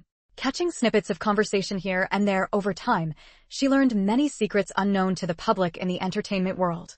You haven't wronged her, but you've blocked her path to advancement.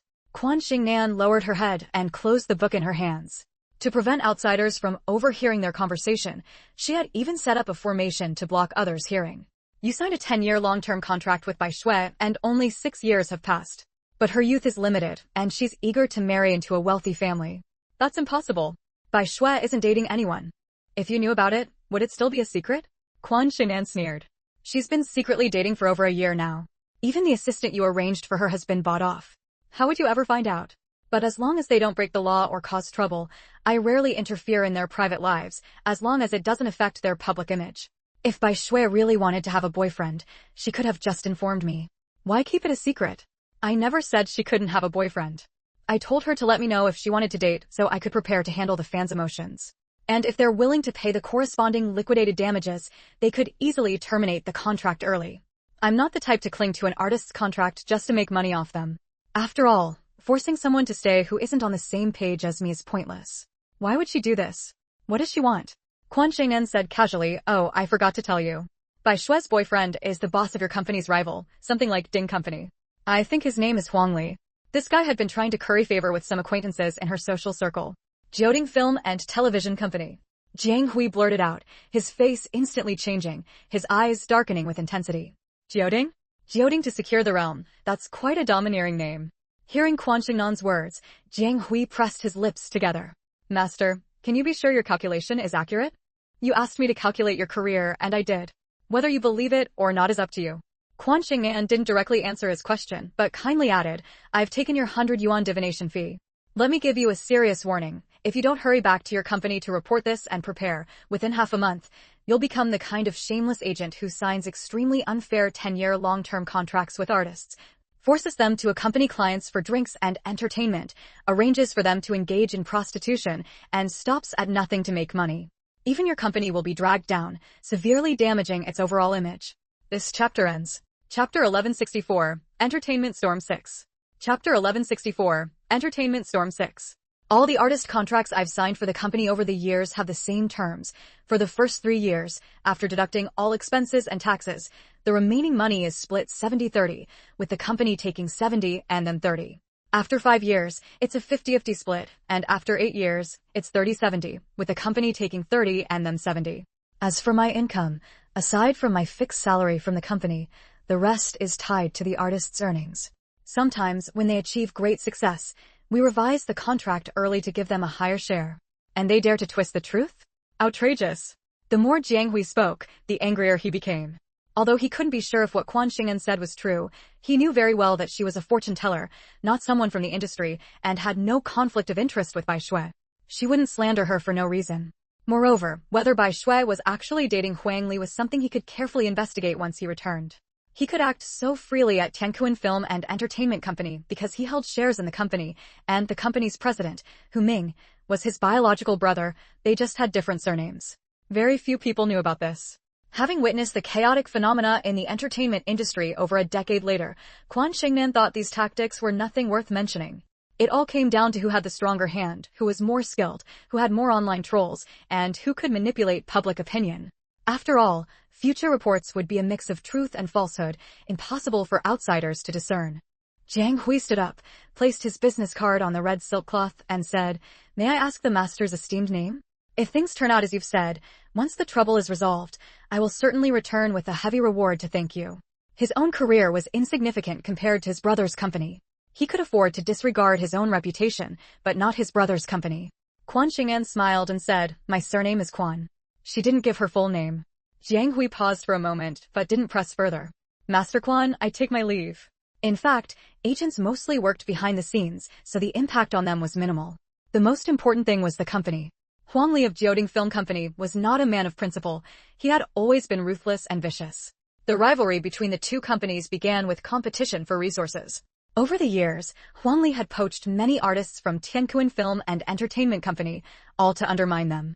Bai Shui was currently a top-tier actress with an incredible ability to generate revenue.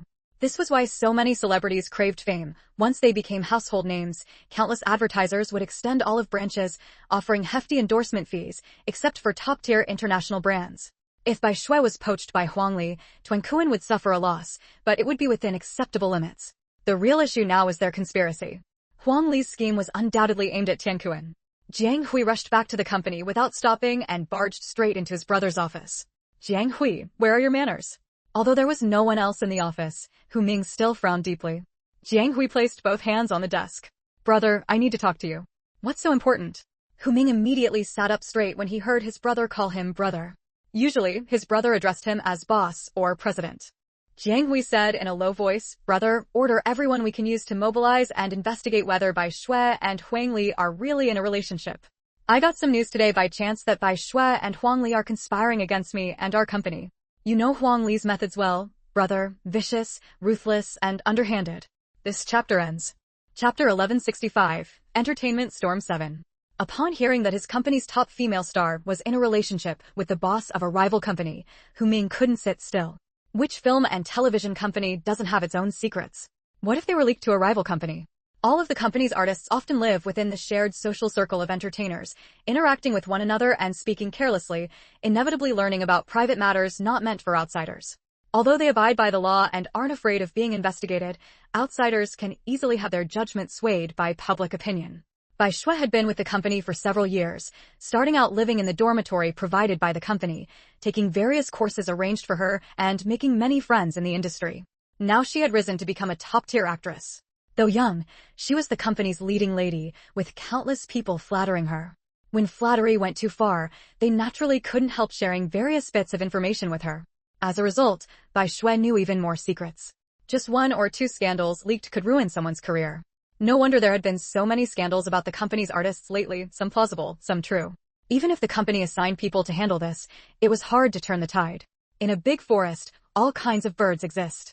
The company had been around for many years, and its artists inevitably varied in quality. Quite a few had sunk into depravity. Even Hu Ming, as the boss, felt powerless, since many matters were the artist's private affairs, beyond his control. Hu Ming quickly issued various orders, then said to his younger brother, "Regardless of whether this is true or false, suspend Bai Shui's work first.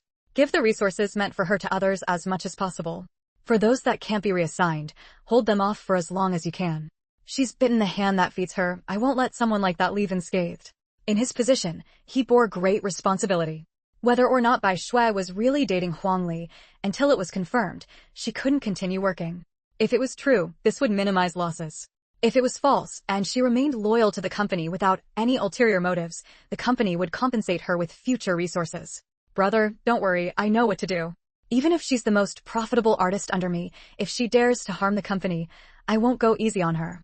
Huang Li, that guy, is no good. He's into drinking, womanizing, gambling, drugs, and everything vile, just hiding it from outsiders. Let's see if she can marry into high society." "High society?" Hu Ming sneered. "Since when is high society so cheap? Without tens of billions and some real heritage, who dares to call themselves high society? Just having a bit of money makes you high society? Does that mean our family counts as high society?" Jiang Hui laughed coldly. "In the eyes of some artists, having a few $100 million in assets makes you a rich man, high society. In mainland China, how many true high society families are willing to accept a daughter-in-law from the entertainment industry? Those who marry into high society are definitely not from the entertainment world, or at least not purely from it, without being tainted by its messy culture." Bai Shui was thinking too simply. Did she think her years of clean, pure image were her ticket into high society? Jiang Hui had seen plenty of actresses used by so-called high society. Very few who married into wealthy families actually lived happily. End of chapter. Chapter 1166, Entertainment Storm 8. The information that brothers Hu Ming and Jiang Hui wanted came quickly, specifically regarding the relationship between Huang Li and Bai Shui. It was confirmed that Huang Li and Bai Shui had been dating for over a year. Each of their dates was extremely cautious, with locations arranged so secretly that no trace could be found. However, they still managed to list the places where the two had appeared together, and by bribing one of Bai Shui's assistants, they obtained a clue. Based on this clue, they found the couple's secret meeting spot, the location where they had appeared together most frequently, the Hua's Grand Hotel. A hotel sees people coming and going. Huang Li and Bai Shui arriving separately would arouse no suspicion. The Hua's Hotel was already top-notch and highly renowned, and it was common for celebrities to stay there. With suspicion confirmed and clues in hand, they realized that the two were seasoned veterans of secret rendezvous. They never appeared at the hotel at the same time, nor did they leave together. As for the couple's plans, there was still no information. After all, no matter how experienced those seasoned investigators were, they couldn't pry open Huang Li and Bai Shui's heads to see what they were thinking. They could only secretly monitor their movements. Since we've confirmed that Bai Shui is working with the enemy to target our company, we'll strike first, Hu Ming said coldly. Agreed. When it came to Bai Shui's flaws, no one knew them except Jiang Hui, her agent.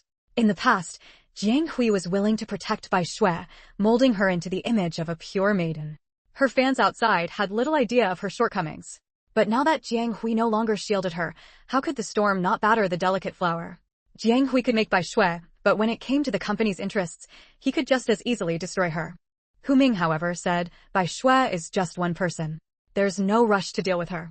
Our biggest opponent is Huang Li. Destroy Huang Li, and Bai Shui won't amount to anything, she'll be at our mercy. But even if Bai Shui is unkind, we cannot be unjust. Our company has built its reputation with great effort, and we cannot leave any handle for criticism because of one person. I understand, brother. Then let's start with the contract. I think, given Bai Shui's current status and her contribution to the company, the contract split could be changed to 1-9, 1 for us, 9 for Bai Shui. However, we must add a clause to the contract. If either party breaches it, they must pay a penalty. Hu Ming said. Jiang Hui was taken aback. Hu Ming sneered slightly. As for the specifics of this clause, just convey my intentions to the lawyer. The lawyer will draft the contract based on legal knowledge. When the time comes, make it sound nice. Say the penalty is based on Bai Shui's annual income for this year. I roughly estimate that Bai Shui's total annual income is around 100 million. Bai Shui had risen to fame too quickly, with extremely high visibility. Her fees for various advertisements and endorsements were also very high. In less than half a year, she had already earned 50 million, of course, that was before the split. Jiang Hui said, I'll inform the lawyer to draft a new contract taking all aspects into account. Go find the lawyer immediately. Once the new contract is drafted, make its contents public and arrange a signing ceremony. Chapter 1167, Entertainment Storm 9. Chapter 1167, Entertainment Storm 9. Were Bai Shui and Huang Li trying to get at them through the contract? They were now revising the contract, citing contributions to the company and status in the film and television industry. Even outsiders would find no fault. Which company promotes someone for no reason? There were plenty of 10-year contracts where new artists split earnings 90-10 or 80-20 with the company. Tiankuan Film and Entertainment Company moved incredibly fast, rivaling lightning in speed. Huang Li and Bai Shui were caught off guard. The latter had no choice but to attend the signing ceremony. If she didn't show up, not only people in the industry but even outsiders reading the reports would call her ungrateful. People's thinking was simple. The company trained you, so it was only right for the company to take the larger share. As your contributions grew, the company gradually increased your cut and didn't mistreat you. Now that you were a top-tier actress with sky-high income, the company taking only 10% was the kindest move in the world. After all, your past earnings were limited, but now you were raking in money daily. As for the hefty penalty for breach of contract, no one saw anything wrong with it. The penalty wasn't a constraint on just one party but on both, ensuring both sides adhered to the contract, so its existence was perfectly reasonable. In other words, if Bai Shui breached the contract, she paid the penalty to the company. If Tiankuan breached it, they paid her. At the signing ceremony, the brothers Hu Ming and Jiang Hui were all smiles, showing great confidence in Bai Shui's future. Meanwhile, Bai Shui, thinking of her boyfriend's plan to attack the company, suppressed her unease and forced a smile. Bai Shui's acting was excellent. If Jiang Hui hadn't known her well, he wouldn't have detected her inner anxiety. Starting to feel uneasy now? Too late. Those who were ungrateful didn't deserve their continued goodwill. If Bai Shui had honestly paid the penalty, the company wouldn't have made things difficult for her. They could have parted amicably, to everyone's satisfaction. But she absolutely should not have teamed up with their sworn enemy to go against the company. Over the years, turning her from an ordinary college student into a top-tier actress, Wasn't that at least 70% of the credit due to them? The company's efforts yielded such results. Not just the company, but even Jiang Hui was furious. Not long after the signing ceremony, Tianquan arranged for someone to leak news of Bai Shui and Huang Li's relationship. Suddenly, many newspaper entertainment sections were reporting that Bai Shui was about to leave her old company and marry into a wealthy family. Some entertainment reporters got wind of it and covered the location of their rendezvous, giving Hua's Hotel quite a bit of publicity. Hua's Hotel was a legitimate business that never lacked guests. Such publicity was probably not what they wanted, especially having to deal with various entertainment reporters coming daily to investigate the truth of the rendezvous. Quan Xingnan had been enjoying the entertainment news lately. Seeing this, she stuck out her tongue. Oh dear. That backfired. She had only wanted to save the unlucky Jiang Hui and the unlucky Tianquan Film Company. Since the latter had countless ties with her stepfather Wang Juanda, it seemed the boss was a cousin of his. Now that it had affected Hua's Hotel, Quan Xingnan felt embarrassed and called Hua Xuedong. It's fine, don't worry. If the hotel manager can't handle this little trouble, then I think I need to replace the manager. Hua Xuedong paused her work and said lightly, Chapter 1168, Entertainment Storm 10. Even if something happens, it's none of my business. I'm just a fortune teller. Quan Xingnan said cheekily. Hua Xuedong could perfectly imagine how adorable and charming his cheeky girlfriend was. He looked regretfully at the desk full of documents. Knowing he couldn't make another trip to the capital anytime soon, the backlog of work was simply too much. Separated by distance, even longing seemed to carry a hint of pain. A graceful smile curling at the corners of his lips, Hua Xuedong asked, Tomorrow's another day off. Are you going fortune-telling again? Of course. Let me tell you, fourth brother, I'm pretty famous over there. Quite a few people come seeking me out for readings. But I have my rules, 3 readings a day, only for those fated. Quan Xingnan said smugly, reveling in her reputation as a divine fortune teller with style. Are there a lot of young men? Hua Xuedong followed up casually but pointedly. There are. Quan Xingnan's eyes twinkled. How many? Should I show up there right now and chase away all those buzzing bees? Don't you dare. If you show up, won't you mess up my business? Besides, what are you worried about? I haven't even said anything about you. That Liang Wenwan is still eyeing you hungrily, don't think I don't know. Quan Xingnan certainly trusted Hua Xuedong's heart, but Liang Wenjuan's relentless attitude still rubbed her the wrong way. Hua Xuedong said seriously, our company has already reduced business dealings with Zhengzhen Group. We don't interact much normally. I'm taken now, so I have to be mindful of appearances. Quan Xingnan beamed. I'm careful too. Every time I finish a reading, I go straight home. In all these sessions, I've only done a reading for one young man, you know the one, I told you about him. A landlord's silly son, wearing a gold chain as thick as a finger. My grandma called it a dog chain. He's about to get married and have a kid soon. Hua Xuedong said, I remember you said before that he's getting married next year? How did it become soon? Oh, that was before. If I hadn't tipped him off, they probably would have gone back to their hometown much later. The girl found out but didn't know how to bring it up, so she kept it hidden and stopped living with them. By the time they realized, Xiaohua was heavily pregnant and couldn't have a wedding. Then came childbirth and confinement, so of course the wedding would be next year. Now, thanks to her advice, Wang Debao's whole family had rushed back. Worried about Xiaohua's reputation, they would definitely hold the wedding as soon as possible. Even if they couldn't get the marriage license due to age, they'd still go through with the ceremony. Only Wang Debao was underage. Xiaohua, the same age as him, had already reached the legal marriage age. The next day, as soon as Quan Xingnan arrived at her usual fortune-telling spot, she saw Wang Debao grinning foolishly and waving at her frantically. Master, master. I finally managed to ask when you'd be here. I've been waiting for you for days. Do you need something? Quan Xingnan asked as she set up her stall. Wang Debao respectfully presented a red invitation card decorated with gold dragons and phoenixes, saying cheerfully, I'm here to invite master to the wedding feast. When I got home, my grandma gave me a beating, then said we can't let people mock Xiaohua for using pregnancy to force marriage. We had to hurry up and hold the wedding and get the license when we're old enough. So we set the date for the 8th day of the 3rd lunar month. Then my dad suddenly remembered he'd left his business card with you but forgot to ask for your contact info, so he sent me to make the trip and humbly invite master to grace us with your presence. The chapter ends. Chapter 1169, Entertainment Storm 11. Chapter 1169, Entertainment Storm 11. Wang Debao got his wish, marrying the girl he loved and having a child. Although his shoulders couldn't yet bear heavy burdens, he could work hard, so he was always beaming with joy, practically floating on air.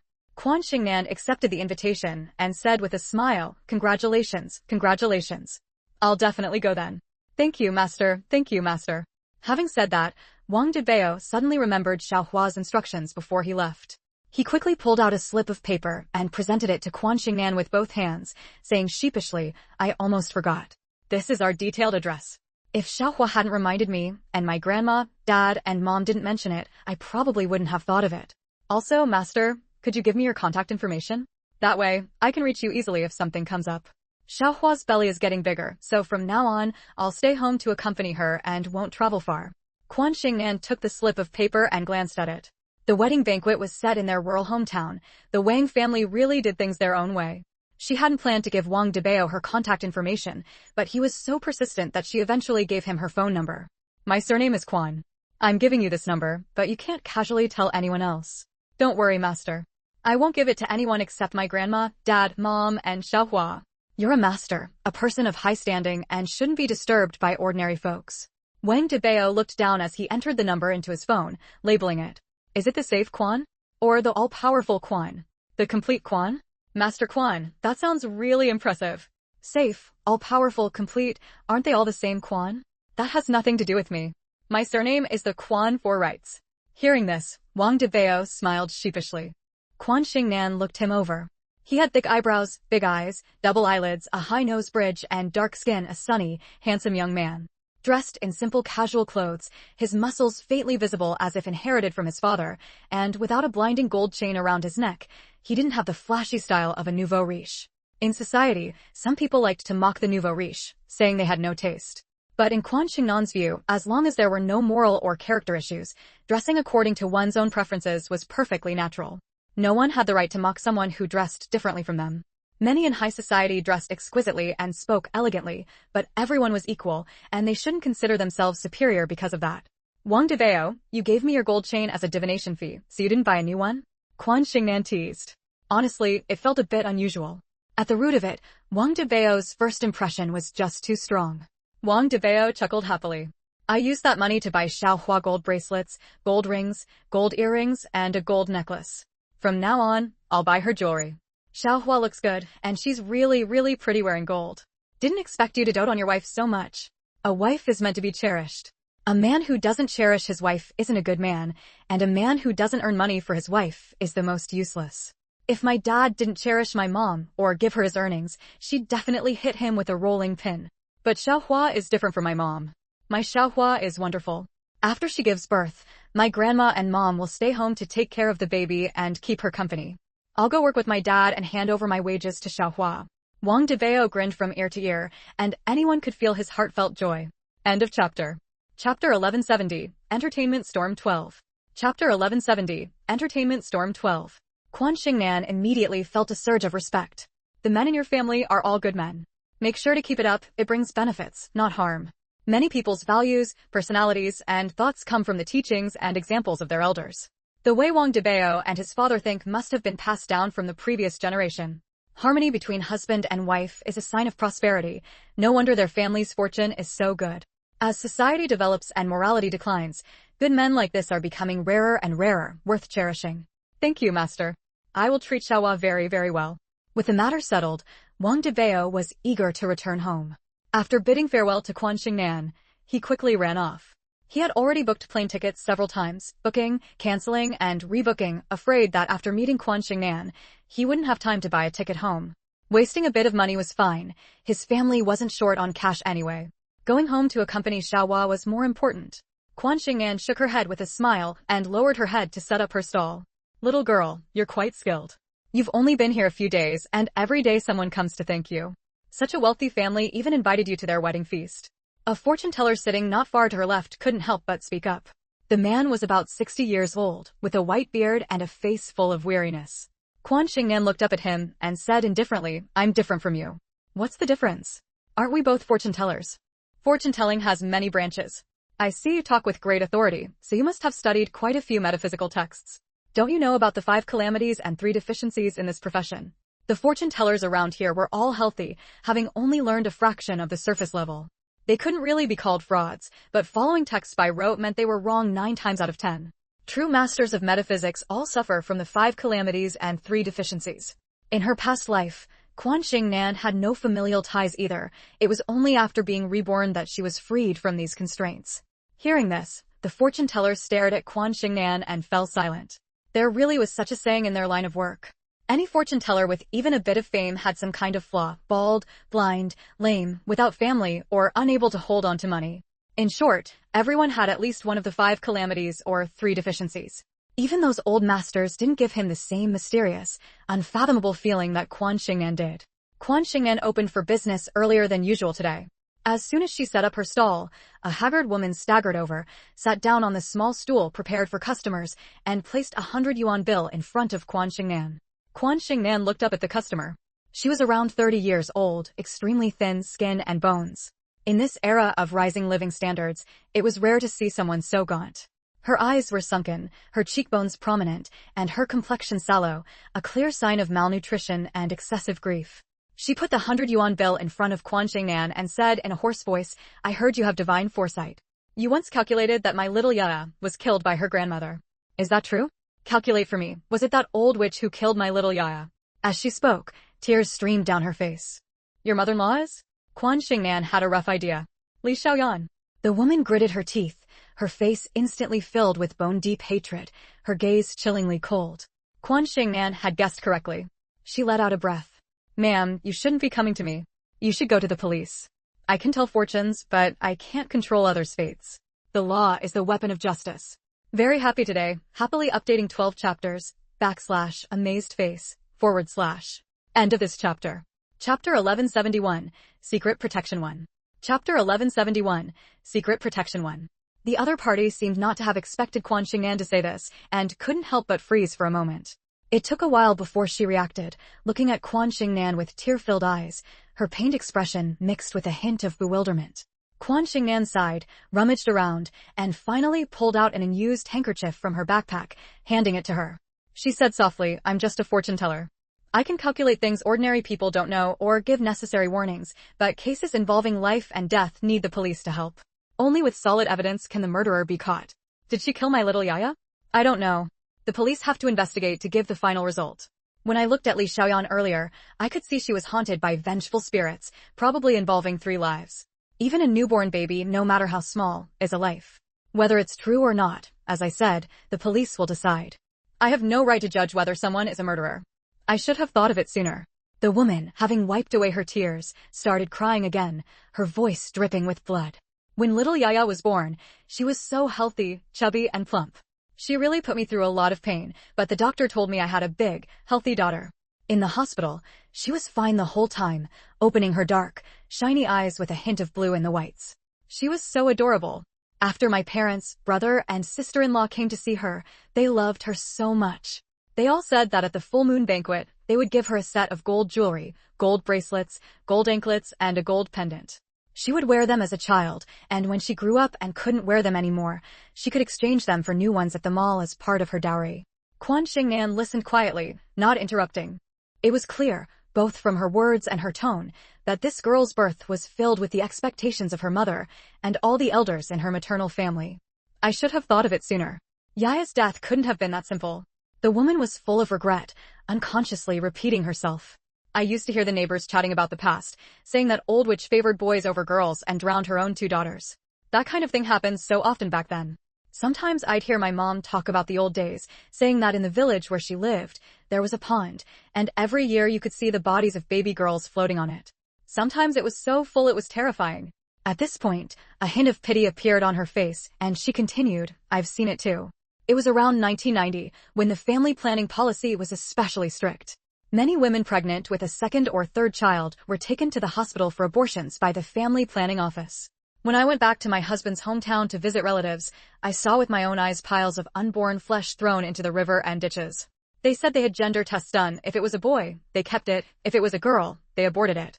Most people didn't have a high standard of living, so they boiled safflower juice at home and drank it to abort the fetus." The fortune teller who had been talking to Quan Xingnan earlier heard this and suddenly pressed his palms together, reciting a Buddhist chant, Amitabha, good and virtuous. Today's cause, tomorrow's effect. Karmic retribution, karmic retribution. Quan Xingnan was speechless. Metaphysics originated from the Taoist school, a 1,000-year heritage of national culture, while Buddhism and Taoism were introduced from abroad. Although there are also masters in Buddhism and Taoism, feng shui masters and fortune tellers are mostly from Taoist backgrounds. This fortune teller reciting Buddhist chants was truly rare. The woman, however, nodded in agreement. Yes, people who do such things will face retribution. They definitely will. End of chapter. Chapter 1172, Secret Protection 2. Chapter 1172, Secret Protection 2. Perhaps because the woman had responded to him, and no one else was patronizing his stall, the old fortune teller dragged his small stool over to sit beside the two of them. After taking a look at the woman's appearance, the old man said, "You don't look that old, but compared to someone 10 years older than you still seem weathered. The dead cannot be brought back to life. The living may suffer, but the living matter most. Take good care of your body. There's a saying, the good die young, while the wicked live on. I think you should report this to the police. People in my line of work can't get involved." Hearing this, the woman twisted her lips into a smile that looked worse than crying. "Yeah, I'm only 26, just a year or two older than Aunt Shu's daughter Lily. Even you say I look old beyond my years. You can imagine how I feel when I look in the mirror and see myself. But my poor Yaya, she didn't even live 10 days after birth, and she died so inexplicably. If I don't seek justice for Yaya, I won't be able to rest." As she spoke, she kept pounding her chest, struggling to catch her breath. With her gaunt frame, she looked utterly pitiful. "Then report it to the police. If you suspect your daughter's cause of death, why don't you trust that the police can find the truth for you?" Quan Xingnan found her thoughts and actions hard to understand. "You're on your own. Even if your family helps you, they wouldn't know how to handle this. The only people you can trust are the police. While your daughter's body is still fresh, let them conduct the most professional investigation. If you keep dragging it out, her remains will turn to dust, and even a deity wouldn't be able to find evidence. You're right, I should call the police. I should call the police." The woman muttered to herself a few times, then stood up, knocking over the small stool she had been sitting on. Soon, a bitter expression spread across her face as thick as ink. But I don't know where they buried Yaya. How can the police help me?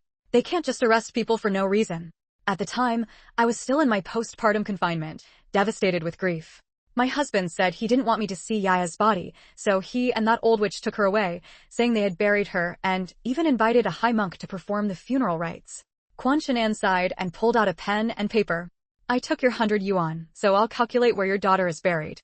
Fortunately, Li Xiaoyan was rather traditional. She had taken the granddaughter's body in a bamboo basket to the outskirts to bury it, then placed the basket upside down over the grave, instead of burning it to ashes.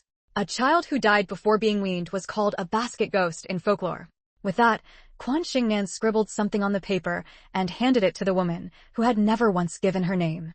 The woman took the note, clutching it tightly, staring at it as if her gaze could burn it to ashes. Fortunately, her eyes couldn't harm the paper, and she soon clenched it in her palm. "Master, my name is Zhao Hongyan. Once I've gotten justice for Yaya, I'll come back to thank you." Without hesitation, she turned and left. Watching Zhao Hongyan's retreating figure, the old fortune teller asked Quan Xingnan, "Little girl, do you think her mother-in-law killed her daughter?" I could tell that day that her mother-in-law wasn't easy to get along with. Rarely have I seen such a sharp-tongued and mean-spirited person. Quan Xingnan lowered her head, putting the money into her wallet, and said flatly, "Whether she did or not is for the police to decide. I wouldn't know." End of chapter. Chapter 1173, Secret Protection 3. Chapter 1173, Secret Protection 3. Don't pretend you don't know. I heard every word you said that day. You said that woman named Li Xiaoyan killed 3 little girls, and 2 of them were almost universally identified as her victims, the old man said. Quan Xingnan frowned. Don't talk nonsense just because you're old. I clearly said she harmed 3 little girls. Whether she's a murderer is the police's job. I can't convict someone with just one sentence. The fortune-telling old man thought hard, and it seemed she was right. She had never once said Li Xiaoyan killed anyone. Who is it that suspected Li Xiaoyan of killing the baby girls? It was Li Xiaoyan's neighbors. This girl was too clever and cautious, wasn't she? Every word was watertight. It seems you really are one of us, the fortune-telling old man said with deep emotion. I'm old now. This is the era of you young people. Truly, the new replaces the old. Quan Xingnan rolled her eyes at him. She had told him countless times she was nothing like him. The fortune-telling old man didn't think so. They both set up stalls by the roadside, so how could they be different? A seasoned fortune-teller, he was quite eloquent. With no passers-by stopping to seek their services, he rambled on endlessly, from the I Ching and Tao Te Ching to astronomy and geography, from fate to feng shui. To the uninitiated, it sounded profoundly deep, but to an insider like Quan Xingnan, it was clear he was just reciting from rote, offering no original insight. Quan Xingnan watched him go on and on. He wasn't thirsty, but she was. So, she pulled her thermos from her backpack, tested the water temperature, and took slow, measured sips until the old man himself felt parched and finally stopped. Little girl, since no one's coming to us right now, do a reading for me. Tell me what my fate is in this life. Hearing the old man's request, Quan Xingnan glanced at him and said crisply, we have no connection. Sir, find someone else. You're a strange one, girl. Turning down a fortune fee handed right to you. I've got $100 ready. As he spoke, the old man pulled out his wallet from his pocket and waved a 100 yuan bill in front of Quan Xingnan. The wallet was the same brand as Quan Xingnan's, a stark mismatch with the old man's current appearance. Quan Xingnan's eyes darted. I have no connection with this $100, and neither do you, sir. What do you mean? As soon as the words left her mouth, a sudden gust of wind howled. Startled, the old man lost his grip on the money and watched helplessly as it flew away. The bill, swept into the air, fluttered like a beautiful butterfly, dancing and spinning. The old man stood up and jumped, but couldn't reach it. He could only watch as it tumbled a few times and drifted lightly down beneath the bridge. He rushed to the bridge, leaned over the railing, and saw the banknote floating on the water. It drifted with the current, slowly fading away. Then, the wind stopped. My $100, the old man cried out, beating his chest and stamping his feet. Quan Xingnan stifled a laugh. Just as she put her thermos back into her backpack, the old man turned to her and stormed over, his steps so spry he didn't seem like a man in his 60s. Little girl. You knew I was going to lose money. Why didn't you warn me? $100. That's 100. I have to tell fortunes for 10 people to earn that much. And you, with one sentence, made me lose it, the old man lamented in anguish. Quan Xingnan almost burst out laughing, but seeing the old man's pained and hopping mad expression, she forced herself to hold it in. End of Chapter 1174, Secret Protection 4. Just as the old man was lamenting the loss of his 100 yuan, a young man dressed in a sharp suit and exuding an elite aura walked over with brisk steps. He stopped beside the old man, frowned, and said, Dad, are you out here spreading feudal superstitions again? Is this your new promotional method, shamanistic dancing? The old man froze instantly, staring wide-eyed at his son. After a brief silence, he quickly erupted. You little brat, who are you calling a shamanistic dancer? The young man simply looked at him without speaking, his expression making his meaning perfectly clear. I'm not wasting words with you. Anyway, you don't understand what I've learned. Talking to you is like playing the lute to a cow, the old man huffed angrily. After finishing, he straightened his hat, clothes, and beard, all disheveled from the wind and his stomping, then turned and dragged his small stool back to his stall. He smoothed the red cloth on the ground in front of him that hadn't been blown away and sat there calmly, waiting for customers. Quan Xingnan watched the young man curiously, then glanced at the old man, pursing her lips with a smile. There were 4 or 5 fortune-tellers nearby, not counting her, but including the old man. However, the old man stood out. He was talkative, had an air of immortality, and spoke with great wit, so his business was the best. Many passers-by stopped to have their fortunes told by him. Quan Xingnan was pretty, but she was young. Ordinary people rarely approached her, not believing she had real skill. When she was bored, Quan Xingnan would listen to the old man chatting with customers and noticed a pattern. Whether he was reading faces or calculating birth dates, accuracy aside, these fortune-tellers were wrong 9 times out of 10. The one time they were right was by luck. But the old man's ultimate goal was always to encourage people to be good. She remembered one time when an old lady came to him for a fortune-telling, endlessly complaining about her daughter-in-law's faults. In common terms, she was a bad mother-in-law who treated her son like a treasure and her daughter-in-law like dirt. The old man told her that her daughter-in-law was born with good fortune, destined to bring prosperity to the family and her husband. He said her son had a virtuous wife and a good mother, the mother being the old lady herself, ensuring his rise to success. The old lady was so charmed she left happily. Some time later, Quan Xingnan heard from someone who knew the old lady that she had heeded the master's words and stopped nitpicking her daughter-in-law. Since the daughter-in-law wasn't a bad person and the mother-in-law stopped causing trouble, she naturally didn't retaliate. The family became peaceful.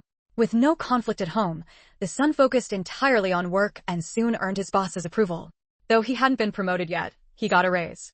This convinced the old lady that her daughter-in-law was indeed blessed, and she came specially to thank the old man. So, although the old man wasn't an orthodox metaphysical practitioner and often forced connections with metaphysical texts, Quan Xingnan had a good impression of him. Moreover, his soul radiated a white light, and above his head was a majestic red aura. This indicated that the old man was not only upright but also of distinguished origin. Even if Quan Xingnan didn't know him, they were in the same circle. Since acquiring her ability to read qi, Quan Xingnan had noticed that many with red qi above their heads were national heroes. The top leader, of course, had pure purple qi extremely dense. Qin Fingji, who had returned from a state visit abroad a few days ago, also had purple qi, though slightly lighter. Other political figures had red qi tinged with purple, like Grandpa Qin and Grandpa Lin, while Grandpa Yan had pure red qi, just like the old man before her. End of this chapter. Chapter 1175, Secret Protection 5. Many descendants of revolutionary veterans also carried a red aura, but it wasn't as pure. The elderly gentleman before her appeared to be in his 60s, but was actually over 70. Barring any surprises, he shared the same background as her grandfather, a revolutionary soldier who had served the country. There were many such revolutionary soldiers. In the early days of the nation, they were relatively young, held low military ranks, and their contributions weren't enough to grant them entry into the top political center of the Red Wall compound. So it was perfectly normal that Quan Xingnan had never met them. Don't assume their status was low, they were still among the senior cadres and had countless connections with those above. When marching and fighting, who didn't have comrades who rose step by step? Back then, Grandpa Yan had cut off contact with his comrades for Grandma Yan, but wasn't he still recognized at a glance by Grandpa Lin? Quan Xingnan watched with great interest as the old man's son and her father stared each other down. He was clearly not good with words. He walked over to the old man's stall, stood stiffly, and furrowed his brow so tightly it almost nodded. "Don't block me." The young man didn't move, as if in a daze. The old man picked up the cane he kept as decoration and tapped it on his son's foot. "I'm talking to you. Move aside." The young man shuffled to the side, his flat gaze meeting Quan Xingnan's lively, mischievous eyes. He was momentarily startled, then pursed his lips and looked away. The old man seemed to recall something and said to Quan Xingnan, "Little girl, do a fortune reading for my son's marriage prospects. This kid's almost 30 and still alone.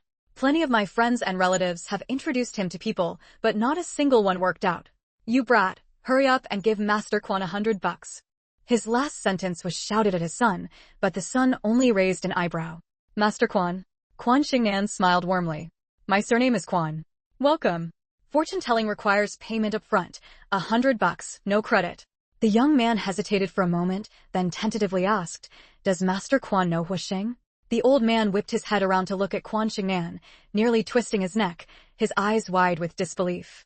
Quan Xingnan didn't answer. She grinned and said, "Sir, are you having the reading or not?" "Yes, yes," the old man cut in quickly, though his eyes darted around, sizing her up. The young man obediently took out $100 and placed it on the red silk cloth in front of Quan Xingnan. He knelt on the small stool, half-turned, not fully seated, and said with unusual politeness, "I'll trouble you, master." "Are you sure it's for marriage?" Quan Xingnan asked. Before the young man could answer, the old man replied, "Yes, marriage. Only marriage. This kid's career doesn't need a reading, nothing great, but enough to get by. Little girl, just do his marriage fortune." Quan Xingnan observed the vast red aura above the young man's head, saw his soul was just like his father's, and then deduced his fate from his facial features. She said with a smile, "Actually, your son's marriage was settled long ago. Your little granddaughter is already 7 years old." "What?" The old man was stunned, while the young man shot to his feet, the stool tipping over. "Please, master, enlighten me," the young man said, urgency clear in his eyes. The old man quickly added, Right. Little girl, where's my daughter-in-law? Where's my granddaughter? Look at me, a lonely old man. My eldest and second sons have their own families and live elsewhere. Only this youngest son stays with me. I just want him to do well, and the best thing he could do is marry and have kids without me worrying. Have some pity on me." End of this chapter. Chapter 1176, Secret Protection 6. The old man grew more pitiful as he spoke, his expression as aggrieved as could be. A gust of wind swept past from behind, lifting his clothes, making him look desolate and forlorn, just as he had described himself, a lonely old man. Quan Xingnan didn't answer his question first, but instead teased him. "Old sir, don't come crying to me like this. I was born with sharp eyes, I can see everything clearly. If a veteran hero like you is a lonely old man, then 99% of the elderly in this world are lonely old men too, and there'd be no such thing as family joy." Hearing this, the old man immediately gave her a thumbs up. No wonder she was called the divine calculator. There was truly nothing in the world she couldn't figure out. The young man finally remembered to glare at the old man, as if slightly annoyed that he had interrupted Quan Xingnan's fortune-telling for him. "Puh, you little brat," the old man scolded, then turned to Quan Xingnan with a fawning smile. "Little girl, just tell me quickly. My son here is cold and indifferent. I've never seen him get close to any girl. Where would a wife or a granddaughter come from? Don't tell me it's like that Wang Debao with his big gold chain." When he mentioned a granddaughter, the old man's voice grew especially excited. Quan Xingnan spread her hands. If someone hadn't played the part of the villain splitting up a loving couple, you'd probably already be enjoying your grandchildren by now. At these words, not only the young man but also the old man's expression fell. So you can even calculate that? That's right. That woman, the child's mother, always went on about matching social status. Back then, it kept the sons from coming home day after day, and the house was in chaos. If you ask me, it's only been 50 years since the founding of the nation, who wasn't born a peasant. Some people get a bit of official power, their eyes turn up to the sky, and they look down on others, never mind checking if the mud on their own legs has been washed clean. At this point, the old man stared at his son in shock and slapped his thigh. Could it be that my son's marriage was broken up by that woman, his mother? That old hag. When I get underground, I'll settle accounts with her. Don't think that leaving 2 years early will make me forget this. My granddaughter. My soft, sweet, fragrant little granddaughter. Having crawled out of a pile of corpses himself, this old man had witnessed the nation's 50 years of development and harbored no preference for sons over daughters. Suddenly learning he had a little granddaughter, his heart was so overjoyed he could have set off firecrackers for 3 days straight. Please, master, tell me where they, mother and daughter, are. Thank you. Thank you. Thank you, the young man said in a low voice, his expression sincere. The quiet, reserved young man said thank you 3 times in a row, his eagerness plain to see. Quan Xingnan took out paper and pen, wrote down an address, and handed it to him. You'd best prepare yourself for not being forgiven. That girl is very smart and remarkably free-spirited, not some weak woman who only knows how to cry and doesn't plan for herself. Back then, when your mother gave her $1 million to get lost, she used that money to go abroad and raise her child. Now she's returned after completing her studies, with a stable job, all through her own efforts.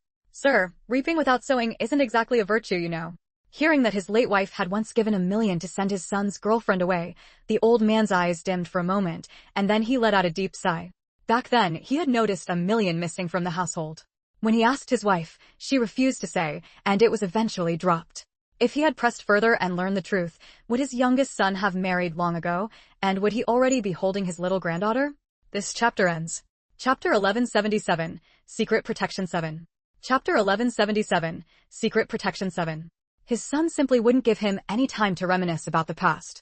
He carefully memorized the contents of the note, then placed it reverently into his wallet. Finally, he thanked Quan Xingnan and dragged the old man toward the car parked in the distance. Hey, you brought my stuff. Is the stuff more important, or your daughter-in-law and granddaughter? If it weren't for the fact that his first love respected the elderly, admired the old man, and loved listening to his stories, he wouldn't have brought the old man along at all. Oh, right. With a little granddaughter, I won't need my cane anymore. The old man cheered up instantly, beaming as his son dragged him away. Quan Xingnan watched them leave, collected the money, and neatly set aside the old man's belongings to return to him the next time she saw him. She then waited for the last destined person of the day. She was growing more and more fond of staying here, observing all the facets of life. All kinds of people came and went, each with their own stories, joys and sorrows, partings and reunions, all preordained. A faint smile touched her lips. Even the fortune teller beside her had a customer, while her own spot remained empty.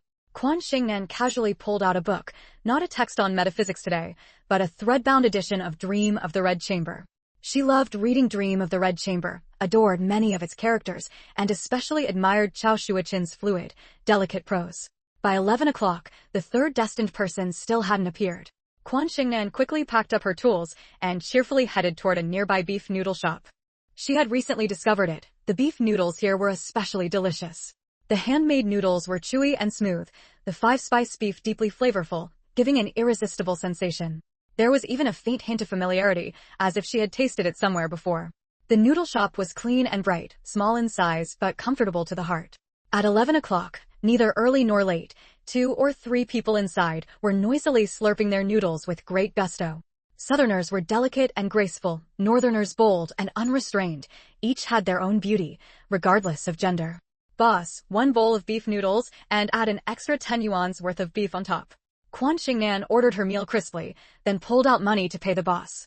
A bowl of noodles cost 5 yuan, and with the extra beef, it came to 15 in total. Coming right up. The boss was a middle-aged, chubby man, round face, round figure, with a warm smile that gave off a comforting vibe. He wasn't overly fat, but because he was tall and sturdy, a little plumpness made him look quite large. His chubby hands were remarkably nimble. He precisely grabbed a large handful of pre-cut hand-pulled noodles and some greens, dropping them into boiling water. When the noodles and greens were about 90% cooked, He scooped them out with a strainer, placed them in a bowl, poured in the beef broth, and then arranged the sliced beef on top. Miss, still just a little bit of spice? Quan Xin-an had come often enough, and with her good looks, the boss remembered her well, including her preferences. Yes, just a little spice. The boss deftly ladled on a spoonful of homemade chili oil and set the bowl in front of Quan Xin-an. Enjoy. Inhaling the aroma of the beef noodles, Quan Xin-an swallowed her saliva, picked up her chopsticks, and was about to dig in when a heavy clatter of footsteps suddenly came from outside, growing closer. She looked up to see a slovenly young man with dyed yellow hair appear in the shop. He walked up to the chubby boss, standing with one leg straight and the other bouncing, a toothpick dangling from his mouth. End of chapter. Chapter 1178, Secret Protection 8. Old man, give me money. I've run out of my allowance, the young man said in a very matter-of-fact tone. The fat boss was taken aback.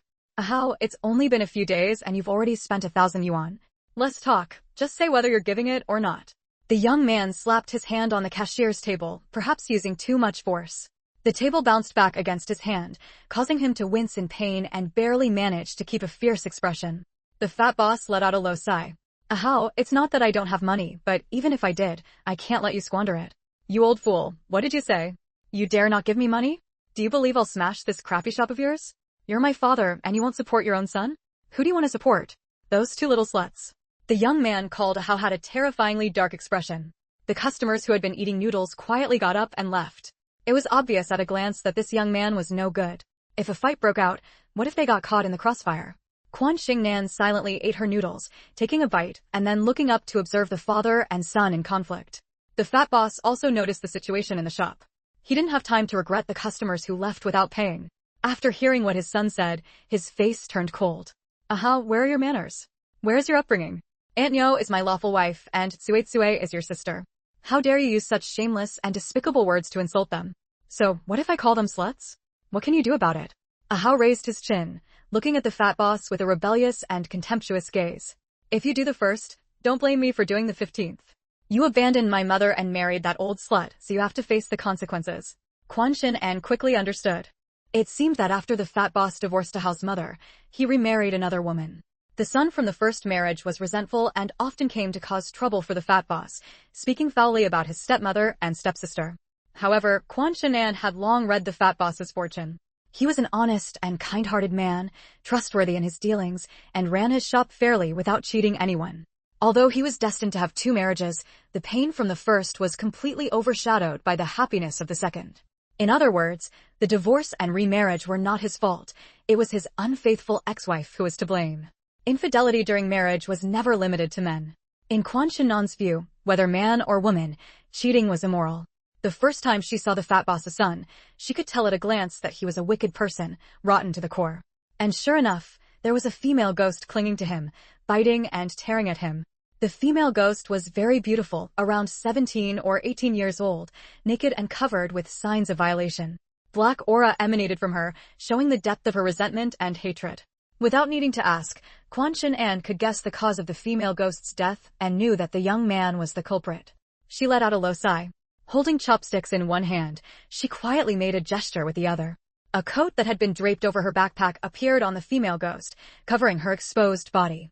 She had offered her coat to the female ghost. Whether human or ghost, everyone should have their dignity. In the living world, this female ghost was not alone. There were many wandering spirits, waiting to dissipate without being redeemed. Seeing a naked female ghost, how could some malicious spirits not have any thoughts? End of this chapter. Chapter 1179, Secret Protection 9. The female ghost, who was in the midst of grappling with the young man, suddenly noticed her own clothes.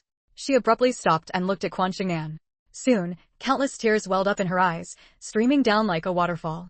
You can see me? The female ghost asked, her voice trembling with disbelief and a faint hint of hope. Quan Xin-an didn't answer, but simply nodded gently.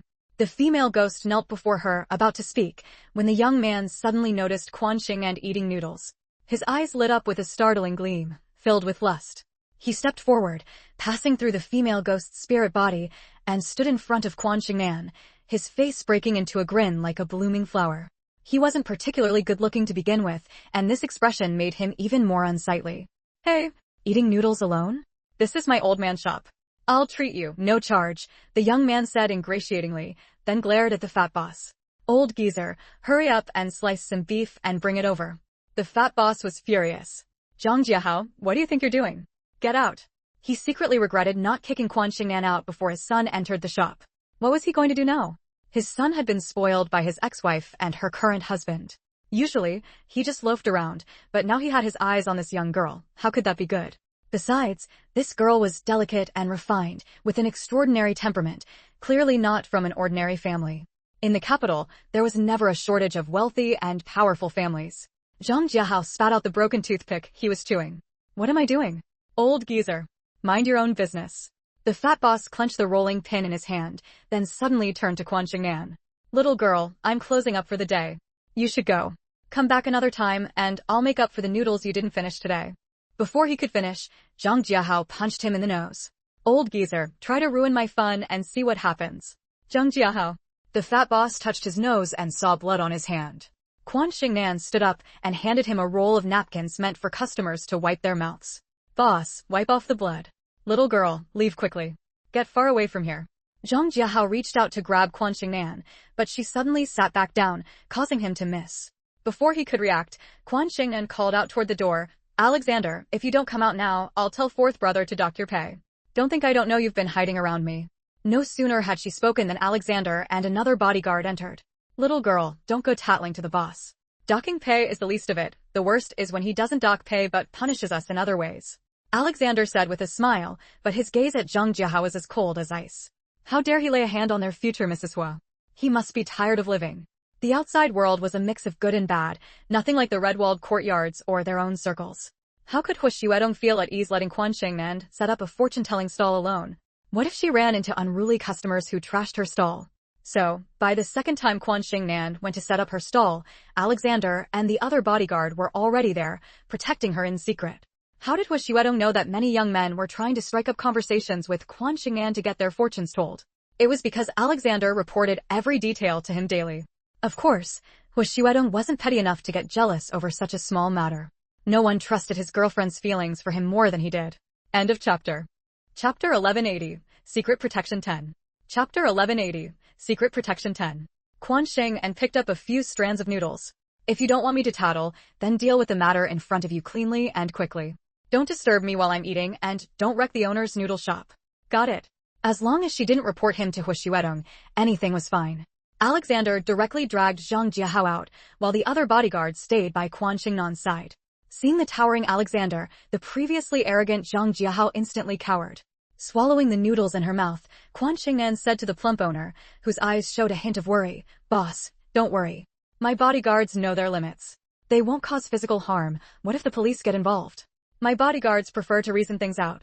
They only resort to fists when reasoning fails, and they leave no marks, just the pain of punches hitting flesh. I've startled you, the plump owner said with a bitter smile, a trace of shame flickering in his eyes. The fault isn't yours, so why apologize? Boss, if you really feel bad, make a bowl of noodles for each of my 2 bodyguards and slice some beef. Quan Xingnan said with a smile. All right, coming right up.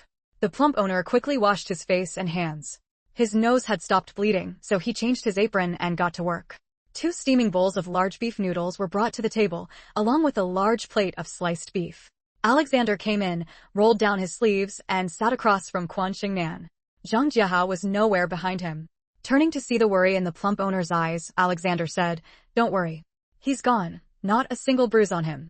The plump owner smiled sheepishly and said nothing. By now, he understood everything clearly. Anyone who could afford bodyguards was certainly no ordinary person. He was just an ordinary man, running a small noodle shop to support his family. He couldn't tell what kind of wealth or power these people had, only that the 3 in front of him were formidable. Alexander took a bite of noodles and said, That kid is really despicable. Having spent years with Hu Xuedong, he could see through anyone at a glance. The plump owner said shamefully, It's my failure as a father to teach him properly. Why take the blame yourself, boss? A child who didn't grow up living with you, how can you be held responsible for his upbringing? Quan Xingnan had finished eating and wiped her mouth with a handkerchief. The plump owner was taken aback. Glancing at the sign at Quan Xingnan's feet, he recalled something he'd heard from diners before. Are you the divine fortune teller who saved teacher Zhang's mother-in-law? Quan Xingnan smiled. So I'm famous already. My apologies. My apologies, the plump owner quickly said. Teacher Zhang lives in the same neighborhood as us. He's also my daughter's calligraphy teacher. Everyone in the neighborhood knows how the fortune teller told him to stay home, and he saved his mother-in-law. The divine fortune teller has been eating at my shop all this time, and I didn't recognize you. Quan Xing'an said, I still have one fortune to tell today. Would you, boss, like to be the destined one? Recalling the stories he'd heard, the plump owner promptly took out a 100 yuan bill and handed it to Quan Xing'an with both hands. Lucky to meet the divine fortune teller, of course, I'd like to ask you to divine whether my whole family is safe and sound. Quan Xing'an studied his face and paused slightly. She hadn't noticed before, but now she saw that the plump owner's life would end at 45 3 days from now. His entire family, all killed. With lives at stake, Quan Xing'an quickly activated her third eye. End of Chapter 1181, Secret Protection 11. The murderer was none other than Zhang Jiahao, the very person Alexander had just dragged out and who hadn't returned. The reason for the killing was simple. The fat boss hadn't given him living expenses. When Zhang Jiahao was arrested, he told the police with utter self-righteousness that the fat boss had wronged him and refused to support him, so he killed them. With them dead, all their property would be his, and he could spend it however he pleased. How ridiculous, how tragic. And how innocent the fat boss's family of 5 were. The 5 were the fat boss, his parents, his wife, and his daughter. Although the daughter wasn't his biological child, but brought by his wife, their family bond was very strong. Ordinary people's wishes are simple, to live their lives peacefully and safely, comfortably and freely. Seeing this, Quan Xing'an said solemnly to the fat boss, Boss, if you trust me, listen to my advice. Close the noodle shop for now and take your family on a trip. Best not to let anyone know your whereabouts. What's wrong? Divine fortune teller, is something going to happen? The fat boss asked. Quan Xing'an said with a grave expression, yes. A death calamity for your entire family. A life or death disaster where your whole household will be slaughtered. Unless you leave the capital and this home, you won't be able to avoid it. The fat boss's face turned pale as the dough on his cutting board, and he trembled. A death calamity for the whole family? What kind of disaster could befall us? We're honest, law-abiding people who never hold grudges. Even with this noodle shop my wife and I run, we prioritize harmony. My wife wasn't feeling well today, so she didn't come to help. Quan Xing'an said calmly, there's a saying, better to guard against a thief than to be coveted by one. Someone with no regard for the law, has set his sights on your meager property. To be precise, he's after the inheritance rights. Without needing further explanation, the fat boss understood. Thinking back on his son's usual behavior, the fat boss's expression turned ashen, and he said dejectedly, I know. It's no one else but him. That kid has always been black-hearted and ruthless. I can't control him. He's been with his mother since he was little, and he never believes anything I say. Afraid he'd hurt my parents, my wife, and my daughter, I've been paying him off to avoid trouble. I never thought it would only fuel his greed. When he got divorced, he was poor and had nothing, so he couldn't fight for custody. He watched helplessly as his ex-wife took their 3-year-old son and married her lover. They moved away and disappeared without a trace, though they did collect the monthly child support on time. It wasn't until last year that they returned to the capital, renting a basement. Their lives were hard, so Zhang Jiahao came by every so often to ask for money. After 2 or 3 times, the fat boss saw his true nature and heard that the kid was ruthless. Not daring to risk his family, he gave him whatever money was reasonable. His wife agreed to this arrangement. They were ordinary people who believed that if money could solve a problem, it wasn't a big deal. So you need to get away as soon as possible, Quan Xing'an said. Stay far away, and naturally, he won't be able to harm you. I read your son's face. He'll face imprisonment soon. Try to come back as late as possible. If they hid until Zhang Jiahao is jailed, the fat boss's family death calamity would be temporarily avoided. People like Zhang Jiahao never reform. It would be best if he died in prison. If he gets out, the fat boss's family might still face mortal danger. End of Chapter 1182, Secret Protection 12. Prison time. The fat boss was momentarily stunned, then said, not surprising. I'm not surprised at all. It wasn't that he was cold toward this son of his. Who could muster any affection upon hearing that their own child planned to harm them? How ruthless must one's heart be, how vicious their hand, to strike at their own father and grandparents. Zhang Jiahao was thoroughly rotten to the core. He had surely committed no shortage of illegal acts. They hadn't seen each other in over a decade, and he simply couldn't control him anymore. Besides, Zhang Jiahao didn't even bear his surname. He himself was surnamed Li, while Zhang Jiahao took his stepfather's surname, Zhang. In the eyes of many ordinary people, once the surname changed, the bond with one's own family weakened, even if blood ties remained. Boss Li thanked Quan Xing'an profusely. Eager to get home, he stuffed the unsold beef from his noodle shop into her hands, mainly because he thought she liked it. He gathered the leftovers, carefully sealed the aged broth, quickly shut down the shop and sprinted home, drenched in sweat, his clothes soaked through. Thus, on the way back, Quan Xingnan strolled along with her backpack slung easily over her shoulders, while her 2 bodyguards carried her fortune-telling sign and the hefty beef, 1 each. Beef was denser than pork or lamb. There were several large cuts of tendon meat, weighing dozens of pounds. The fat boss's braised beef is delicious. Keep some in the fridge and give the rest to everyone to try. It makes great beef noodle soup or stir-fried beef with celery, both excellent home-cooked dishes. Quan Xingnan said. Alexander laughed. Cold cuts are great too, pure and natural flavor. He had fallen in love with it after just one taste. I've heard some people put opium in their braised dishes. This beef is so tasty, could it have some too? Another bodyguard asked from behind, unable to resist as he caught the aroma. Opium came from poppies, the source of addictive substances. Quan Xingnan shook her head. No, my tongue is very sharp. If there were opium in it, do you think I'd eat it? That's true. The female ghost followed them closely, perhaps wary of the 2 bodyguards, not daring to speak. Only when Quan Xingnan returned home and entered her bedroom did she fall to her knees, sobbing, Master, please help me. Even a daughter has gold beneath her knees. Get up and speak. If you can say it and I can help, I will. The female ghost rose, tears streaming, and told her that her name was Su Jiejia, 17 years old. On her way home from school, Zhang Jiahao and 6 others abducted her to the outskirts, raped her to death. Her body had yet to see the light of day. Her parents had reported her missing, but the police had made no progress, and the murderer remained free. Master, aside from those ghosts, you're the only one who can see me. When you performed the ritual to give me clothes, I knew you were a good person, truly a good person. I beg you to let my parents know I'm dead, to help the police solve the case, and to make Zhang Jiahao and his gang pay for what they've done. I hate them to death. I had just started high school, entered with the top score, and dreamed of going to college. Now it's all turned to nothing. The more Su Jiejia spoke, the more heartbroken she became, wailing loudly, her cries enough to move heaven and earth to sorrow. Quan Xingnan offered her a handkerchief and also brought out some unworn inner and outer clothes for her to wear beneath her outer garments. If my calculations are correct, Zhang Jiahao was a minor at the time. Dear little darlings, I am old now, my energy no match for your youthful vigor. I am utterly exhausted. This chapter ends. Chapter 1183, Deep Pool, Sinking Corpse 1. Su Jiejia lifted her face, still marked with tear stains and signs of humiliation, staring in shock at Quan Xingnan. Underage? What do you mean? I'm not 18 either. Although many people knew that the country had enacted the juvenile protection law starting in 1991, primary and secondary school students, whose minds were full of schoolwork, rarely encountered information on this subject. So it wasn't surprising that Su Jiejia didn't understand what she meant. Quan Xingnan patiently explained. After listening, Su Jiejia's tears flowed even faster. According to what you're saying, even if they're arrested and brought to justice, they can't be sentenced to death? They can't pay with their lives. Quan Xingnan sighed. Zhang Jiahao is a minor, but the others might not all be under 18. I remember all 7 of them, I remember them vividly. I don't know their exact ages, but they're all around the same age as Zhang Jiahao, always hanging out together drinking and fighting. After I died, my restless spirit followed them every day, and I often heard them talking about this and that. That's how I found out that Zhang Jiahao was the one who suggested they bully me. He was the mastermind. Before and after me, they bullied other girls too. Those luckier than me didn't die. Those less fortunate are alive but suffering. At this point, Su Jiejia said bitterly, they've harmed so many people, and they'll keep harming others in the future. Don't they deserve the death penalty? Scumbags like them living on is a nightmare for countless people.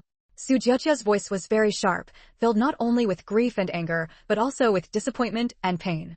Seeing her soul body constantly emitting malevolent energy, Quan Xingnan quickly tried to calm her. Su Jiejia, don't think like that.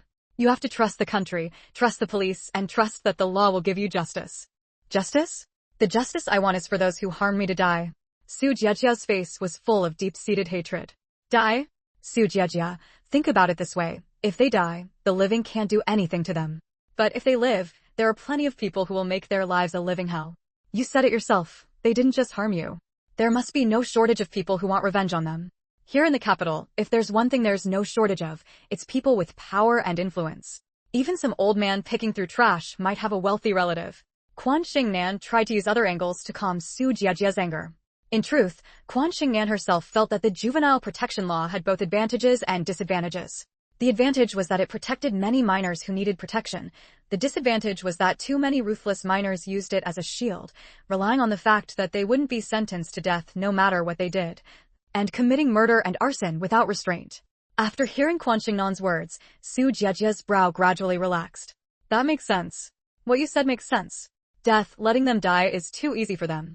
If my parents find out about my death and how I died, they definitely won't let Zheng Jiahao and the others off. Even if they get out, my parents will make their lives a living hell. I'm glad you can think that way. Quan Xingnan breathed a sigh of relief. She had been a bit afraid that Su Jiejia would insist on Zheng Jiahao and the others all being sentenced to death before she could let go of her wish. Although the heavenly eye and earthly pupil were extremely powerful, in front of national law, many things still had to go through legal channels. Just like the case in Silver Apricot Village, so many people, so heinous their crimes in the end, only a few who had taken lives or repeatedly trafficked women and children on both the buying and selling sides were sentenced to death. The rest received fixed term or life imprisonment. End of chapter. Chapter 1184. Deep Pool Corpse 2.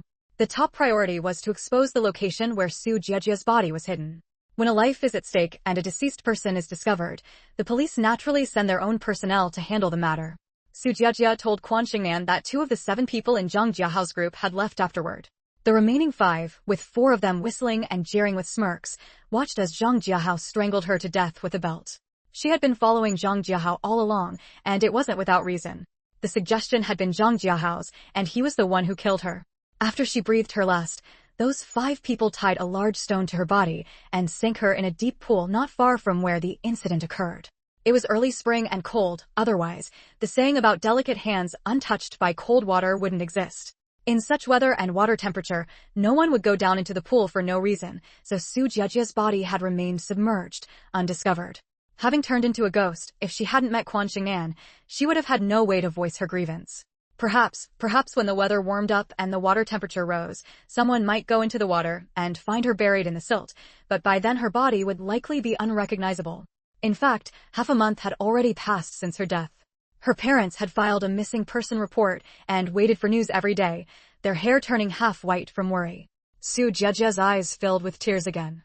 She hated herself for lacking safety awareness, and she hated Zheng Jiahao and the others for being utterly wicked. Now, her only hope for revenge rested on Quan Xingnan. I will help you so that the lawless get the punishment they deserve. But I have a condition. Hearing Quan Xingnan's words, Su Jiejia was stunned. What condition? Quan Xingnan said seriously, after this matter is settled, you must accept my liberation ritual and report to the underworld. You cannot linger in the human world. Your resentment is now overwhelming, and you have turned into a vengeful spirit, but the way of heaven is the way of heaven. Yin and yang are separate. It does not allow ghosts like you to remain forever in the world of the living. There will come a day when you dissipate into nothing. Accepting my liberation is different. The gates of hell will open, and on the Yellow Springs Road, a guide will receive you. Based on your deeds in this life, you will be judged and assigned your next reincarnation. The condition had to be stated in advance so that when the outcome came, Su Jiejia wouldn't cling to the human world and refuse to leave. Although she would definitely seek justice for Su Jiejia and ensure that righteousness was not absent, she still hoped Su Jiejia would accept her condition. Staying in the human world would ultimately come at a cost. Old Madame He's son, Mingrui, had yet to be reincarnated even now, seemingly without paying any price, but the cost would come in his next life. If Mingrui had been reincarnated right after death, he could have been born into an extremely wealthy and noble family, enjoying a lifetime of fortune and longevity. Unfortunately, he had lingered too long in the human world, still unwilling to part with old Madame He, and only Quan Xingnan's help preserved his soul. That favorable reincarnation wouldn't wait for him forever, so when he finally entered the underworld, because old Madame He had done good deeds in his name in this life, his next life would be decent, but far inferior to the one he should have had. A difference of 100,000 miles.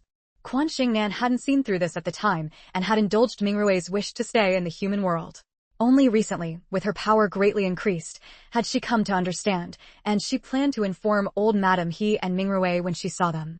After hearing Quan Xingnan's explanation, Su Jiejia gave a bitter smile. I didn't die a good death in this life. How could I dare to hope for a next life? But I still accept your condition. Once this matter is resolved, I will let you perform the liberation and leave the human world, because staying would only bring me pain. End of this. Chapter 1185, Corpse in the Deep Pool 3. Su Jiejia was only 17, at the tender age of budding youth, innocent and naive, with immature thoughts and no experience in society. So after this incident, she was in pain, she was terrified, she was at a loss, and she was filled with overwhelming hatred. If not for the will for revenge taking the upper hand, she might have lost her sanity even after turning into a vengeful spirit. Quan Xingnan pitied her for perishing at such a beautiful age. The next morning at the breakfast table, she told her grandparents she needed to go out. Everyone eating at the table looked up at her. Old Master Yun, Old Madam Yun, Little Eagle, Little Tiger, and Little Lion, along with 2 bodyguards. Their family didn't have many rules. When there weren't many people around, just the grandparents and grandchildren at home, even the bodyguards and the nanny would eat at the same table with them. There was no distinction of high or low, noble or base. They all ate the same home-cooked meals. "Sister, where are you going to play?" Little Lion asked with sparkling eyes, unaware of the rice grains from the porridge stuck at the corner of his mouth. Hearing about going out, no one was happier than Little Lion. Quan Xingnan smiled gently. "I said I'm going out, not that I'm going to play. You, stay home obediently with Grandpa. When I have time, I'll take you all out to play." Little Lion's chubby little face instantly fell. He pouted, looking utterly dejected. Old Master Yun and Old Madam Yun never interfered in Quan Xingnan's affairs. They simply reminded her, be careful. It was supposed to be her day for fortune-telling appointments, yet she wasn't going to tell fortunes, but heading out instead. The elderly couple didn't need to think hard to know there must be something requiring her personal involvement. Sometimes this brought them both joy and worry. Joy that their granddaughter was capable, connecting heaven, earth, yin, yang, ghosts, and gods. Worry that she was too young to let go of injustices. So after breakfast, Quan Xingnan left with the 2 bodyguards. "Miss, where are we going and what are we doing?" Alexander, cheerful by nature, asked directly. Quan Xingnan replied with a grin, "Taking you to see the scenery. The weather is fine, the grass is growing, and the orioles are flying. It's a perfect day for an outing and flying kites. Why else would I have you bring kites and a picnic basket? Are we really going on a picnic?" Alexander didn't believe it. Quan Xingnan was currently in school, juggling fortune-telling on her days off, and dealing with people and matters in her circle on a regular basis. Wasn't she busy every day, running around in circles? How could she have the leisure to fly kites? Flying kites, such a fun activity. Why hadn't she brought Little Eagle and his 2 brothers? Little Lion had wanted to fly a kite for a long time, and had already prepared a big, beautiful lion head kite. At breakfast, Little Lion had clearly looked like he wanted to come along, but she had brushed him off. Quan Xingnan's jet black, glossy hair was tied into a ponytail. At Alexander's words, she flicked her ponytail, looking both playful and adorable, yet stunningly beautiful. "If I say so, then it's so. Yes, yes, yes, you're right. Whatever you want to do, we brothers will follow and do it with you." The other bodyguard pursed his lips in a smile, saying nothing, just following Quan Xingnan's orders. Alexander went to the garage, drove out a car, and the 2 got in. Soon they left the capital. Following the route Quan Xingnan gave him, Alexander arrived at the outskirts, near the deep pool Su Jiejie had told Quan Xingnan about. The outskirts of the capital were different from those of other cities. They were well planned, with residential areas and various living facilities fully equipped. People came and went, and it wasn't desolate at all. End of chapter. Chapter 1186, Deep Pool Corpse 4. The deep pool where Su Jiejie's body sank was quite well known in the area, a bit far from the residential district, but with flowers, trees, and grass along its edge. Many people strolled along the path by the pool, and some gathered in small groups for outings or to fly kites. Zhang Jiahao's home is right here. After her death, Su Jiejie had followed Zhang Jiahao and knew many things about him. They originally rented a cheap basement apartment. I heard it from their conversations. Later, Zhang Jiahao often brought money back from his biological father, and they rented a place in the nearby Baiyun residential area. Quan Xingnan nodded slightly, her gaze fixed on the deep pool. The water was clear, a verdant green, and also very deep. A faint trace of resentment lingered above it. Many water ghosts must have lingered here over time, but as the years passed, they had ultimately dissipated into nothing. Su Jiejie pointed out the exact location of her body to Quan Xingnan. "My body is right here. Sunk in the water, never seeing the light of day. Sweetie, when are you going to fly the kite? I see a shop nearby, should I go buy some more food?" Alexander unconsciously interrupted Quan Xingnan and Su Jiejie's conversation, feeling that the food in the picnic basket wasn't enough for him alone. "I'll fly the kite later, let's talk about it at noon." As she spoke, Quan Xingnan picked up the prepared kite, one that was unusual and particularly eye-catching. "I really don't get your taste. You didn't buy those butterfly, phoenix, or Chang'e flying to the moon kites, but you had to pick one with Zheng Kue. You'll scare people off," Alexander said. Quan Xingnan ignored him, letting another bodyguard pick up the kite while she ran ahead with the spool. After she ran for a while, the bodyguard following her let go, and the kite soared steadily into the sky. Quan Xingnan backed up, pulling the line, her wrist flicking slightly. The Zhongkui kite rose steadily, flying higher and higher as she neared the pool's edge, just a few meters from where Su Jiajia's body lay. She laughed like a spirit of the wind. Click! Click! Alexander quickly took out the prepared camera to snap photos of Quan Xingnan. Such a beautiful person and scene, he had to let the hardworking Huishuedong see it. After flying the kite for about 10 minutes, Quan Xingnan was now half-facing the deep pool. Suddenly, she bit through the kite string, holding the spool in one hand and the broken end of the line in the other. She reached out and let the kite drift away with the wind, just like in Dream of the Red Chamber, letting go of bad luck, so that once the bad luck flew away, the person would be safe. Alexander, with the camera hanging around his neck, was about to ask why she bit the string when he saw her reach into her pocket and feel around. Oh no, that's bad. What's wrong? The two bodyguards were startled and quickly rushed to her side. Quan Xingnan said, "My ring is missing." What ring? Alexander's face turned pale. Could it be her and Huishuedong's engagement ring? The blue diamond on that ring, though not large, was one of the world's top diamonds, crafted by the finest artisans, flawless, with perfect cuts, 8 hearts and 8 arrows. Its value was no less than that of larger diamond rings, perhaps even greater. Quan Xingnan didn't answer his question, frowning at the deep pool. Did it slip off and fall into the river when I waved my hand just now? Let's hire someone to dredge and check. Alexander paused, then looked down at the photos he had taken. In the pictures, Quan Xingnan's slender fingers bore no ring at all. End of chapter. Chapter 1187, Deep Pool, Sinking Corpse 5. At this moment, Alexander suddenly remembered something. After the coming-of-age ceremony, Quan Xingnan would wear that blue diamond ring in public to indicate she was taken, but when going to school or at home, especially during school, she would string the ring on a platinum chain and hang it inside her clothes. Looking up carefully, he could faintly see the platinum chain at the collar of Quan Xingnan's shirt. What else did Alexander not understand? There was something going on here. He immediately followed up, "I'll go find someone right away. That ring was a gift from your man. It's worth a fortune." Quan Xingnan shot him an appreciative glance but said, Yes, it's the diamond ring my boyfriend gave me, worth tens of thousands. It would be a real shame to lose it. Alexander almost rolled his eyes. Tens of thousands? Would Mr. Hu give away a diamond ring like that? Miss, don't be upset. I'll go right now.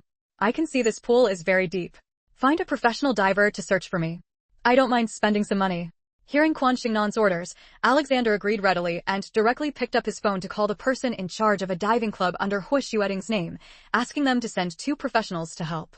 After hanging up, Alexander said to Quan Xingnan, "Miss, please wait a moment.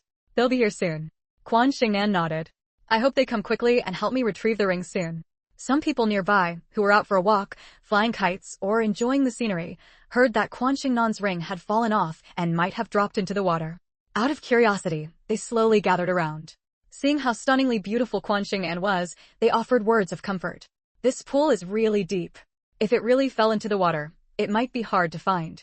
Yeah, we live nearby and know that even the shallowest edge of this pool is 3 or 4 meters deep. If it had fallen on the grass by the poolside, it would be easier to find. But in the water, it's not easy at all. How do you feel around for something so small? If it were a big item, someone could go down and feel for it." Precisely because it wasn't easy to find, that's why she said it was a ring. If it couldn't be found, no one would suspect anything. Quan Xingnan wore an expression on the verge of tears, squatting by the pool, clutching her backpack, her eyes fixed on the water's surface, looking as if she was waiting for someone to help her retrieve it. Alexander silently praised her. She was really playing the part well. But what exactly was she trying to do? She hadn't said anything before they came. Not long after, the diving club sent 2 professional divers. Who was Alexander? He was Huishuedong's most trusted bodyguard. The call he made was either on Huishuedong's orders or Quan Xingnan's. How could the club manager dare to be negligent? If he hadn't been too busy to get away, he would have come himself. Since he couldn't, he had the divers apologize to Quan Xingnan on his behalf. Hearing this, Quan Xingnan quickly said, "I'm the one asking you for help. How could I let you apologize to me?" The 2 immediately asked what the matter was. Quan Xingnan said apologetically, "It's just that my ring might have fallen into the water. I'm sorry to trouble you to go down and look for me. If you find it, that's great. If not, I won't blame you." "No trouble at all, miss. Please show us the area where the ring might have fallen." Quan Xingnan pointed to where she had been flying her kite and casually indicated a range. "I was waving my hand at the time, so it might not have fallen exactly where I was standing. You can expand the search area a bit." This chapter ends. Chapter 1188, Deep Pool Corpse 6. Chapter 1188, Deep Pool Corpse 6. The two kept this in mind and, without another word, geared up and went into the water. Although they didn't know Quan Xingnan's identity, before they left, the general manager had given them orders. Obey, they must obey, and do whatever she told them to do. Just from hearing such orders, they knew Quan Xingnan was no ordinary person, and whatever she had lost must be valuable. With the most professional divers and top-tier equipment, their diving speed was impressive, and their underwater movements far surpassed what normal people could achieve. While everyone waited anxiously, one diver suddenly surfaced. Did you find it? Before Quan Xingnan could speak, the onlookers asked first. The diver removed his goggles, a look of fear on his face. Call the police quickly, there's a body down there. At these words, the crowd erupted in chaos. What? A body? Oh my god, how is there a dead person here? Hurry, call the police. First, confirm if there really is a body. Alexander was shocked and quickly asked, a body? There's a body down there. Yes, there is a body, the diver panted. It's blurry and hard to see clearly. I didn't dare touch it, this is a crime scene, we need to call the police. We must call the police. I'll call the police right now. Alexander quickly took out his phone. Quan Xingnan's face turned pale, and she said to the diver, come up quickly, don't dive anymore, stop. Hearing this, the diver breathed a sigh of relief. He was also terrified, and Quan Xingnan's words were exactly what he wanted to hear. All right, thank you for understanding, miss. I'll call my partner up first. He's searching in a different direction for me. If he doesn't find the ring, he might return to the spot I already searched and discover the body. Hurry and call him up. The diver put his goggles back on and submerged. After making the call to the police and clearly stating their location, Alexander hung up just as the two divers surfaced and swam to the edge of the pool. He reached out and helped them up. The two divers were of different ages, one in his 40s, the other in his 20s. The younger one was the one who had found the body. The young diver was terrified, thanking Quan Xingnan while saying, that scared me to death. Scared me to death. The onlookers crowded around to ask questions, chattering noisily until it hurt the ears. The young diver quickly waved his hand, still shaken. Please stop asking, wait for the police to arrive and you'll know. I only took one look, saw it was a dead person, and came right up. He placed his hand on his chest, patting it repeatedly. Quan Xingnan pressed her fists together under her chin. How terrifying, how could there be a body? Was it murder and dumping of the corpse? A middle-aged woman said, it must be murder and dumping. If someone in the family died, why wouldn't they send them to the crematorium instead of throwing them into the river? Haven't you seen it on TV? Many murderers, to destroy the evidence, either burn the body or sink it in the water, and they might even tie an iron block or stone to it. So terrifying, so terrifying. Quan Xingnan kept saying, acting like a young girl scared out of her wits. The middle-aged woman looked at her sympathetically. Your ring probably won't be recovered now. With a dead body here, who would dare dive for it? You look like a wealthy person with bodyguards too. Just buy another ring later, an even better one. End of chapter. Chapter 1189, Deep Pool Corpse 7. The police arrived quickly. Since it was a homicide case, the criminal investigation team came. Captain Xu Yong, along with his detectives and forensic experts, had just stepped out of the car when he spotted Quan Xingnan. He was slightly taken aback. Quan Xingnan was also startled to see him. They were acquaintances. She quickly shook her head at him, and Xu Yong suppressed his confusion, walking over to ask, who reported the case? Where is the body? Alexander shook hands with him. I reported it. Xu Yong was Su Rant's nephew from her maternal family and also Zhou Aizheng's right-hand man. How could he not recognize this bodyguard who followed Hu Xuedong? He knew Quan Xingnan well too, back when Su Ran, Zhou Aizheng, and Quan Xingnan interacted frequently, he often tagged along. What happened? Xu Yong asked directly, seeing that Quan Xingnan and Alexander had no intention of explaining. Our young lady was flying a kite. She ran from a distance and stopped by the pond. When she waved her hand, she accidentally lost the diamond ring the gentleman gave her, suspecting it fell into the river. So I called the diving club and asked them to send 2 people to help retrieve it. Who would have thought that when the diver went down, instead of finding the ring, he discovered a body? We called the police immediately. Alexander pointed to the location where the young diver had indicated the body was after coming ashore. Officer, you must get to the bottom of this. Xu Yong nodded. Don't worry. It's our duty as police to ensure no criminal escapes justice. As he spoke, he directed his team to cordon off the area around the submerged body with warning tape and ordered the onlookers to step back behind it. Then he sent people down to retrieve the body. We have professional diving equipment here that we can lend you, Alexander said from outside the cordon. Xu Yong turned back with a smile. No need, thank you. We have our own. Quan Xingnan and the others stood outside the cordon, watching the workers go down. Soon, they hauled up a female corpse completely naked. Seeing the body's condition, the bite marks from fish, the bloated traces from water immersion, and the iron chains, hemp ropes, and large stones tied to it, Su Yong's expression immediately darkened. He cursed, "Bastard," utterly heartless, and quickly ordered the body to be placed on a stretcher, covered with black cloth, while the forensic expert conducted a preliminary examination, and the staff recorded everything. Witnessing such a horrifying scene, Su Jejia covered her face with both hands, tears streaming through her fingers. Quan Xingnan bit her rosy lips. It was her first time seeing something like this, a quiet, well-behaved girl, not only raped to death, but denied even a shred of dignity in death. Su Jejia's hatred for Zhang Jiahao and the others was justified. What Zhang Jiahao and his crew had done was beyond redemption. Even 100 deaths wouldn't be enough. Su Yong's curse of bastard was not wrong. Xu Yang crouched beside the forensic expert, his face grim as he discussed something with her. The other workers, aside from those recording near the forensic expert and collecting evidence nearby, left the cordon to question the onlookers, asking about missing persons in the area, whether anyone had seen suspicious individuals recently, and so on while taking notes. A young police officer approached Quan Xingnan. She shook her head. "I don't live around here. I'm not familiar with the area." "You don't live nearby? Then what are you doing here?" "I came for an outing. I was flying a kite, and I even brought a picnic basket for a picnic." Quan Xingnan had already prepared her excuse. Why would she be intimidated by police questioning? Besides, what situation hadn't she been through? End of chapter.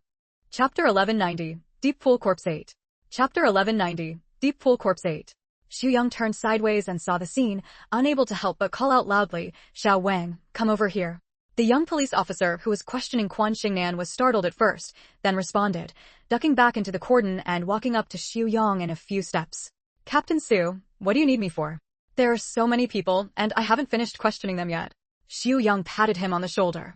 "Question the others carefully, but for the group that reported the case, just ask a couple of quick questions to go through the motions." "Why?" "We can overlook any suspicious leads. Because your captain here can guarantee that this drowning case has nothing to do with them. They are the discoverers and the reporters, but definitely not the perpetrators. It's that simple." Xiao Wang still didn't understand. Forensic pathologist Zhao Lin, crouching beside the body, looked up and said, "The captain is right. They aren't the killers." "Sister Zhao, are you so sure?" "You know, people can be deceptive. You never know what's in their hearts." Zhao Lin stood up, first removing her gloves, then her forensic suit, and finally taking off her own windbreaker. She bent down to cover Su Jejia's body with it, then instructed someone to drape a white cloth over the body and transport it back to the station for further examination. After doing all this, Zhao Lin said to Xiao Wang, "Because the dead don't lie." Xiao Wang scratched his head. "I know the dead don't lie, but what does that have to do with whether they're the killers?" "Sister Zhao, how can you be so sure they aren't the murderers?" Zhao Lin ignored him. Xu Yang asked, "What was the cause of death?" "Asphyxiation." Zhao Lin sighed, her expression heavy with sorrow. "The victim is very young, only 17 or 18, the same age as my daughter.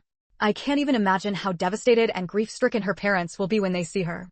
There are ligature marks on her neck, chains binding her hands and feet, and multiple signs of abuse on her body. Unfortunately, she's been submerged in the water for too long. She's severely bloated and disfigured by fish bites.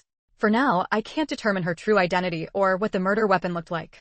The pool water is freezing cold, almost like ice when the weather gets colder, which has preserved the body, so I also can't determine the time of death yet. I need to go back to the station for a more detailed autopsy, and then create a skull reconstruction to hopefully find her family." Xu Yang nodded. "Xiao Wang, once we're back at the station, immediately compile all the missing person cases from the past 2 months that haven't been resolved. I need photos of the missing individuals to compare one by one with the victim's skull reconstruction." "All of them? That's a huge task." Xu Yang shot him an exasperated glare and walked off. Zhao Lin shook her head. "Why can't you think outside the box? The victim is a young woman. Do you really think your workload is that broad? Just focus on missing person cases where the missing individual is a young female. Right? How did I get so confused?" Xiao Wang smacked his own head hard. Seeing Zhao Lin and Xu Yang walking away, he quickly called out, "Captain Su, Sister Zhao, wait for me."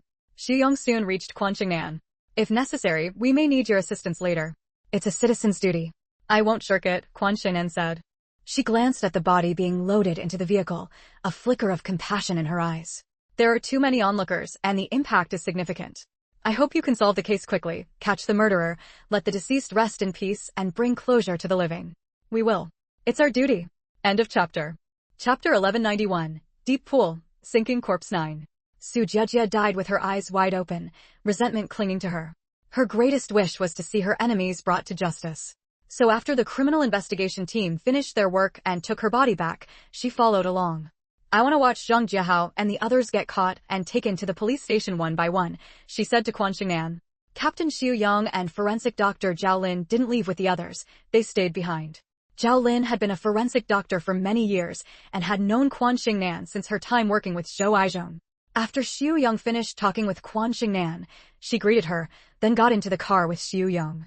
Before the car started, she glanced at the onlookers who hadn't dispersed yet and said to Xu Yang, who was driving, "The victim is pitiful. Her body was tied up with hemp rope and stones. But what I don't understand is, why did the killer use iron chains to lock her hands and feet? Isn't that a bit redundant?" Xu Yang recalled his experiences working cases with Zhou Aizhong and said, there's a folk belief that locking a victim's hands and feet tightly with iron chains prevents their soul from leaving the body, stopping them from turning into a vengeful spirit to seek revenge. I see. Zhao Lin sighed. Such a young girl, gone just like that. Yeah, the killer is worse than an animal. Su Yang's eyes flashed with anger. Having handled countless criminal cases, he was still deeply outraged by today's scene. The victim was very young. Although the autopsy hadn't been done yet, it was clear what she had suffered before death. Zhao Lin nodded. Captain Su, do you have any leads on this case?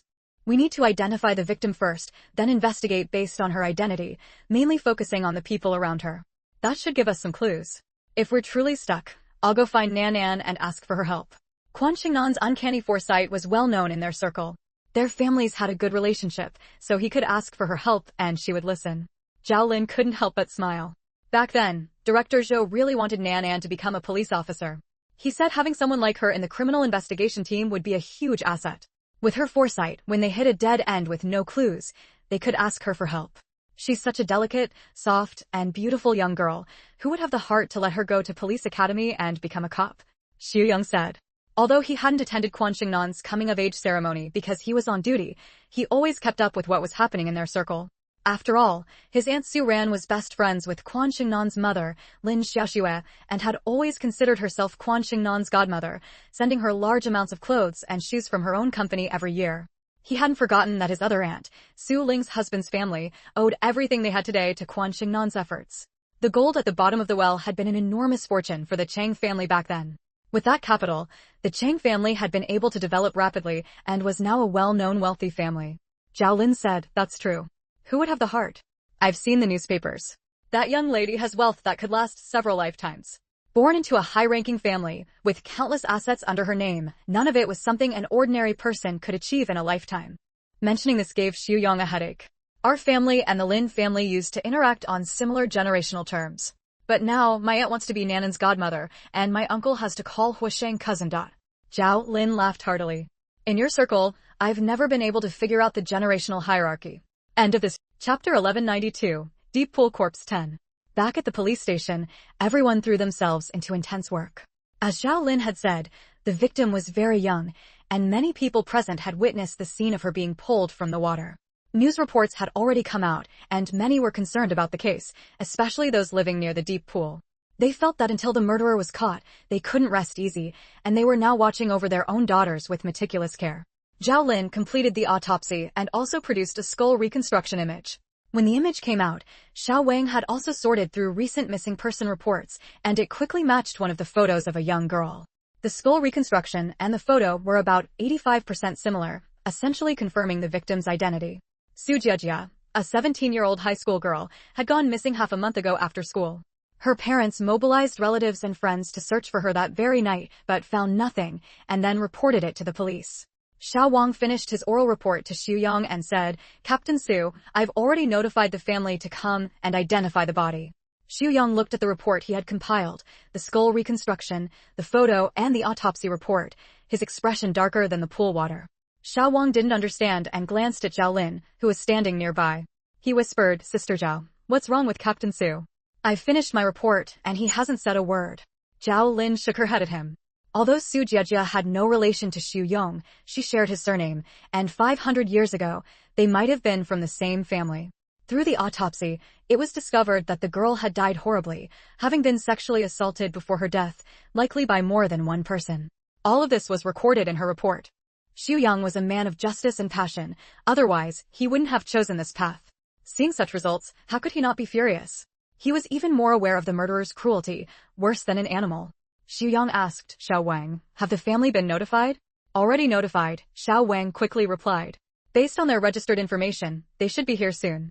No sooner had he spoken than someone came over and said, Captain Su, there's a family here to claim the body. It was Su Jiejia's parents. This middle-aged couple, clearly only in their 40s, had hair that was already streaked with gray. The mother, in particular, had shoulder-length hair that was almost entirely white, her expression haggard, her swollen eyes from crying like rotten peaches. We rushed over as soon as we got the news, but how could it be my Jiejia? Jiejia was so young, only 17, the mother said, crying as she spoke, so agitated she could barely stand. The father, standing beside her, half supported and half embraced her, tears in his eyes. I know you're both deeply saddened, but the deceased has passed. Please accept my condolences, Xu Yang said heavily. The father said sorrowfully, she was our only daughter, spoiled since childhood. We never expected her to achieve great things, only that she would live a safe and peaceful life. We searched for her for half a month, and suddenly we get news of her death. How can we accept it? How? Xu Yang didn't know how to respond. Perhaps you should first see the victim's body, confirm her identity, and then we can proceed with the next steps. Su Jiejia's father and mother, supporting each other, followed him and Zhao Lin to the morgue. When the storage drawer was opened and they saw Su Jiejia's unrecognizable remains, they looked closely but couldn't identify her. Yet they shared a common feeling. Upon seeing the body, their hearts suddenly felt hollow and empty. End of this chapter. Chapter 1193, Deep Pool, Submerged Corpse 11. I can't recognize her.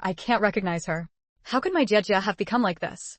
Mother Su wept as she spoke, trying to convince herself that this was not her daughter. Does your daughter have any distinctive marks on her body? Xu Yang asked. Father Su replied, Jiejia has a small black mole on her forehead, but now the body is so mutilated that I can't see that mole. Officer, maybe you've made a mistake, and it's not Jiejia.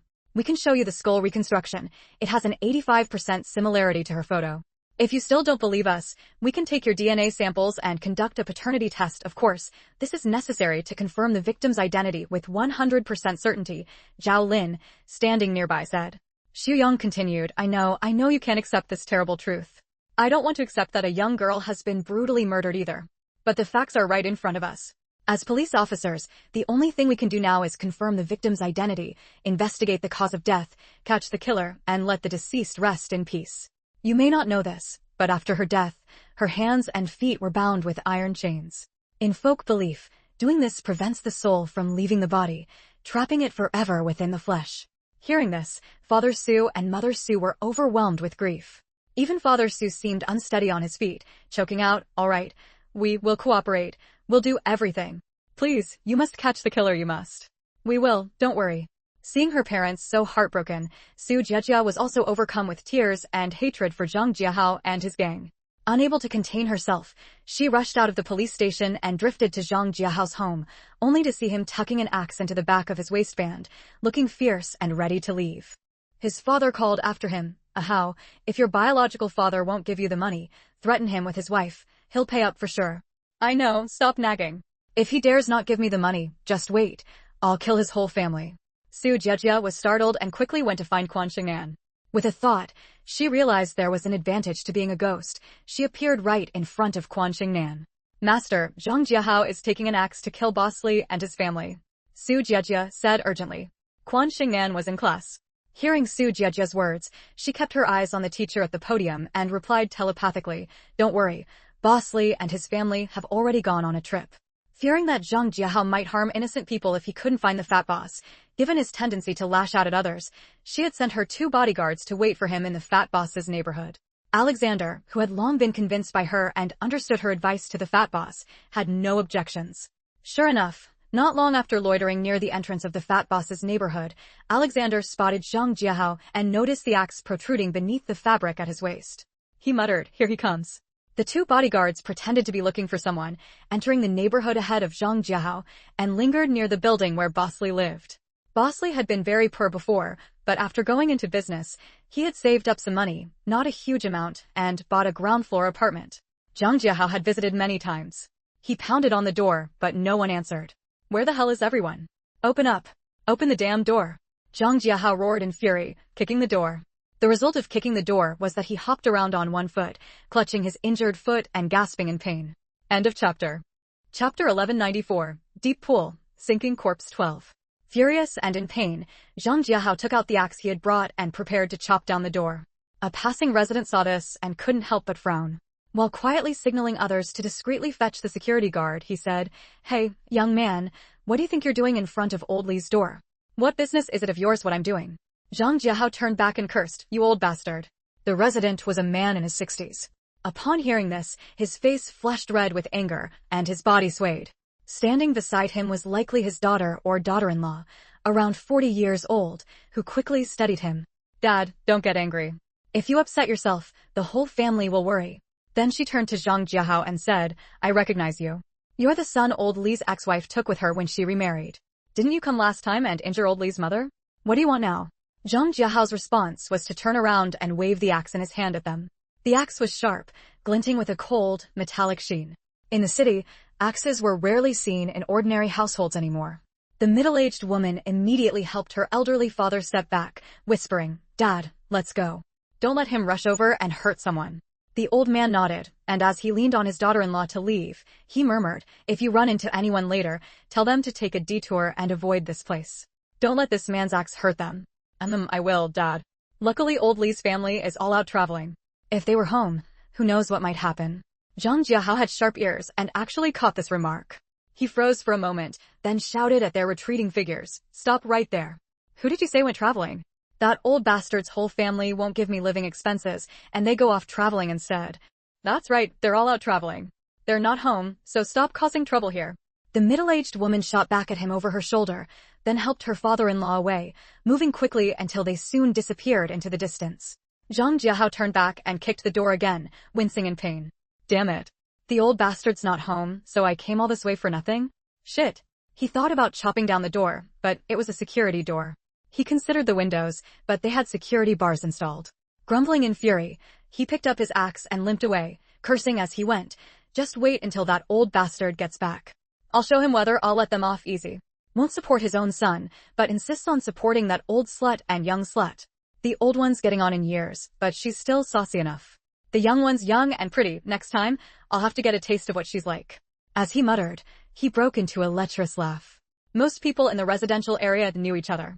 Thanks to the warnings from the old man and the middle-aged woman, they all steered clear of the area. Meanwhile, the security guard arrived. Seeing the axe in Zhang Jiahao's hand, he was about to order him to leave when a family of 3 returned from outside, a man and woman in their 30s, with a little girl of 3 or 4. The little girl was hopping and skipping, running ahead while turning back to call to her parents, "Mommy, Daddy, hurry up. Come catch me. If you catch me, I'll reward you with chocolate." She ran joyfully, not watching where she was going, and suddenly collided with Zhang Jiahao's leg. Zhang Jiahao, already unsteady from the pain of kicking the door, was knocked over by the little girl. Enraged, he leaped to his feet and swung the axe in his hand, a flash of light cutting through the air. I'm really getting old, typing with a sore neck. Oh. This chapter ends. Chapter 1195, Attending a Wedding 1. Chapter 1195, Attending a Wedding 1. Watch out. The child, watch out. Dodge quickly. The security guard, the child's parents, and the passers-by all cried out in alarm, their faces filled with terror as they sprinted desperately toward the little girl, but none could stop the tragedy from unfolding. Alexander, however, was prepared. He charged in from the side, moving as fast as lightning, and snatched the axe from Zhang Jiahao's hand with a swift motion. Another bodyguard efficiently pinned Zhang Jiahao to the ground, securing his hands behind his back. The movements were sharp, clean, and decisive. By then, the security guard and the child's parents had arrived. The child's father scooped up his daughter, carrying her far away from the ruthless Zhang Jiahao. The mother, tears in her eyes, kept checking her child all over. The security guard took over from the 2 bodyguards. At that moment, the passers-by snapped out of their shock and began to applaud. Thank goodness, a tragedy had been averted. Let me go. Let me go. Zhang Jiahao's face flushed red as he struggled fiercely. How could the security guard dare to release him? The axe was still in Alexander's hands. It was a deadly weapon. Even though the child bumping into him was indeed the child's fault, his act of raising an axe to strike a child could essentially be considered attempted murder, especially given the child's young age, which made the offense even graver. The child's parents immediately called the police. Alexander, silently marveling at Quan Xingnan's foresight, handed the axe to an unoccupied security guard and was about to leave when the child's parents, having finished their call, approached him and bowed deeply. Thank you, thank you. Thank you so much for saving our child. You're welcome. Alexander waved his hand. Please don't be so polite. Seeing someone so menacing wielding an axe trying to harm a child, no one could stand by and do nothing. Still, thank you, truly, thank you. The security guard holding the axe looked at Alexander and his companion with curiosity. I haven't seen you two around before. We're not residents of this neighborhood. I came here to find someone, but they weren't home. Then we saw this man with an axe, looking vicious. Since the person we were looking for wasn't there, we followed him, worried he might harm innocent people. An axe is just too dangerous. We were just being cautious, but who knew he'd actually be so cruel as to go after a child, Alexander explained. Oh, looking for someone? Who? The security guard asked. I know the regular residents here well. Maybe I know who you're looking for and can pass along a message. Alexander had prepared an excuse beforehand. He smiled and said, We're looking for the owner of Old Lee's beef noodle shop. That big, tall, chubby Bosley. He's this man's biological father, I think. A couple of days ago at the noodle shop, this man tried to harm Bosley. Our young lady happened to be eating there, and I stopped him. That day, Bosley thanked us and, knowing we liked beef, gave us all his beef. When we got home, we thought about how hard it is to run a business, so we came today to pay for the beef. But we couldn't find Bosley, and instead ran into his son.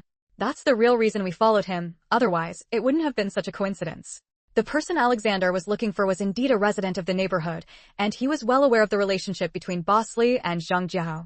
He clearly explained why they had encountered and followed Zhang Jiahao, leaving the security guard with no doubts. The little girl's mother said, I never thought Zhang Jiahao would try to kill our child, and yet our child ended up being saved thanks to Bosley. End of chapter. Chapter 1196, Attending the Wedding too.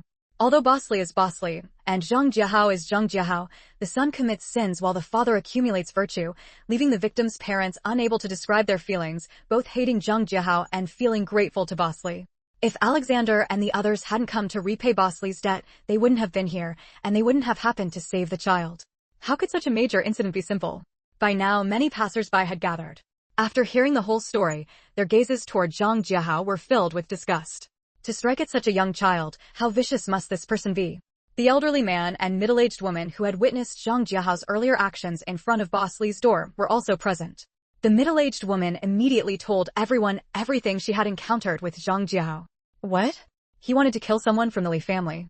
The daughter-in-law and daughter of the Li family are such good people, so filial to his mother, and this man actually said such filthy words.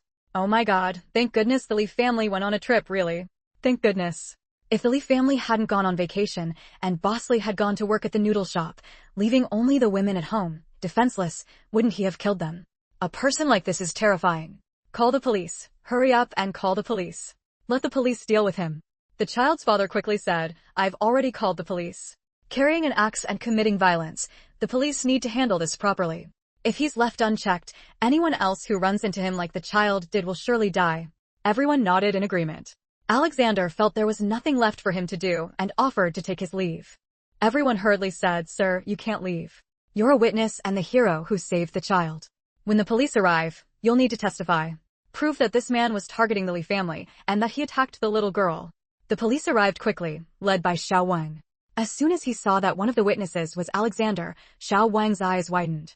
Alexander smiled at him, his expression calm and composed.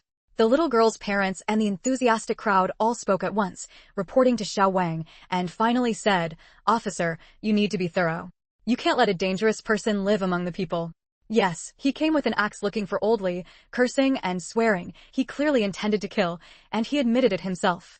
On this point, the two bodyguards, the elderly man and his daughter-in-law could all testify.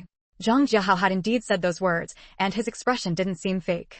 Xiao Wang quickly said, Everyone rest assured. We will not let any dangerous individual off the hook. Someone immediately escorted Zhang Jiahao away, along with the weapon. The person who called the police accused him of attempted murder, so it naturally had to be dealt with seriously. The witnesses and the person who reported the crime had to go along to the police station to give statements. The two bodyguards sat in the police car driven by Xiao Wang. Xiao Wang pretended to be casual and said, What a coincidence, seeing you two again. Having been busy with Su Jiejia's case these past 2 days, he often worked overtime at the station. He was young, passionate, and had a sweet tongue, always calling Sister Zhao this and that, following her around. From Jelin, he had learned many things he had never heard before, finally understanding why Xu Yang had said back then that the murderer was not Quan Xingnan or the bodyguards. A young lady from such a good background and so wealthy had no reason to kill Su Jiejia, who was unrelated to her. Moreover, the autopsy had confirmed that Su Jiejia died from torture after sexual assault. End of chapter. Chapter 1197, Attending the Wedding 3. Chapter 1197, Attending the Wedding 3. Alexander listened to Xiao Wang's words and smiled faintly. Yes, Officer Wang, what a coincidence. Having already heard from the residents about the specific reason Alexander and his companion had come to the neighborhood, and learning about Quan Xingnan's identity, Xiao Wang didn't press further with relentless questioning. Instead, he changed the subject, his tone casual. You two are the ones who discovered Su Jiejia's body disposal site, and you also stopped Zhang Jiahao from committing violence. If you ask me, you'd make great police officers. From the caller's description, Alexander's skills were no less than those of a professional detective, perhaps even superior. As bodyguards, they surely possessed excellent martial arts skills. If we became police officers, wouldn't we be competing with Officer Wang for a job? Better not. We're naturally suited to being bodyguards, protecting the safety of the young master and miss, Alexander said with a laugh. Before they knew it, the journey ended amid their conversation. At the police station, Xiao Wang took them to give their statements, then saw them off. Just as they reached the entrance, they ran into Xu Yang, who was returning from outside. He looked at the two bodyguards in surprise. What are you doing here? Did something happen? Xiao Wang immediately informed Xu Yang about Zhang Jiahao's violent crime. Zhang Jiahao? The one who lives in the residential area near the scene of Su Jiejia's case. That's right, Captain Su. What's wrong? How do you know him? Nothing.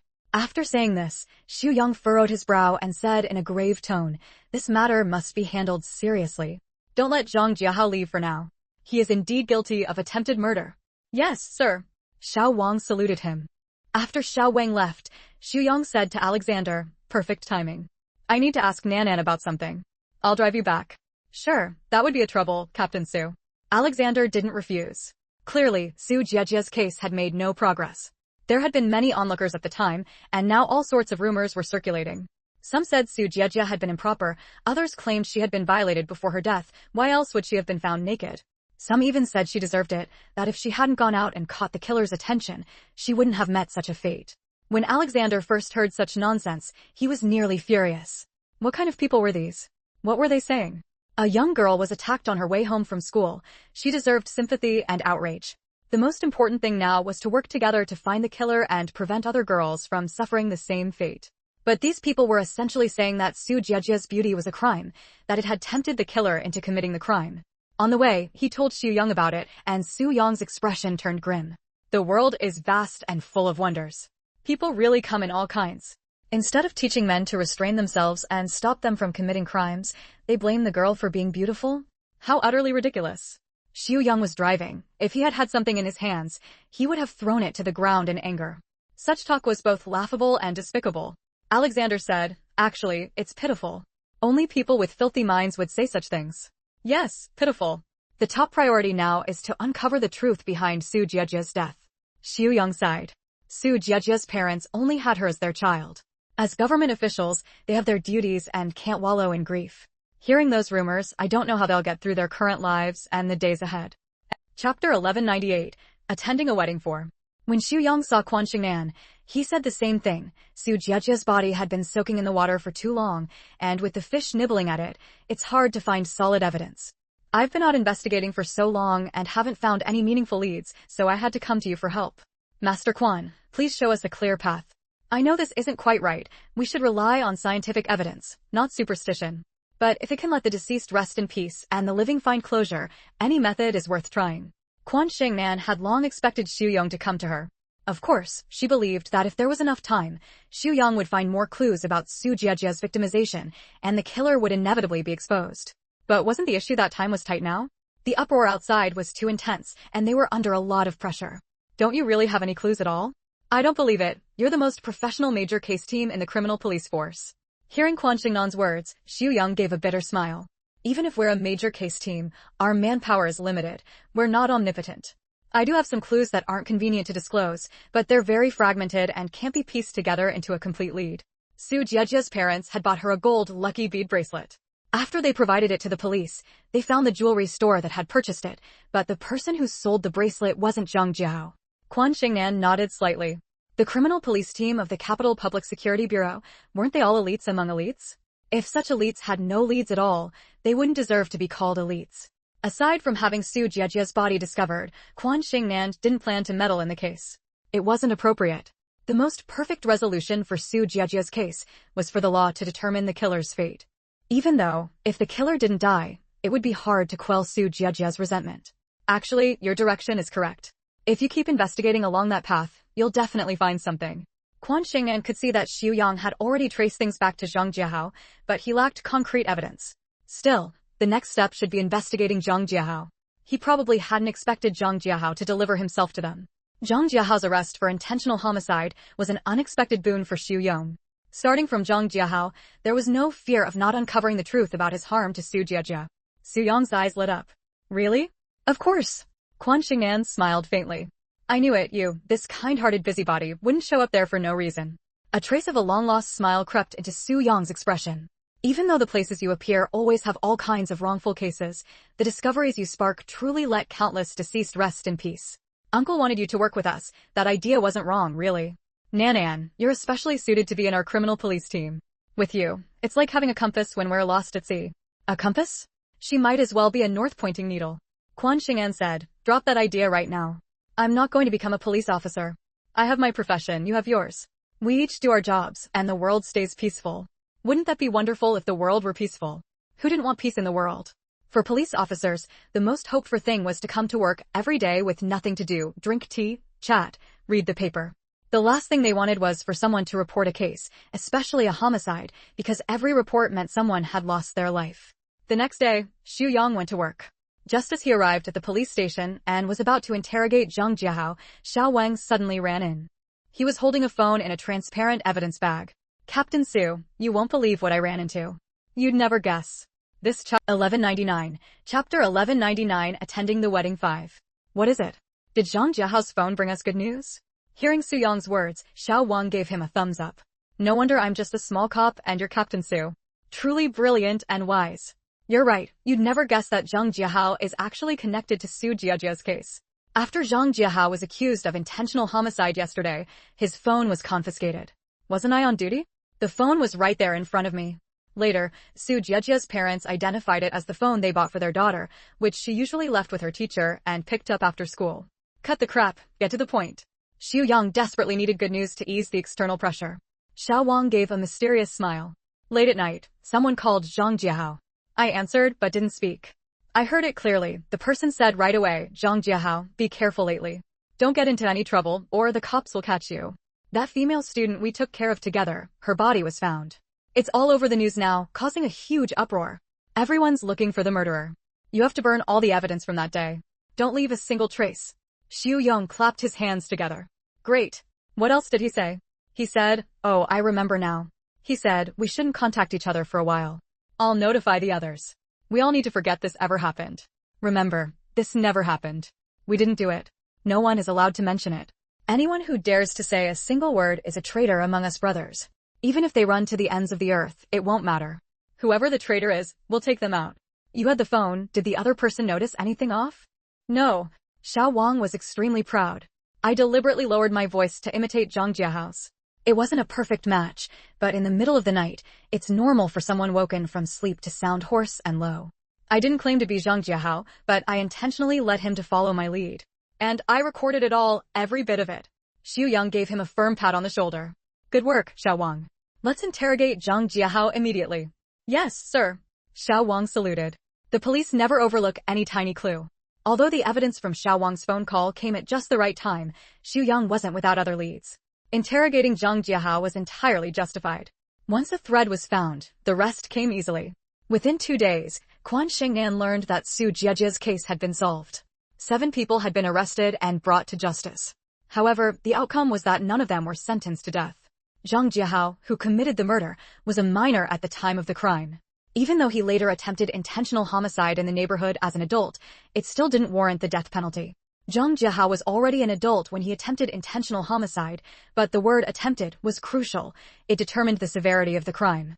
Of the 4 who watched Zhang Jiahao commit the murder, 2 were adults and 2 were minors.